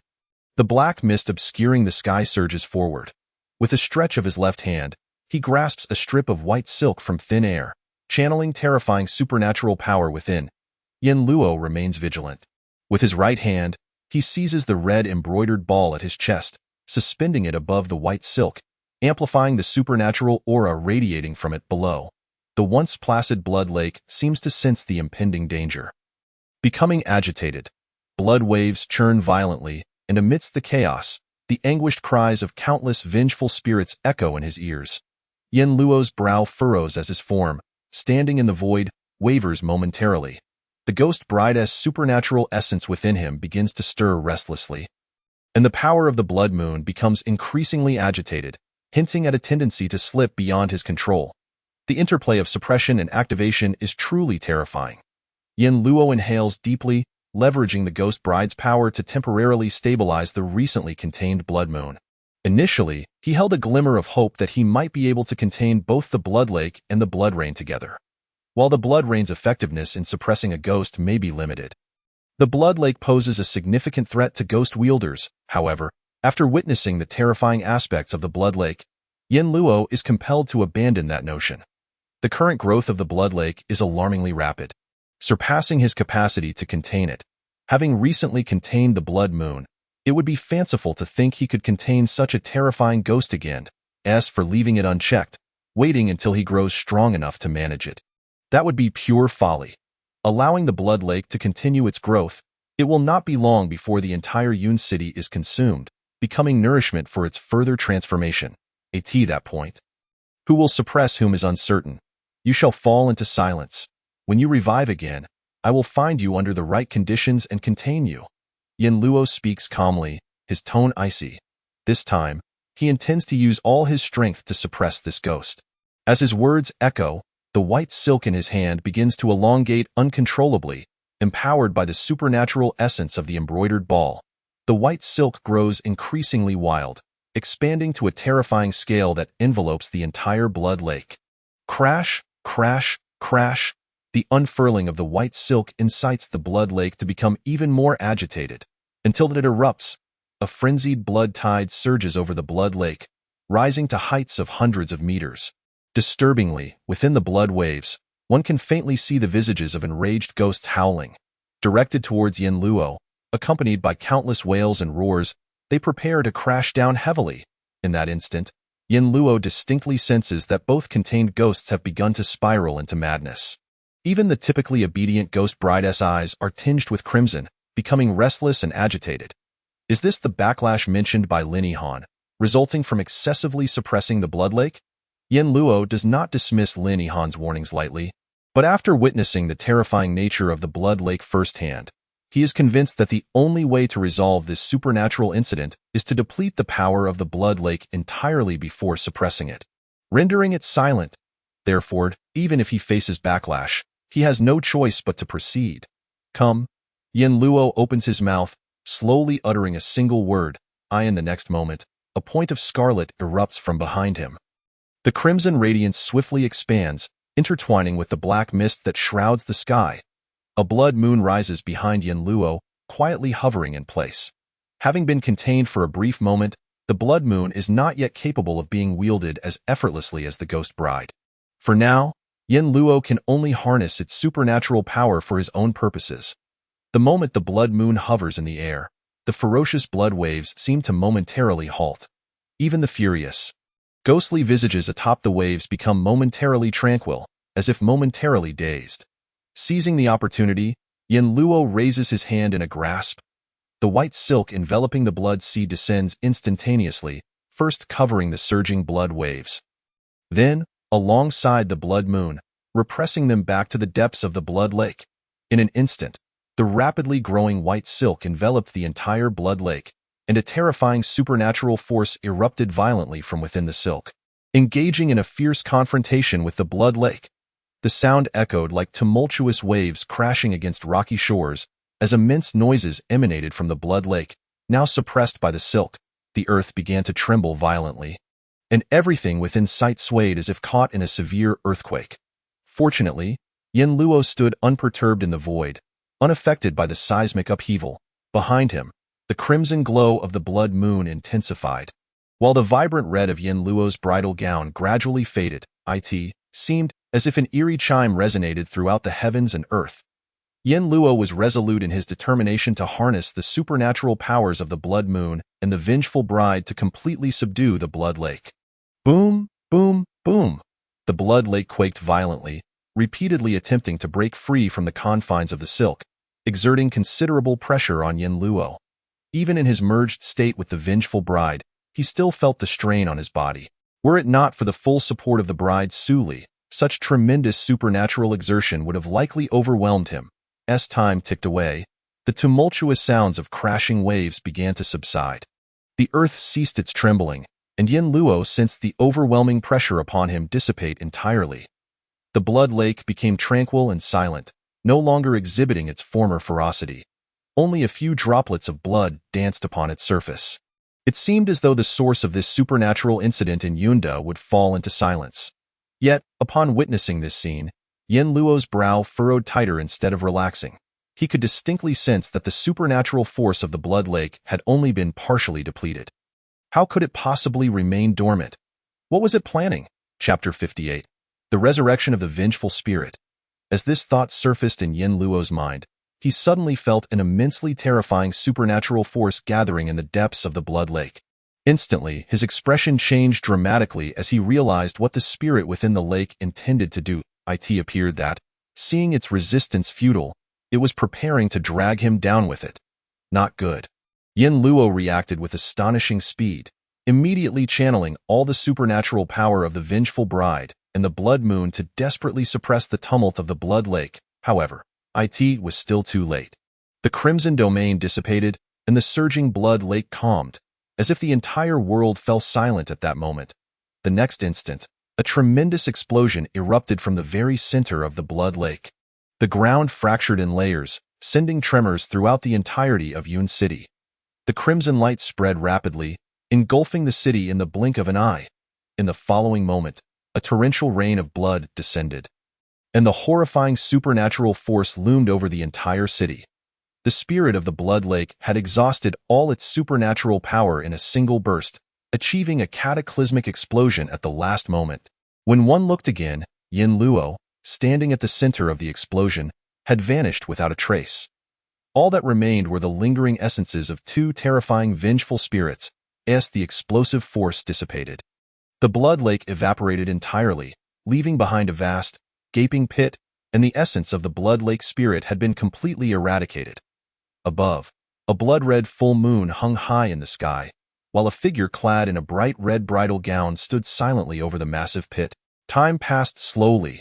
The vengeful bride and the blood moon remained motionless, until finally, as if snapping back to reality after a long trance, the vengeful bride gently opened her mouth. A soundless utterance escaped her lips. Unheard by any ear, life and death together, never go part. The moment her words fell, a strange chime resonated, emanating from the vengeful bride and quietly spreading outward. Accompanying it was the elongated, eerie nursery rhyme sung by a young girl. Along with a series of suppressed low giggles, la la la he a layer of unfathomably terrifying ghostly realms suddenly surged forth from within Yun City University. Seamlessly, it connected with the recently dissipated domain of the Blood Lake Spirit. An S-grade, city-destroying vengeful spirit, the vengeful bride Su Li, had fully awakened, and at the very moment the vengeful bride stirred, the blood moon in the sky erupted with an incomprehensibly terrifying crimson glow. The second layer of ghostly domain was unleashed almost simultaneously from within Yun City University. At that moment, the blood moon revealed the full extent of its horror. An A-grade, catastrophe-level vengeful spirit, the blood moon, had revived. In Yun City, countless ordinary people, who had been outside the domain of the blood lake, were filled with unease due to the large-scale actions taken by the authorities, who had blocked vast areas of the city and forbidden anyone from entering. On the streets, pedestrians wore expressions of panic, as with each passing day, the areas cordoned off by the authorities grew larger and moved ever closer to the outskirts of Yun City. Even a fool could sense that something catastrophic had occurred in the center of the city. Terrorist attack, biological weapons, or an invasion by a foreign enemy. Various speculations spread among the populace, yet none yielded a definitive conclusion. Until a massive explosion erupted from the heart of Yun City, shattering the eardrums of countless individuals. They looked on in terror, soon unable to keep their footing as the ground shook violently. Once the tremors ceased, they hadn't yet recovered from their panic when, in the next moment, a rain of blood suddenly descended. Anyone struck by the blood rain felt their skin rot, experiencing intense agony. People, in a frenzy, rushed into their homes, only to discover that this blood rain could even corrode steel and concrete structures. Fortunately, the rain lasted only a brief moment before it ceased. This bizarre scene struck deep into the hearts of all Yun City residents. Yet what was about to unfold was the true horror of hell. The sky was abruptly shrouded in a thick layer of black fog, dark as night, giving the impression of impending doom. Everyone gazed at the fog, instinctively gripped by an indescribable fear, as if touching the black mist would unleash unspeakable horrors. Then, a series of eerie chimes, accompanied by children's rhymes and girlish laughter, emanated from the black fog, infiltrating the minds of all Yun City inhabitants. In an instant, their gazes grew dazed and lost focus, as if their very souls had been stripped away, one by one collapsing into unconsciousness. However, it was not over. An eerie crimson light burst forth at the center of Yun City, enveloping the area in a scarlet world that complemented the black fog, thoroughly covering the skies above the city. In that moment, every individual, whether ordinary or awakened, lost consciousness, as if their souls had been extracted. Only a few ghost tamers managed to maintain their awareness amidst the 2 layers of ghostly domain. But even they quickly succumbed, falling into a stupor like the ordinary citizens. In the depths of Yun City's underworld, within a basement, Lin Yihan felt his skin and flesh oscillating between pallor and normalcy. He sensed that the vengeful spirit within him was on the brink of losing control. It wouldn't be long before it fully awakened, heralding yet another terrifying supernatural event. Present, he could only hope that Yin Luo would be able to turn the tide. Even if he couldn't subdue the Blood Lake spirit within Yun City University, he must at least delay it until support arrived from headquarters. But soon, as he felt the overwhelming presence of 2 layers of terrifying ghostly domains engulfing his location, Lin Yihan's pupils dilated in shock, panic crashing over him like a tidal wave, followed closely by an inescapable despair. A bitter smile crept across his face. Yun City is finished. In that instant of relinquishing all hope, he could no longer suppress the vengeful spirit within him. His entire body turned a ghastly white, his hair and even his clothing transforming accordingly. Lin Yihan was gone, devoid of breath. When he opened his eyes again, his attire had mysteriously morphed into funeral garments. His eyes had turned a ghastly white, and a great vengeful spirit, the mourning spirit, had awakened. Sensing the encroachment of the 2 layers of ghostly domains, Lin Yihan slowly raised his hand, his lips moving. The next moment, a 3rd layer of ghostly domain erupted, centered around Yun City's underworld, spreading instantaneously. In an instant, Yun City was entirely enveloped by 3 layers of terrifying ghostly domains. Chapter 59. One after another in the city center of Yun City, 2 figures were fleeing in haste, their appearances disheveled. They struggled against the encroaching black fog while attempting to calm their minds to avoid being drawn into the illusions cast by the blood moon's supernatural influence. Fortunately, the vast scale of the ghostly domain had caused the powers of the vengeful bride and the blood moon to be somewhat dispersed, allowing the 2 to barely hold their ground. Damn it! I knew that fool would stir up trouble. At this rate, Yun City is doomed. Song Qingshu cursed incessantly while desperately channeling the vengeful spirit within him to fend off the supernatural encroachment. His body was already partially shrouded in black fog, showing signs of gradual erosion. Meanwhile, the crimson hue began to creep into his eyes, and his consciousness started to waver. Beside him, Yinny fared little better. The omnipresent black fog was making him extremely uncomfortable. There was no way around it. A fool so self-important, once they grasped a modicum of power, was destined to bring harm to themselves and others. With the supernatural forces awakening, that kid was likely already dead within the ghostly domain. And this black fog was probably the handiwork of the vengeful bride. It is uncertain what stroke of luck that young man encountered, as he truly managed to contain such an S-class malevolent spirit. Fortunately, that Blood Lake ghost seems to have quieted after its recent outburst.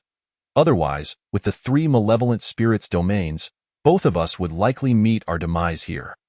Ever since Yin Luo intruded into the Blood Lake ghost's domain, the 2 guardians stationed outside harbored an ominous premonition, ever ready to flee at a moment's notice. Ultimately, the unfolding events unfolded as expected. Yin Luo perished within the ghostly realm, and the malevolent spirit within him awakened, exacerbating the situation.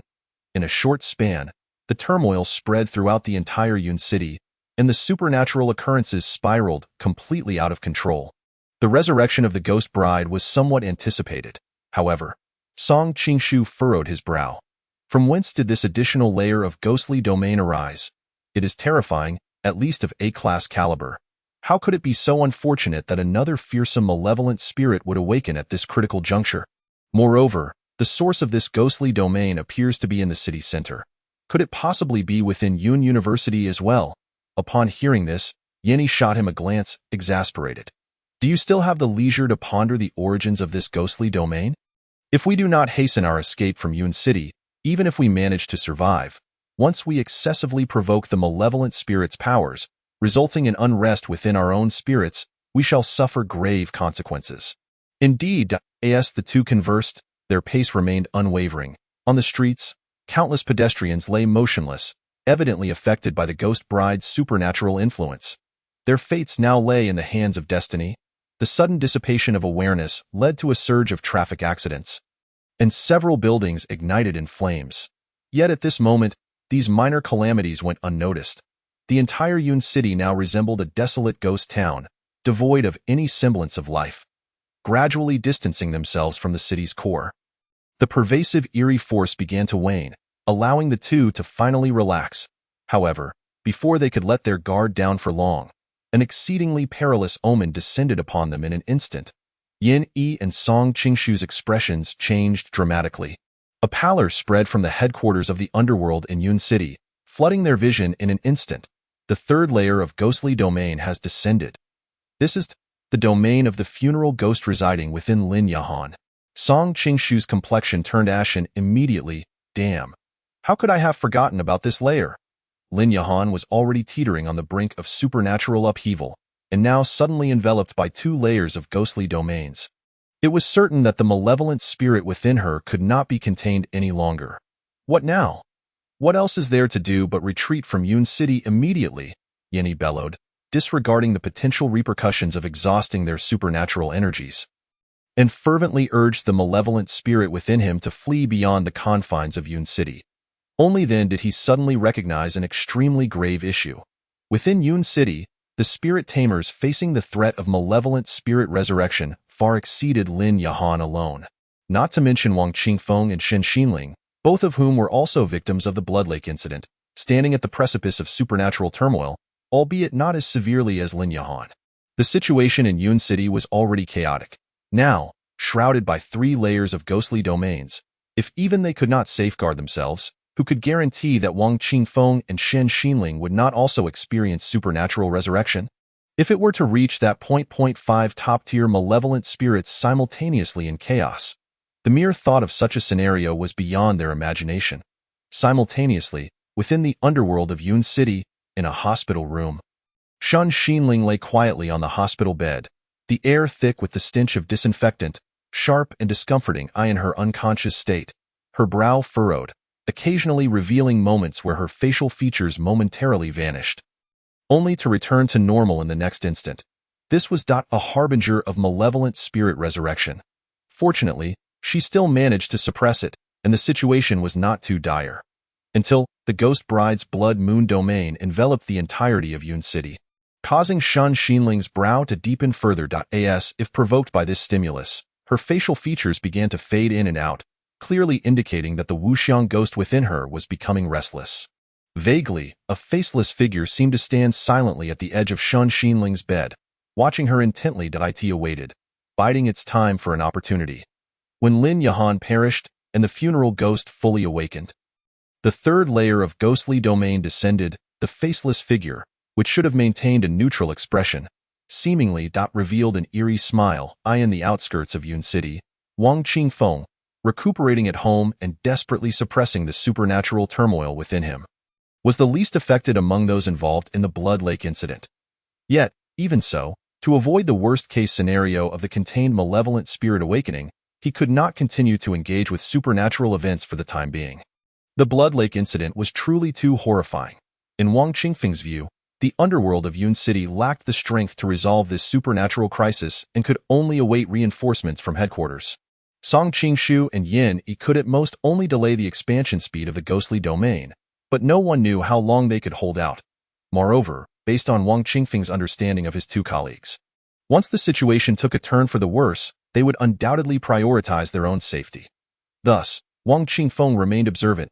If the situation further deteriorated, and they could not hold out until reinforcements arrived, He would choose to evacuate at the first opportunity. However, the unfolding events still took him by surprise. When the ghostly domain of the Blood Lake dissipated, before Wang Qingfeng could express relief, 2 additional layers of ghostly domains unexpectedly caught him off guard. He barely managed to contain the supernatural energy within him, nearly leading to the awakening of the malevolent spirit. Damn! What on earth has happened? Without time to investigate the origins of these 2 terrifying ghostly domains, Wang Qingfeng immediately prepared to flee, but just as he stabilized the malevolent spirit within him and stood up to escape, the 3rd layer of ghostly domain belonging to Lin Yahan's funeral ghost descended. In an instant, Wang Qingfeng's expression changed dramatically. Oh no! The supernatural energy within him erupted instantaneously. He desperately struggled to suppress it, yet he was already on the brink of losing control. Damn! Has Lin Yahan also died? Could it possibly get any worse? Wang Qingfeng cursed silently, only to feel as though fate had played a cruel joke on him. Just as this thought crossed his mind, yet another layer of top-tier malevolent spirits domain surged forth. Wang Qingfeng barely had time to react. The supernatural energy within him erupted violently, and he could no longer contain it. The malevolent spirit has awakened. Chapter 60. The Forbidden Zone outside Yun City. Several figures approached at an unimaginable speed. Among them, the weakest was a spirit tamer who had controlled a B-class malevolent spirit. Many others were captains from various surrounding cities, having received Yun City's distress signal and hurried to assist. The leader, clad in black, with long hair like ink, emanated an unshakable chill. His face concealed behind a grotesque ghost mask revealed only a pair of profound eyes. Even the faintest hint of supernatural energy that slipped through sent shivers down the spines of the nearby captains. They were well aware of the identity of this individual, one of the captains from the headquarters of the underworld in Tianjing City, codenamed Ghost Mask. Unlike the local division captains, every captain from the headquarters had at least one S-class malevolent spirit under their command, ensuring they could maintain stable control and prevent any unwarranted supernatural awakenings. The unrest in Yun City had unexpectedly prompted headquarters to dispatch a captain to handle the situation. Could it be that an S-class or higher supernatural incident had erupted? Many captains wished to inquire, but upon sensing the chilling aura emanating from Ghost Mask, they swallowed their questions. Unbeknownst to them, although the underworld of Yun City had reported the Blood Lake incident as merely an A-class supernatural event, headquarters considered that Yun City had recently experienced an S-class Ghost Bride incident, during which a special spirit tamer claimed to have awakened the ability to foresee the future and had contained the Ghost Bride. For prudence's sake, they specifically sent Ghost Mask to assess the new spirit tamer who had contained the Ghost Bride. Originally, they intended to fly directly to Yun City, but due to the city's unique geographical location, surrounded by mountains and situated in a basin, should they encounter supernatural phenomena while airborne, the danger would be exceedingly high. Thus, they resolved to land on the barren land near Yun City and proceed together from there. However, as they neared Yun City, a terrifying supernatural aura suddenly erupted before them. Instantly, the expressions of all the captains changed dramatically. That supernatural energy had nearly reached catastrophic levels, enough to instill fear in them. Yet, just as swiftly, the eerie energy dissipated like a fleeting mirage. What on earth has transpired in Yun City? One captain could not help but speak up, uncertain, but at this critical moment, it is undoubtedly not a good sign. We should act swiftly. Just as several captains exchanged brief words, they suddenly sensed 2 equally terrifying auras emanating from the front, one of which was even more potent than the previous. Damn, how many malevolent spirits have awakened in this supernatural incident in Yun City? Before the captains could stir up a commotion, Ghost Mask, frowning, barked, "Silence!" In an instant, the crowd fell utterly silent. Hasten your pace. An ominous premonition weighs upon me. The supernatural occurrences in Cloud City appear far more intricate than anticipated. As the ghostly figure spoke, it quickened its pace yet again, and the captains from the other cities had no objections, promptly following suit. However, with each step forward, a sense of dread enveloped the group. Following the eruption of those 2 supernatural presences, several others subsequently manifested. Each of these spectral energies was, astonishingly, not inferior to Class A. Could it be that Cloud City has already succumbed to darkness? It was unclear which captain uttered a hushed murmur, but the atmosphere among the group grew palpably tense. Silence reigned. Even the ghostly figure remained mute. Everyone realized the grim possibility of the worst-case scenario looming large. As the group advanced until they could gaze upon the outskirts of Cloud City, shock gripped them all. A terrifying domain of 5 layers of ghostly energy enveloped Cloud City entirely. Dark clouds loomed overhead, and a chilling supernatural aura seeped from the ghostly domain, sending shivers down their spines. Just as the group stood in stunned silence, 2 figures staggered into view from a distance, making their way toward them. Without hesitation, the group approached. After a brief exchange, the identities of the 2 were swiftly established, the captains of the underworld teams in Cloud City, Song Qingshu and Yin Yi. The news they brought was like thunder, resonating deeply within the hearts of all present. The Ghost Blood Lake incident had erupted, inflicting severe injuries upon 3 captains. The newly appointed Class S Ghost Master, Yin Luo, perished within the ghostly domain, followed by the resurrection of the Class S Vengeful Spirit, the Ghost Bride. Simultaneously, another unknown class of Vengeful Spirit also manifested in Cloud City. Under the shroud of 2 layers of ghostly domains, no Ghost Master or awakened individual within Cloud City was spared. The consecutive deaths of the 3 underworld captains and the resurrection of 3 class of Vengeful Spirits had plunged Cloud City into a 5-layer ghostly abyss, transforming it into a hell on earth. Ultimately, only Song Qingshu and Yin Yi, the captains of Cloud City's underworld, managed to escape with their lives, yet they now faced the imminent threat of supernatural unrest within them, risking the revival of vengeful spirits at any moment. After digesting this harrowing information, the captains exchanged glances, rendered speechless. Soon, all eyes turned to the ghostly figure leading them, for only this individual possessed the authority to dictate their subsequent actions. The figure remained silent, the eyes beneath the mask flickering with intensity. After a prolonged gaze at Cloud City, a deep sigh escaped from beneath the mask. We must retreat. The current state of Cloud City is beyond our capacity to resolve.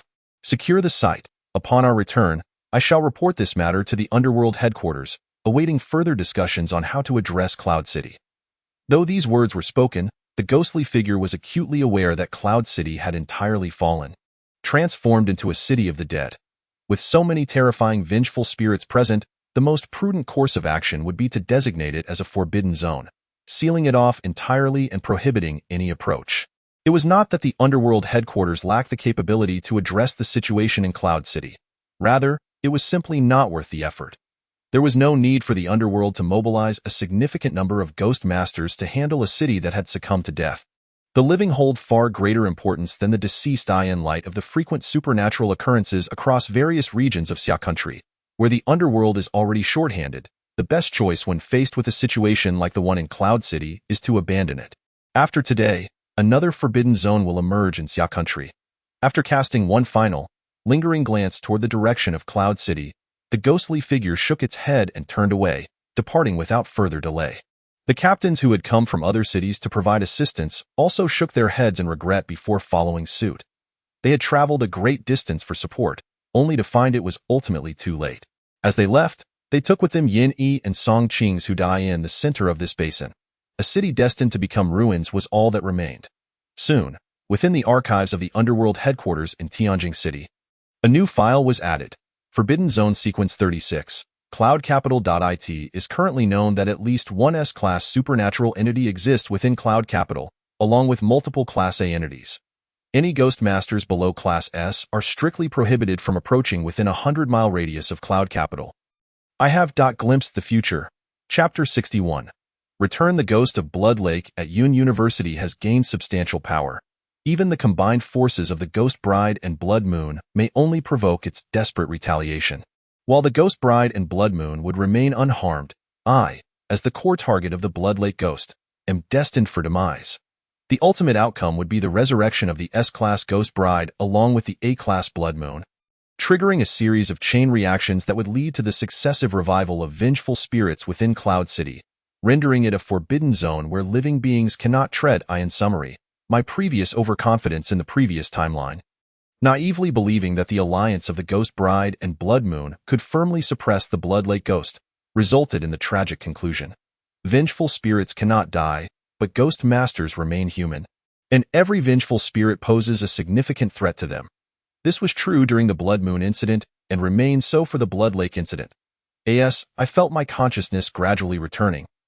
Yin Luo realized that he had once again reverted to a previous state, yet he was not in a hurry to observe his surroundings. Instead, he replayed the details of the previous timeline in his mind. This failure served as a stark reminder for Yin Luo. From now on, he must never underestimate any vengeful spirit. Therefore, to address the Ghost Blood Lake incident, the best approach would be. Just as Yin Luo was deep in thought, a distant voice snapped his attention back. The underworld operates. Intruders keep out. Hearing the familiar voice, Yin Luo blinked in surprise and opened his eyes. Before him stood a familiar golden-haired figure. The person calling out to him at the entrance of Qinghe District People's Hospital was Yang Tianming. Confirming the time he currently occupied, Yin Luo furrowed his brow slightly. Has the past I returned to not advanced forward at all? Initially, Yin Luo had subconsciously thought he might be sent back to the moment he had just contained the Blood Moon or just before stepping into the domain of the Blood Lake Ghost. However, he never expected to find himself back before addressing the Blood Moon incident. Wait, since the supernatural occurrences at Qinghe District People's Hospital still persist, then, upon realizing this, Yin Luo immediately turned his focus inward and soon found his brow knitting even further. The Blood Moon, which had previously been contained within him, had vanished. The disappearance of the Blood Moon implies that my reversion is not a return to the past, but rather that only my consciousness from the future has traversed back. Or perhaps, the me of the past possesses the memories of the future. In light of this, my reversion is essentially a form of foreseeing the future. Furthermore, this indicates that the priority of reversion may indeed supersede that of ghosts, as Yin Luo pondered. The group waiting outside the hospital, led by Yang Tianming, also furrowed their brows, casting wary glances. After Yang Tianming's call, the individual neither departed nor displayed any identification, instead appearing to be momentarily frozen in place. What were they attempting to accomplish? Yang Tianming's gaze sharpened. The underworld operates. Intruders should leave at once. After reiterating his command for the individual to depart, he noticed that the figure still showed no signs of movement. After a moment's contemplation, Yang Tianming resolved to approach and probe the individual's intentions. However, in the next instant, the person turned and walked away without a backward glance. Yang Tianming halted his advance. After much consideration, he decided against pursuing the figure. Despite their suspicious behavior, addressing the supernatural incident within the hospital took precedence. Since the individual had chosen to depart, there was no need to complicate matters further.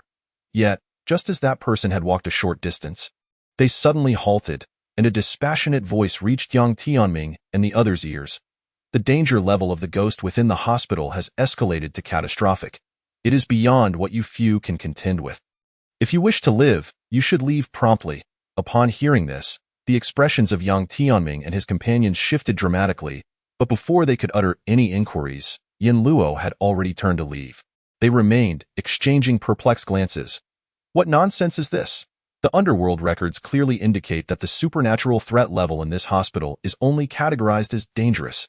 Wu Qishan let out a cold snort, breaking the silence. It is hard to say. The underworld currently employs rudimentary methods to gauge supernatural threat levels, relying solely on basic casualty assessments and spectral energy judgments. Instances of misjudgment in assessing danger levels have occurred frequently.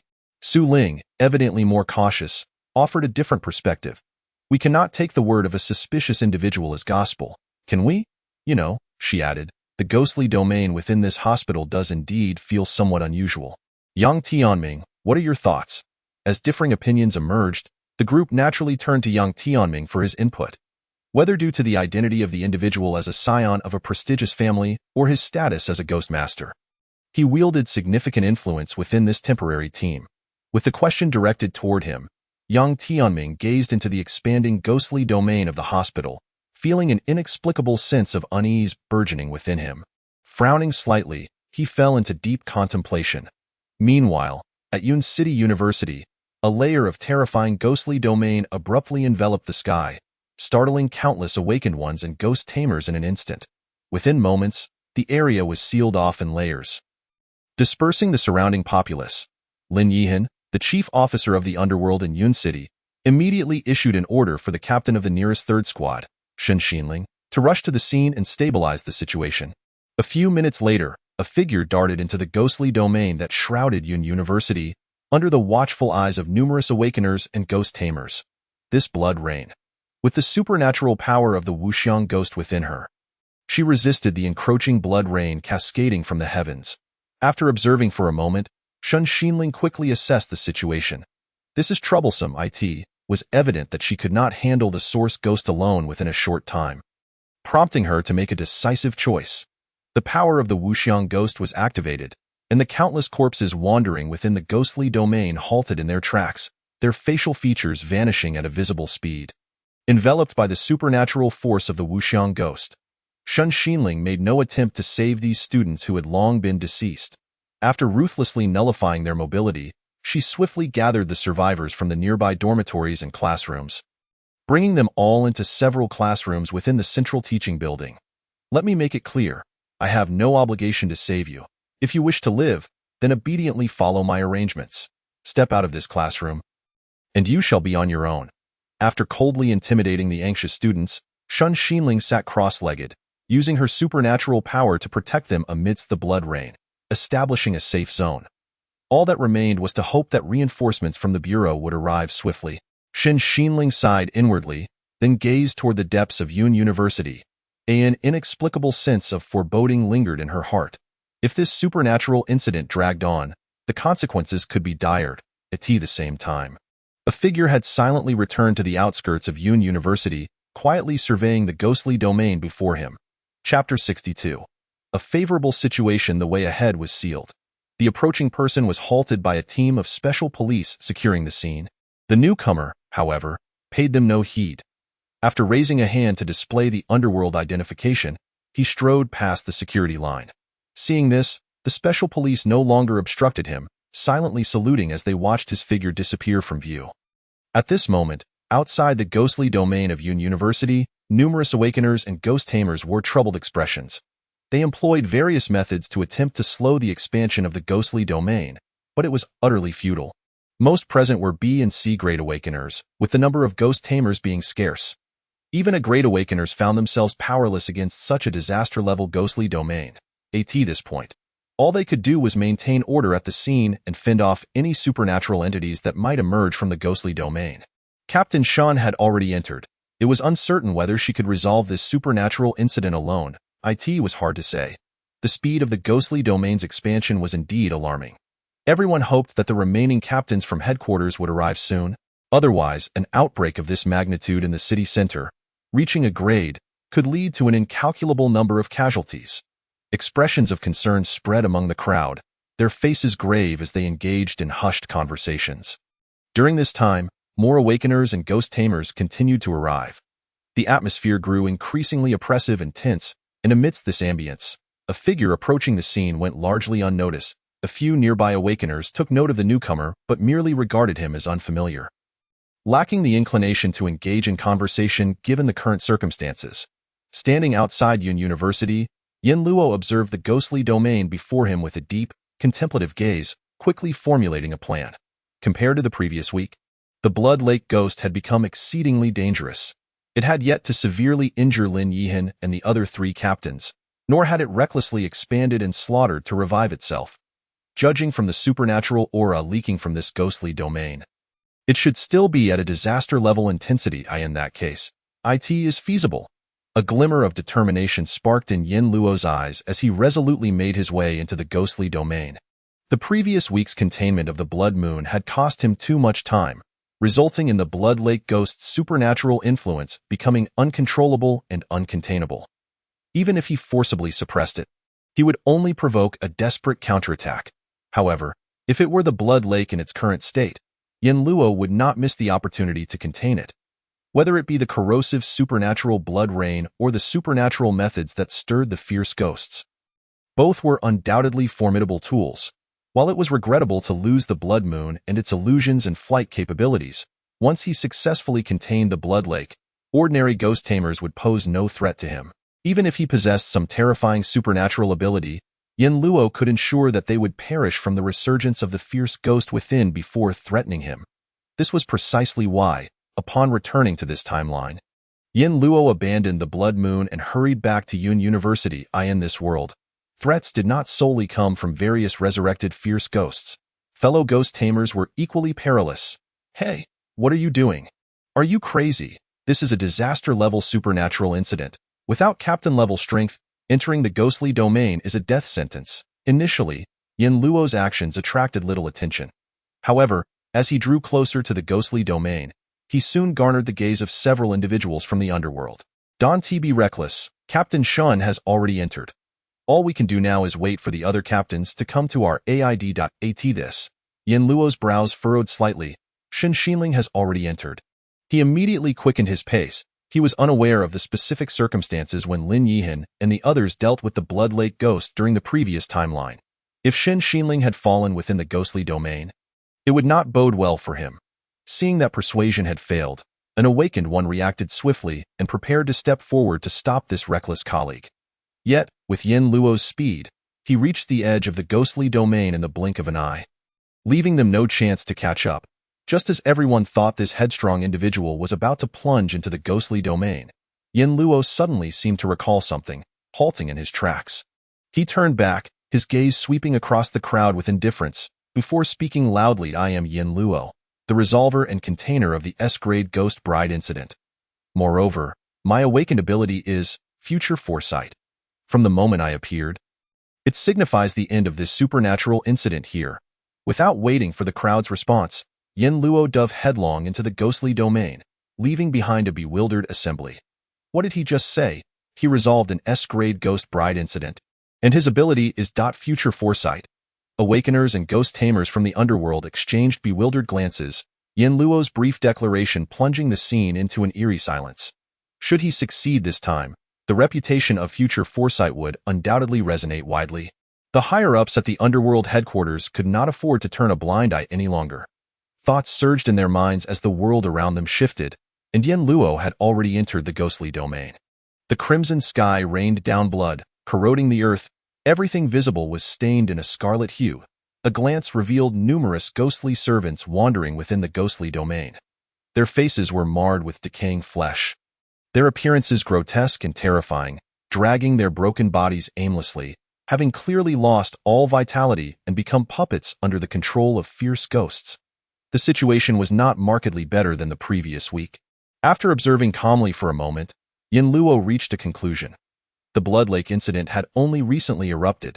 Even at the very center of the ghostly domain, Yun University had not yet completely lost its vitality. Not to mention these ghostly servants, the major buildings like teaching and dormitory blocks should still harbor survivors. Soon, Yin Luo's gaze shifted toward a particular direction, his eyes narrowing slightly. That was the main teaching area of Yun University. He could clearly sense a supernatural aura that was at least disaster-level intensity. It must be the captain of the third squad from the underworld, Shen Xinling. Judging by the aura, she had not been in the ghostly domain for long. There should be no risk of fierce ghosts reviving. Indeed, the situation is quite favorable. A smile crept onto Yin Luo's lips. He no longer cared about anything else. At this moment, his focus was solely on the Blood Lake Ghost at the heart of Yun University. With a gentle lift of his palm, a soft warmth surged forth. Yin Luo spoke as if to himself, this time, it's just you. There should be no problem. A sudden gust of wind arose, and the only response to Yin Luo was a sound akin to wind chimes, a light, ethereal laughter. In the next instant, Yin Luo's hair danced wildly, the vibrant red bridal gown enveloped him, and a ghostly light flickered in his eyes as a voice, blending yin and yang, resonated from his lips. S-grade ghostly domain, activate. Without a hint of hesitation, Yin Luo intended to suppress the Blood Lake Ghost at Yun University with overwhelming force. Chapter 63. The second fierce ghost revives? Black mist shrouded the heavens, obscuring the sun. Intertwining with the scarlet blood clouds, the already chilling ghostly domain became even more spine-chilling. 2. Terrifying supernatural forces completely occupied the interior of Yun University. Within the main teaching building, Shen Xinling, sitting cross-legged, suddenly changed her expression, swiftly turning her gaze toward the source of the terrifying supernatural leak, shock evident in her eyes. This is another layer of ghostly domain. What transpired? Has the headquarters sent reinforcements? The moment this thought crossed her mind, Shen Xinling swiftly dismissed it. Even Lin Yahan, the head of the Yunqing underworld, would not dare to recklessly merge with malevolent spirits or unleash the ghost domain. While the supernatural incidents at Yunda could indeed lead to severe consequences, The situation had not escalated to an uncontrollable level. Should the ghost domain be recklessly activated, the resurgence of a malevolent spirit within her would only compound the calamity. Based on her understanding of Lin Yahan, it was evident that he was not a person of such folly. As for the other team leaders, their instinct for self-preservation would prevent them from taking such risks. Moreover, the ethereal presence felt entirely unfamiliar. Xin Xinling was certain she had never sensed it before. Contemplating this, her brows furrowed tightly, and a grave expression settled on her face. The worst-case scenario was the resurgence of a terrifying malevolent spirit. If that were the case, Xin Xinling glanced back at the numerous students and teachers huddled within the classroom. Fear and anxiety were etched on every face, although they were unaware of what had transpired. In that fleeting moment, an inexplicable sense of dread had gripped them all. The crimson sky was shrouded in black mist, and coupled with Xin Xinling's reaction, everyone understood that something very dire had occurred. Despite the intimidation Xin Xinling had just exhibited, no one dared to speak. Their eyes, however, were filled with pleading and hope as they gazed upon her striking figure.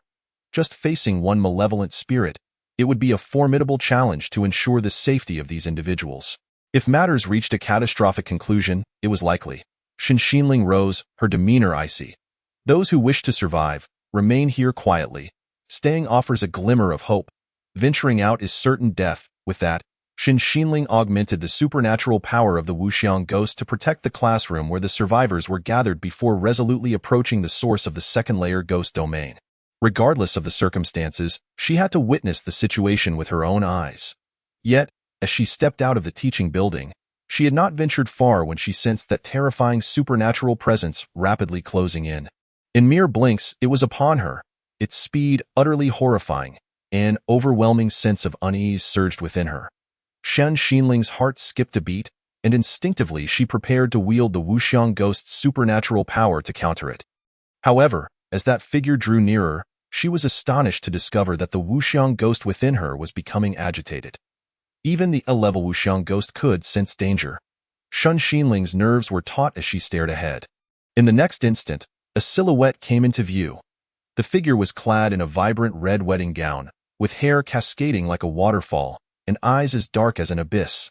The exquisite and ethereal features bore no resemblance to those of mortals. Yet an eerie aura emanated from her, sending chills down the spine upon first glance. As the figure approached, the black mist surged, engulfing all in its path, while the crimson ghost domain began to recede. Overtaken by a new and formidable ghost realm, witnessing this, Xin Xinling's pupils constricted, her heart racing with alarm. This ghost was even more fearsome than the source ghost within Yunda. Gazing upon the encroaching figure, Xin Xinling experienced a fleeting sensation of confronting death itself. Instinctively, she took a step back, but in the blink of an eye, that crimson figure had vanished from her sight. Xin Xinling's heart raced. The horror of a vanishing malevolent spirit was far more unsettling than facing one directly. She sought to trace the figure's whereabouts, but before she could act, an inexplicable chill enveloped her from behind. A cold sweat broke out across her back. In the next moment, a voice, indistinguishable in gender yet resonating with a blend of yin and yang, echoed in her ear. Do what you must, and do not interfere. Xin Xinling struggled to turn her head, and the last thing she beheld was a gaze devoid of emotion. Calm yet indifferent as those words fell, she watched the crimson figure glide past her. Flickering as it delved deeper into Yunda, behind that figure loomed an endless darkness. Within a few breaths, the silhouette vanished from her view, and it was only then that Xin Xinling emerged from her momentary shock. She swallowed hard, murmuring 3 words. Ghost Tamer?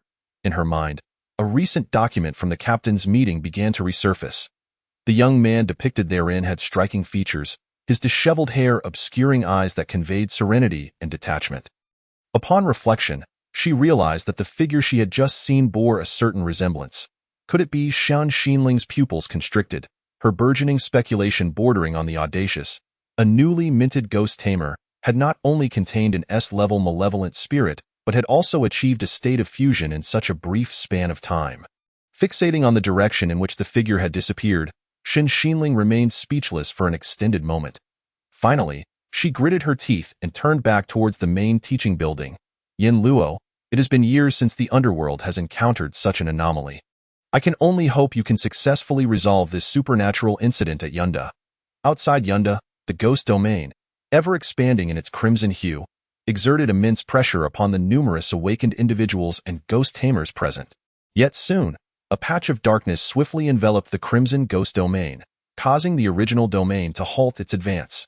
Following the emergence of this dark presence, the ghostly aura from the Blood Lake ghost domain ceased its spread, replaced by an even more terrifying aura of malevolent spirits. The expressions of everyone present shifted dramatically, a mixture of astonishment and shock washing over them. Hey, could it be? The ability to foresee the future. Containing an S-level malevolent spirit, was this individual truly genuine? As the crowd marveled in disbelief.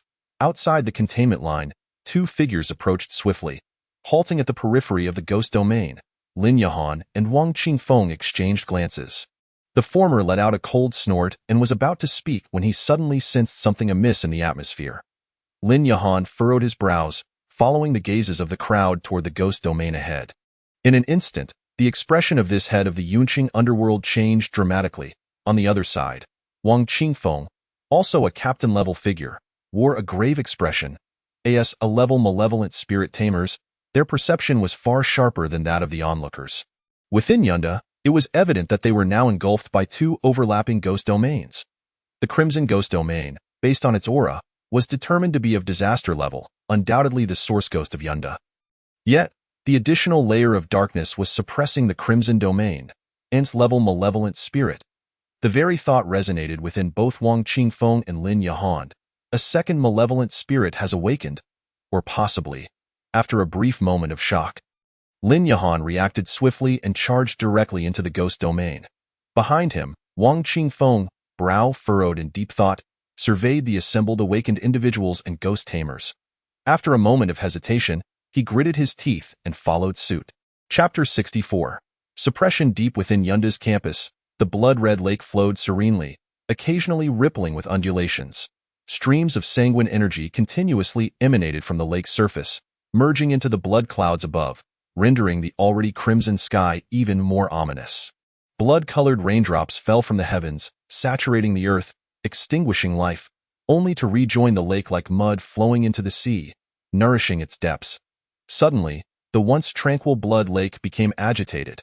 The surface bubbled violently, and the ground began to tremble slightly, as if the lake itself were awakening, akin to a volcano on the verge of eruption.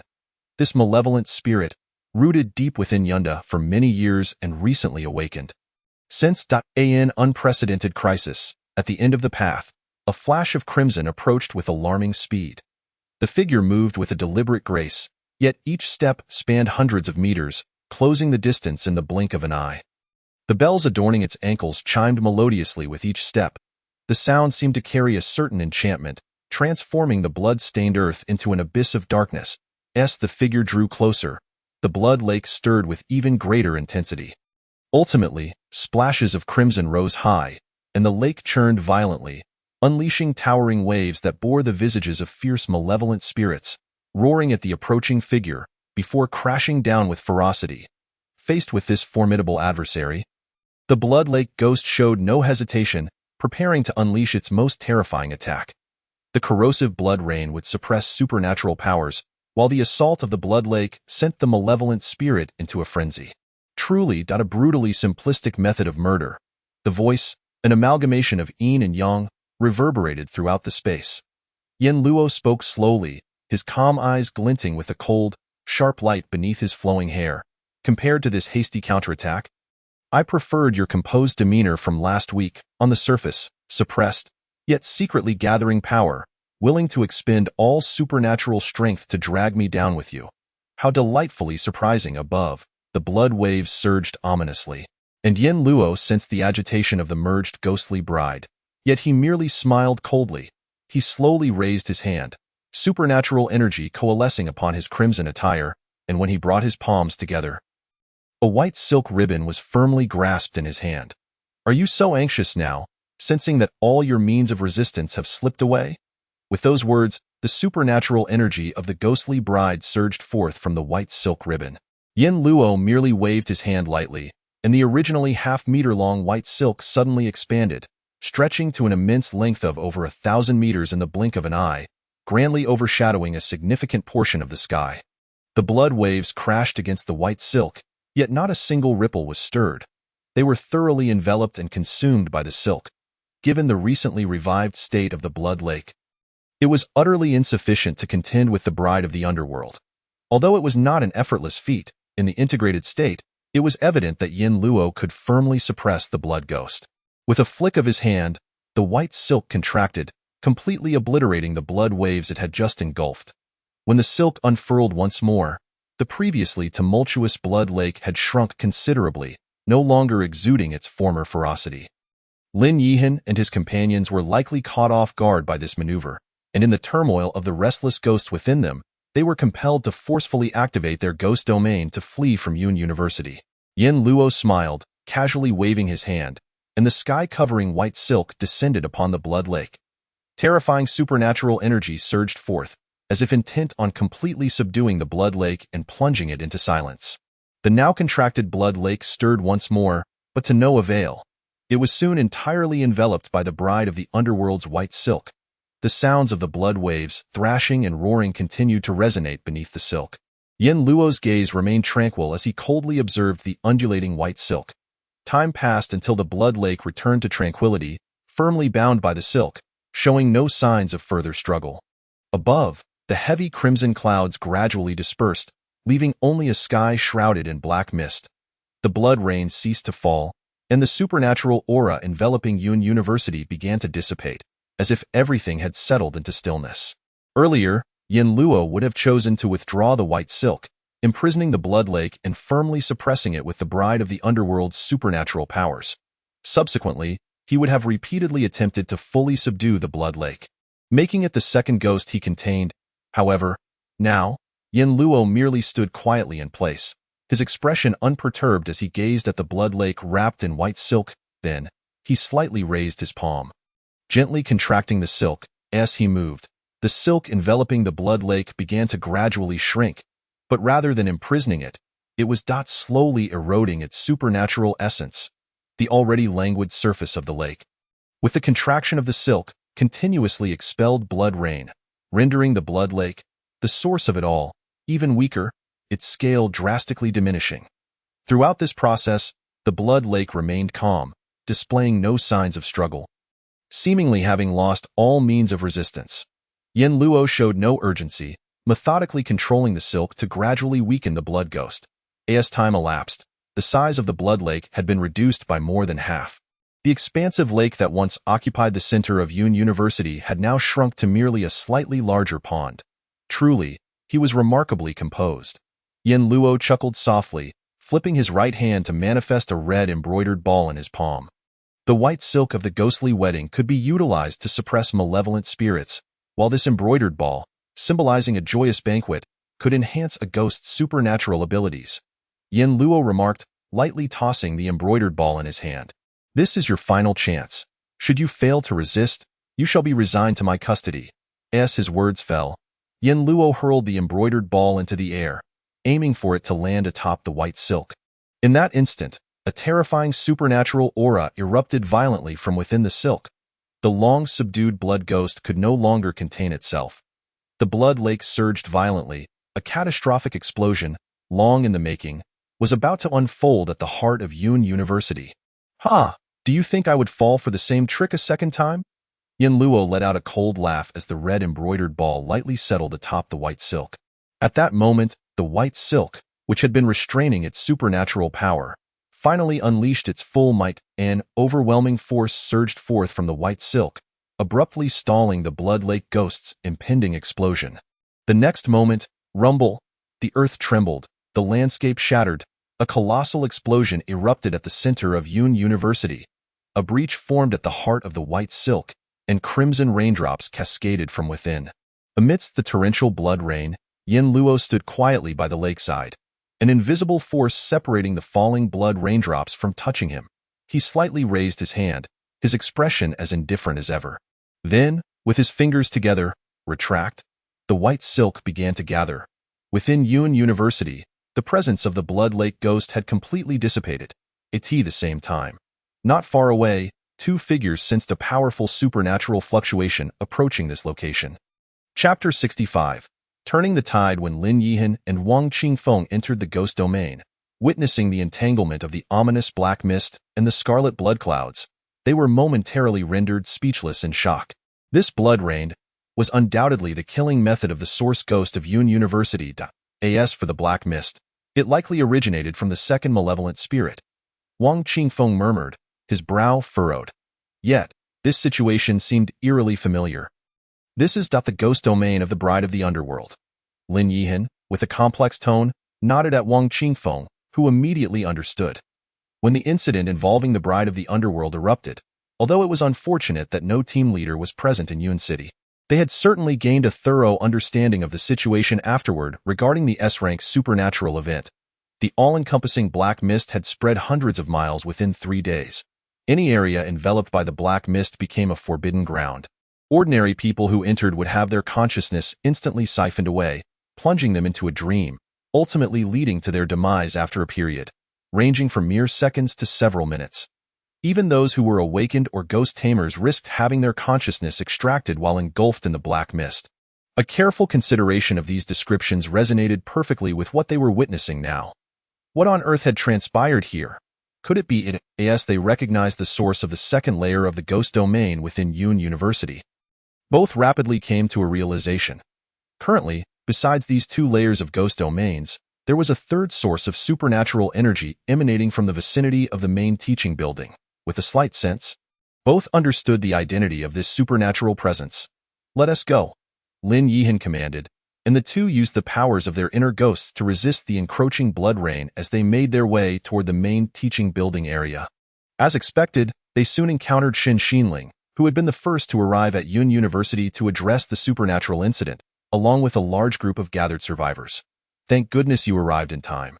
Had it been delayed any longer, I might have had to consider escaping from the ghost domain for self-preservation," Xin Xinling said, finally feeling relieved at the arrival of reinforcements. "Team Xin, you were the first to arrive. Do you know what exactly happened here? Why has not only the source ghost appeared, but the ghost domain of the Bride of the Underworld has manifested as well?" Wang Qingfeng hurriedly inquired, clearly the most concerned about this issue. Originally, Yin Luo had been assigned to handle the supernatural event in the Qinghe district due to his orders, and he had indeed received confirmation that Yin Luo accepted the mission. Yet, the emergence of the Bride of the Underworld's ghost domain at Yun University left him utterly perplexed. Had that fortunate soul who managed to contain the Bride of the Underworld finally lost control, leading to the resurgence of the malevolent spirit? Xin Xinling recalled the scene she had witnessed not long ago, the image of the crimson figure resurfacing in her mind. Could that person truly be Yin Luo? What was his state after merging with the Bride of the Underworld? Upon reflection, an inexperienced ghost tamer fusing with a top-tier malevolent spirit right off the bat seemed precarious, with the risk of a resurgence looming at any moment. There were simply too many uncertainties involved. After considering for a moment, Xin Xinling spoke. "I did indeed see a ghost tamer in a merged state, but I am not entirely clear on the specifics." He headed towards the center of Yun University, presumably to seek out the source ghost. Wang Qingfeng frowned deeply, feeling dissatisfied with Xin Xinling's ambiguous response. However, Xin Xinling showed no intention of elaborating further, instead turning her gaze to Lin Yihan. "Captain Lin, what should we do next?" Lin Yihan pondered briefly before making a decision. "Regardless, we must first investigate the specific situation within the ghost domain. Wang Qingfeng, you and I will proceed to the center of Yun University to assess the situation. While Team Xin, you shall remain here for the time being. If we can successfully suppress the source ghost of Yun University to resolve this supernatural event, that would be ideal, at the very least. We will do our utmost to restrain it, allowing you the opportunity to lead these people to escape the ghost domain, and of course, if circumstances become dire and we face the worst-case scenario." Lin Yihan left his statement unfinished, yet all present comprehended his implication. As a captain-level figure, Xin Xinling's importance was evident. Moreover, if anything were to happen to her and her inner ghost were to resurface, the situation would only worsen. "I understand." Xin Xinling nodded in response, and in truth, even without Lin Yihan's explicit reminder, she would have made the same choice. Reckless acts of kindness do not necessarily yield good outcomes. After finalizing the subsequent arrangements, Lin Yihan did not linger, swiftly leading Wang Qingfeng deeper into Yun University. The further they ventured, the more terrifying the pervasive supernatural aura became. In the outer regions, the Scarlet Ghost domain had been enveloped by black mist.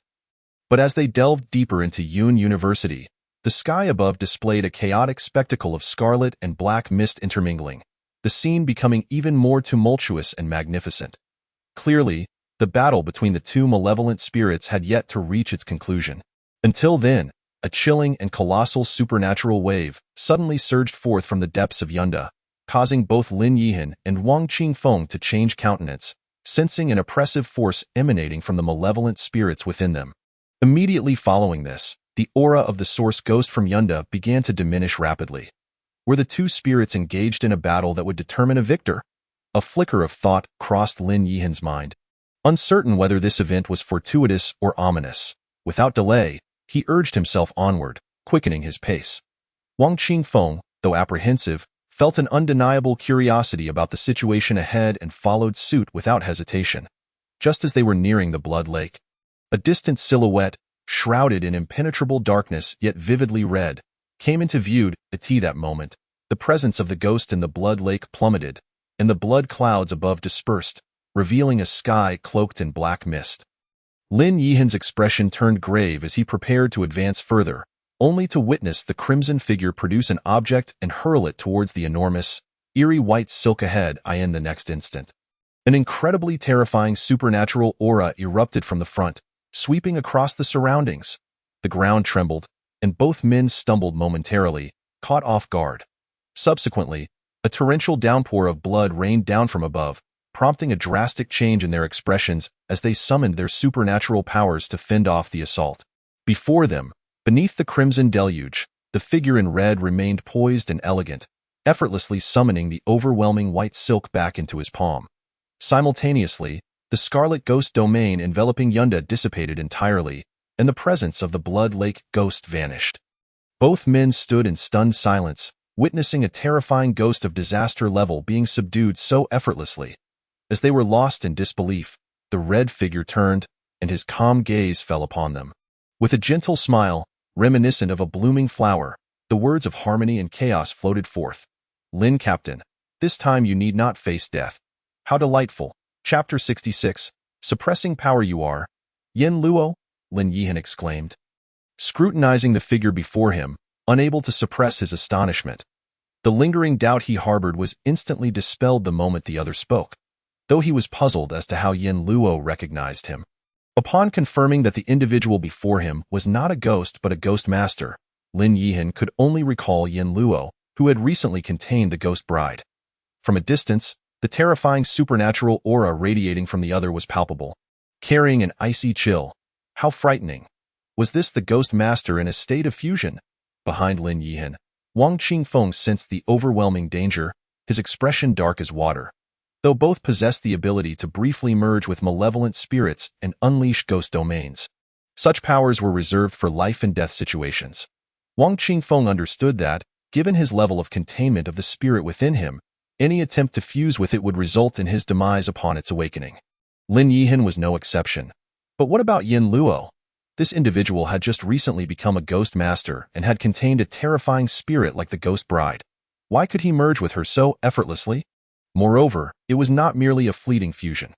From the information gathered thus far, he had been fused with the ghost bride since stepping into the ghost domain, yet even now, after dealing with Yunda's source ghost, he maintained his clarity, showing no signs of impending supernatural awakening. This was indeed quite alarming. The two men were engulfed in a myriad of emotions, yet regardless of their thoughts, the reality lay stark before them. After greeting them, Yin Luo disregarded the pair and refocused on the white silk in his grasp. The once vast Blood Lake, which had dominated the center of Yunda, was now reduced to the size of a wrist. Firmly suppressed by the white silk, completely devoid of any capacity to struggle. Peering through the gaps in the silk, Yin Luo narrowed his eyes at the blood flowing within.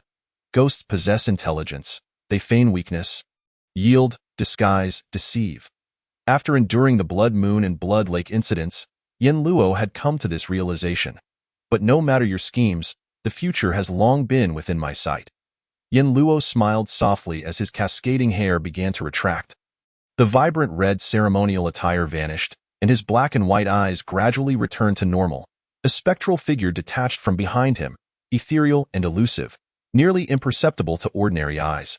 However, Lin Yihan and Wang Qingfeng, as captains of the Ghost City, could see it clearly, their expressions reflecting profound incredulity.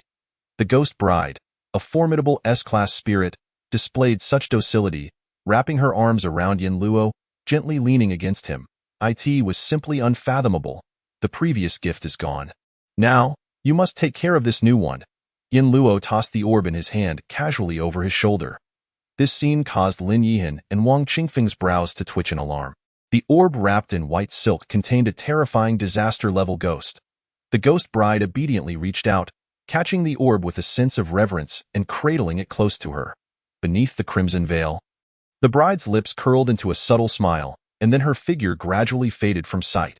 The supernatural incident at Yunda University had come to a conclusion. The A-class ghost, the Blood Lake Ghost, successfully contained. Yin Luo turned, barely glancing at Lin Yihan and Wang Qingfeng before preparing to depart. Suppressing the Blood Lake Ghost was merely the beginning. Only upon successfully containing it would Yin Luo deem his journey worthwhile. Having temporarily set aside the Blood Moon, he aimed to quickly convert the Blood Lake into his own strength. Yin Luo, wait! As Yin Luo began to leave, Lin Yihan hurriedly called out to stop him. Yet Yin Luo merely waved his hand, bypassing the two Ghost City captains. Having just dealt with Yunda's source ghost, I am fatigued and need time to stabilize the Ghost Bride within me. Captain Lin wouldn't want to see another S-class supernatural incident occur in Yunqing, would you? In just a couple of sentences, Lin Yihan's carefully crafted words were stifled. Upon reflection, though Yin Luo appeared nonchalant, as if subduing an A-class ghost was merely a trivial task, he was still a newcomer who had just become a ghost master. The act of merging with an S-class Ghost Bride could not possibly come without consequences. To be honest, the mere fact that Yin Luo could still stand here, conversing with him, was astonishing to Lin Yihan. Coincidentally, Wang Qingfeng shared the same sentiment, his eyes flickering as he observed Yin Luo's retreating figure, seemingly deep in thought. After a moment, Lin Yihan ultimately chose not to impede Yin Luo, instead calling out, "Thank you for intervening in time and resolving this supernatural incident at Yunda. I will apply for the relevant rewards and resources from headquarters to be delivered to you as soon as possible. Should the ghost within you show signs of awakening, remember to request assistance from the Ghost City at any time." As his words fell, Yin Luo's footsteps did not falter in the slightest. Seemingly indifferent to his remarks, and indeed, that so-called soul solution from the Ghost City had proven of little help to Yin Luo for healing blood pills or life-saving ghost god pills. He currently found little use for them. Of course, if the Ghost City could offer something else of interest in the future, that would be a different matter. As the blood clouds dissipated, the black mist receded. Sunlight illuminated the blood-stained earth, leaving behind the ruins of buildings, a polluted ecological environment, and a multitude of innocent lives lost in this supernatural incident. Tasks awaiting resolution were plentiful. The mere thought of it made Lin Yihan's head spin. Yet, what troubled him more was about to unfold. "Yin Luo, you cannot leave." A discordant voice shattered the fragile silence that had begun to settle over the land. Lin Yihan frowned, while Yin Luo paid no heed to the voice's owner. "I said, stop." Wang Qingfeng, seeing this, narrowed his eyes with a fierce glint and spoke again with authority. Simultaneously, the supernatural power of the cursed spirit within him began to stir. "Wang Qingfeng, what do you intend to do?" Without waiting for Yin Luo's response, Lin Yihan furrowed his brow and questioned him first.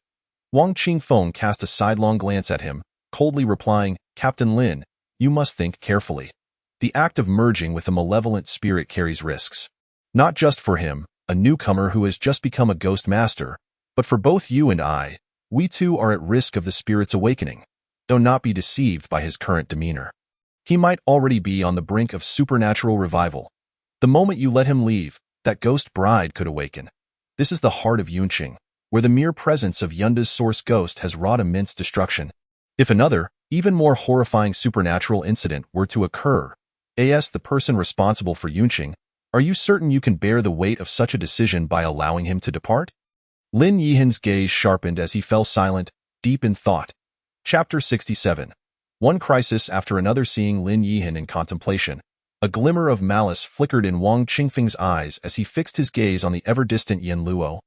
His words laced with warning. I am Wang Qingfeng, captain of the first team of Ghost City. Since you have chosen to join Ghost City, you must abide by its rules, according to regulations, when dealing with supernatural events. Each team leader possesses the authority to command any underworld members below the captain level. Now, in the name of preventing the resurgence of the vengeful spirit within you, I demand your cooperation. Should you insist on resisting, you shall bear the consequences. Wang Qingfeng was acutely aware that this action would simultaneously provoke Lin Yihan's displeasure and irrevocably offend Si Yin Luo. However, after witnessing Yin Luo effortlessly suppress the source ghost that had emerged from Yun University upon merging with the Ghost Bride, he had resolved himself. Lin Yihan's earlier words had also enlightened him.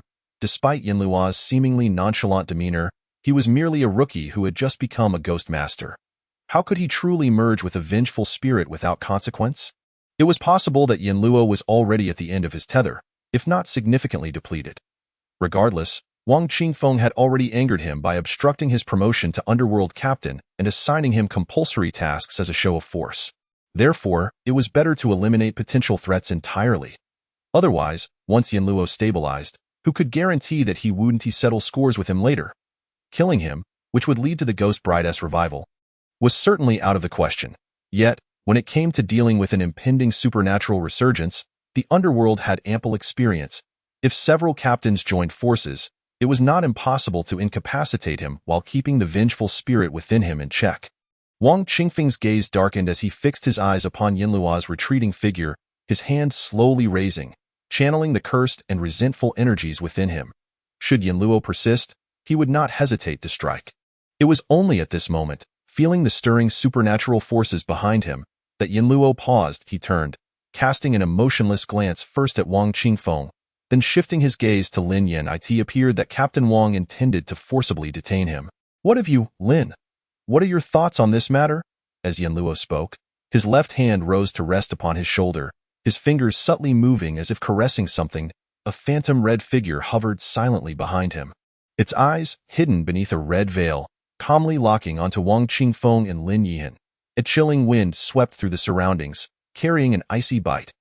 Wang Qingfeng's pupils constricted as he summoned forth more of the cursed energies, and the atmosphere grew tense.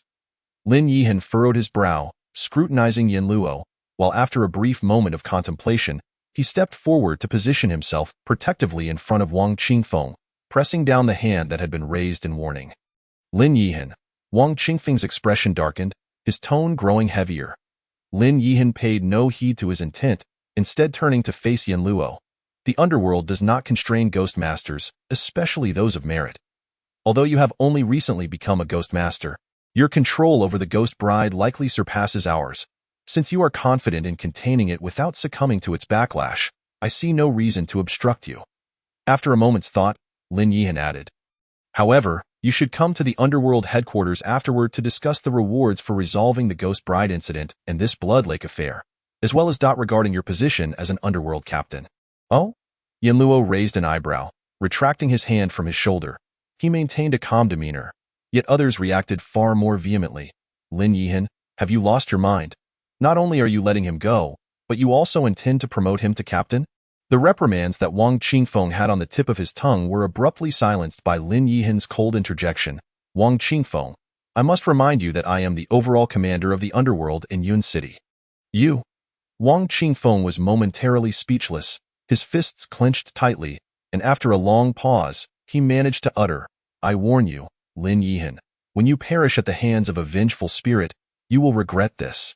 With that, Wang Qingfeng cast a cold glance at Yin Luo and turned to leave.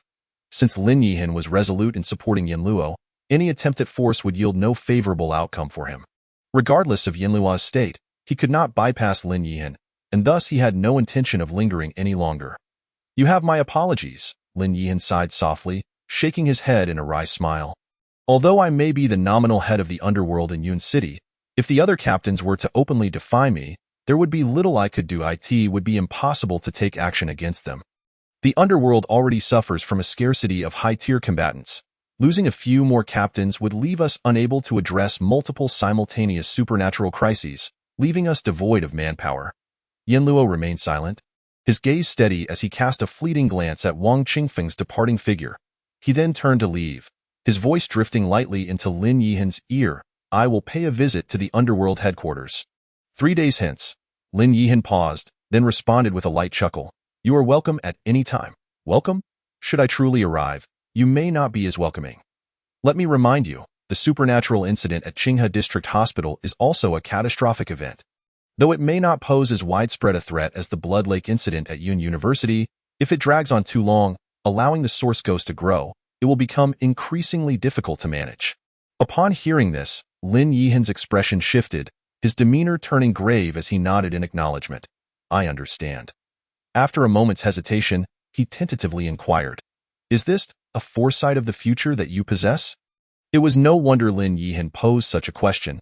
He had long harbored doubts regarding Yinluo's insistence on reporting his awakened ability as foresight.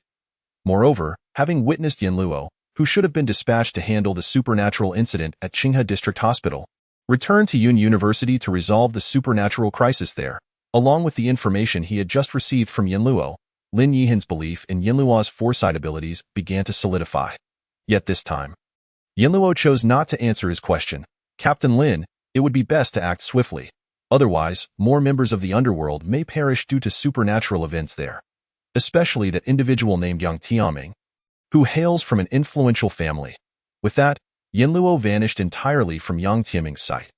The Blood Lake had been secured, and attempting to simultaneously subdue the Blood Moon, even with the Ghost Bride's assistance, would prove somewhat challenging. His reminder to Lin Yihan was merely a hope that during his attempts to contain the Blood Lake, the underworld could manage the growth of the Blood Moon. He certainly did not wish for the Blood Moon to have matured into a second Blood Lake by the time he attempted to contain it. After Yinluo's departure, Lin Yihan wasted no time in organizing personnel to cleanse the battlefield and eliminate the remnants of the supernatural event. Just as he was about to proceed to Qinghe District People's Hospital to assess the situation, his phone suddenly rang. Lin Yihan's expression hardened. Such calls directly to his phone often signified the onset of troubling news. However, this time, the message on the other end was somewhat unexpected. The underworld headquarters from Tianjing is sending someone. Chapter 68. Undercurrents rising after leaving Yun University, Yinluo did not return to the residence assigned to him by the underworld. A recorded address was hardly secure, especially considering he was being targeted. Last week, he had primarily chosen to return to the underworld's assigned residence due to the influence of the supernatural incident at Yun University, believing that anyone with ill intentions would be unable to act against him in such a chaotic time. However, reflecting on it now, that decision still carried risks, as he prepared to attempt to contain the Blood Lake. He naturally required a location that was utterly safe. After much deliberation, Yinluo ultimately decided to head to the outskirts of Yun City. The Ghost Bride incident had only transpired 2 weeks prior, and the underworld's lockdown of the outskirts had yet to be lifted. No one would be venturing there in the short term.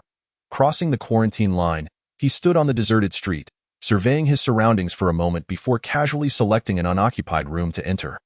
Since he was seeking safety, he would not consider his old residence or the milk tea shop where he used to work. After all, such places could easily be traced by those with malicious intent. Entering the bedroom, he glanced at the disheveled bed and a few used tissues on the bedside table, wrinkling his brow before stepping back outside.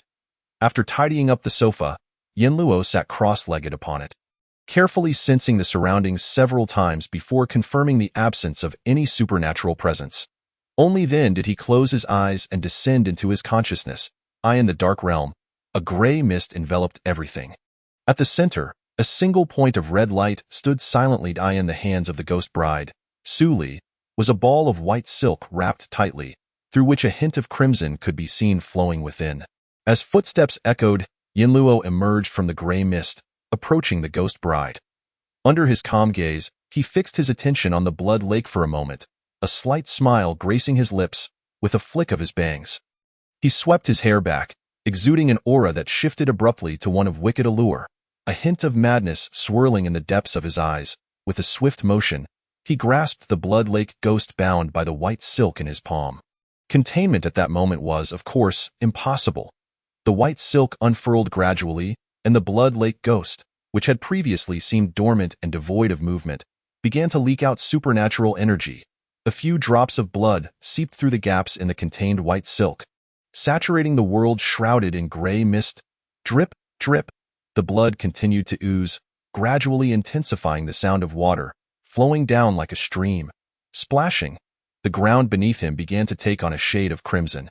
As the blood pooled and spread, centering around Yin Luo, a sharp, agonizing pain surged from his palm.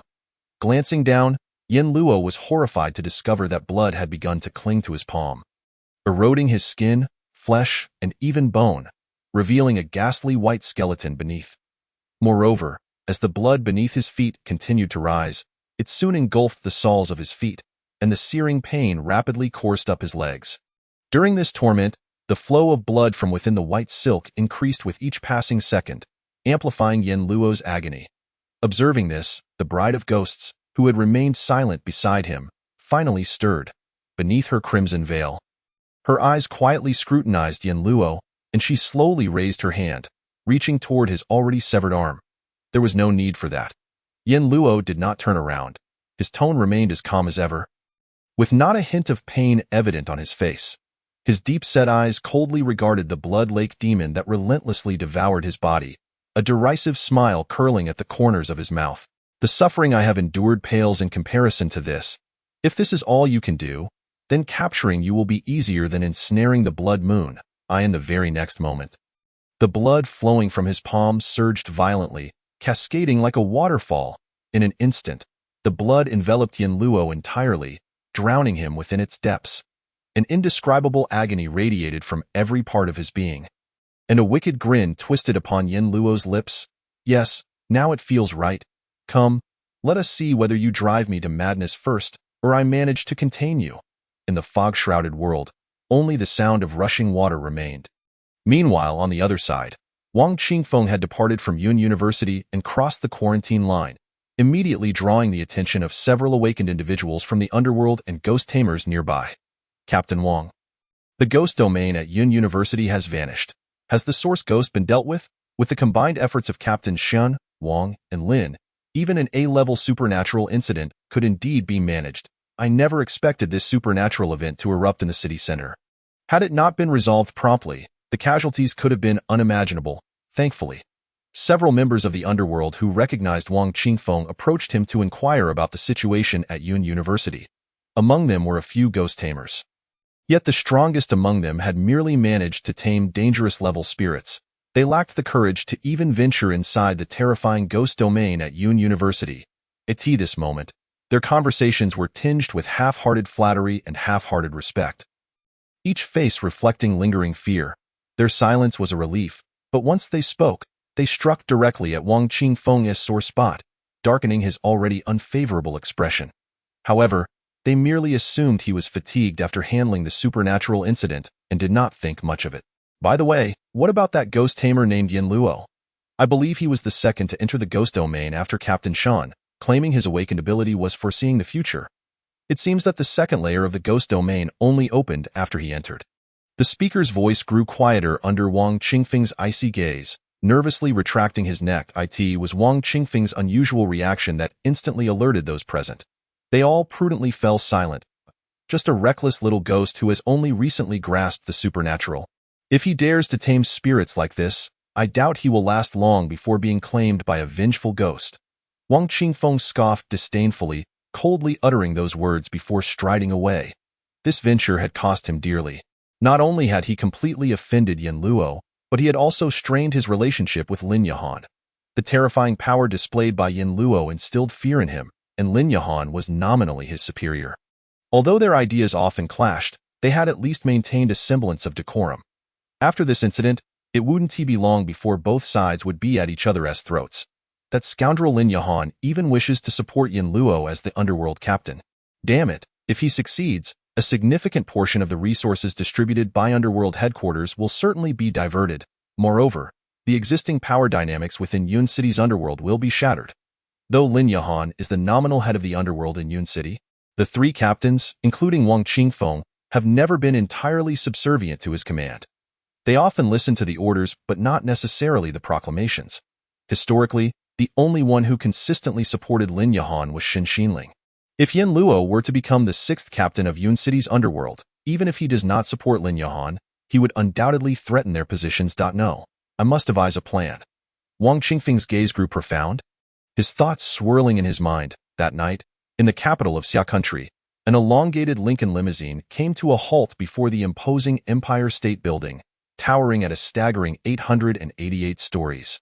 Several bodyguards clad in formal attire promptly approached, respectfully opening the rear door.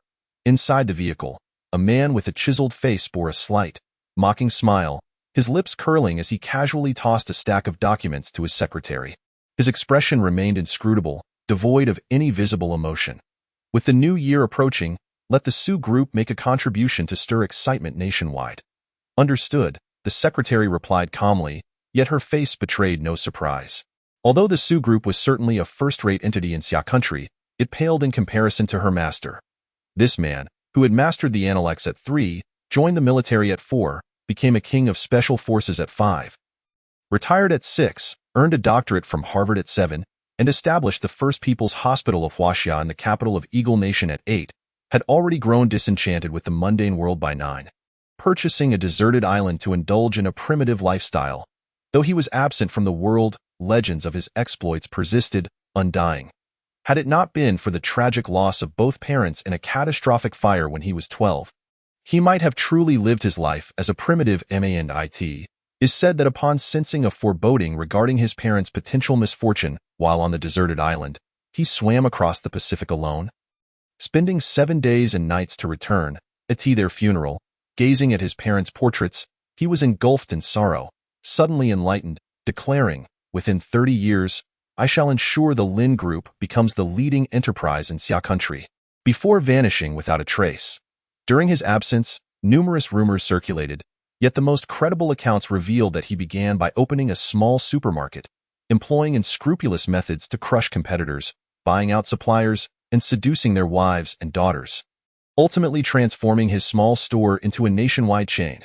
Despite suffering a decade-long imprisonment due to joint complaints from his rivals, this did not deter him from fulfilling his parents' wishes. After completing a 7-year overhaul of the sewing machine, he emerged from prison with a triumphant laugh, brimming with ambition. Having tasted imprisonment, he gained clarity and insight, achieving meteoric success. 3 years later, he successfully seduced the wife and daughter of the then wealthiest individual, resulting in their untimely demise, allowing him to inherit the family business.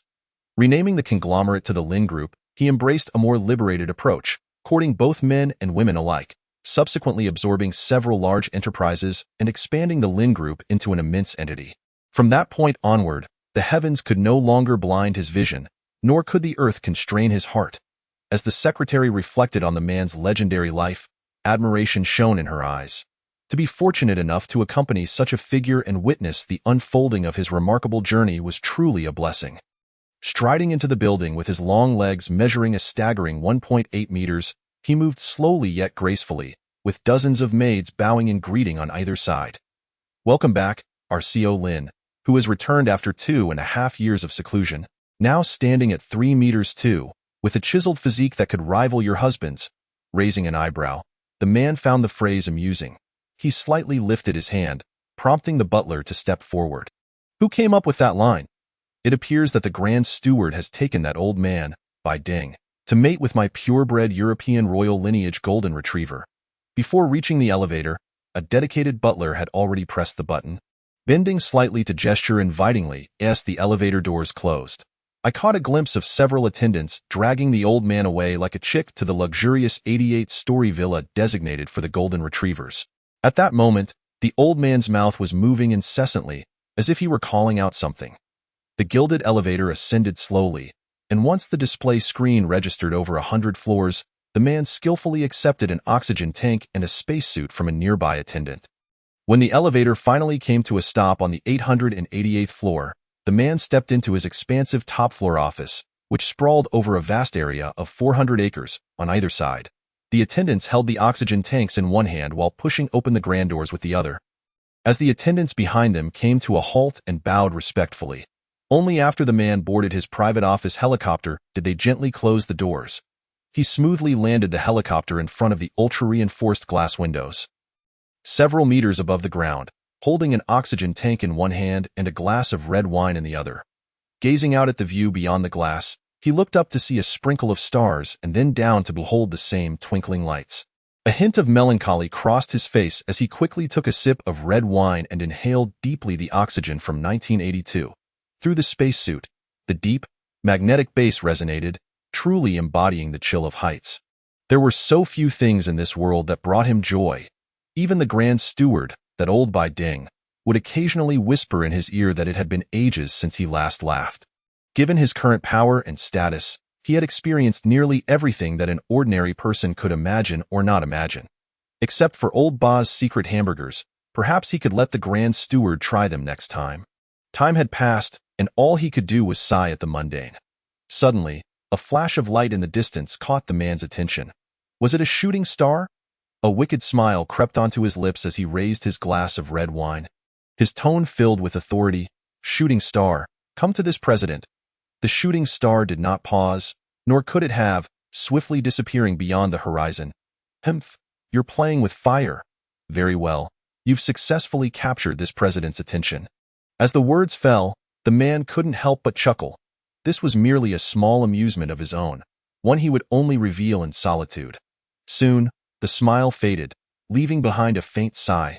Reclining on the bed, which measured 400 meters in both length and width, he reached down to touch his impressive 42-pack abs, yet a sense of helplessness washed over him. What did it matter if he stood at the pinnacle of power? In a few decades, he would merely be dust. The strands of white hair that had recently appeared were a stark reminder of time's relentless passage, and his increasingly weary body served as a reminder of its might. In this world, there were far too many things beyond human control. What he desired now was simply to engage in more interesting pursuits within the limited time he had. Yes, interesting, such as investing a fortune to construct this 888-story building, establishing a 400-acre office on the top floor, and whimsically adding a helicopter. When he undertook these endeavors, he was often the subject of ridicule behind his back by the mundane folk who had yet to grasp the essence of life. To help them better understand the meaning of existence, many of those enterprises had collapsed in recent years, with the Su family being the latest victim. This was certainly not because the Su family's daughter had drunkenly insulted him as a kept man at the last banquet. As he continued to touch his 42-pack abs, the man flipped over in bed, his starry eyes slowly closing. When he opened them again, it would be yet another dreary day. What should he have the old Bai Ding do tomorrow? Never mind, it wasn't easy for him to try to amuse me. Perhaps he should be given a break, as he whispered to himself. His consciousness gradually sank, but a bright light suddenly shone through the window, growing larger and larger. When the blinding white light jolted him back to awareness, he opened his eyes to find that the shooting star was now within arm's reach, to the end of his life. A crooked smile appeared on the man's lips as he uttered his very first curse. Damn it, things just got interesting. Chapter 69. Visitors from Tianjing until Wang Qingfeng's figure vanished from sight. The several ghost tamers finally exhaled in relief. Although the conversation among them had been hushed, as the captain of the underworld, Wang Qingfeng was naturally eye-catching, and many of the surrounding underworld members had overheard their discussion. In an instant, the venue erupted into a flurry of murmurs. What did Captain Wang mean by that? Could it be that the source ghost at Yun University was truly dealt with by someone named Yen Luo? It must be. Did you not see how sour Captain Wang's expression was just now? Perhaps they even had a conflict within the ghost domain. I said it, as soon as that Yen Luo hurried over. Another layer of ghost domain appeared at Yun University. It could only have been his doing. Among the many awakened individuals and ghost tamers present, discussions flourished. Initially, the focus of the topic centered on Captain Wang's abnormal reaction, but it swiftly shifted to Yen Luo. So, that kid truly contained the S-class ghost bride. Good heavens, he has only just become a ghost tamer a few days ago. It's highly likely. The ghost domain on the second layer was evidently more terrifying than the source ghost domain at Yun University. Only an S-class capable of suppressing a disaster-grade malevolent spirit could achieve that. More importantly, I am more concerned about whether his claim of predicting the future is true or not. An S-class ghost tamer, coupled with such an abnormal ability, if this is real, will we no longer have to worry about supernatural incidents erupting everywhere in the future? As the crowd continued to converse, another figure emerged from within the sealed grounds of Yun University. Following this figure were many students and teachers, their faces still bearing traces of terror, immediately drawing considerable attention. The keen-eyed recognized the identity of the newcomer. Oh, it's Team Leader Shan. Wasn't she the first to enter the ghost domain? Team Leader Shin must know more than we do. Why not ask her for details? Compared to Wang Qingfeng, Shin Xinling's reputation and rapport in the underworld of Yun City were evidently much better. Even those who were not well acquainted with her mustered the courage to approach her under the strong impulse of curiosity. Soon, a large group gathered around Shin Xinling, which startled the survivors who had just emerged from the supernatural incident. It's all right now. Everyone need not fear. Shin Xinling turned to comfort them, her tone considerably gentler than it had been within the ghost domain. Now that they were safe, there was no need to continue intimidating the group. After all, they were merely students experiencing the supernatural for the first time. Shin Xinling maintained an exceptionally tolerant demeanor. You all too, don't rush. Feel free to ask one by one. Looking at the crowd of colleagues gathering around, their incessant questions made Shin Xinling feel overwhelmed. Yet, she astutely picked up on several key phrases. Yin Luo, ghost bride, predicting the future. Gradually, her brows furrowed as she struggled to grasp the situation. She had personally witnessed Yin Luo containing the ghost bride and even reaching the fusion stage, enabling him to unleash the ghost domain. But what was this about predicting the future? Why had she not heard Lin Yihan mention that Yin Luo had awakened such an ability? Wang Qingfeng, having just left Yun University, was already formulating his plans. However, before he could act, the satellite phone in his arms suddenly rang. Seeing the familiar caller ID, Wang Qingfeng snorted coldly but chose to answer. What is it now? On the other end, Lin Yihan's voice came through. The mandatory task you assigned to Yin Luo needs your personal attention now. Why should I? Wang Qingfeng felt a surge of anger. Isn't he still not the captain yet? Why must I personally handle a mandatory task that I assigned? Furthermore, was it really necessary for me to intervene in a dangerous supernatural incident? Lin Yihan, what do you mean by this? Special circumstances warrant special treatment. Lin Yihan replied coldly. Yin Luo just dealt with the source ghost at Yun University, and he certainly cannot be expected to act again in the short term. Moreover, I have just received the latest news that the supernatural incident at Qinghe District Hospital has likely reached disaster level. Though the danger is not currently apparent, Shin Xinling is not in great shape either, and both Song Qingshu and Yin Yi have their own missions to attend to. After much consideration, you are the most suitable one for this task. Then why doesn't Captain Lin personally step in? Wang Qingfeng scoffed, unwilling to concede. The Tianjin Underworld headquarters is sending personnel. I will be quite busy and unable to attend, Lin Yihan replied, his tone turning icy. I won't hold you accountable for the fact that you recklessly assigned a mandatory task to Yin Luo, which nearly exacerbated the supernatural incident at Yun University. However, you must address the situation at Qinghe District Hospital. The Tianjin Underworld headquarters is sending personnel? Upon hearing Lin Yihan's explanation, Wang Qingfeng's expression sharpened. How many years had it been since the last time personnel from Tianjin had come? The geographical location of Yun City itself is rather remote. Situated in the southwestern corner of the entire Xia Kingdom, surrounded by mountains on all sides. The inconvenient transport links hinder trade with the outside world, resulting in a lack of attention. Given the current prevalence of supernatural events, the higher-ups in the underworld are already overwhelmed dealing with incidents occurring across various regions, making it even more difficult for them to focus on this secluded city. Yet, unexpectedly, the headquarters of the Tianjin Underworld has dispatched personnel here. What could be the purpose? Is it for good or ill? Wang Qingfeng pondered swiftly, and suddenly the image of Yin Luo flashed through his mind, causing his expression to shift. Damn it, surely it can't be because of that brat. Although he was reluctant to admit it, the only reason Yun City might attract the attention of the underworld headquarters is likely due to the boy who has contained the ghost bride. Realizing this, Wang Qingfeng coldly retorted, I have no time. Go find someone else. Without waiting for Lin Yihan to respond, he hung up the phone. Given the unclear situation, he had no leisure to deal with any supernatural incidents. Delaying such events would merely result in more ordinary casualties, which hardly seemed significant, hadn't it always been this way over the years. Without sufficient casualties, how could they highlight the importance of these team leaders? If they were to address every supernatural event the moment it occurred, the underworld headquarters might mistakenly believe that Yun City was completely safe and subsequently reduce their resource allocation. What a joke. Nothing is more important than one's own interest. No, immediate action is imperative. Wang Qingfeng cursed inwardly. Without hesitation, he dialed 2 numbers consecutively. They must unite to pressure Lin Yihan. Otherwise, given enough time, he might genuinely think that Yun City is under his sole jurisdiction. Chapter 70. The Ghostly Mask. Yun City, North Suburb. Looking up, the sky was laden with dark clouds. The oppressive black clouds enveloped the heavens, instilling an inexplicable sense of pressure that weighed heavily on the hearts of those who beheld it. Lin Yihan furrowed his brow, gazing to the north, the direction of the Tianjing City underworld headquarters, and also the direction of his homeland. A hint of nostalgia flickered in Lin Yihan's eyes. It had been over a decade since he was reassigned as the overall leader of Yun City. Initially, supernatural events were not as frequent as they are today, and the overall situation in the Xia Kingdom was relatively stable, so he hadn't perceived any urgency. However, as of now, supernatural events were erupting throughout the Xia Kingdom.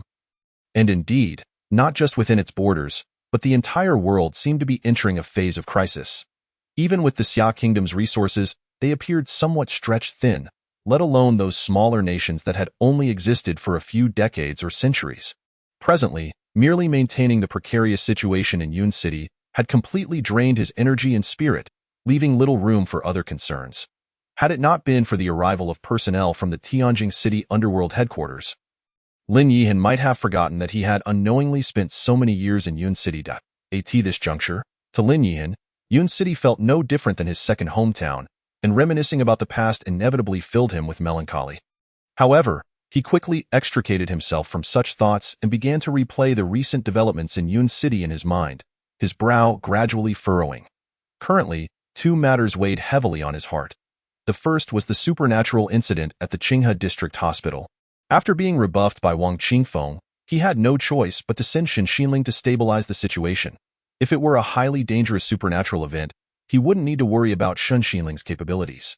Yet, as Yin Luo had mentioned, the supernatural incident in Qinghe District had reached a catastrophic level, and Shen Xinling had expended considerable power during the Blood Lake incident, which naturally made him uneasy.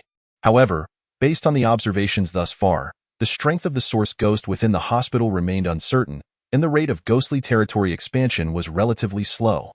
As of today, it had only spread to a few surrounding streets, indicating that the situation was still manageable. As long as Shen Xinling exercised sufficient caution, there should not be any significant risk. The second matter was the arrival of personnel from the Tianjing underworld headquarters. It was rather peculiar that a city which had long vanished from the higher echelons of the underworld's radar would suddenly draw attention. It seemed to stem from his earlier casual report regarding the foresight ability of Yin Luo. Yin Luo, this newly emerged ghost tamer, had seemingly become the greatest variable in Yun City since the Ghost Bride incident, not only altering the dynamics of Yun City but also prompting the headquarters to send personnel. To be honest, even Lin Yihan himself had not anticipated that reporting Yin Luo's foresight ability would hold any weight. He had considered it more a jest than anything serious. Had Yin Luo not insisted, he wouldn't have submitted such a report at all. In Lin Yihan's view, even the personnel from the underworld headquarters would likely dismiss the information he provided. It wasn't until after the Blood Lake incident that Lin Yihan truly began to believe in Yin Luo's so-called foresight ability. To his surprise, before he could report again, the headquarters had already dispatched someone. Judging by the timeline, it seemed that the moment he reported Yin Luo's abilities, it had already attracted the attention of the underworld headquarters. What could this possibly signify? Lost in thought, Lin Yihan's gaze remained fixed on the distance until a dark spot appeared in his line of sight, finally snapping him back to reality. Soon, the shadow in the sky grew larger, and the sound of helicopter blades resonated in his ears. Lin Yihan focused his gaze, observing as the helicopter hovered steadily hundreds of meters above him. Shortly after, the cabin door opened, and a figure stood against the wind. Illuminated by a menacing ghostly mask, with wild black hair and clad in dark clothing, the figure emanated an aura of chilling intensity. In the next moment, the figure leaped from the several hundred meters high. Plunging downwards, Lin Yihan's eyes widened as he witnessed an eerie black mist enveloping the ghostly figure, thick as ink, obscuring its form. Not even the howling wind could stir it in Lin Yihan's view. The descending shadow plummeted toward the ground like a cannonball, yet just as it was about to make contact with the earth, its momentum abruptly ceased. The black mist dissipated, revealing the ghostly figure, which elegantly performed a somersault in midair, landing gracefully on the ground without stirring a speck of dust. Lin Yihan felt a jolt of surprise. The individual's control over their inner ghostly power was astonishingly refined. Previously, at a distance, the sensation had not been particularly strong, but now, in close proximity, Lin Yihan was overwhelmed by an instinctive sense of danger. Yet he understood that this was not a deliberate targeting of himself by the figure before him. It was merely the unconscious aura released during the descent that triggered his innate perception of peril. "You must be Lin Yihan, the overall leader of Yun City?" The ghostly figure spoke, its voice surprisingly neutral. Carrying a faint sense of detachment, "That would be me," Lin Yihan replied, nodding and suppressing his thoughts, striving for a demeanor that was neither subservient nor overbearing. "Allow me to introduce myself." The ghostly figure took a few steps forward, extending a hand towards Lin Yihan in a friendly manner. "Captain of the 5th Squad, 3rd Division of the Tianjing Underworld, Ghostly Mask." "Ghostly Mask? Is that a code name?" Lin Yihan's brow twitched as he shook hands with the figure. Despite the fact that the individual was already aware of his identity, he still solemnly stated, "Overall leader of Yun City, Lin Yihan." After a brief handshake, both parties scrutinized one another, silently assessing. Such strength for merely a squad leader. Lin Yihan suppressed the stirring within him and gradually released his grip. "According to regulations, I am not permitted to disclose my true name, only my code name. I hope for your understanding," Ghostly Mask stated matter-of-factly. Lin Yihan's eyes reflected slight confusion, yet he nodded in acknowledgement without pressing further. Sensing Lin Yihan's curiosity, Ghostly Mask added, "Some powerful ghosts can activate their abilities through their names. There was an instance in Tianjing where a supernatural disaster occurred. At that time, 13 captain-level personnel lost their lives, and countless ordinary awakeners and ghost tamers perished as well. Since then, captain-level individuals are only allowed to use codenames in the field." Upon hearing this, Lin Yihan's expression shifted to one of realization, but he couldn't help but inwardly grumble. Why hadn't Yun City received such directives? Was it truly that isolated and cut off from information? Yet, he certainly wouldn't voice such thoughts. And Ghostly Mask offered no further explanation. After a brief exchange of identities, Ghostly Mask transitioned directly to the main topic. "So, where is the newly emerged ghost tamer named Yin Luo?" Beneath the menacing mask, a glimmer of light flickered ominously. Chapter 71. Blood Lake Containment. In a world shrouded in gray mist, the surface of the blood-red lake flowed placidly, occasionally flickering with eerie crimson light. This moment, a figure was submerged at the bottom of the blood lake, drifting with the currents. Endless supernatural power enveloped Yin Luo's body, constantly attempting to consume him, subjecting him to unbearable pain that most ordinary individuals would find intolerable. Yet, throughout the ordeal, not a single sound escaped his lips. The entire world appeared tranquil. An unknowing observer would marvel at the harmony of the scene, entirely oblivious to the terror lurking beneath. A striking red figure floated quietly above the blood-colored lake, its gaze never straying from Yin Luo submerged below. In the hands of the ghost bride, a red embroidered ball radiated an invisible supernatural energy, enveloping Yin Luo's form. The ghost bride and the blood lake, two formidable supernatural entities, were clashing within the vessel of Yin Luo's body. Every time Yin Luo's body was on the verge of being completely eroded by the blood lake, the supernatural powers of the ghost bride would timely envelop him, mending his form. This cyclical process had persisted for over 48 hours since the attempt to contain the blood lake began. Had it been an ordinary individual, they would likely have succumbed to madness long ago. As the ghost bride's ethereal abilities could preserve life, yet the torment remained profoundly real. Furthermore, witnessing his own body ceaselessly oscillating between destruction and rejuvenation imposed a tremendous psychological strain, potent enough to shatter the minds of those lacking resilience. Yet, at this moment, Yin Luo lay with his eyes closed, an expression of tranquility adorning his features, as though he had drifted into slumber, utterly oblivious to the external changes surrounding him. Only the occasional subtle furrowing of his brows betrayed that he was not genuinely asleep. Time slipped away, and suddenly, a voice resonated in this silent realm. "It is nearly time."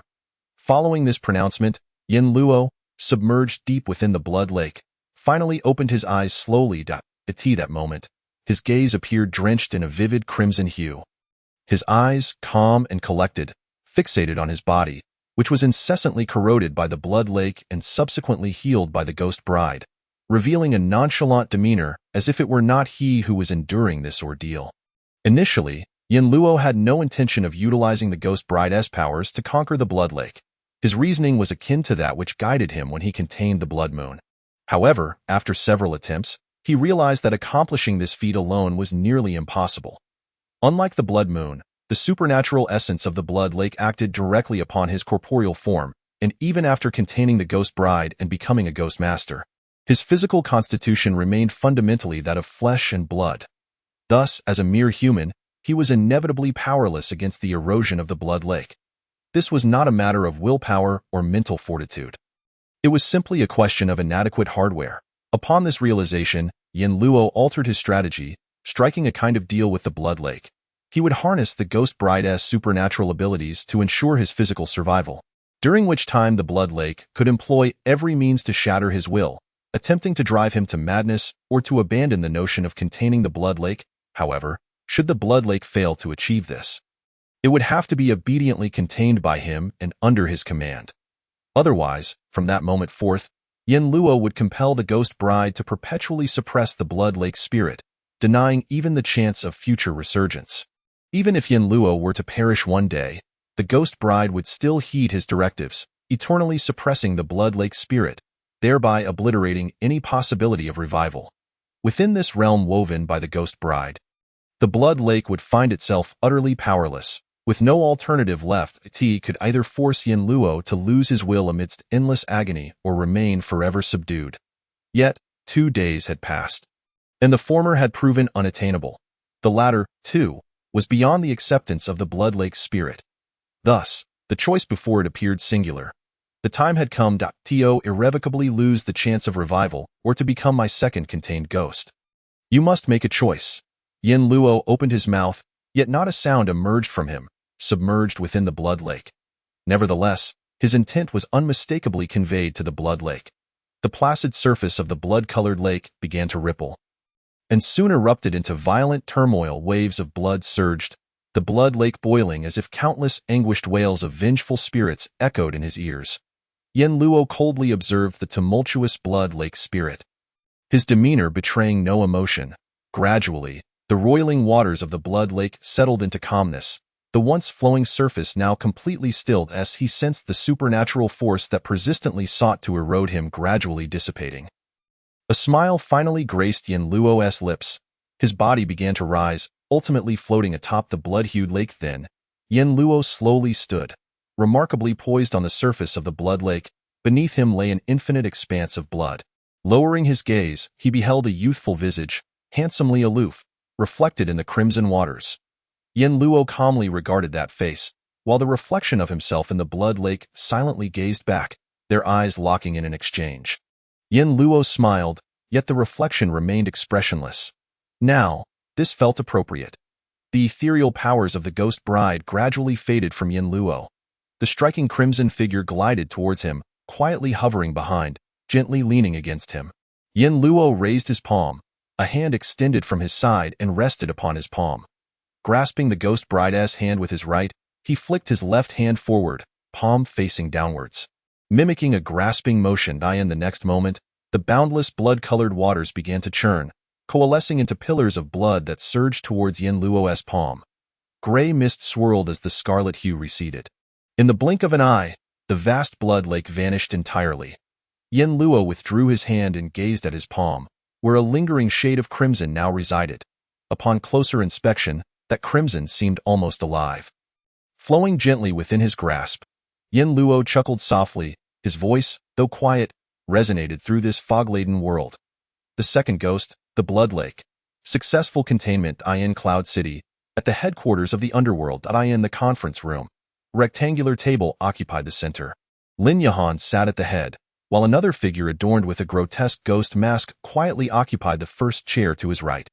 Soon, several familiar supernatural auras reached Lin Yahan's perception, prompting him to slightly turn his gaze towards the masked figure. It truly unnecessary for you to take the lead. No need for such formalities, the ghost mask replied, shaking his head slowly. You are the chief in Cloud City. Although I hail from Tianjing, it is you who hold sway here. It has been 2 days. More than this, I am solely concerned with when I will meet with him. Soon. It should be soon. The mention of this topic A hint of embarrassment surfaced on Lin Yahan's face. In truth, upon learning that the masked figure had come to Cloud City in search of Yin Luo, he had promptly dispatched individuals to attempt contact with Yin Luo. Yet, since the incident at the Blood Lake, Yin Luo had seemingly vanished into thin air, completely out of reach. The specialized satellite phone distributed by the underworld was unreachable. And even when he personally visited the address assigned to Yin Luo, he found no trace of him. He even checked the rental home on the outskirts of Cloud City where Yin Luo had resided before becoming a ghost master. But to no avail. Cloud City was not vast, yet for a ghost master of Yin Luo's caliber, concealing oneself was a feat that even Lin Yahan, as the chief of Cloud City, could not accomplish. Upon confirming that Yin Luo was deliberately hiding, Lin Yahan dismissed the notion of deploying extensive manpower to search for him, realizing it would likely yield no results. Thus, he could only place his hopes on Yin Luo's promise to return to the Cloud City headquarters within 3 days. Otherwise, Lin Yahan cast a sidelong glance at the masked figure, who sat calmly with arms crossed, and he found himself at a loss for how to explain the situation to him or to the Tianjing underworld headquarters. As Lin Yahan pondered, he sensed several familiar auras approaching, prompting the ever-quiet masked figure to raise his gaze. The conference room doors swung open, and several figures entered in succession. "Captain Lin, did you summon us back for some major incident in Cloud City? Or has there been another catastrophic supernatural event? I just resolved a supernatural case not long ago. If that is the case, I am of no help." Before their arrival, their voices had already filled the air. The newcomers were the captains from the Cloud City underworld. As Song Qingshu and Yin Yi processed the scene in the conference room, their expressions fell momentarily before their gazes converged on the figure clad in the grotesque ghost mask. The masked figure, in turn, scrutinized the captains of the Cloud City underworld, whom he had seen in records prior to coming to Cloud City. His brows knitted slightly beneath the mask, revealing a hint of dissatisfaction. It seems a bit lacking. However, given that Cloud City is merely a remote town in Xia country, it is somewhat acceptable. Yet what is with that tone and attitude? From the words of these individuals, it appeared they had not regarded Lin Yahan, the chief of Cloud City, with any respect. The masked figure oscillated his gaze between Lin Yahan and the captains, contemplating silently. Meanwhile, Song Qingshu and the others were also scrutinizing him, their minds filled with suspicion. They had only felt the presence of Lin Yahan in the conference room before entering. Who was this person?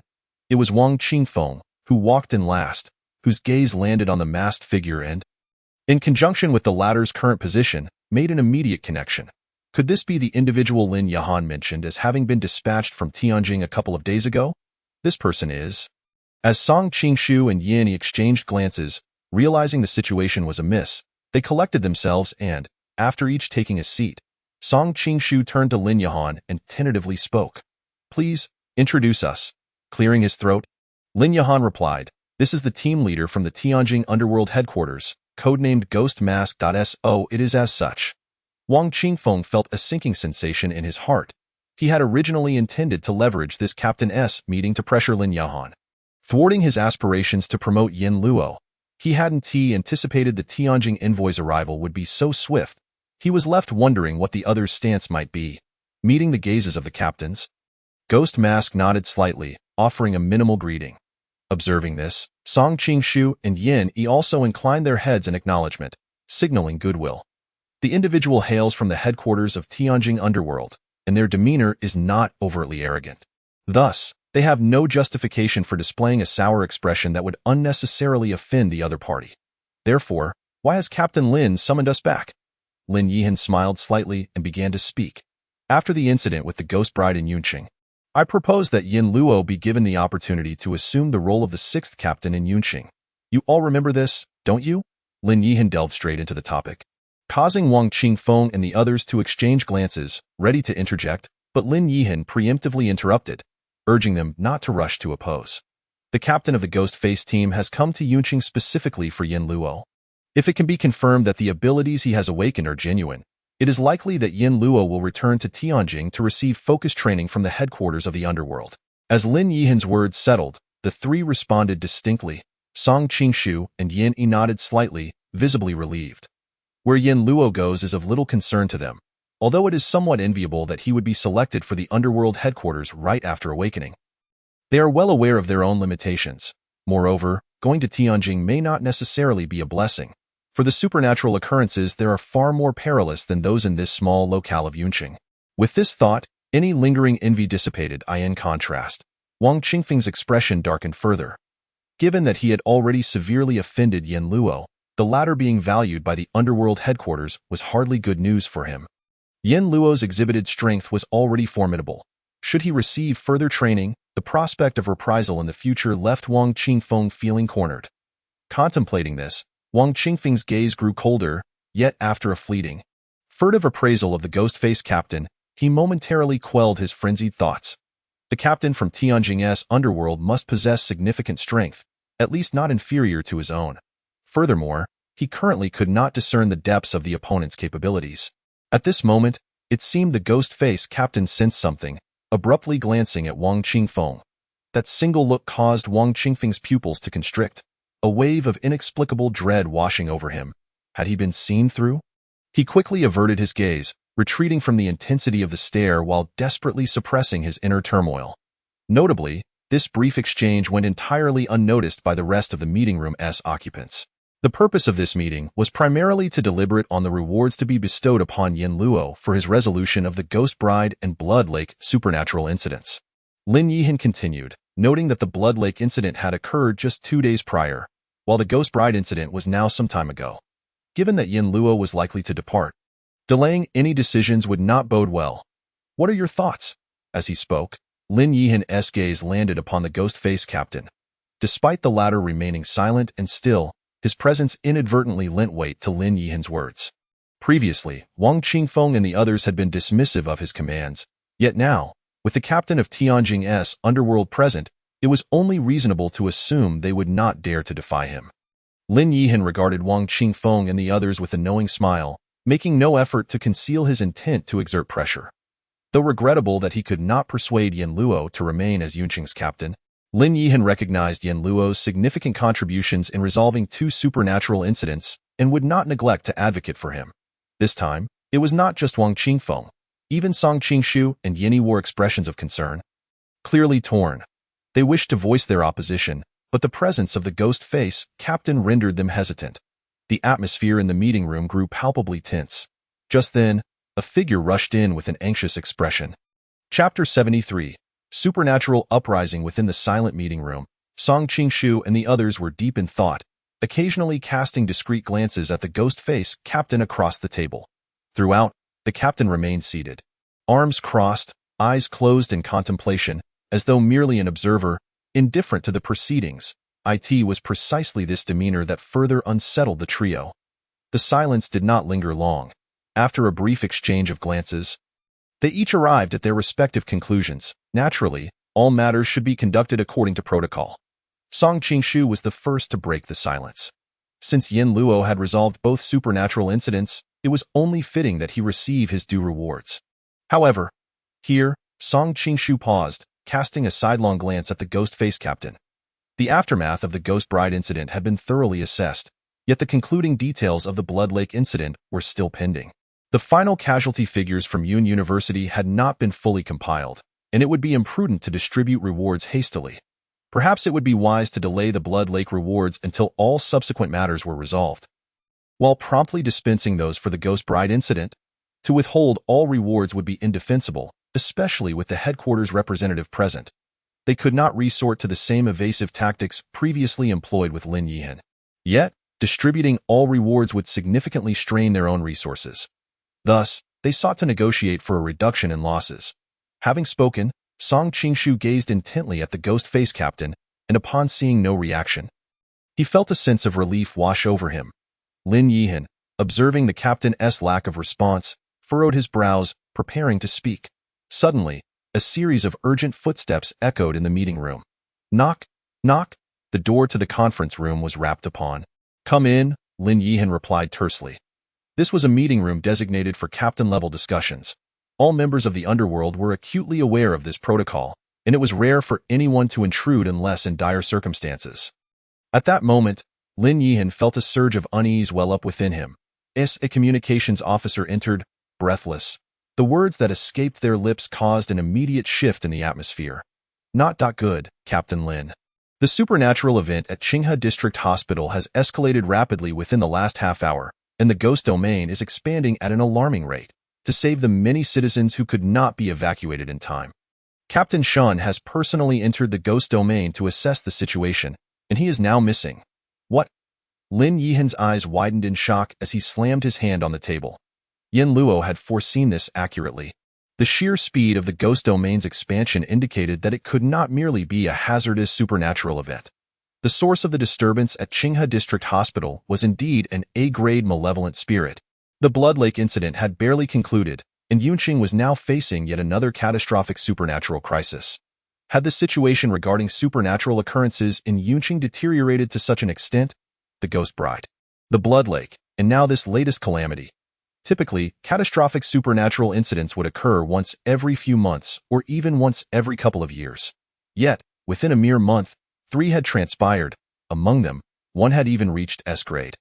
The ghost-faced captain, who had remained silent and still, observed the shifting expressions of Lin Yihan and finally showed signs of engagement. He slowly rose from his seat, prepared to inquire further, but suddenly, the brows beneath his mask twitched, and he turned his head toward a particular direction, toward the entrance of Yunqing's underworld headquarters. At that moment, a figure had silently arrived at the headquarters of Yunqing's underworld. A gentle breeze swept through, brushing past the tips of his hair, yet it could not stir the calmness of his gaze. Yin Luo stared intently at the seemingly unremarkable office building located at the heart of Yunqing. Murmuring, "Where is it?" His eyes scanned the various rooms within the building, ultimately locking onto a specific chamber. Found it. With that, he stepped forward, his form vanishing in an instant. In the meeting room, there was no time to ponder further.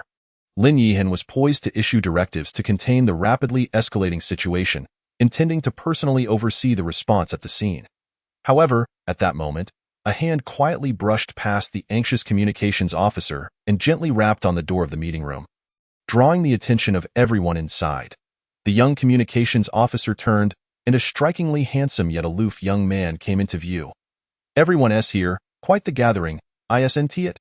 Yin Luo spoke in a calm tone, his gaze sweeping over the faces of those in the meeting room, lingering momentarily on the ghost face captain before settling on Lin Yihan at the head of the table. "Captain Lin, as per our agreement, I have come to retrieve what belongs to me." "What is happening here?" Lin Yihan's expression momentarily shifted to one of bewilderment before he quickly regained his composure. "Your timing is impeccable. The supernatural incident at Qinghe District Hospital has worsened, and the ghost domain is expanding uncontrollably. Immediate action is necessary to regain control." "Oh, is that so?" Yin Luo responded with a slight nod, his demeanor unperturbed. The rampage of the Blood Moon was within his expectations. Like the Blood Lake, the Blood Moon was also a malevolent spirit of A-grade danger, possessing terrifying means of killing. Though it did not exhibit the same overtly horrific scenes as Blood Lake, the subtlety of its supernatural abilities rendered it even more insidious. However, similar to how Blood Lake had lain dormant for many years, unleashing chaos upon awakening, why did the Blood Moon, after its revival, not display an immediate threat, leading the underworld to misjudge its danger level? Yin Luo had pondered this question during the 48 hours he spent containing Blood Lake. The only plausible explanation was that, like Blood Lake, the Blood Moon was also waiting for an opportunity sufficient to catalyze its supernatural surge. It now appears that the opportunity presented by the Blood Moon has indeed arrived. This will undoubtedly increase the difficulty of containing the Blood Moon in the near future. However, at this moment, Yin Luo is more concerned with another matter. He slightly turns his head, his gaze landing on the figure wearing the ghostly mask. From the instant the other party made their presence known, their eyes had not strayed from him. "And who might you be?" He had already encountered several captains from the Yunqing underworld during the previous week's cycle, including Song Qingshu and Yin Yi, who currently held little impression in his mind. Yet, this individual, adorned with a malevolent mask, is someone he is seeing for the very first time. Yin Luo narrows his eyes, sensing the palpable danger emanating from this figure, and ponders to himself, at this juncture in the previous cycle, Yunqing should not have had such a character present. Could it be that his prior containment of the Blood Lake has altered the future? As their gazes meet, a soft sound escapes from beneath the ghostly mask. "So, you are Yin Luo?" The tone carries a hint of astonishment. The so-called Ghost Master, who claims to have awakened the ability to foresee the future, seemingly possesses strength far superior to that of the captains in Yunqing. How intriguing! The masked figure scrutinizes Yin Luo with growing interest. In an instant, he appears before Yin Luo, extending his right hand. Captain of the 5th Squad, 3rd Division of Tianjing Underworld, Ghost Face. Yin Luo raises an eyebrow, regarding the grotesque visage mere inches away with a light chuckle as he extends his left hand. Ghost Face, unperturbed, reciprocates with his left hand as well. The moment their palms meet, a wave of dark, supernatural energy spreads from Ghost Face. Yet, in the next moment, a forceful pressure surges from their clasped hands, causing Ghost Face to flinch slightly, feeling his own supernatural energy momentarily suppressed. This suppression seems that supernatural forces below the disaster level are entirely subdued. Ghost Face reaches a conclusion in his mind, and in the next instant, a terrifying aura of supernatural energy erupts from him. The entire conference room seems to be enveloped in an unfathomable darkness, and everyone present, including Lin Yihan, feels a tightening in their chests, their expressions drastically changing. Is this the power of a captain-level figure from the Tianjing underworld? How utterly terrifying! Ghost Face pays no heed to the reactions of the others in the conference room. His gaze, concealed beneath the malevolent mask, remains fixed on Yin Luo, curious to see how the latter will respond in the shrouded darkness of the conference room. Ghost Face and Yin Luo stand at the epicenter of this supernatural clash. As the interest in Ghost Face's eyes intensifies, Yin Luo's smile, already scarce, begins to fade. His expression turns impassive, a cold smirk gracing his lips. Are you serious? As soon as the words leave his mouth, a streak of blood-red energy rapidly spreads from the palm of his left hand, transforming suppression into activation, swiftly crawling up towards Ghost Face's arm. In an instant, the supernatural energy enveloping the conference room surges to a new height, becoming even more fearsome, and a suffocating sensation washes over everyone present. At that moment, even Wang Qingfeng, Yin Yi, and the others cannot help but feel a surge of anger. What in the world is happening? Are you showcasing your power? Or is it that Yin Luo is actually your mortal enemy? The glances exchanged among the group become laden with confusion, but they remain unaware that the orchestrator of this supernatural event is equally astonished. The energy, which had been controlled at around 50%, suddenly skyrockets to 80%, causing the contained malevolent spirits within him to stir restlessly. At this moment, Ghost Face finally regards the individual before him with newfound seriousness. Just as he intends to rein in the supernatural energy and conclude this test, he notices Yin Luo's right wrist twist, revealing a strip of eerie white silk that he has somehow grasped in his palm. The instant the white silk appears, Ghost Face finds it impossible to maintain his composure. His pupils tremble beneath the mask, and without a second thought, he retracts his hand, swiftly increasing the distance between himself and Yin Luo. The darkness enveloping the conference room dissipates in an instant, and when the others look back, they find Ghost Face has returned to his original position. Gazing at the white silk in Yin Luo's hand, a profound sense of wariness fills Ghost Face's eyes. Finally, it has come to an end. Seeing Ghost Face finally retract his supernatural energy, the others in the conference room let out a collective sigh of relief. Yin Luo chuckles coldly, twisting his wrist as the white silk vanishes into thin air once more. At this, Ghost Face finally relaxes his guard. Before he can speak again, Lin Yihan, appearing somewhat anxious, interjects, "Captain Ghost Face, the situation is urgent. We should prioritize addressing the supernatural incident before discussing other matters." Ghost Face pauses, finally redirecting his focus from Yin Luo, and nods slightly. That is indeed the priority. Just as he is about to continue, Wang Qingfeng interrupts. The supernatural incident at Qinghe District Hospital should be handled by Yin Luo, should it not? The atmosphere in the conference room suddenly freezes. Lin Yihan and Ghost Face cast their gazes toward him, while Song Qingshu and Yin Yi, who had just witnessed the test of strength between the two, choose to remain silent. The one who speaks up is, of course, Wang Qingfeng, who has thoroughly offended Yin Luo. Regardless of what happens next, this supernatural incident has already been assigned to Yin Luo as a mandatory task days prior. The current situation is merely a result of his inadequate handling, is it not? Therefore, the subsequent cleanup efforts will naturally fall squarely on his shoulders. Wang Qingfeng continues, casting a glance at Song Qingshu and Yin Yi. Moreover, Any further losses incurred due to this supernatural incident should also be borne by him. At his words, Song Qingshu and Yin Yi's expressions shift subtly. Wang Qingfeng's intention becomes abundantly clear. If they can place the blame squarely on Yin Luo, it will be enough to significantly diminish his merits, saving them a considerable amount of resources. In an instant, both of them display signs of internal conflict. For Wang Qingfeng, the rift between him and Yin Luo has been irreparably deepened. Rather than gamble on whether Yin Luo will graciously let him off, it is far more prudent to attempt to trap him completely, bringing this matter to a close. The supernatural upheaval at Qinghe District Hospital has even resulted in the disappearance of Captain Shan Xinling.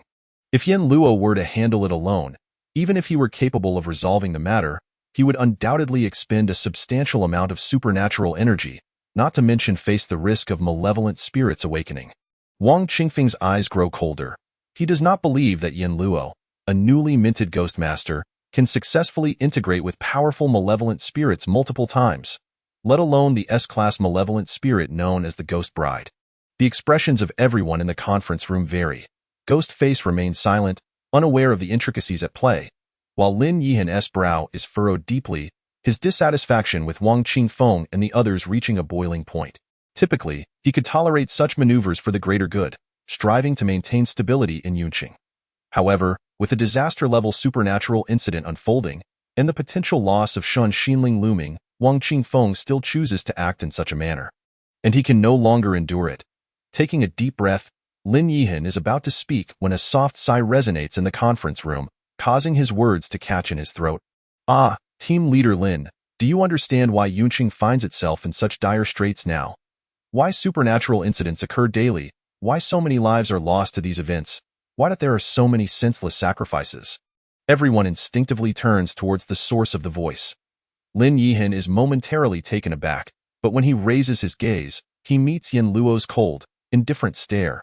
He opens his mouth, momentarily at a loss for words. In the next instant, Yin Luo's emotionless words reach his ears. All of this is because of you. Lin Yan.it is all due to you. As the one responsible for the Yunqing underworld. You have failed in your duties. In the conference room, an enveloping silence descends. Wang Qingfeng observes with cold detachment, while Song Qingshu and Yan Yi stand in shock. Even Ghost Face's eyes flicker with uncertainty. Meanwhile, Lin Yihan, the subject of this accusation, stands frozen in place, gazing at Yin Luo, whose indifferent eyes render him speechless for a long while. I failed in my duties. Lin Yihan opens his mouth, eager to defend himself. But he struggles to find the words. Since the day he arrived in Yunqing, he has diligently fulfilled his responsibilities. Whenever a supernatural incident occurs, he is always the first to receive the report and promptly coordinates and deploys resources to minimize casualties. On occasions when manpower is insufficient, or when facing particularly perilous supernatural events, he has even plunged into the fray himself, disregarding his own safety to mitigate the losses to Yunqing. He has always taken a holistic view, with a long-term perspective. Despite the constant supernatural disturbances over the years, he has managed to stabilize the situation. Otherwise, given Yunqing's status as a remote town, it would have likely succumbed to a full-scale supernatural resurgence long ago, transforming into a haven for malevolent spirits. Moreover, for the sake of the greater good, even when faced with insubordinate individuals like Wang Qingfeng and Yin Yi, who seem to seek to undermine his authority, he has chosen to endure. Having sacrificed so much, he has done so solely to protect the safety of this city.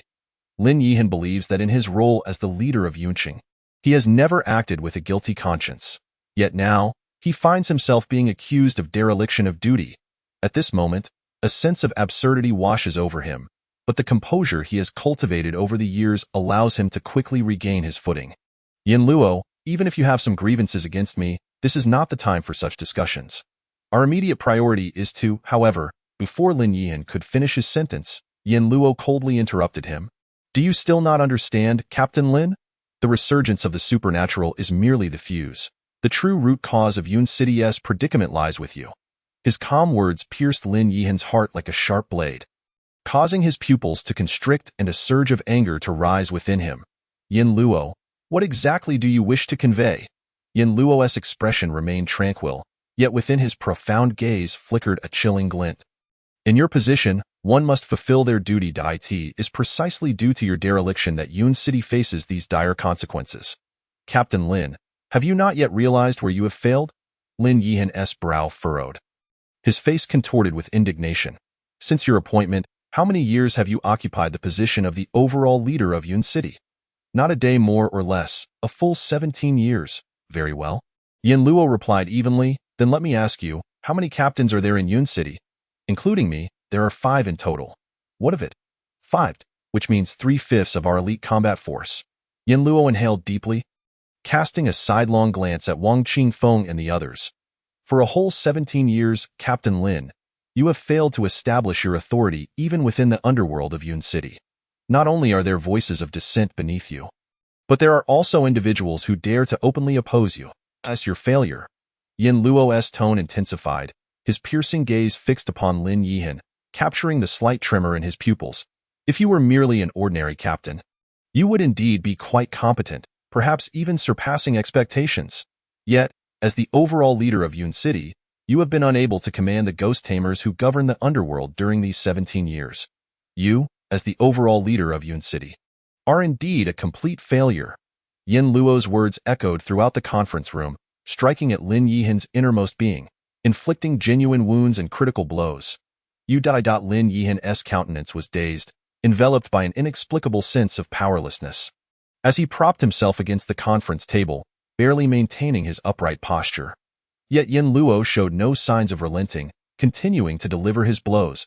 If your subordinates refuse to obey your commands, that is one matter. But if you sit in this position and cannot subdue them, then it is a reflection of your inadequacy. Captain Lin, in this world of supernatural resurgence, ability is far more important than attitude. Wouldn't you agree? By the conclusion of Yin Luo's remarks, Lin Yihan found himself utterly devoid of retorts.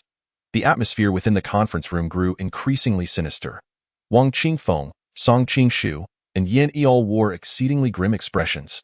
For Yin Luo's scathing remarks did not spare them either. It could be said that aside from the irrelevant ghost face, everyone present in the conference room had been indiscriminately struck by Yin Luo's words. As for Ghost Face, he merely listened silently, his gaze behind the malevolent mask subtly shifting, as if in contemplation. Captain Lin, allow me to pose one final question. Yin Luo approached Lin Yihan, who, despite standing slightly taller, felt an inexplicable sensation of being looked down upon under Yin Luo's gaze. Then, Yin Luo's unadorned voice reached the ears of all present.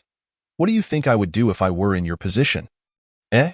Lin Yihan was momentarily taken aback, caught off guard. In that instant, a trace of unmasked murderous intent flickered in Yin Luo's eyes. The next moment, a terrifying supernatural aura enveloped the entire room, centered around Yin Luo. An endless gray mist blotted out the sun, swallowing the conference room whole, obscuring everyone's vision. Ghost Face's expression shifted, instinctively adopting a defensive posture, while Song Qingshu and Yin Yi appeared tense, and Lin Yihan, caught in the center of the mist, was engulfed by a chilling sense of impending doom. Within the gray fog, a piercing scream soon echoed. Then, amidst the fury, Wang Qingfeng's voice erupted. Yin Luo, you are being outrageous. To strike against me, a captain of the underworld, is a direct provocation against its authority. Wang Qingfeng's furious rebuke received no response. A chill ran through the hearts of everyone in the conference room as they began to piece together what was transpiring. Yet even Ghost Face, ensconced within the mist, dared not act recklessly. This did not seem to be the ghost domain, yet it bore certain effects of one. To act rashly would be perilous. Ghost Face's brow furrowed. As for merging with the malevolent spirit to counter Yin Luo, he naturally did not consider it. The situation had not yet escalated to that extent. After several breaths, the gray mist dissipated. The scene within the conference room became clear to all. Wang Qingfeng was enveloped in a bizarre supernatural force, with a shadowy figure faintly visible behind him. Before him stood the cold-faced Yin Luo, his fingers curled like claws, gripping Wang Qingfeng's arm. As the supernatural power of the ghost bride firmly suppressed him, along with the malevolent spirit within Wang Qingfeng. Tell me, do you wish to be crushed by me directly, or to perish due to the resurgence of the supernatural?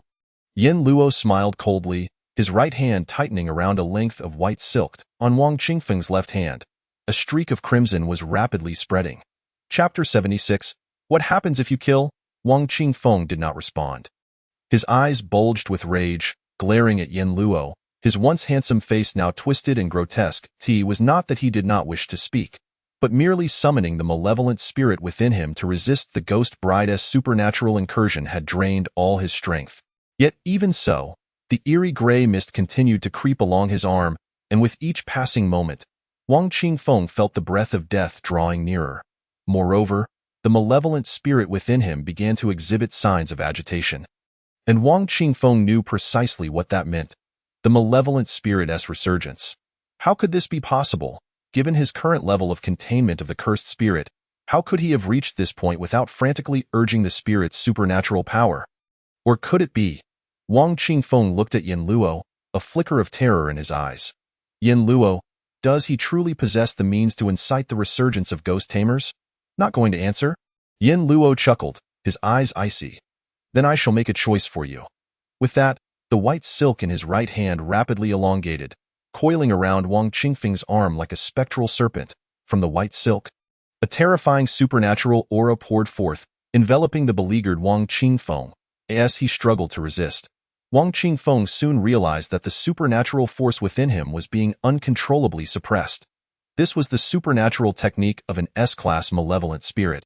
He could not withstand it. Behind him, the shadowy figure emitted a soundless wail as an inky, eerie liquid swiftly spread, attempting to counter the encroachment of the white silk, but to no avail. In an instant, the white silk bound Wang Qingfeng, along with the malevolent spirit within him. Wang Qingfeng had initially sought to struggle, but when that eerie crimson hue stained the white silk, all his attempts at resistance dissipated into nothingness.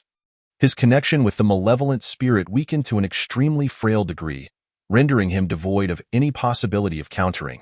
How could this be? Through the gaps in the white silk, the last visible eye of Wang Qingfeng brimmed with disbelief. Yin Luo was merely a newly minted ghost tamer. Even if he were exceptionally gifted, possessing a unique physique capable of containing an S-class ghost bride, he should not be this overwhelmingly powerful. After all, he was a captain of the underworld, with over a decade of experience confronting malevolent spirits. How could he be so effortlessly subdued before Yin Luo?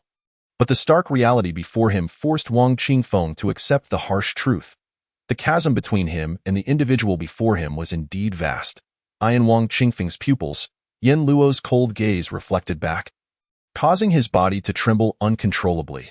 What does it matter if one is a ghost tamer? In the absence of supernatural power, how do they differ from an ordinary person?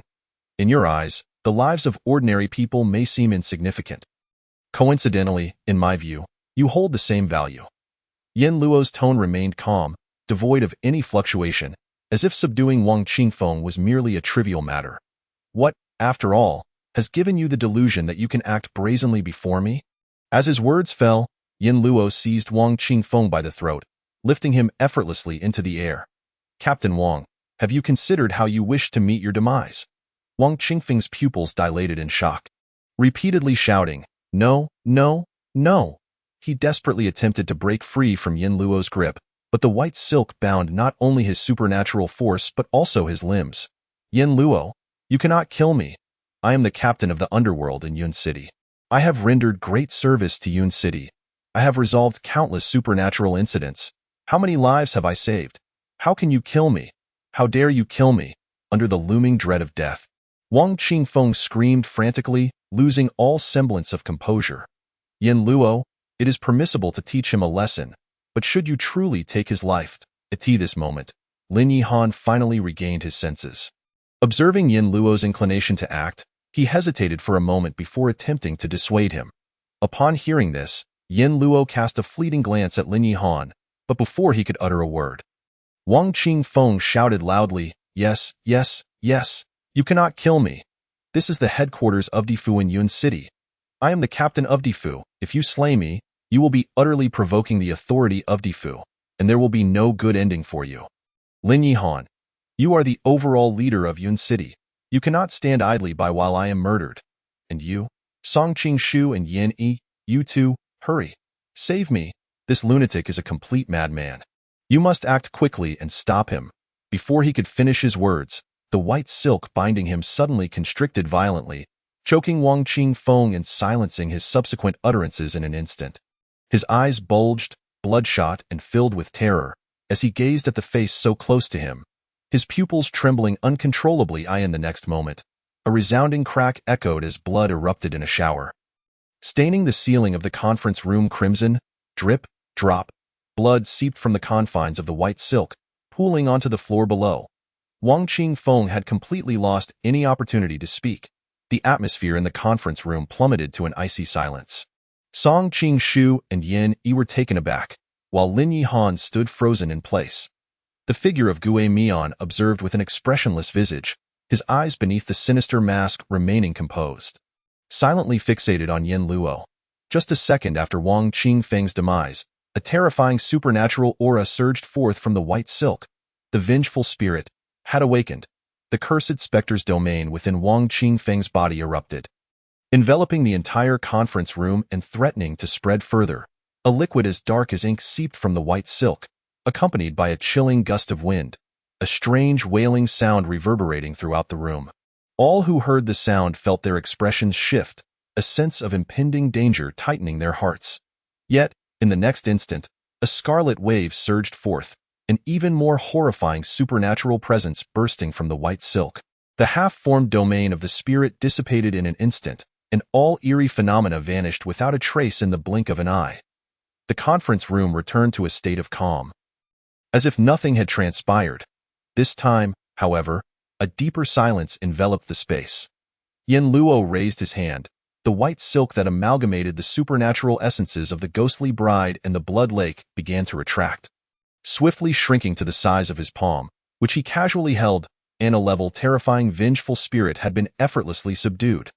The witnesses in the conference room could scarcely believe their eyes. Only then did Yin Luo slowly turn to face Lin Yihan. His tone as tranquil as ever. What would happen if I truly killed him? Chapter 77. Are you going to judge me? Silence, an extended silence. As Yin Luo's words hung in the air, the conference room was so quiet that one could hear a pin drop. From Yin Luo's decisive action to subdue Wang Qingfeng, to Wang Qingfeng's desperate pleas and grandstanding, no one truly believed that Yin Luo would go so far as to kill him.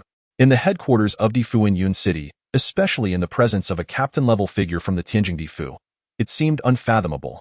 Yet in an instant, Yin Luo had mercilessly crushed Wang Qingfeng, before anyone could fully grasp the gravity of Wang Qingfeng's sudden death. The cursed spirit within him, which was on the brink of awakening, was also swiftly subdued by Yin Luo. The entire process had taken less than 3 minutes. This shocking display shattered the preconceived notions of the onlookers regarding supernatural events. It turned out that vengeful spirits could be detained with such ease. Only an even more terrifying supernatural force could effectively resolve the supernatural. Lin Yihan and the others were left in disbelief. While Yin Luo paid no mind to their astonishment, his peripheral vision subtly assessing Gue Mian. The latter, at this moment, regarded him with an expression of surprise, astonishment, and wariness, yet lacked any semblance of shock. Was there a stronger ghost master within the headquarters of Difu? Yin Luo's expression remained composed, his mind racing with speculation. Only those who had witnessed even more terrifying scenarios could maintain their calm in such a moment. So, Captain Lin, do you comprehend now? Yin Luo gripped the cursed spirit bound by the white silk, presenting it before Lin Yihan. When the hearts of the people scatter, it becomes arduous to lead the team. A rogue element will only become a malignant tumor. Allowing it to take root and grow will lead to endless calamity. Only decisive action can provide the best resolution. Yin Luo continued, turning his gaze towards Song Qingshu and Yin Yi. I understand your concerns, chiefly regarding personnel issues. However, with one less menace, the resources saved should suffice to cultivate another captain-level individual, don't you think? Captain Lin, you may not realize the potential harbored within the populace. With a little selection, it is not a daunting task to identify a few qualified ghost masters in the vast Yun city. This is something I, having lived on the fringes for many years, am acutely aware of. Those genuinely aspiring to rise, an opportunity capable of altering their fate is worth risking their lives for. By investing resources in these individuals and nurturing them with care, one could very well produce a captain-level figure. More importantly, this would be your own foundation. Thus, I truly fail to comprehend how you have managed to live so submissively over the past decade. Captain Lin. As Yin Luo's calm words fell. The expressions of Song Qing-shu and Yin Yi, whom he had been gazing at, shifted dramatically.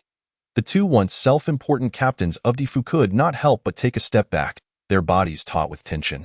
The vivid reminder of Wang Qingfeng's demise weighed heavily on their minds, and the cold demeanor of the youth before them. He could indeed be a killer. Not just any ordinary person, but a ghost master of captain-level stature. The wariness in their eyes was fully captured by Yin Luo, who let out a chilling smile. Captain Lin, tell me, if you possess such authority, the entire power of Difu and Yun City could be commanded at will. How drastically would the casualties caused by supernatural events in Yun City diminish? Yin Luo, you? Lin Yihan gazed at Yin Luo, his eyes lingering upon the white silk for a prolonged moment. Yet he found himself at a loss for words. After a lengthy pause, it seemed he suddenly grasped something, swiftly turning to look at the silent Gue Mian. With his movement, Song Qing-shu and Yin Yi also came to their senses, their gazes urgently fixed upon Gue Mian. They had nearly forgotten that a captain from the Tianjing Difu was present. How could Yin Luo dare to kill in his presence, and how could this matter possibly end well? In an instant, the urgency in the eyes of Song Qing-shu and Yin Yi intensified. They could no longer afford to concern themselves with supernatural events. The pressure Yin Luo exerted upon them was immense. And even now they felt a lingering dread. Should this Gue Mian issue a command, they would undoubtedly join forces with him to attempt to directly subdue Yin Luo. Gue Mian captain, this matter. Lin Yihan deliberated before deciding to advocate for Yin Luo. However, as he opened his mouth several times, the words failed to materialize, ultimately dissolving into a bitter smile. Yin Luo had committed murder in plain sight, leaving no room for retreat. Furthermore, after days of interaction, Lin Yihan had begun to suspect the true strength of the figure before him, fearing he was yet another individual capable of controlling an S-level vengeful spirit. If he were to confront Yin Luo here, the battle between two S-level vengeful spirits would surely spiral out of control. Even Yin Luo was now observing Gue Mian's reaction. In that moment, all eyes converged upon Gue Mian. The ghastly mask instilling a chilling apprehension. Would this malevolent spirit reveal its fangs? Having slain Wang Qingfeng, will you take action against me? Yin Luo's nonchalant question shattered the heavy silence. He met Gue Mian's gaze with penetrating intensity. Rest assured, I will not strike at you. Gue Mian responded, unfazed by Yin Luo's provocative tone. You may not be aware, but in Tianjing, Difu does not impede ghost masters with significant conflicts from engaging in mutual slaughter. By Tianjing standards, your actions do not constitute a transgression. Should we assess this by Yun City's standards? Gue Mian continued, his gaze shifting to Lin Yihan. Captain Lin is the overall authority in Yun City. Whether you are in the wrong or not is for him to determine. I shall not overstep my bounds. Moreover, Gue Mian paused, a glimmer of intrigue flickering in his eyes as he regarded Yin Luo. Articulating each word, you are correct in asserting that ability that within Difu, in this world, is indeed far more significant than mere attitude. While I am yet to ascertain the veracity of your foresight, the value you have thus far demonstrated surpasses that of Wang Qingfeng by several folds. Thus, I could never retaliate against you for his demise. Upon hearing this, Yin Luo's previously indifferent expression softened slightly, a light smile gracing his lips. You articulate well, showing understanding. I appreciate that. With that, he redirected his attention to Lin Yihan. Then, Lin, what is your opinion? Are you going to judge me in your capacity as the person in charge of Yun City? Lin Yihan exhaled deeply, a bitter smile playing on his lips as he shook his head. Song Qing-shu and Yin Yi stood in stunned silence, unable to believe that the ghost face had so swiftly defined the situation with just a few words. Yin Luo had killed a captain-level figure at the headquarters of the underworld in Yun City. And in the end, nothing had happened. Chapter 78. The Resurgence of the Blood Moon. Yet, with Ghostface's declaration, even if Lin Yihan felt discontent, neither Song Qing-shu nor Yin Yi dared to express it. After all, offending Yin Luo could lead to dire consequences, perhaps even following in Wang Qingfeng's footsteps. As the meeting drew to a close, the small secretary, who had been cowering at the door, finally mustered the courage to speak softly. Captain Lin, regarding the supernatural incident at Qinghe District Hospital, Captain Shan is still trapped inside, and his life is uncertain.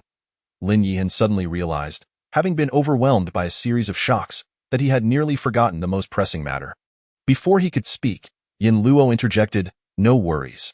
His expression remained calm, his tone as indifferent as ever. "From the moment I appeared, it signified that the future is already visible to me. The so-called supernatural events differ only in the resources required for resolution."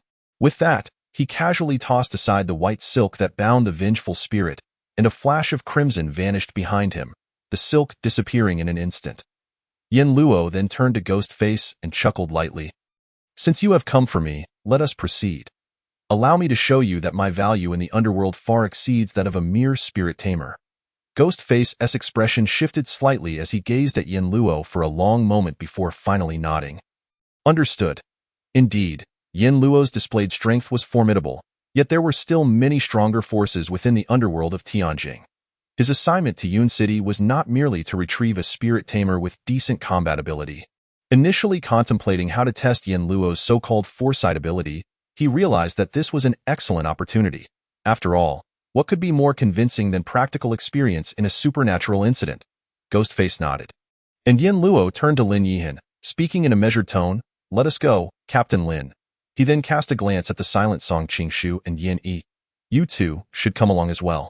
With that, he turned and strode out of the meeting room, Ghostface following without hesitation. Lin Yihan stood momentarily dazed, thinking to himself, "Am I not the one in charge of Yun City? How is it that these two have made all the decisions in just a few words? What about my opinion?" Though internally grumbling, he was not particularly concerned. Since both Yin Luo and Ghostface were willing to handle the supernatural incident at Qinghe District Hospital, it was indeed a welcome development. However, as the person in charge, he could not simply remain in the background. Even if Yin Luo did not mention it, he would personally go to the scene. Casting a glance at Song Qingshu and Yin Yi, Lin Yihan's tone turned cold. "Captain Song, Captain Yin, stop dawdling, let us move." After leaving that remark, Lin Yihan exited the meeting room. Within the room, only Song Qingshu and Yin Yi remained, exchanging glances, their expressions conflicted. After a moment's deliberation, they finally gritted their teeth and chose to follow. They both understood that the arrival of Ghostface and the sudden emergence of Yin Luo signified that the fate of Yun City was destined to change. Even if Yin Luo indeed followed Ghostface back to Tianjing, the dynamics of Yun City could never revert to its former state. However, at this juncture, their best option was to observe the unfolding events. Upon exiting the meeting room, Ghostface directly turned to Yin Luo and inquired, "How do you plan to proceed? Call for the underworld special transport, or shall we take a helicopter?" Yin Luo shook his head. The source ghost of the supernatural incident at Qinghe District Hospital is exceptionally unique. Even Captain Shan Xinling could be in mortal danger if trapped within the ghost domain for more than an hour. If we delay too long and arrive only to find Shan Xinling dead, it would complicate matters further. Oh, what do you intend to do? Ghostface's expression changed slightly as he anticipated Yin Luo's intentions. In such extraordinary times, there must be extraordinary means of travel. As his words fell, Yin Luo stepped forward, enveloped in a supernatural aura, his figure flickering out of existence in an instant. Ghostface furrowed his brow. Turning to gaze towards the entrance of the underworld, his eyes seemingly penetrating through layers of buildings to rest upon a distant figure. Yin Luo's presence at the headquarters of the underworld in Yun City was as conspicuous as a bright moon in the night sky. And he could sense it clearly.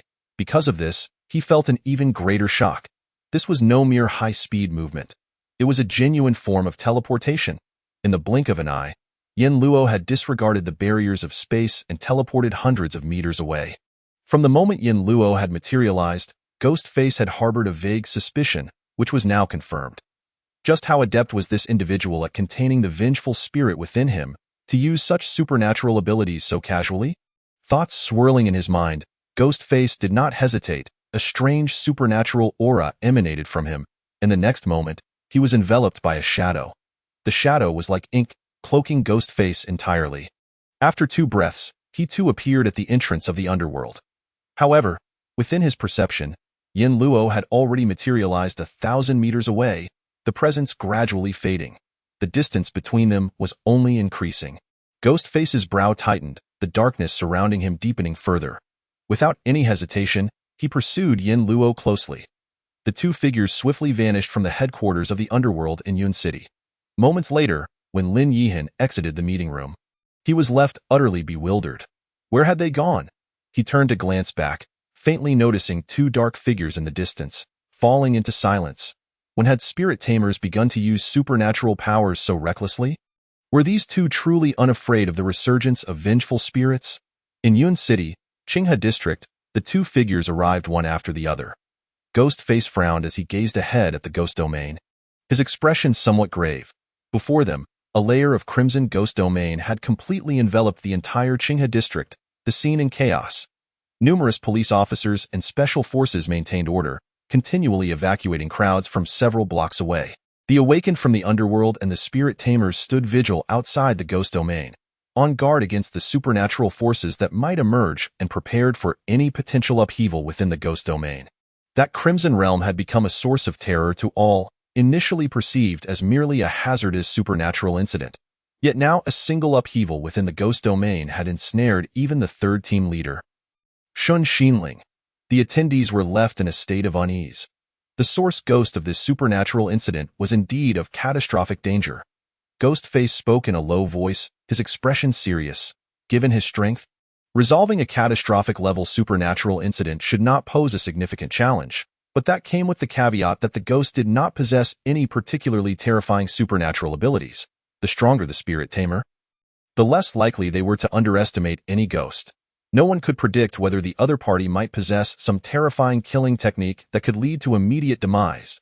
As for Yen Luo's feat of effortlessly suppressing the vengeful spirit within Wang Qingfeng, Ghostface considered that it was likely due to the spirit having just revived and not yet being able to unleash any supernatural capabilities. So, what do you plan to do next? Ghostface turned to Yen Luo, watching his every move. Yen Luo did not respond, merely gazing silently at the crimson ghost domain ahead, his eyes shimmering with an otherworldly light. Chapter 79. The Supernatural Retreat. The vengeful spirit submits in the timeline where he perished during the Blood Lake upheaval. Yen Luo had to rewind 3 times to uncover the truth of the Blood Moon ghost domain. Subsequently, by merging with the Ghost Bride, he forcibly dismantled the Blood Moon's ghost domain and suppressed it with even more terrifying supernatural forces, ultimately resolving the incident and successfully containing the Blood Moon. In retrospect, throughout the entire resurgence process of the Blood Moon, its danger level had reached catastrophic levels from the very beginning. It could silently eliminate any unguarded spirit tamer who ventured into the ghost domain. Yet paradoxically, the danger level presented by the Blood Moon in its early stages was only hazardous, with the expansion speed of the ghost domain being remarkably slow.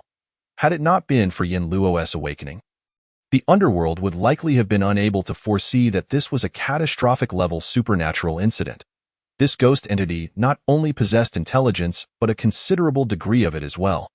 The flicker of light in Yen Luo's eyes was intense. Upon its initial revival, it deliberately concealed its power, lowering its threat level, allowing foes to underestimate it, while accumulating strength until it reached a certain point of resurgence, at which time it would unleash its full force.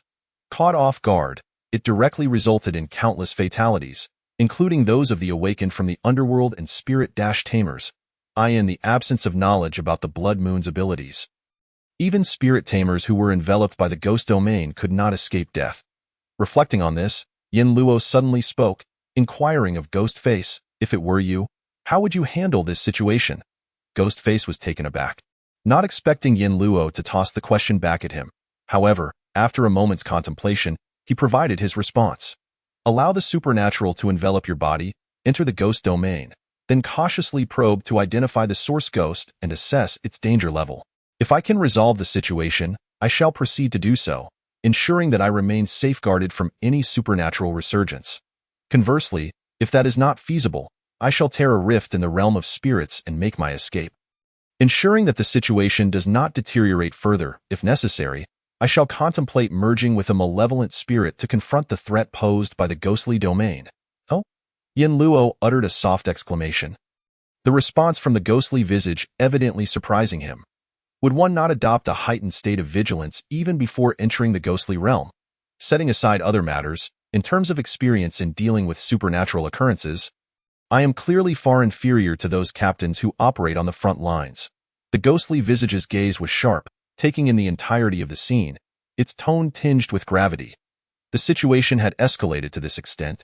If the expansion of the ghostly realm is not contained, the losses in Yun City will be even more catastrophic. Should there be another supernatural resurgence, the risk of the situation spiraling out of control looms large. Even a disaster-level supernatural event, if left unchecked, could potentially lead to the obliteration of the city. Are you not planning to take action? The ghostly visage looked at Yin Luo, its eyes filled with urgency. Aware that it was about to witness the veracity of this unprecedented ability to foresee the future. Fear not, for as long as I am here, the sky over Yun City shall not fall. Yin Luo spoke calmly, taking measured steps toward the ghostly realm. Your approach is indeed commendable. The source of this supernatural incident is a ghost that possesses a method of killing through illusions.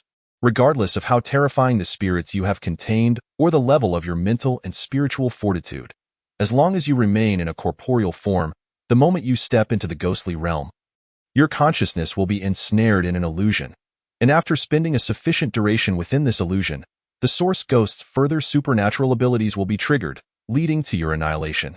The ghostly visage listened to Yin Luo's explanation, its brow furrowing slightly. So, one is immediately drawn into a killing illusion upon entry. What if I can pierce through the illusion? It posed a question. To this, Yin Luo cast a sidelong glance, replying coolly, you are already trapped within the illusion. What does it matter if you become aware of it? Your consciousness and physical form are separated, and you cannot even summon the supernatural forces within you. How will you contend with it? Upon hearing this, the eyes behind the malevolent mask widened in realization of the inherent dangers. Even the most formidable spirit masters, should they let their guard down and underestimate their surroundings, would find themselves walking a path that leads only to death upon entering this ghostly realm. So it is, the ghostly visage exhaled, its expression taking on a more solemn demeanor. How did you come to know of this source ghost's method of killing? Is it possible that this is what you glimpsed as the future? Yin Luo did not turn his head, his pace unwavering, yet his voice resonated clearly in the ghostly visage's ears. There are many timelines leading to the future, and even the slightest alteration could precipitate monumental consequences. As he spoke, a hint of nostalgia glimmered in his eyes, though the memory was anything but pleasant. When all choices are severed and all timelines collapse, if only one path remains before you, then that is the solitary road to the future, and it is the future I have glimpsed. The ghostly visage, perplexed, ventured. Do you mean to say that your ability to foresee the future allows you to glimpse a potential future among countless timelines? It seems you do not grasp my meaning. Yin Luo gently shook his head, and in the next moment, he halted, having arrived at the very edge of the ghostly realm. Yin Luo glanced back slightly. His eyes resembled a tranquil pool under the moon, imbued with a profound and unfathomable darkness. What I mean is, only the path I choose can become the future. As his words fell, an overwhelming supernatural aura erupted from Yin Luo. The expression of the ghostly visage changed dramatically, instinctively retreating a step in that instant. A scene that struck the very core of his being unfolded before the eyes hidden behind the malevolent mask. A realm more terrifying than the blood-red ghostly domain suddenly unfurled, enveloping the surrounding world in an instant. At that moment, countless figures, previously outside the blood moon ghost domain, changed countenance, whether they were awakeners, spirit masters, or even the police and special forces who had yet to grasp the supernatural. They all turned their gazes skyward. A shroud of darkness blotted out the heavens, tinting the entire world a ghostly gray. Soon after, an ethereal voice echoed in the ears of all present. Today, I announce to the people of Yun City. This voice, ambiguous in gender, intertwined the yin and yang, seemingly imbued with a unique enchantment. The instant this proclamation resonated, all who heard it lifted their eyes to the sky. All those within my domain shall remember this well. Here, the realm is chaotic with malevolent spirits, and the supernatural runs rampant. Only in my presence does the supernatural retreat, and the malevolent spirits shall bow. I am Yin Luo, and I am also the king of hell. The moment these words were spoken, a thunderous roar erupted across the heavens and earth. Like the roar of a tiger or the chant of a dragon, it seemed to emanate from a being of unfathomable terror. Following this, all who gazed upward beheld a scene they would never forget. In the gray-white world, a wave of crimson surged, coalescing in the sky to form a blood dragon. Upon the fearsome dragon's head stood a figure clad in a vibrant red wedding gown. This figure, with flowing hair like a waterfall and eyes that sparkled like stars, appeared as a divine being overlooking the mortal realm. It was the sole splash of color in this desolate tableau. Chapter 80. Blood Lake transforms into a dragon too. The ghostly visage gazed at the figure in the sky, murmuring. Though he had speculated upon Yin Luo's identity during previous encounters, the confirmation now left him unable to mask his astonishment. According to prior intelligence, the individual had only been a spirit master for less than half a month, yet had already contained two malevolent spirits. The gaze of the ghostly visage shifted downward, fixating on the blood dragon beneath that figure clad in red. Another A-class malevolent spirit. Tio merged with the ghostly bride while simultaneously commanding another spirit. So effortlessly, is this the effect of the ability to foresee the future? The ghostly visage pondered, drawn from its thoughts by the surrounding clamor and uproar. As it surveyed the area, it realized that the throng of souls from the underworld, along with the multitude of ordinary people now ensnared in the ghostly bride's domain, were all gazing up in shock. After a brief silence, the crowd erupted into a flurry of discussion. Who is he? Yin Luo? When did our underworld produce such a figure? No, is that the crux of the matter? If I had not seen it myself, I would have believed he was in a state of merging with malevolent spirits, in this ghostly domain. Damn it, the B-class spirit within me has been plotting my demise. And now it has shrunk back, trembling in fear. Why do you seem to have a bit of a quiver in your legs as well? These were the discussions among the awakeners and spirit masters of the underworld. What is this? A superhero? A mutant? Or perhaps a cultivator? Damn. I said that when the apocalypse arrives, you should wield your swords and fly to the heavens, while I am left to run on my own 2 feet. What did he just say? Underworld? Yin Luo? Is that an official organization? Why does it sound so eerie? So, there really are ghosts in this world. No wonder I'm so poor. Master, please help me drive away the ghost of poverty that clings to me. These were the voices of the ordinary citizens ensnared by the ghostly domain, yet unaware of the reality. The ghostly bride's realm encompassed a radius of dozens of kilometers. At this moment, countless residents of Yun City, stepping outside their homes and gazing upward, could only see the sky obscured by dark fog. What followed was the proclamation. Although it had not yet enveloped the entirety of Yun City, it had already incited tremendous commotion. Within mere minutes, the news would undoubtedly spread throughout the city. Through the medium of the internet, it would rapidly disseminate to other cities. Witnessing this scenario, the ghostly visage's brow furrowed deeply, its eyes filled with confusion. Why such a grand display? After all, the underworld had never disclosed the truth to the populace, whether in Yun City or in Xia Country. Even during the recent series of large-scale supernatural events, rumors had circulated within Yun City, yet they remained unverified by official sources. Coupled with the authorities' manipulation of public sentiment, they had managed to keep the truth hidden. Yet, Yin Luo's actions had unveiled the true nature of this world before everyone's eyes. After today, even the most vigorous attempts to suppress public opinion would likely prove futile, at least in the eyes of the citizens of Yun City who witnessed this scene. What exactly do you intend to accomplish? The ghostly visage gazed at the heavens, its eyes filled with perplexity. Yin Luo paid no heed to the crowd's reactions, but he could surmise their sentiments. Following this event, Yun City would surely be set ablaze with excitement. And this was precisely the outcome he sought. Yet, the most pressing matter at hand was still. Yin Luo raised his hand, the ghostly bride's supernatural essence clinging to his palm, extending toward the blood-red ghostly domain. His gaze pierced through the ghostly realm before him, unwaveringly locking onto the blood moon above. Suspended in the sky, it emanated a bewitching crimson light, casting the entire world in a scarlet hue. Merely 3 days of delay, and you have already reached such a crescendo? Without hesitation, Yin Luo raised his hand in a beckoning motion, white silk materializing in his palm, a terrifying supernatural aura radiating from it. With a gentle wave, he once more surged toward the blood moon, which, sensing impending danger, emitted an unprecedented crimson glow. The crimson aura enveloped the sky, erupting with immense supernatural energy, resisting the encroachment of the white silk. Observing this scene, Yin Luo furrowed his brows slightly. The blood moon at this moment was far more revitalized than during the previous cycle. Conversely, the white silk was simultaneously dividing its power to suppress the curse-laden spirit within Wang Qingfeng. resulting in a balance where the blood moon could faintly contend against it. Glancing down at the blood dragon beneath him, he noticed a flicker of fierce light in the creature's menacing eyes. Additionally, the blood lake, which had only recently been successfully contained, was still relying on the ghost bride's supernatural intimidation and had yet to achieve complete stability. Undoubtedly, as the core of his combat strength, the ghost bride was bearing quite a heavy burden. However, to achieve the best effect and create a truly awe-inspiring spectacle, it was necessary to manipulate the blood lake into the form of this blood dragon. After all, without the blood moon, losing the ability to fly would render any declaration made while grounded less impactful, as people would hear the sound but not see the source, significantly diminishing the effect. Witnessing the blood moon rise in resistance, Yin Luo flipped his right palm and grasped a red embroidered ball.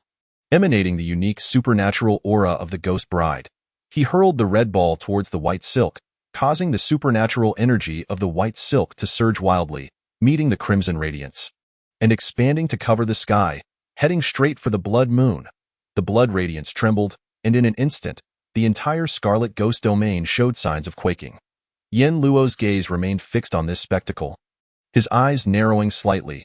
With the enhancement of the red embroidered ball, the white silk regained the upper hand, successfully suppressing the blood moon, obscuring its vast crimson light, and attempting to contain and subdue its supernatural essence. In that fleeting moment, the tremors of the scarlet ghost domain reached their zenith.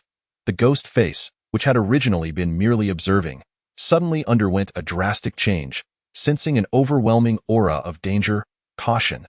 This ghost is about to retaliate. Though the ghost bride's white silk could suppress the blood moon at this moment, it had yet to achieve absolute control. Given the current situation, it seemed the blood moon was unwilling to be subdued. Intending to risk its silence in exchange for mutual destruction, a streak of darkness rapidly enveloped the ghost face, shrouding it completely, while a ghostly figure materialized behind him, its gaze fixed on the blood moon, exuding a terrifying supernatural aura, poised to strike. Unexpectedly, Yin Luo spoke calmly, interrupting the ghostly figure's movement. "No need. Just watched." As soon as the words fell, the blood dragon beneath him let out a long, mournful cry, resonating like a demonic melody, chilling the hearts of all who heard it. Immediately, the blood dragon soared into the air, its menacing visage revealing a pair of blood-red eyes filled with murderous intent. In the next moment, the blood dragon opened its vast maw, swallowing the blood moon ensnared by the white silk in a single gulp. It had directly consumed the blood moon into its belly. Chapter 81. The air, the blood dragon, swallows the moon? On the ground, countless ordinary people gazing at this scene were left in awe, their mouths agape in disbelief. Never did I expect to witness such a miraculous spectacle in my lifetime. I can't believe it. I want to cultivate immortality. Take me with you, even if it means becoming a demonic cultivator. Those who had never encountered the supernatural could only perceive the surface of this seemingly grand event. Overwhelmed by its spectacle, only those awakened individuals with mastery over supernatural powers, the ghost tamers, could truly comprehend the intricacies of this moment. Thus, their astonishment far surpassed that of the ordinary populace. The blood dragon was clearly a manifestation conjured from a top-tier malevolent spirit, and the vivid red figure atop the dragon, though unseen by most, could be surmised to be a ghost tamer fused with a fierce spirit, simultaneously commanding two malevolent spirits, using a thunderous method to suppress the supernatural. The so-called blood dragon swallowing the moon was, at its core, the combined effect of the supernatural powers of two malevolent spirits subduing the blood moon. Is he truly human? This is akin to a superhuman being. Not the kind of superhuman seen through ordinary eyes, but a superhuman in the eyes of ghost tamers. When did commanding malevolent spirits become so effortless and enjoyable? Does he truly face no risk of supernatural resurgence? Ghost tamer, ghost tamer. Only such individuals can be deemed true masters of malevolent spirits. A ghost tamer from the underworld murmured in a WET this very moment. Anyone present in this gray-white world who bore witness to this scene undoubtedly felt their spirit undergo a tremendous upheaval. The ghost face gazed at Yin Luo in the sky, his heart racing violently. To simultaneously command two malevolent spirits and reach such heights. This level of power. Regardless of their thoughts, they had no relevance to Yin Luo at this moment. High in the air, Yin Luo stood upon the scarlet dragon's head, his gaze descending upon the blood moon ensnared by the white silk. The immense supernatural energy belonging to the ghost bride and the blood lake continuously surged into the white silk, rendering all struggles of the blood moon into mere illusions. Initially, the white silk trembled faintly, but as the blood moon's supernatural essence was gradually extinguished, the white silk constricted even further, ultimately enveloping the entire blood moon. It was over. Seeing this, Yin Luo finally exhaled deeply. In the previous cycle, he had easily subdued the blood moon solely with the ghost bride's supernatural energy, but this time, it required the simultaneous assistance of the blood lake to achieve the same. Moreover, Yin Luo's gaze remained fixed on the menacing dragon head beneath him, where a flicker of blood radiance surged within its enormous eyes. Humph! After a cold snort, the blood dragon dissipated, transforming into a myriad of crimson mist that scattered with the wind. Yin Luo raised his hand to catch the blood moon, now subdued by the white silk, as his figure slowly descended back to the ground. With the blood moon completely suppressed, the layer of scarlet ghost domain collapsed, and the oppressive clouds hanging over the hearts of the onlookers finally dissipated.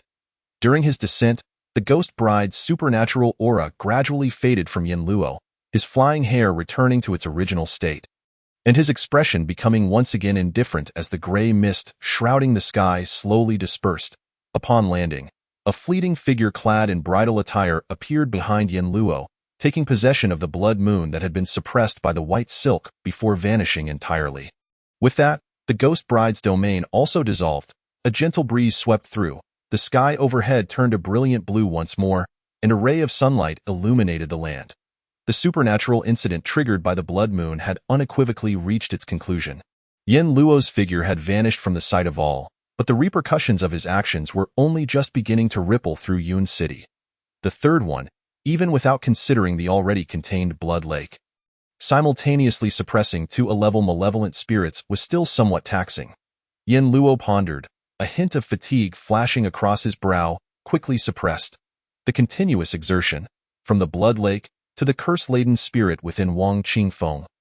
And now the blood moon had indeed taken a considerable toll on both the ghost bride and himself. Fortunately, the desired effect had been achieved. When the ghost face arrived, it signified that the true higher-ups of the underworld had taken notice of him. All previous efforts had accomplished a significant portion of their goal. The final act, this small shock brought to Yun City, was merely to facilitate a smoother process in the future. You. The ghost face gazed at Yin Luo, hesitating several times to speak. How was it? Yin Luo inquired blandly. The ghost face pondered for a moment before responding. I must admit, you are indeed formidable, somewhat beyond my expectations. I never thought that a place like Yun City could give rise to a ghost tamer of your caliber. Furthermore, your understanding of the source ghost is quite astonishing. I cannot deny that your so-called foresight has a certain degree of credibility. Hearing this, Yin Luo's expression remained neutral as he nodded. So, what more do you require me to prove? Perhaps you could predict who will arrive first shortly. Is foresight a power that can be wielded so easily? The ghost face inquired with some curiosity. Of course not. Each time I make a choice regarding the future, I must pay a correspondingly steep price. That price is my life, Yin Luo added silently in his heart. Reasonable, the ghost face nodded. Then there's no need for that.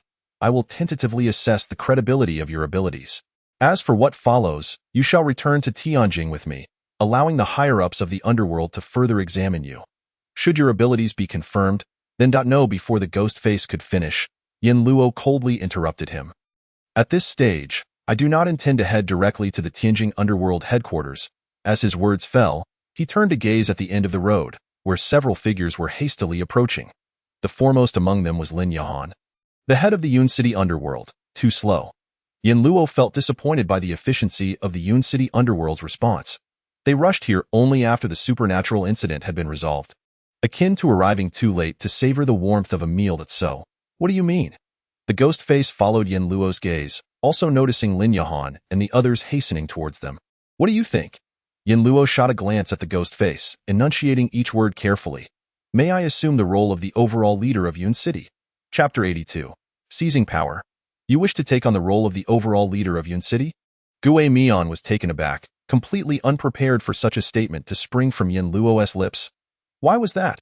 By the time he regained his composure, Confusion filled Guemian's eyes. Yun City was merely a small town, considered a remote area in the vast expanse of Xia country. Even Lin Yihan, the overall leader of Yun City, had numerous individuals far superior to him beyond its borders. If you truly possess the ability to foresee the future, you ought not to be languishing in such obscurity.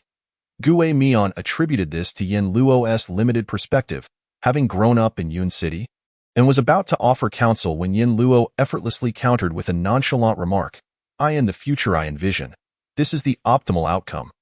Guemian was momentarily speechless, struggling to find his voice. In such circumstances, the ability to foresee the future served as a flawless justification. While they conversed, several figures in the distance hurriedly approached. The moment they arrived on the battlefield, sensing the dissipating supernatural aura surrounding them, the complexity of Lin Yihan's expression was indescribable. Alongside him, Song Qingshu and Yin Yi mirrored his sentiments, their eyes reflecting shock, relief, and an indescribable sense of reverence. The prior exchange had seamlessly melded Yin Luo's state under the guise of the Ghost Bride, effortlessly suppressing the Blood Moon scenario. As the foremost trio of ghost tamers in Yun City, they clearly understood the implications of this. They had never imagined that supernatural events, which necessitated ghost tamers to risk their lives amidst the resurgence of the supernatural, could conclude so effortlessly. Yin Luo, you have performed admirably. After a prolonged moment, Lin Yihan adjusted his demeanor, inhaling deeply before solemnly stating, you have once again saved the lives of countless individuals in Yun City. And as the overall leader, I express my heartfelt gratitude to you. As he spoke, a smile broke upon his face. However, Yin Luo remained unresponsive, listening with a calm demeanor. If all goes as expected, you will likely soon depart Yun City for Tianjing. Correct? Before your departure, I shall ensure that all rewards for these 3 supernatural incidents are prepared for you in one go. At this point, a hint of discomfort flickered in Lin Yihan's eyes. It was not that he, as the overall leader of Yun City, lacked vision, but rather that the 3 supernatural incidents Yin Luo resolved included 2 rated A class and 1, the Ghost Bride case, rated S class. Should rewards be distributed according to the standards of the Netherworld, the already scarce resources of Yun City's Netherworld would be substantially depleted. Nonetheless, Lin Yihan maintained a facade of generosity. Waving his hand nonchalantly, fear not. If the Netherworld inventory is insufficient, I can personally supplement the difference. Upon hearing this, Guemian couldn't help but cast a few more glances at him. In this tumultuous era, the lives of ghost tamers teetered precariously on a tightrope. Immense power provided a safeguard, yet one misstep could lead to a plummet into an abyss. As a seasoned ghost tamer, Lin Yihan was acutely aware of the associated risks. Yet even in such circumstances, he still made this declaration, evoking a sense of admiration. His abilities may be lacking, but his character and capacity are commendable. This temperament may not suit a core position, but as a deputy, he would undoubtedly excel. Indeed, in times of peace, he would make an excellent choice for overall leader. Alas, this is a world ravaged by vengeful spirits. It is often the ruthless who endure the longest. Moving forward, I must remain to handle the aftermath and soothe the populace. Lin Yihan surveyed the surroundings, feeling a slight sense of reassurance. Although the repercussions of the Blood Moon incident were significant, they had not spiraled to the worst possible outcome. Moreover, with the Blood Moon suppressed, there were no other supernatural resurfacings, indicating that Shen Xinling's life should be secure, and Yun City's Netherworld would not suffer devastating losses. It could be considered a stroke of luck amidst misfortune. Yin Luo, Captain Guemian, when do you plan to set forth? Please inform me of your timeline in advance, so I may better arrange for your send-off. Upon Lin Yihan's conclusion, he noticed Guemian had inexplicably fallen silent. A hint of surprise flickered in his eyes. Could there be a change in circumstances? At this moment, Yin Luo finally spoke, his expression serene, a smile gracing his face. There's no need for a send-off, and as for the rewards for resolving these 3 supernatural incidents, I am not in a hurry. After all, the so-called soul solution from the Netherworld seems to offer me no assistance whatsoever. The other items can only be deemed as embellishments of little significance. Perhaps there do exist items within the Netherworld's inventory that would aid me, but they are no longer my primary objective. Instead, I have a far better proposal, Lin Team Leader, if you would care to listen. With an air of certainty, Yin Luo expressed his inquiry. Lin Yihan was taken aback, instinctively blurting out, What is it? You, Lin Yihan, have devoted yourself diligently to Yun City for so many years, serving as the overall leader while being constantly at the forefront of supernatural events. Your efforts have been commendable that in comparison. What I have accomplished pales in significance to your decade-long dedication. Yin Luo's unexpected praise left Lin Yihan momentarily stunned. For some reason, the more Yin Luo lauded him, the more inexplicable a chill crept into Lin Yihan's heart. Yin Luo, if you have something to say, please do so plainly. There is no need for such circumlocution. After some contemplation, Lin Yihan directly inquired. Upon hearing this, the smile on Yin Luo's face grew even more pronounced. What I mean is, it is time for you, Lin Yihan, to step down from the position of overall leader of Yun City. You have occupied this role long enough. What? Yin Luo's statement left all present momentarily stunned. In the next instant, Yin Luo's smile vanished entirely, his calm gaze locking onto Lin Yihan. Tio put it plainly, the times have changed. You, Lin Yihan, are no longer suited for this position. It is time to hand it over to someone more capable. Coincidentally, I am far more fitting for this role. What do you think, Captain Lin? As Yin Luo's words fell, an eerie silence enveloped the room. Lin Yihan blinked, feeling as if he might be hallucinating.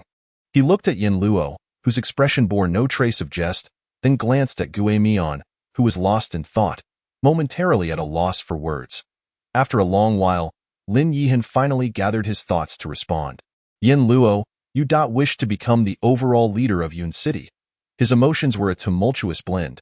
It was not a mere desire for power, but rather the discomfort of having occupied that position for over a decade and having grown accustomed to it. He had never once contemplated the possibility of someone suggesting his resignation. Taking a deep breath to calm his inexplicable feelings, he turned to Gue Mian. Captain Gue Mian, is this the stance of the higher-ups? No. Gue Mian slowly shook his head in denial. Before Lin Yihan could feel relieved, Gue Mian's next statement left him rooted in place. However, I have given it careful thought and can report it to the higher-ups. As for the final decision, it ultimately rests with them. Chapter 83. Integration Point 3 days later, at the headquarters of the Yun City Netherworld, in the conference room. The long table, 6 figures sat, the atmosphere notably peculiar. Unlike in the past, the seat of honor was no longer occupied by Lin Yihan, but rather by a younger visage, Yin Luo. Following the recent Blood Moon incident, Gue Mian had reported the specifics of Yun City's situation and Yin Luo's requirements to the Netherworld headquarters. Just yesterday, the directive for Yin Luo to officially assume the role of overall leader of Yun City had been issued. In just a few days, Yun City had undergone a transformation. Aside from Gue Mian, the other 4 individuals at the long table regarded Yin Luo with expressions rich in complexity. Particularly, Lin Yihan, seated in the first chair to Yin Luo's right, displayed a dazed expression, occasionally glancing at Yin Luo with a hint of resentment. In response, Yin Luo remained oblivious. His gaze swept across the faces of those seated at the table. Upon feeling Yin Luo's scrutiny, Song Qingshu and Yin instinctively straightened their postures, their expressions a mix of nervousness and trepidation. As for Wang Qingfeng's former seat, it had naturally been claimed by the deceased. In his place now sat Xin Xinling, the former captain of Yun City's 3rd Squad. When Yin Luo's gaze fell upon her, Xin Xinling wore a look of bewilderment. It seemed she could not comprehend the unfolding situation. Having merely been dispatched to address a supernatural incident, she awoke from her stupor to find the world had changed dramatically, as if she had fallen out of sync with the times. Observing her expression, Yin Luo couldn't help but feel a twinge of sympathy. Due to the timely resolution of the Blood Moon incident, this Captain Shun had only been rendered unconscious in the ghost domain. The Blood Moon's lethal abilities had yet to take effect, and after 2 days of recuperation, she had returned to health. How to put it? From the Blood Lake to the Blood Moon, this Captain Shun had an impeccable participation rate. However, regarding her contributions, they left much to be desired. Yet curiously, she had consistently managed to survive, which could already be considered a stroke of luck. Recollecting his thoughts, Yin Luo silently reflected. From becoming a ghost tamer following the Ghost Bride incident to now assuming the role of overall leader of Yun City, his journey had been less than a month, yet far more exhilarating than that of others over the span of a lifetime. After the ghostly figure reported the detailed situation of Yun City, the headquarters of the Tianjing underworld conducted an assessment and concluded that Lin Yahan was indeed no longer suitable for the position of chief administrator. Consequently, they acquiesced to Yin Luo's request, appointing him as the new head of the Yun City underworld. However, this arrangement was merely temporary. The higher-ups were perplexed by Yin Luo's selection, yet, considering the uniqueness of his abilities, they ultimately consented while stipulating certain conditions. Yin Luo's tenure as the chief administrator of Yun City would not be prolonged. The underworld headquarters required him to expedite the resolution of matters in Yun City, and once the situation stabilized, he would be mandated to report to Tianjing. Although the ability to foresee the future had yet to be substantiated, the corroboration from the ghostly figure afforded it a degree of credibility in the eyes of the underworld's upper echelons, who would not permit such a talent to remain unutilized for long. At this juncture, Yin Luo had preliminarily achieved his objective. He tapped the table, drawing the attention of everyone in the conference room back to him. From today onward, I shall assume the role of chief administrator of Yun City. There are certain protocols I must clarify in advance. Yin Luo spoke calmly, yet his demeanor exuded an undeniable authority. I am not like Captain Lin. Now that I occupy this position, henceforth, there shall be but one voice within the underworld of Yun City, mine. Should you have any objections, you may voice them, but whether I heed them is entirely my prerogative. When I issue commands, regardless of how unreasonable they may seem, I expect you to execute them. Any defiance will be regarded as an expulsion from the underworld. In terms of qualifications, I may not surpass Captain Lin, but he is older and too lenient that I, on the other hand, have always been firm. I hope none of you will ever have to experience my methods. As his words concluded, an eerie silence enveloped the conference room. Several captains wore varied expressions. It was impossible to claim that they harbored no discontent towards Yin Luo's tyrannical declarations, yet none dared to voice dissent in light of his imposing presence. Even Lin Yahan, who wished to interject, was silenced by a mere glance from Yin Luo. Seeing that no one spoke up, Yin Luo nodded approvingly. Very well, I do not concern myself with whether your compliance is genuine or merely superficial. What I seek is your diligence and duty. Captain Lin, please bring forth the map of Yun City. With a wave of his hand, Lin Yahan rose and retrieved a map from a nearby cabinet. Unfolding it upon the table, Yun City was neither vast nor insignificant. It was surrounded by mountains, covering an area of tens of thousands of square kilometers. The headquarters of the underworld was situated in the heart of Yun City, and according to Lin Yahan's prior arrangements, the city had been roughly divided into a dozen districts, each with its own underworld branch and patrol teams monitoring various paranormal occurrences to ensure prompt awareness of any incidents. Overall, Lin Yahan's organization was commendable, a key factor in Yun City's stability over the years.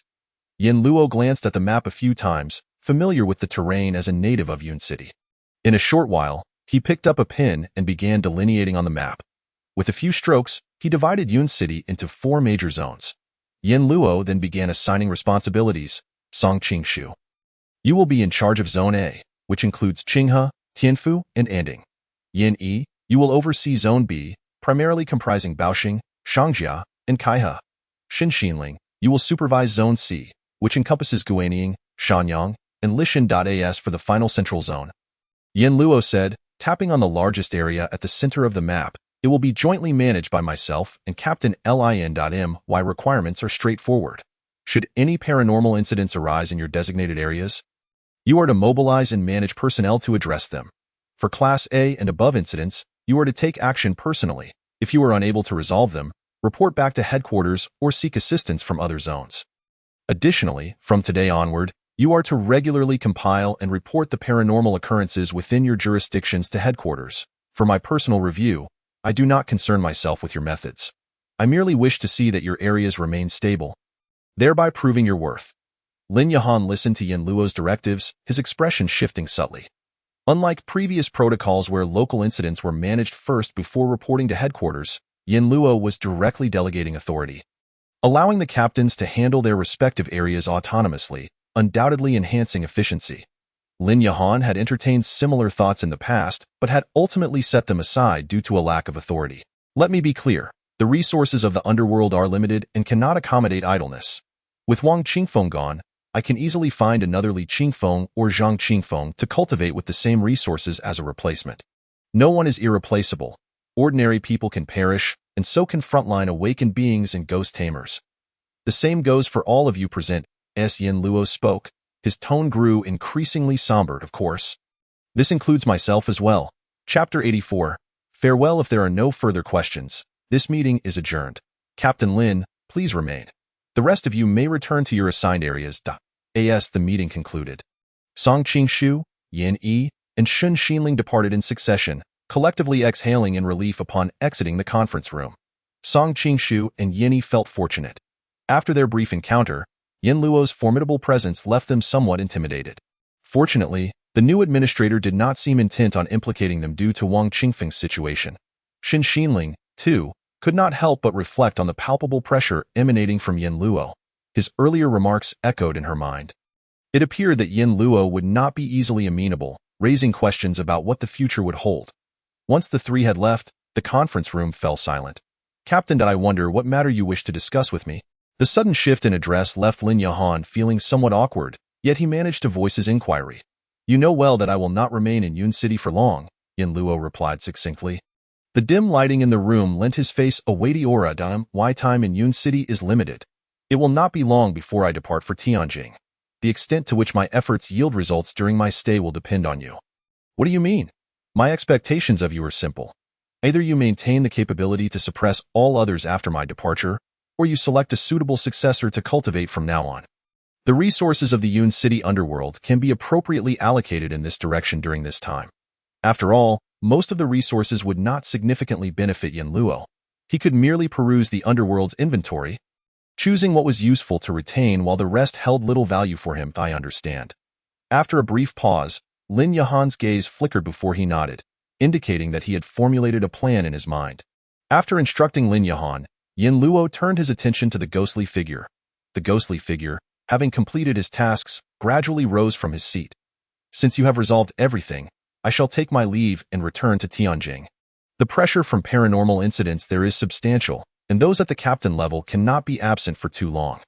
This trip to Yun City has already consumed too much of my time. Very well, I shall see you off, Yin Luo affirmed. The two promptly exited the conference room, proceeding to the rooftop terrace, with Lin Yahan silently following behind to bid farewell to the Tianjin captain. On the rooftop, a helicopter awaited them, having been there for some time, as if anticipating their arrival. Without much in the way of pleasantries, the ghostly figure surveyed Yun City before boarding the helicopter. He was headed to another large city nearby, from which he would transfer back to Tianjin. Just before departing, the ghostly figure glanced back at Yin Luo, meeting his calm gaze. Your remarks during the Blood Moon incident a few days ago, along with the scene that many citizens of Yun City captured and posted online, have stirred quite a commotion. The relevant departments at headquarters quickly suppressed the public outcry. Aside from those who witnessed the event in Yun City, not many will believe it. Upon hearing this, Yin Luo's brow furrowed slightly, only to relax soon after. The situation's unfolding was not unexpected. The underworld indeed wished to keep the world's true nature concealed. The ghostly figure seemed to have caught the fleeting change in Yin Luo's expression and elaborated. You may not understand, but the underworld has its own considerations. Certain spirits can consume human fear and negative emotions to hasten their recovery process.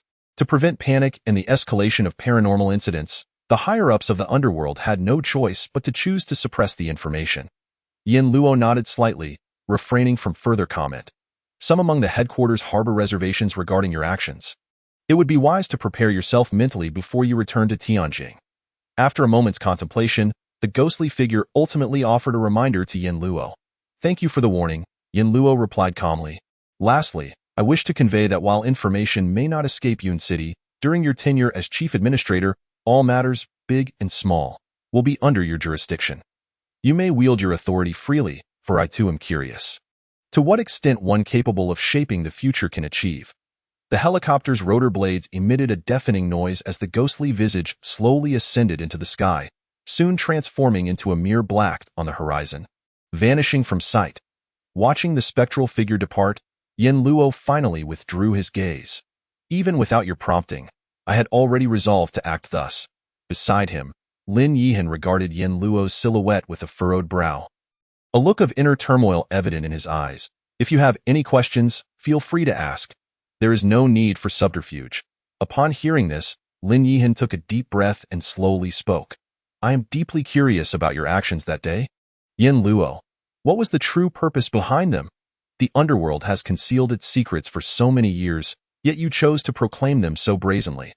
Although external information has been suppressed, the populace of Yun City is now largely convinced of the existence of the supernatural and malevolent spirits.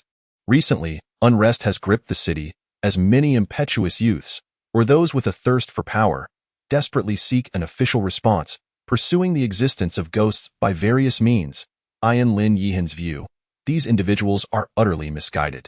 Only when they confront a true malevolent spirit will they grasp the harsh realities of this world. Lin Yihan's inquiry lingered in the air. Memories surged within Yen Luo's mind, on the night that altered his fate. Before encountering the ghostly bride, a spirit rated merely sea-level, harmful, by the underworld had nearly claimed his life. Who could comprehend the despair and resentment he felt in that moment? Yen Luo even questioned whether, had the ghostly bride not resurrected that night, and had he not been drawn into her haunted domain, he could have returned to his former self after being slain by that spirit. This is the tragedy of ordinary people. They remain oblivious to the truth, unaware of the world around them. It is only at the brink of death that one truly comprehends their insignificance.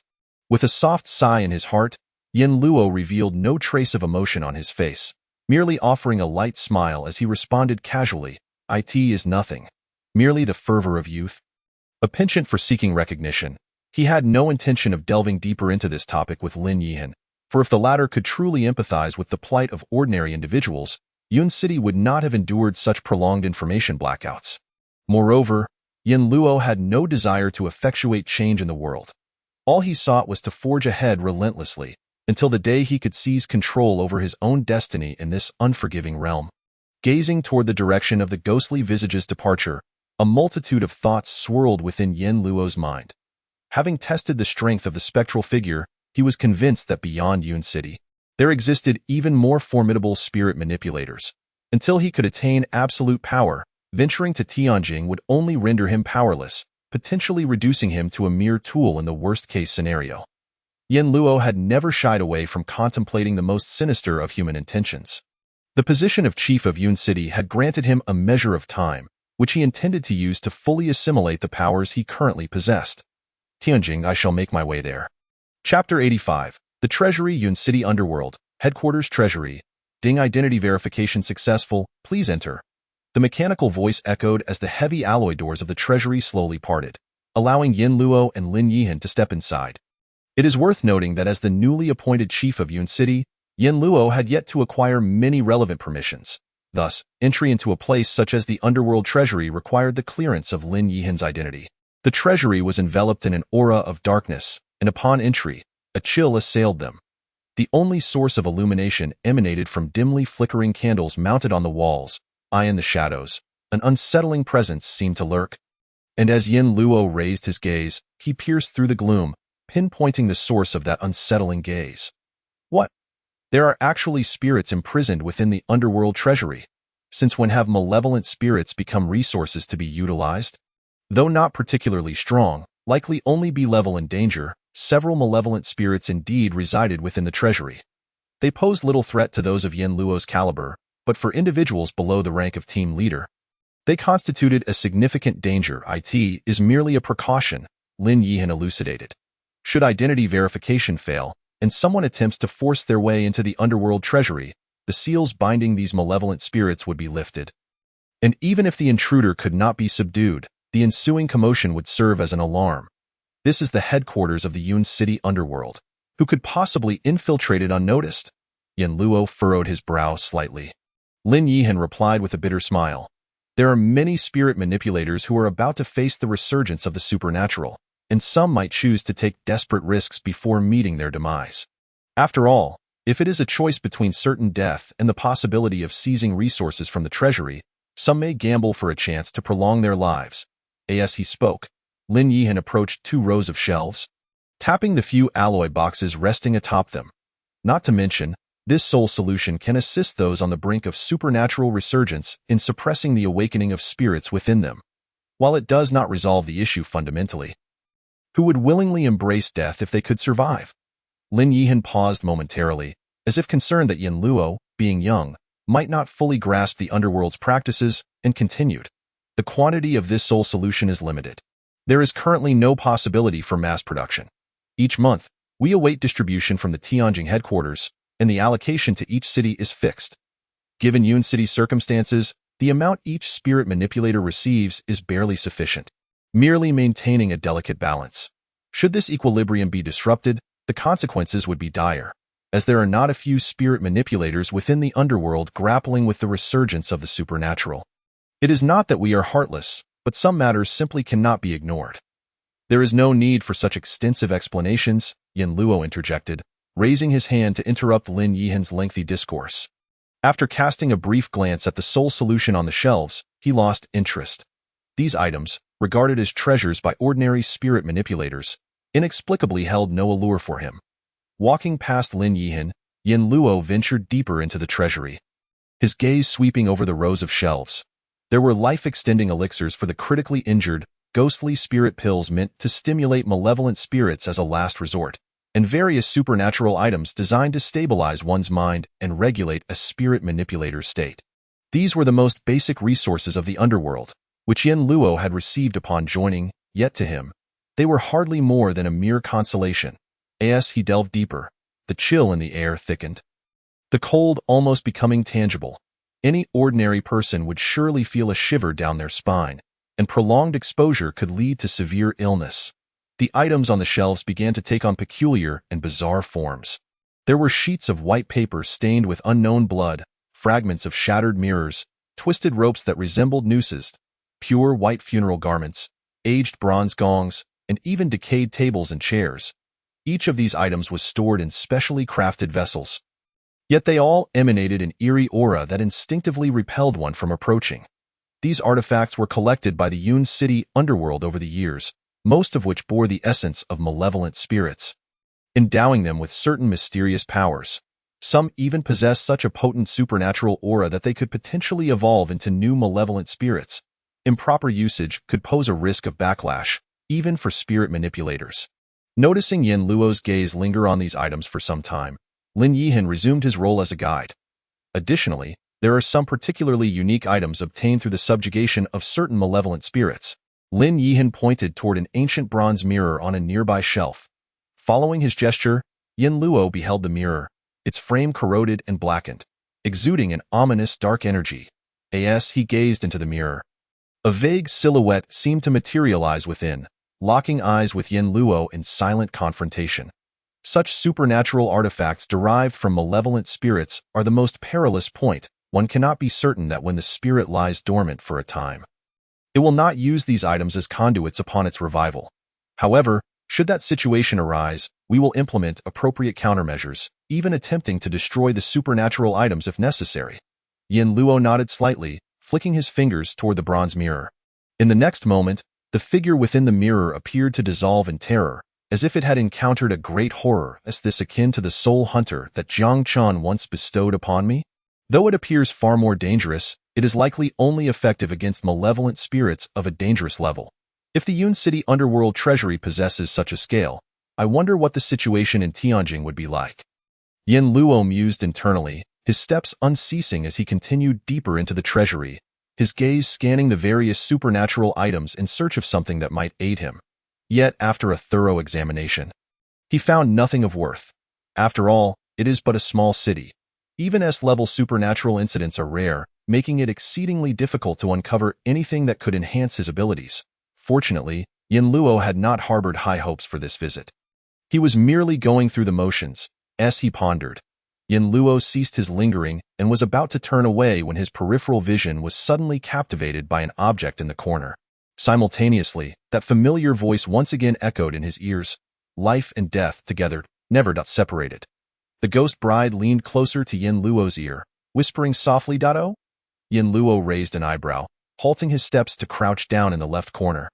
Picking up the two candlestick-like objects, Lin Dui, do you know the origin of this item? Chapter 86. The white candle. The moment he grasped the candlestick, a chilling sensation coursed through his palm. Yin Luo scrutinized the object in his hand, noting its archaic carvings and substantial weight, resembling some form of bronze artifact. The base appeared to bear inscriptions, yet the passage of time had rendered the original characters indistinct and indecipherable. Life and death together, never separated. The ghost bride's murmurs echoed once more in his ears. Yin Luo had an inexplicable feeling that this supernatural item seemed of great significance to the ghost bride. He directed a probing gaze towards Lin Yihan, who at that moment was deep in thought, frowning. After a considerable pause, Lin Yihan finally recalled something, a look of realization dawning on his face. "Remembered it?" Yin Luo pressed. Lin Yihan nodded slightly. "I remember." However, before a smile could grace Yin Luo's face, Lin Yihan's subsequent words emerged. "I am also unclear about the origin of this item." Yin Luo. Sensing Yin Luo's growing perplexity, Lin Yihan hastily added, "Don't misunderstand. This item was already in the treasury when I assumed the role of the head of Yun City. I do not know its origin, nor did the previous head of Yun City mention it to me. Moreover, as far as I recall, this item does not exhibit any supernatural effects. Aside from its unique material and its hardness, there seems to be nothing particularly extraordinary about it. Is that so?" Yin Luo furrowed his brow slightly, examining the candlestick in his hand. Indeed, as Lin Yihan had stated, he could not sense any supernatural aura emanating from it. Yet, the ghost bride's unusual reactions were undeniable. This object was evidently more than it appeared. However, he was at a loss to discern its purpose for the time being. Oh, by the way, at that moment, Lin Yihan seemed to suddenly recall something. "I remember that this candlestick was placed alongside another item." As he spoke, Lin Yihan bent down and began rummaging through the corner. Soon, he retrieved 2 candles from an old chest. The candles were entirely white, appearing somewhat aged, with their bodies slightly grayish. Yin Luo accepted the 2 white candles from Lin Yihan, scrutinizing them closely. Like the candlestick, they exuded no supernatural aura. The only noteworthy detail was that these white candles seemed to have been lit repeatedly, with clear signs of burning on the wicks. These white candles were indeed kept together with the candlestick, and similarly exhibited no supernatural characteristics. If there were anything special, Lin Yihan pondered, retrieving a lighter from his pocket to ignite the white candles. In the dim treasury, the white candles burned slowly, their flickering flames casting a pale glow that offered no warmth, instead emanating a chill. After observing for a moment, Yin Luo noticed something unusual about the white candles. It seemed as though they did not burn out. More than half a minute had passed since they were lit, and despite the wax dripping continuously, the candles showed no signs of diminishing in size. Indeed, Lin Yihan nodded, continuing, "Yet, I conducted an experiment at the time. The flame of these white candles seems to have no effect on spirits, neither attracting malevolent spirits nor dispelling them. Even when placed upon that candlestick, it exhibited no other peculiarities. To be honest, I am uncertain if this can even be classified as a supernatural item. No matter." Yin Luo waved his hand dismissively, then extinguished the gently burning white candles, tucking them along with the candlestick into his embrace. Lin Yihan stared, momentarily dumbfounded by Yin Luo's adept and natural actions, his mouth agape in silence. "What are you staring at?" Yin Luo raised an eyebrow, his demeanor assertive. "Since this item seems of little use, as the head of Yun City, what's wrong with taking it for research?" "It's nothing." Lin Yihan contemplated, realizing that even if Yin Luo were to take the candlestick or the white candles, or even any supernatural items from the treasury at will, as long as it wasn't excessive, it would likely be overlooked. This could be considered one of the invisible privileges of being the head of Yun City. "All right, this treasury has been thoroughly examined, let us depart." This excursion to the treasury was not entirely fruitless, and Yin Luo felt a sense of satisfaction. Although he was unaware of the specific functions of the white candles and the candlestick, the ghost bride's more pronounced reactions during the candles burning clearly indicated that these 2 items held profound significance for her, warranting further investigation later. After leaving the treasury of the underworld, Yin Luo had Lin Yihan guide him through the headquarters of Yun City's underworld. It was rather amusing. As the head of Yun City, he realized he was not very familiar with the number of personnel or the departmental structure of the underworld headquarters.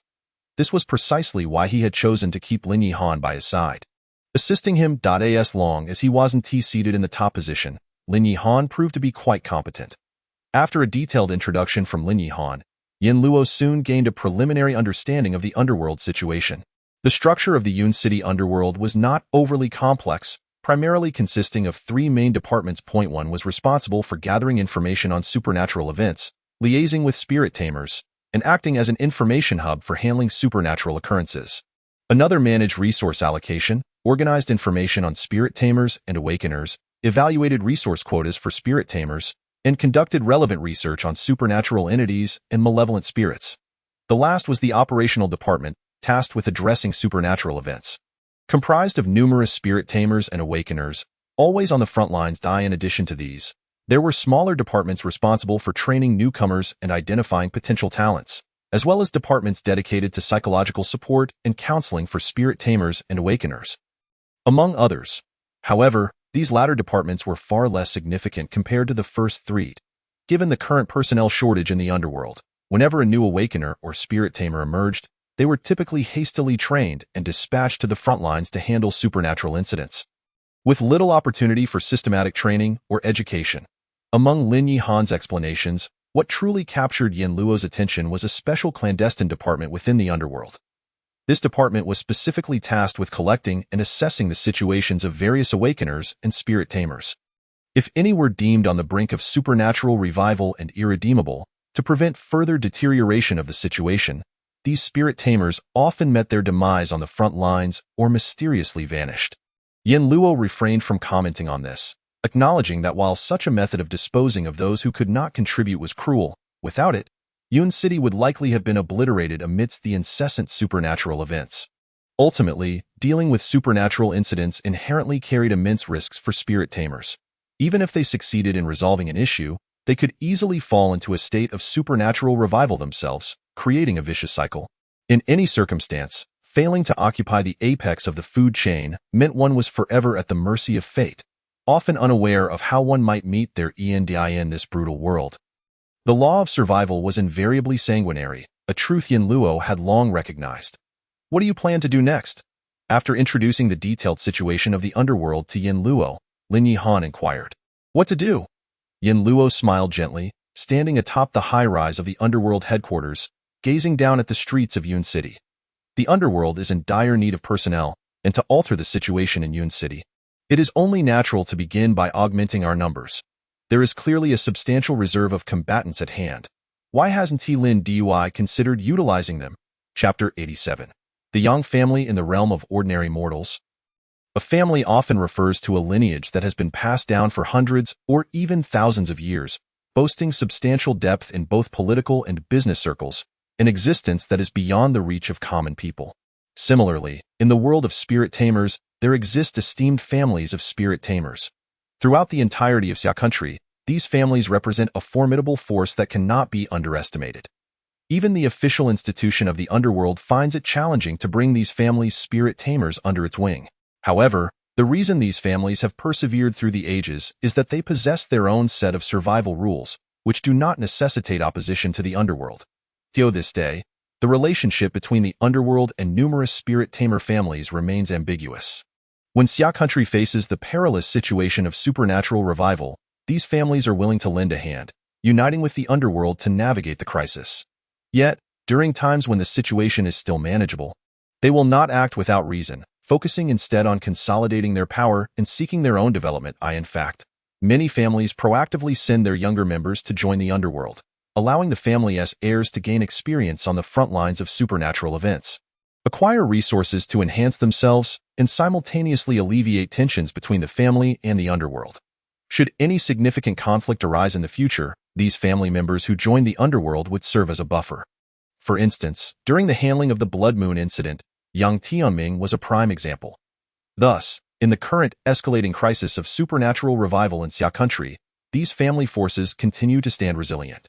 Yin Lu, are you considering collaborating with the Ghost Tamer family of Yunqing? The moment Yin Lu's words fell, Lin swiftly grasped the meaning behind his reference to a substantial military force. Collaboration? A faint smile graced Yin Lu's lips, leaving the question ambiguous. One could interpret it that way. Indeed, it is a commendable approach. However, given the current state of the underworld, persuading them will not be an easy task. After a moment's contemplation, Lin subtly reminded Yin Lu of the challenges inherent in this notion. Since taking on the role of Yunqing's leader, he had made several attempts. But each proactive approach was met with polite refusals. The attitude of those aristocratic families was quite clear. They would nod with a smile, then courteously see you off. After all, at that time, Lnyhn lacked complete control even over the underworld itself. The title of Yunqing's leader was more of a hollow formality, rendering him incapable of presenting any compelling terms to sway them. However, given Yn Lu's circumstances, he might indeed have the potential to persuade them. Lnyhn pondered. No matter. Just inform me of the specifics regarding the Yunqing aristocracy, Yn Lu stated indifferently. I will certainly provide them with reasons they cannot refuse. Are you planning to offer them some form of benefit? Lnyhn inquired, his brow slightly furrowed, testing the waters. Yet, with the underworld's current resource scarcity, it would be exceedingly difficult to allocate any portion to them. These are not concerns you need to worry about. You will know in due time. Yn Lu's tone bore a hint of dissatisfaction. Upon hearing this, Lnyhn nodded slightly, recognizing the cue to refrain from further inquiries. His present role was predominantly to assist Yn Lu in fulfilling the responsibilities of Yunqing's chief, possessing only the right to propose ideas, while the ultimate decisions rested solely with Yn Lu. In the ensuing hours, Lnyhn broadly acquainted Yn Lu with the fundamental conditions of the existing aristocratic families in Yunqing. Though many ghost tamers, unable to resolve their own issues stemming from the resurgence of the supernatural, had retreated to the sidelines and attempted to establish their own families upon departure, very few had succeeded in passing down their supernatural legacies. Even those who had genuinely succeeded existed only for a few years, at most decades. Such minor ghost-taming factions hardly warranted the title of aristocracy. Only those ghost-tamer families that had maintained their lineage for over a century and transcended 3 generations were eligible for recognition as an aristocratic family by the underworld. In Yunqing, there existed 2 such ghost-tamer families. One was the Wying family, to which Wying Tianming belonged, purportedly established for over a century. The other was the even older Zheching family. Unlike the Wying family, which occasionally interacted with the underworld, the Zheching family remained largely obscure within Yunqing's supernatural circles. Only a select few ghost tamers with sufficient knowledge would be aware of this family that had endured for centuries. Yet, even Lnyhn, who had served as Yunqing's chief for over a decade, knew little of this family's intricacies, having had virtually no contact, and could provide Yn Lu with scant information. So mysterious? Upon hearing Lnyhn's introduction, Yn Lu exhibited a flicker of interest. In a world where the supernatural was resurging and malevolent spirits roamed freely, it was curious that the Zheching family had chosen to withdraw. Remaining inconspicuous for so many years and even severing ties with the outside world. Either something had transpired within the family, or they were biding their time, amassing strength for some ulterior motive. Yn Lu recalled how, in a previous timeline, his failure to suppress the Blood Lake had resulted in his demise, leading to the awakening of the Ghost Bride and the Blood Moon, which ultimately triggered a chain reaction that rendered Yunqing a forbidden zone for the living. Yet, even when Yunqing had reached such a dire state, there was no evidence of these aristocratic ghost tamers taking action. Had they chosen to preserve themselves and vacate the premises, or had there been other undisclosed circumstances? It seemed indeed necessary to investigate further. A few hours later, Lnyhn led Yn Lu to the heart of Yunqing, to the estate of the Wying family. This vast manor, located in the center of Yunqing, was enveloped by ancient trees, subtly exuding an aura of supernatural power. According to Lnyhn, this expansive woodland was entirely owned by the Wying family. Official maps designated it as undeveloped territory, and access for ordinary individuals was generally prohibited. Even if someone inadvertently wandered in, they would likely lose their way amidst the trees. While the Wying family might exhibit kindness by escorting an ordinary person out, those with ill intentions would likely become mere fodder for the forest. Quite lavish, befitting their aristocratic status, Yn Lu remarked coldly before stepping into the woods without further ado. Lnyhn hesitated, contemplating whether to notify someone to avoid misunderstandings, but recalling Yn Lu's decisive nature, he ultimately fell silent and followed. Upon entering the forest, an icy chill enveloped them, accompanied by the rustling of leaves overhead, which, upon closer inspection, was not merely the sound of foliage brushing against one another. It inexplicably sent shivers down one's spine. Rather intriguing, Yn Lu commented, disregarding the peculiar noises. Lightly treading the earth, as a crimson hue began to emanate from beneath his feet. Blood coursed through the forest in a serpentine manner, its path decidedly bizarre. Follow me, Yn Lu instructed. The two pressed on, tracing the trail of blood, and gradually, the earlier eerie sounds began to subside. The dense ancient trees surrounding them transitioned from thick to sparse, and as they gazed into the distance, the outline of a manor became discernible. Just as they stepped out of the woods, a figure emerged from within the manor, hastening towards them. "Stop right there!" A voice thundered before the figure approached. As the distance closed, Yan Lu and Lyn discerned the man's features. He bore a chiseled visage, his countenance bearing an air of worldly wisdom, yet his complexion was notably pale, reminiscent of a drug addict. This middle-aged man halted several meters away, his expression rife with wariness. "What business do you have at my Wying family?" he inquired, his gaze shifting past the seemingly youthful Yan Lu to settle on Lyn, his brows knitting together. "Lndui, the Wying family has always enjoyed a cordial relationship with the underworld. Had you informed us in advance, we would have rolled out the red carpet for you. Yet, you barged in without so much as a greeting. That is somewhat lacking in decorum." Yan Lu had only recently assumed his position, and in the eyes of this man, Lyn still represented the underworld's authority in Yunqing.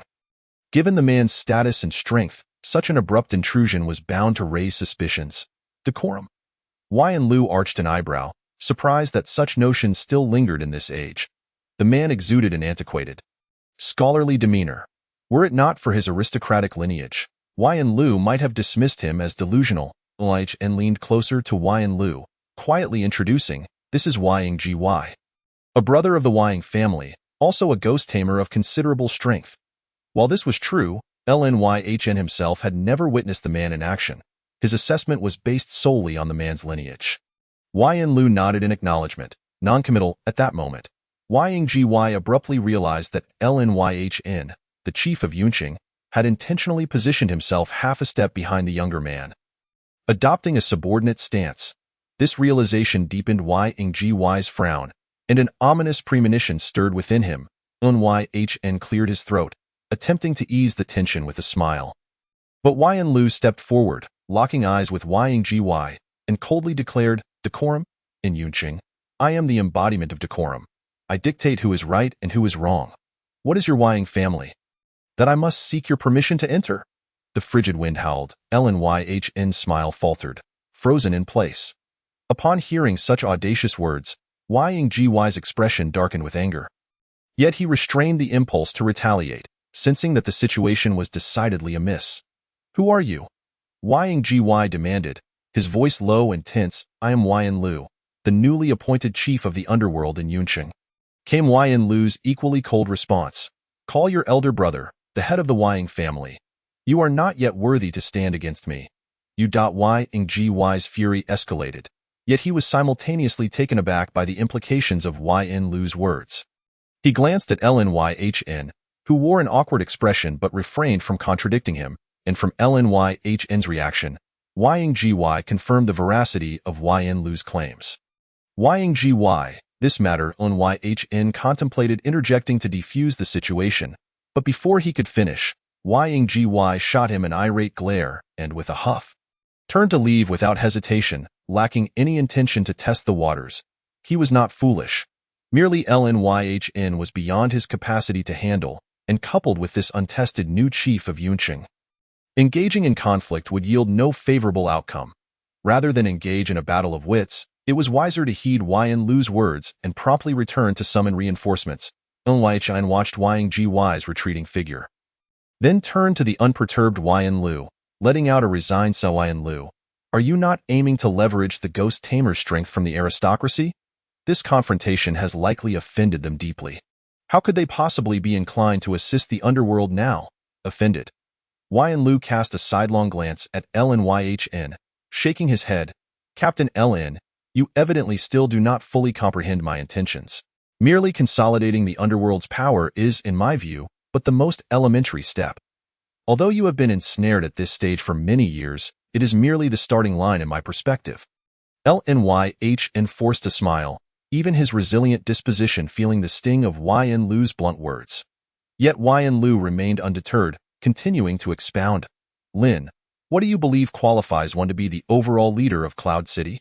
Naturally, it is to unify and consolidate the individuals within the supernatural circle of Cloud City.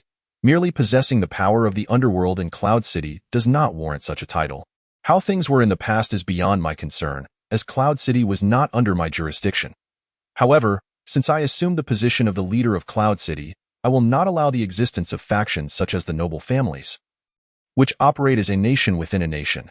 They must either submit to my command or face annihilation. Even if there are a few more supernatural occurrences, I can still manage them. Yin Luo's demeanor remained calm. Yet his words were laced with a chilling intent that stirred tumultuous waves within Lin Yihan's heart. Yin Luo's approach was far more extreme than he had anticipated.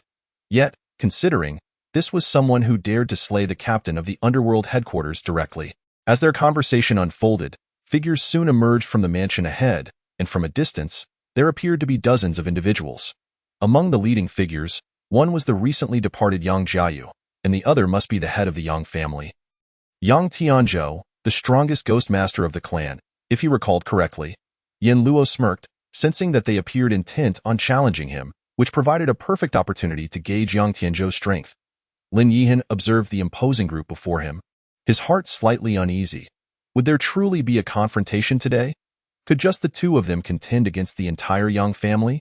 The members of the Yang family halted not far from the two, and upon inspection, most appeared to be awakened individuals, with relatively few ghost masters among them. The disparity in their auras was immense, easily discerned by Yin Luo. Was it truly just Yang Tianzhou and Yang Jiayu who possessed ghost mastering abilities within such a large family? They seemed weaker than he had imagined, perhaps due to the Yang family's relatively short existence of just over a century. As Yin Luo contemplated, the burly middle-aged man at the forefront stepped forward, furrowing his brow. You two may speak plainly. What brings you to my Yang family today? Yang Tianzhou's gaze was fixed on Yin Luo, likely already aware of his new role as the leader of Cloud City. Yin Luo, without wasting words, scanned the crowd but did not see Yang Tianming among them, though he did not dwell on it. The prior underworld had allowed the Yang family, as a ghost mastering force, to exist because he was not yet present. But now that he held the position of leader, there could only be one voice in the supernatural circle of Cloud City. As Yin Luo spoke, a strip of white silk materialized in his palm, accompanied by a vivid red figure that flickered behind him, its arms gently encircling his neck. A terrifying supernatural aura emanated from Yin Luo. Yang Tianzhou's expression tightened, and the rest of the Yang family members visibly paled. You must either submit and allow the Yang family to merge with the underworld from this day forth, or prepare for the emergence of more supernatural incidents in Cloud City. Yang family head, I suggest you contemplate this carefully. The situation regarding the resurgence of supernatural phenomena in Cloud City had grown increasingly dire. Yet the noble families continued to remain aloof. Yin Luo held no particular grievances against this. After all, individuals tend to prioritize their own interests, which is understandable, except in the case of sages. However, the eternal rule of the strong preying on the weak persisted in this world. Here in Cloud City, he, Yin Luo, was the apex of the food chain. The entirety of this city must prioritize his interests. Chapter 89. Lingering supernatural forces as they felt the overwhelming and terrifying supernatural aura. Yang Tianzhou and Yang Jiayu's hearts sank to the depths. As ghost masters and the strongest of the Yang family, their perception was far more acute. The individual before them was undoubtedly a more formidable ghost master, and the murderous intent radiating from him was genuine. Should a conflict arise, it seemed likely that today would unfold as he had predicted, with the Yang family facing additional supernatural incidents. Truly, the younger generation was formidable. After a moment of contemplation, Yang Jiayu finally sighed, his gaze filled with emotion. You must be the new ghost master who contained the S-class malevolent spirit, the one responsible for the Blood Lake incident at Cloud City University and the Blood Moon incident in Qinghe District. Ever since your flamboyant declaration that day, I anticipated a transformation in Cloud City, yet I did not expect it to occur so swiftly. Initially, I thought it would take months, yet within mere days, you have assumed the role of the new leader of Cloud City. Are you already prepared to take action against us noble families? Yang Jiayu's gaze shifted to Lin Yihan behind Yin Luo. His smile tinged with bitterness. Captain Lin, it seems your successor possesses far more audacity than you. Lin Yihan responded with a wry smile. Yin Luo was not merely his successor. The position of leader had been directly seized from him. Yet, he felt no resentment. He had never been one to covet power. and the role of the leader entailed greater risks, which was not necessarily glamorous. As long as Yin Luo could indeed stabilize Cloud City, what harm would it be for him to serve as his deputy? Let us dispense with idle chatter. Young family head, it is time for you to provide your answer, Yin Luo stated coldly. The supernatural aura that filled the air became even more chilling and oppressive, the desolate winds shrouding the young family in darkness, and clouds had gathered ominously overhead. At this point, do I have any choice but to acquiesce? I cannot truly engage in a life-and-death struggle with Captain Yin, only to allow Cloud City to suffer even more supernatural incidents. Yang Tianzhou waved his hand, a wave of supernatural energy emanating from him, shielding the many young family members present. From the aura he released, it was evident that Yang Tianzhou had at least contained an A-class malevolent spirit, possessing captain-level strength. Yin Luo mused that with Yang Jiayu, there were indeed two captain-level individuals, which was a respectable foundation of strength in Cloud City. Moreover, he did not oppose the idea of the Yang family merging with the underworld. With a heavy sigh, Yang Tianzhou continued, the situation regarding the resurgence of supernatural phenomena in Cloud City has become increasingly severe. Just this month, two catastrophic supernatural incidents have occurred in quick succession. As time progresses, the resurgence of malevolent spirits will only worsen. If even the underworld cannot withstand it, how can my young family's foundation protect us in these chaotic times? However, the previous underworld in Cloud City was fragmented, leaving me devoid of hope, which is why I remained an observer. But now that you, as the new leader, are at the helm, I see no harm in joining the underworld. Yang Tianzhou paused, a smile breaking through, expressing a sense of openness. But I do hope that once the Yang family merges with the underworld, we will receive equitable treatment. I trust that Captain Yin can assure us that our prior status as a noble family will not lead to any exclusion or discrimination within the underworld. You need not worry. Under my leadership, the underworld of Cloud City will operate with unity in handling supernatural incidents, and there shall be no internal strife permitted. With Yang Tianzhou having expressed his position, Yin Luo retracted his frosty demeanor, allowing the white silk in his palm to vanish, and the ominous clouds gathering above, along with the oppressive supernatural aura enveloping the Yang family, dissipated. The head of the Yang family made a wise choice. If all noble families were as agreeable as the Yang family, the pressure of supernatural incidents facing Xiagua would be significantly alleviated. Yin Tianzhou's perceptiveness indeed earned him Yin Luo's respect, yet upon reflection of Yang Tianming's behavior during the Blood Moon incident, it became understandable. Only families with such an atmosphere could nurture successors like Yang Tianming.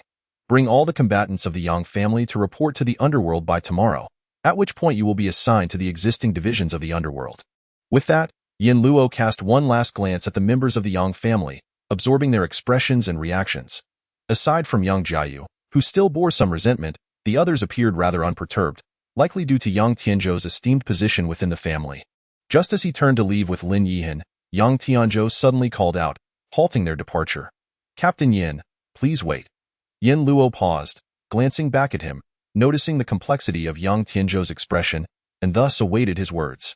To speak candidly, there is one more matter for which I would like to seek your assistance, Captain Yin. What is it?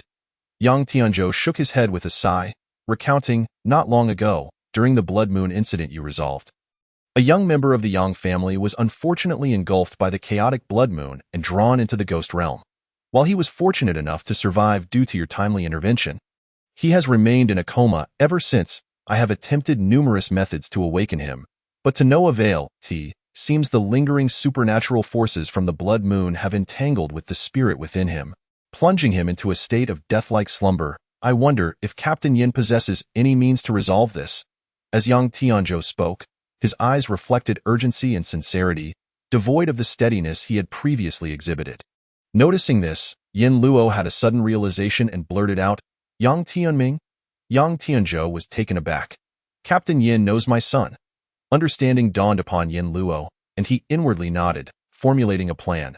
In a wonder Yang Tianzhou had been so amenable to the merger.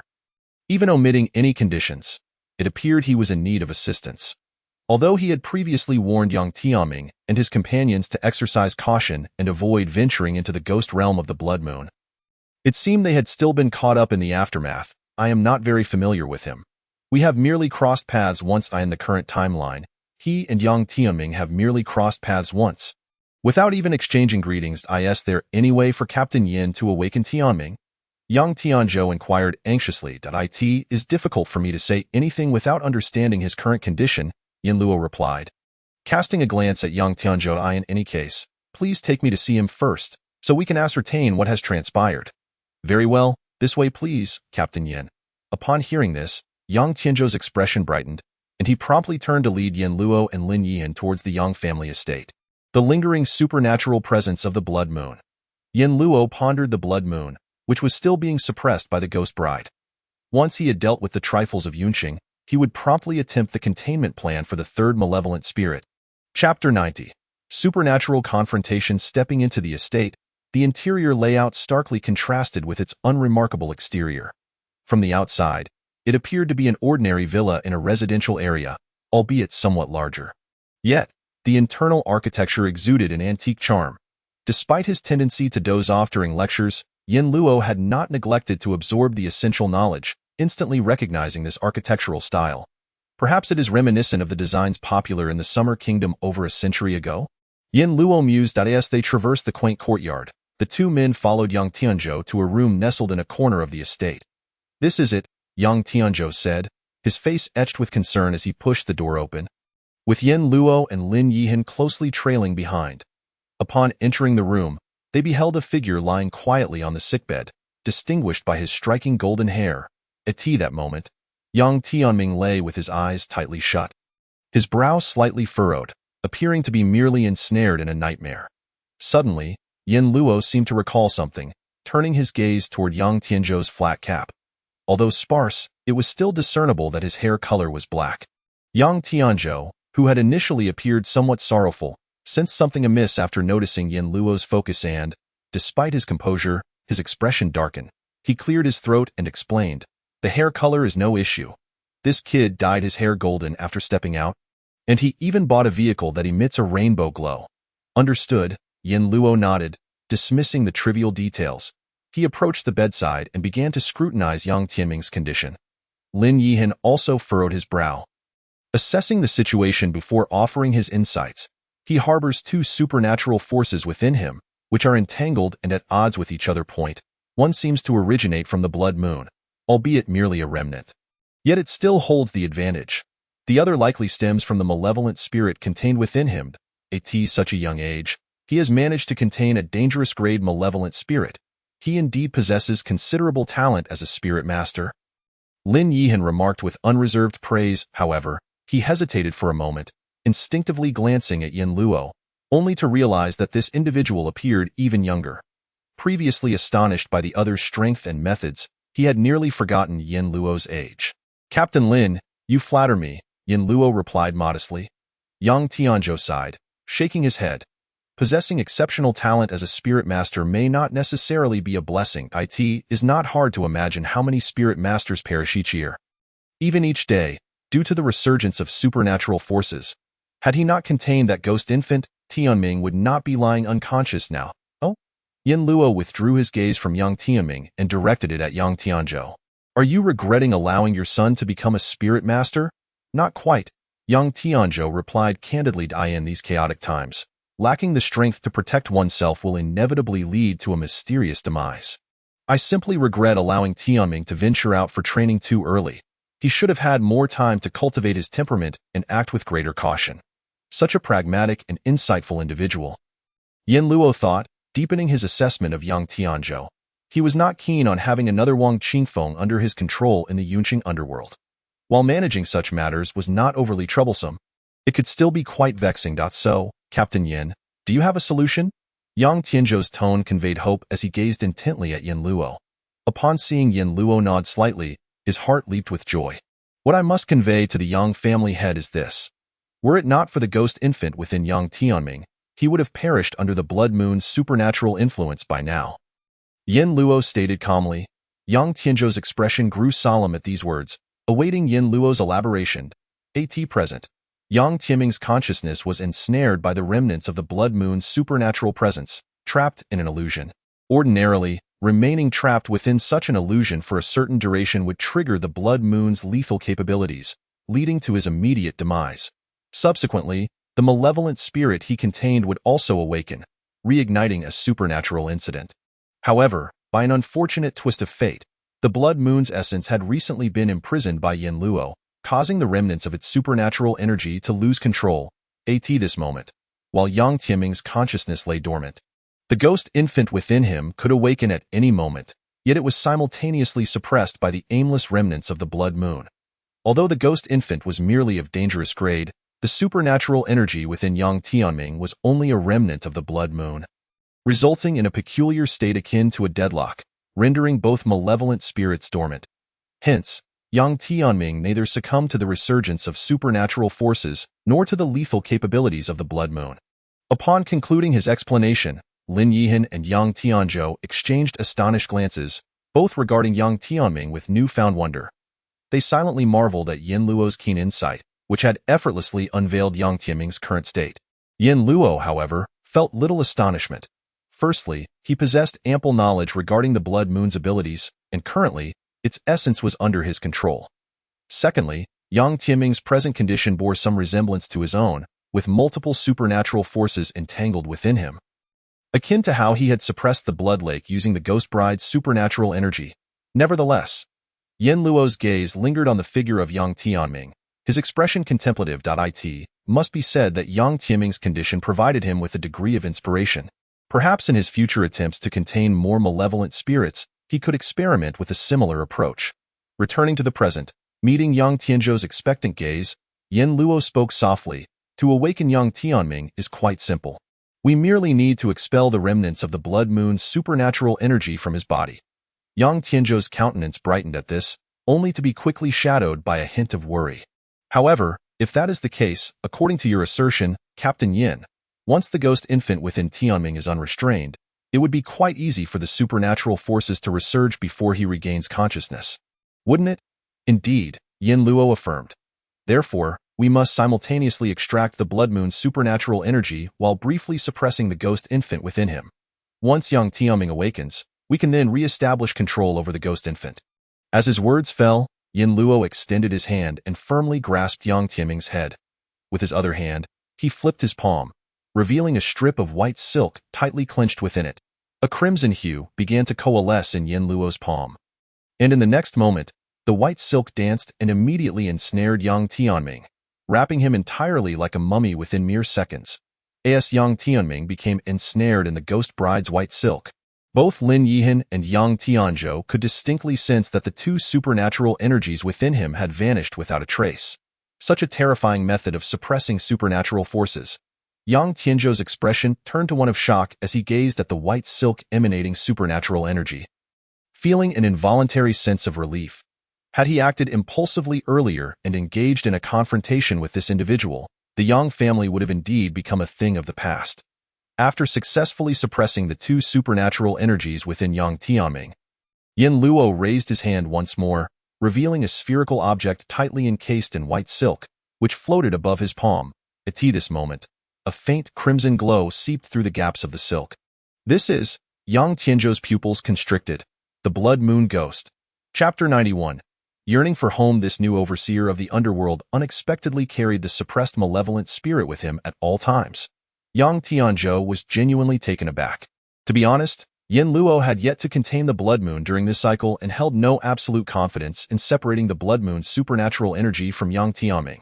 However, given that the Blood Moon had just been imprisoned by him, unless it had entirely relinquished its resistance, it would be impossible for it to allow a portion of its supernatural energy to scatter. It would undoubtedly seek every means to enhance itself and break through the confinement. Thus, as Yin Luo drew the Blood Moon closer to Yang Tianming, the suppression of the Blood Moon's supernatural energy gradually weakened as the white silk loosened.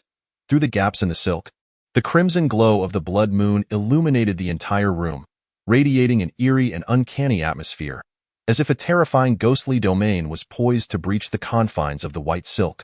Yet, Yin Luo maintained a calm demeanor, meticulously controlling the white silk suppression of the Blood Moon, perfectly balancing it to ensure that it could not breach the silk's confines under any circumstances. As time passed, the Blood Moon's crimson glow began to flicker violently, exuding a sense of agitation. At that moment, Yin Luo released his grip on the suppression of the supernatural energy within Yang Tianming. In an instant, the blood moon sensed the portion of its supernatural power that had dispersed outside. Although meager, at this critical juncture, it was sufficient to serve as the key to its breakthrough. Lin Yihan and Yang Tianzhou were entirely focused on this spectacle.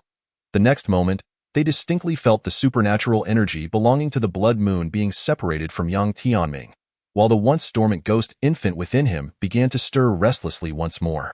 The two individuals held their breath, utterly still, as if even the atmosphere dared not stir, fearful of disturbing Yin Luo by a fraction.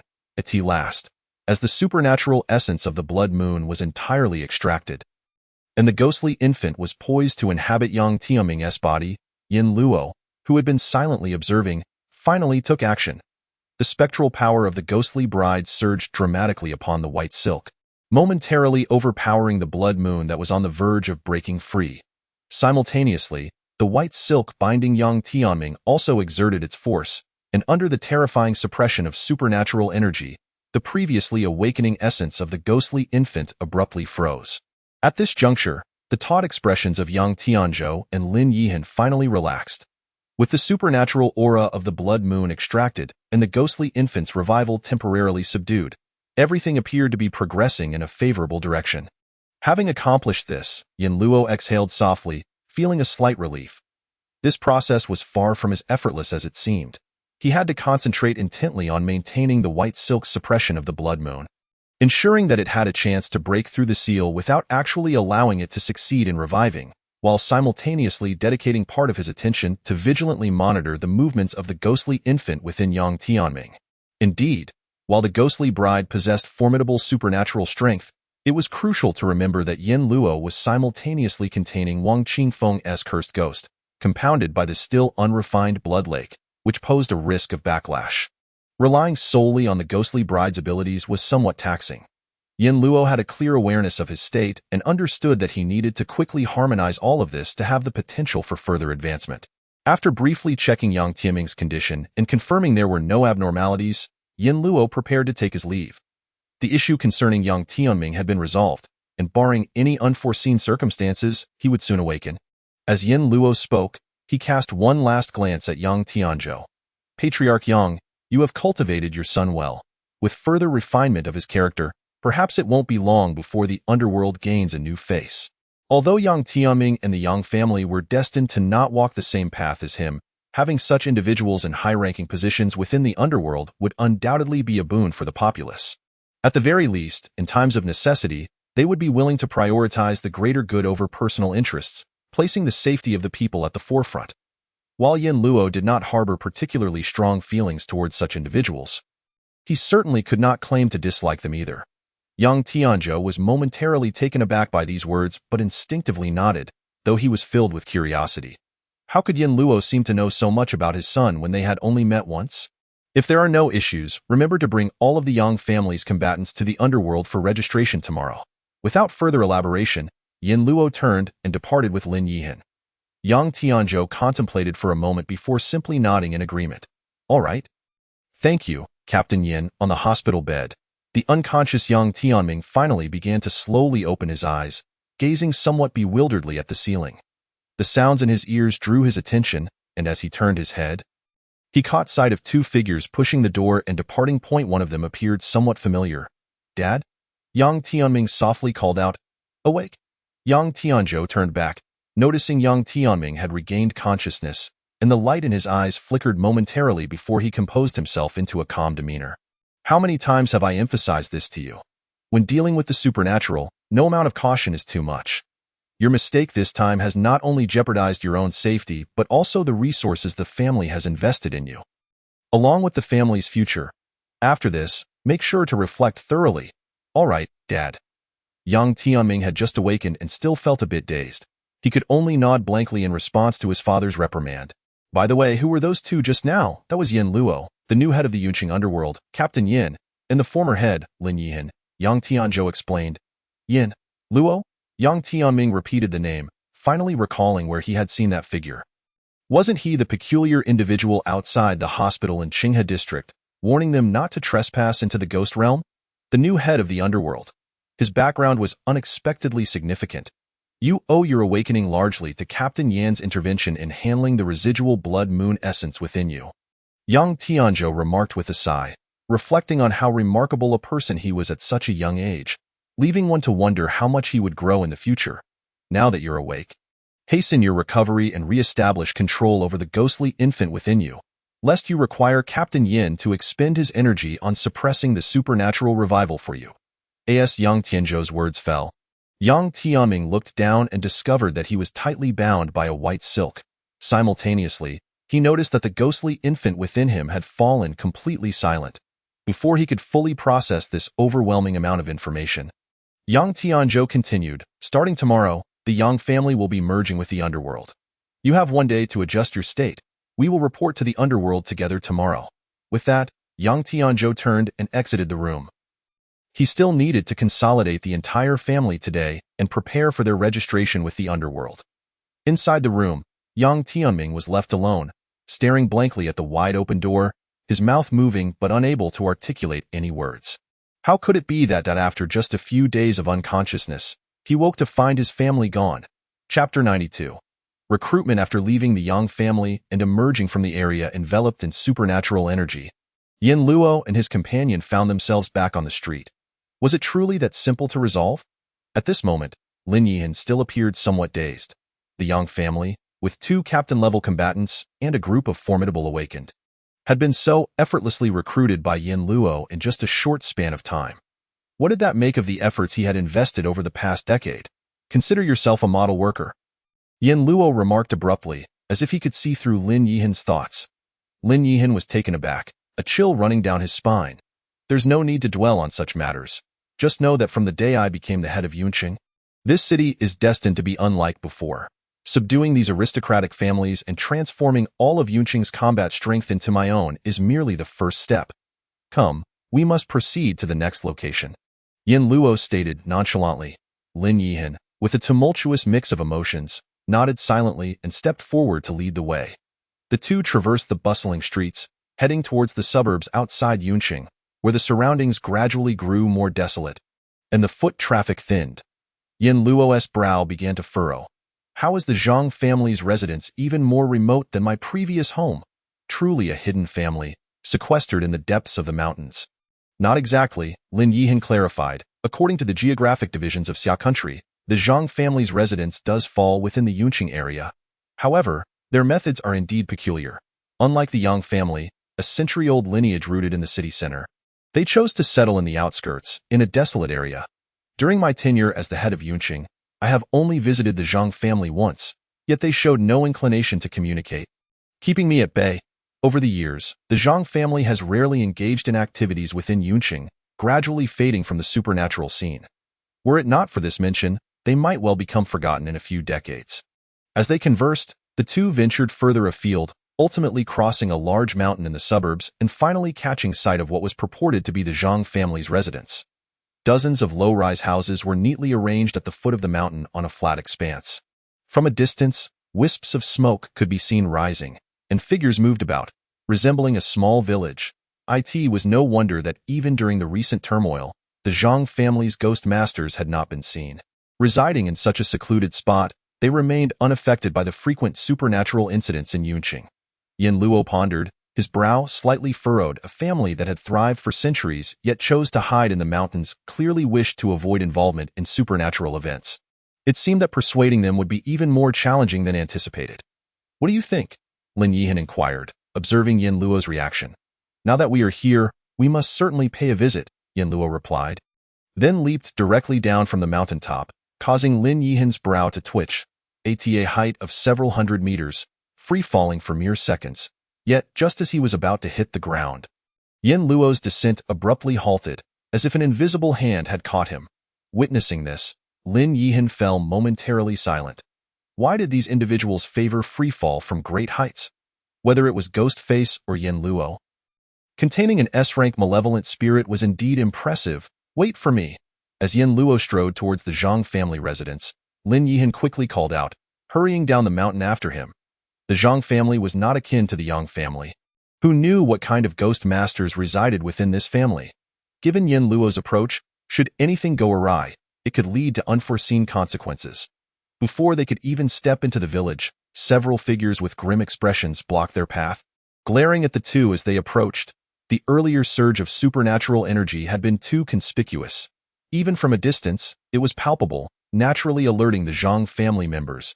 At this moment, figures were emerging from behind the village, swiftly converging on the location. "Who are you? What business do you have in our Zhang family village?" A young man at the forefront questioned coldly, notably wielding a hoe, presenting himself as a typical farmer.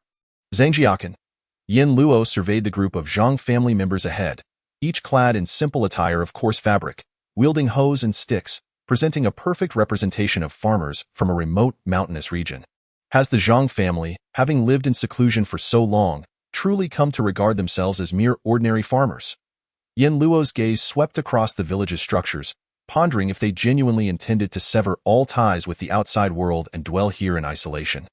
His words provoked immediate unrest among the Zhang family members, their glances turning increasingly hostile. "What does it have to do with you, you pretty boy? Scram, scram, scram. Who is this brat to intrude here? If you don't leave quickly, we won't hold back. You know nothing. What's wrong with being a farmer? Farming is the noblest profession in this world." A cascade of indignation reached Yin Luo's ears, causing his brow to furrow deeper. As he scrutinized the Zhang family members, he suddenly noticed a conspicuous anomaly. Just as he was about to inquire with Lin Yihan, a burly man with a dark complexion pushed through the crowd, immediately commanding the respect of those around him, who greeted him in rapid succession. Uncle, what brings you here? We can easily drive off these outsiders." "Yes, uncle, you should return quickly." This exchange captured Yin Luo's attention, and he turned to see the imposing figure of the dark-faced man, whose stature resembled that of an iron tower, evoking an instinctive sense of danger. Furthermore, he emanated a terrifying aura, steeped in an air of menace. Has the Zhang family's ghost tamer finally decided to reveal himself? The dark-faced man scrutinized Yin Luo for a moment before shifting his gaze to Lin Yihan, speaking with a grave tone. "Director Lin, I mentioned last time that the Zhang family wishes to remain uninvolved in external conflicts. What is your purpose for coming again, moreover?" His brow furrowed tightly as he fixed his gaze on Yin Luo, articulating each word with emphasis. "And you've brought along such a dangerous young man.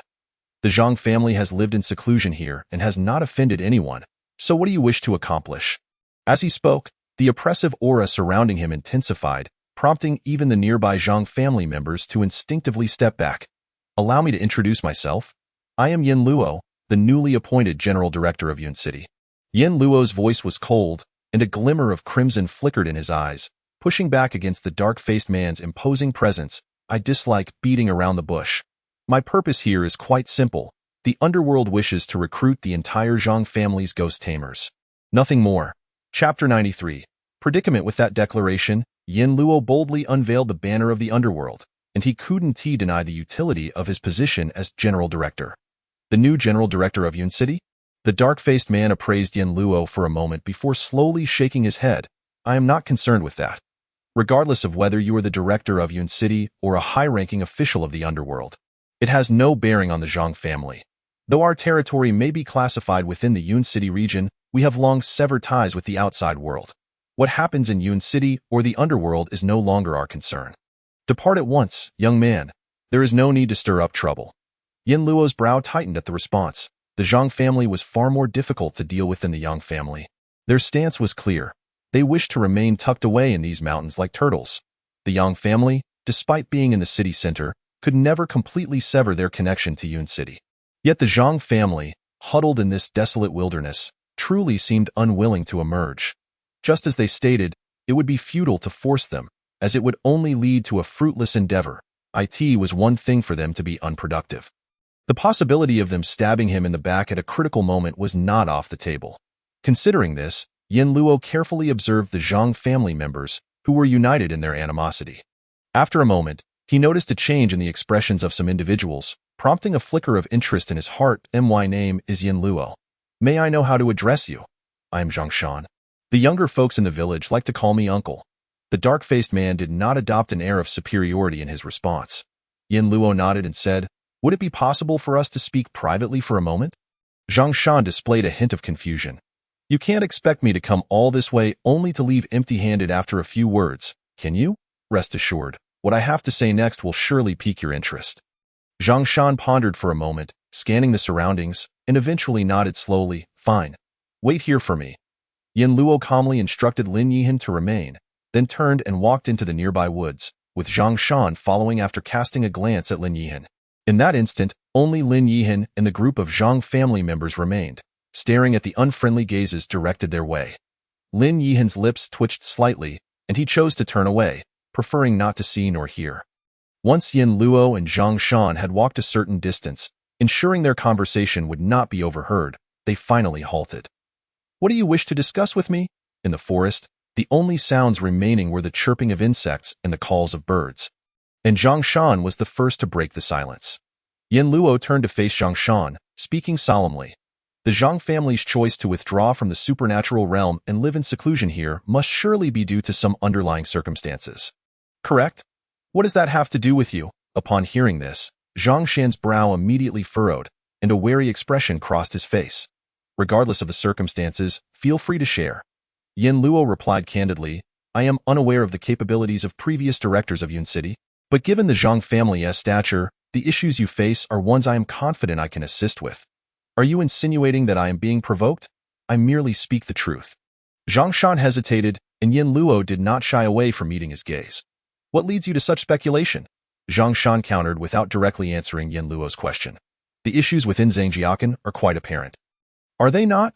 Yin Luo stated, a lineage that has persisted for centuries should not be lacking in ghost tamers, and the number of awakeners is alarmingly sparse.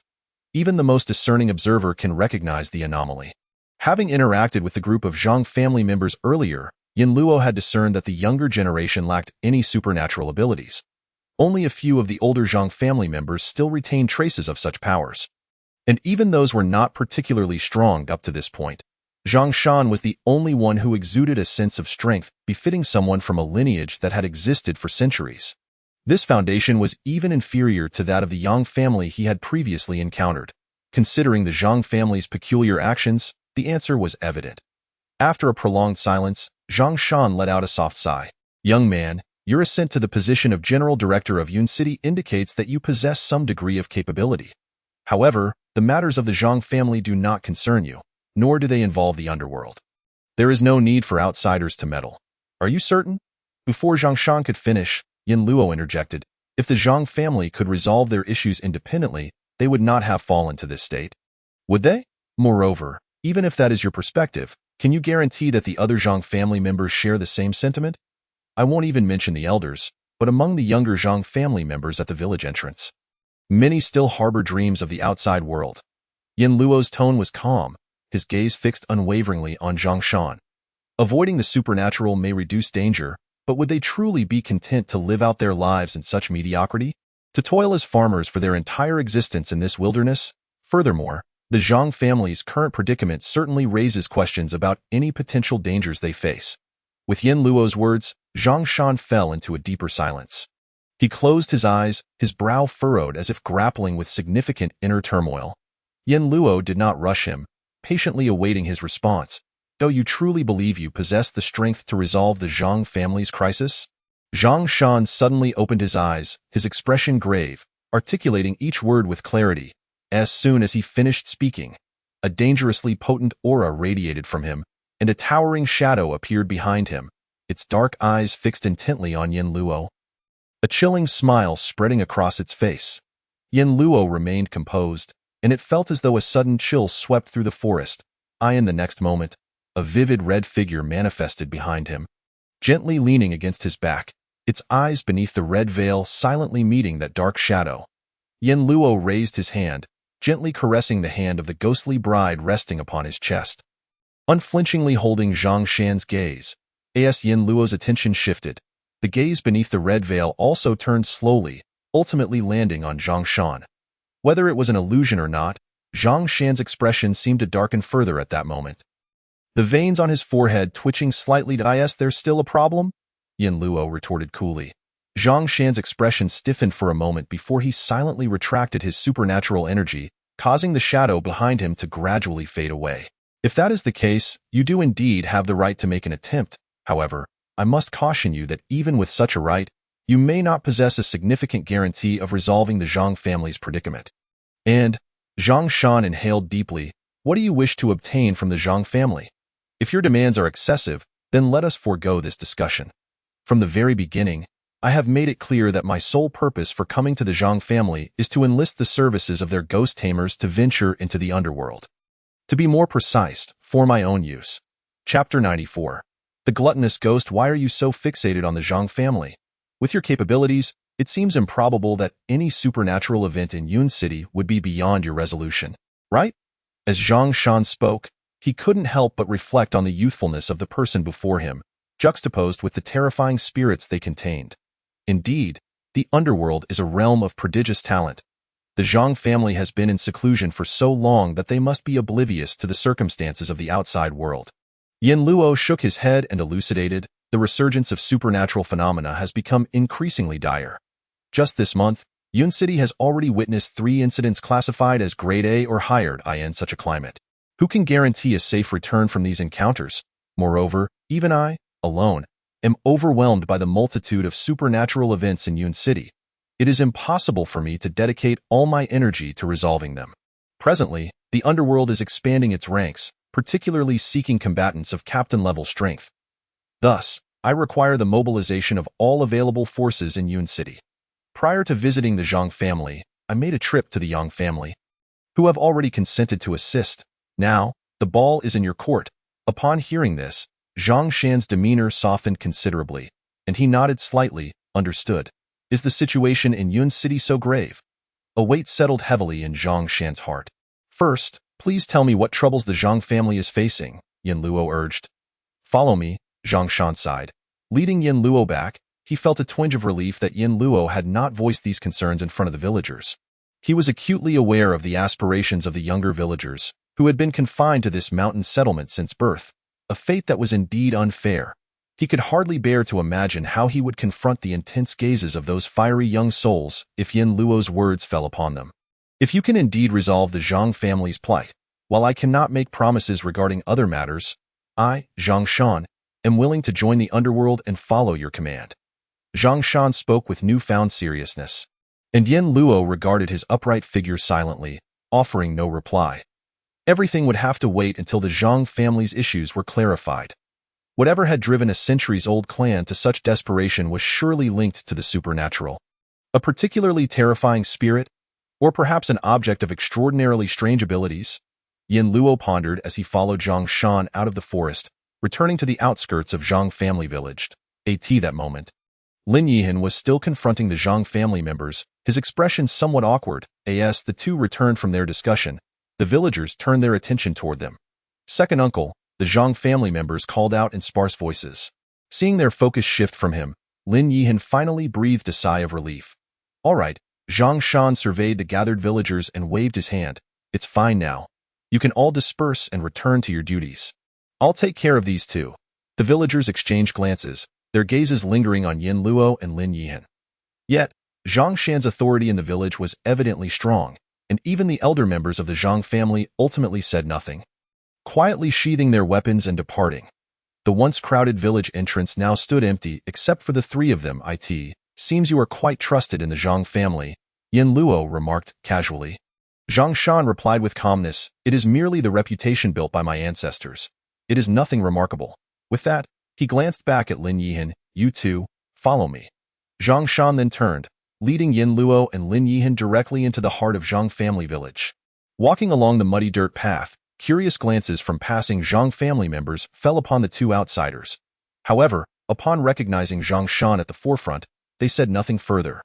Yin Luo observed the layout of Zhang family village, growing increasingly convinced that it resembled a remote mountain hamlet, lacking the grandeur one might expect from a ghost-taming lineage. As they ventured deeper into the village, he noted the scarcity of individuals exuding supernatural energy. There were few, if any, ghost tamers, and the number of awakened individuals was alarmingly low. The further they walked into the village, the more furrowed Yin Luo's brow became. Zhang Shan seemed to sense his thoughts and, with a deep sigh, began to explain. The Zhang family's calamity began several decades ago when we still resided within Yun City, before relocating to this isolated wilderness. You must understand that for a lineage like ours to endure through the ages, it is crucial to maintain strong combatants. However, life is finite, and ghost tamers tend to have shorter lifespans than ordinary people. Consequently, each family cultivates suitable successors within the clan, so that when they can no longer contain the spirits within them or approach the end of their lives, they can pass these spirits on to the next heir. This cycle ensures the family's prosperity and allows for the continuous cultivation of more kin who possess supernatural powers. Yet, what of those families that fail to produce successors? They inevitably face extinction, Yin Luo interjected, raising an eyebrow. Indeed, the troubles faced by the Zhang family are even more severe than that. Zhang Shan's tone grew grave. The strongest ghost tamer in our family, who also serves as our patriarch, has been trapped in a ghost domain for decades. Upon hearing this, both Yin Luo and Lin Yihan paused, momentarily stunned, struggling to grasp the enormity of the situation. Trapped in a ghost domain. 4 decades. Yin Luo's brow knitted tightly as he queried, "Is it that their lifespan has not yet expired? Have they not fallen victim to the ghost's lethal methods? Is there still no risk of the spirit within them awakening? Achieving even one of those 3 points is a daunting task." Zhang Shan's words indeed sounded almost fantastical. "I am unaware of the ghost's lethal methods. After all, I have never entered that domain myself," Zhang Shan clarified.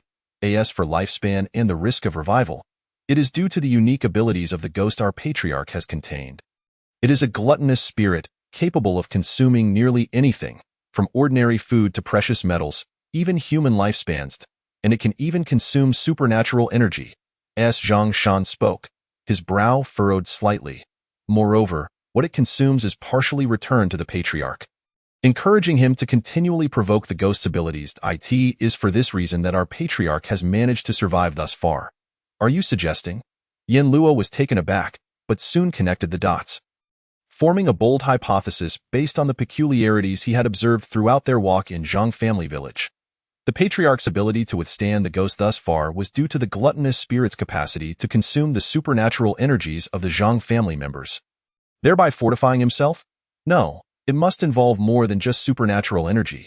It likely encompasses lifespans as well. Otherwise, he could not have survived for decades trapped in that ghost domain, Yin Luo thought grimly, while Lin Yihan also absorbed the shocking news. Chapter 95. The Ancient Tower. No wonder that throughout our journey, the supernatural powers among the Zhang family members appeared so scant. Yet, despite this, even after decades, the patriarch remains ensnared. The terror of that ghost is evident. At this rate, it may not be long before the entire Zhang family ceases to exist. Once the patriarch can no longer withstand the ghost's supernatural might and perishes, the revival of the spirit would spell disaster for Yun City. It is clear that this visit was indeed imperative. Yin Luo's gaze sharpened as he pressed. "So, what is the origin of the ghost that has ensnared the Zhang patriarch?" Zhang Shan continued walking, shaking his head. "We do not know. Over the decades, the Zhang family has made countless attempts to uncover the truth, but to no avail. After all, if even our patriarch can be confined by this ghost domain, we cannot recklessly venture inside. One day, our patriarch was inexplicably drawn into this forest and subsequently trapped in that ghost domain. If not for the marks he left on the Zhang family members beforehand, we might have remained completely unaware. After that, the Zhang family relocated from Yun City to this desolate wilderness in hopes of rescuing our patriarch, but little did we anticipate that this would stretch on for decades." Zhang Shan lamented, weariness etched across his features. At this point, even if the Zhang family wishes to extricate ourselves from this situation, it is no longer feasible. Unless the patriarch can escape the ghost domain, our departure would likely hasten his demise within it, leading to a resurgence of supernatural phenomena that would spell calamity for Yun City. "Your words are overly dramatic," Yin Luo replied coolly, his tone resolute. "With me here, Yun City will not perish." Zhang Shan paused momentarily, his expression briefly betraying unease before quickly returning to its previous composure. "I hope you can maintain this confidence." He was beginning to adapt to Yin Luo's manner of speaking. The inexplicable confidence that emanated from this individual was baffling. The trio continued onward, eventually arriving at the innermost part of Zhang family village, where an ancient tower, incongruous with the surrounding scenery, soon came into view. The ancient tower embodies a medieval Western architectural style, comprising 3 distinct levels when observed from the outside. Its pointed rooftops ascend like spires on either side, and before the tower lies a modestly sized garden, now overrun with weeds, suggesting it has been neglected for an extended period. A massive, weathered iron gate stands resolutely before the three individuals. Yen Luo casts a discerning glance into the tower, but perceives nothing unusual. Redirecting his gaze toward the windows, he finds his sight thwarted by an impenetrable darkness within. A furrow of concern creases Yen Luo's brow.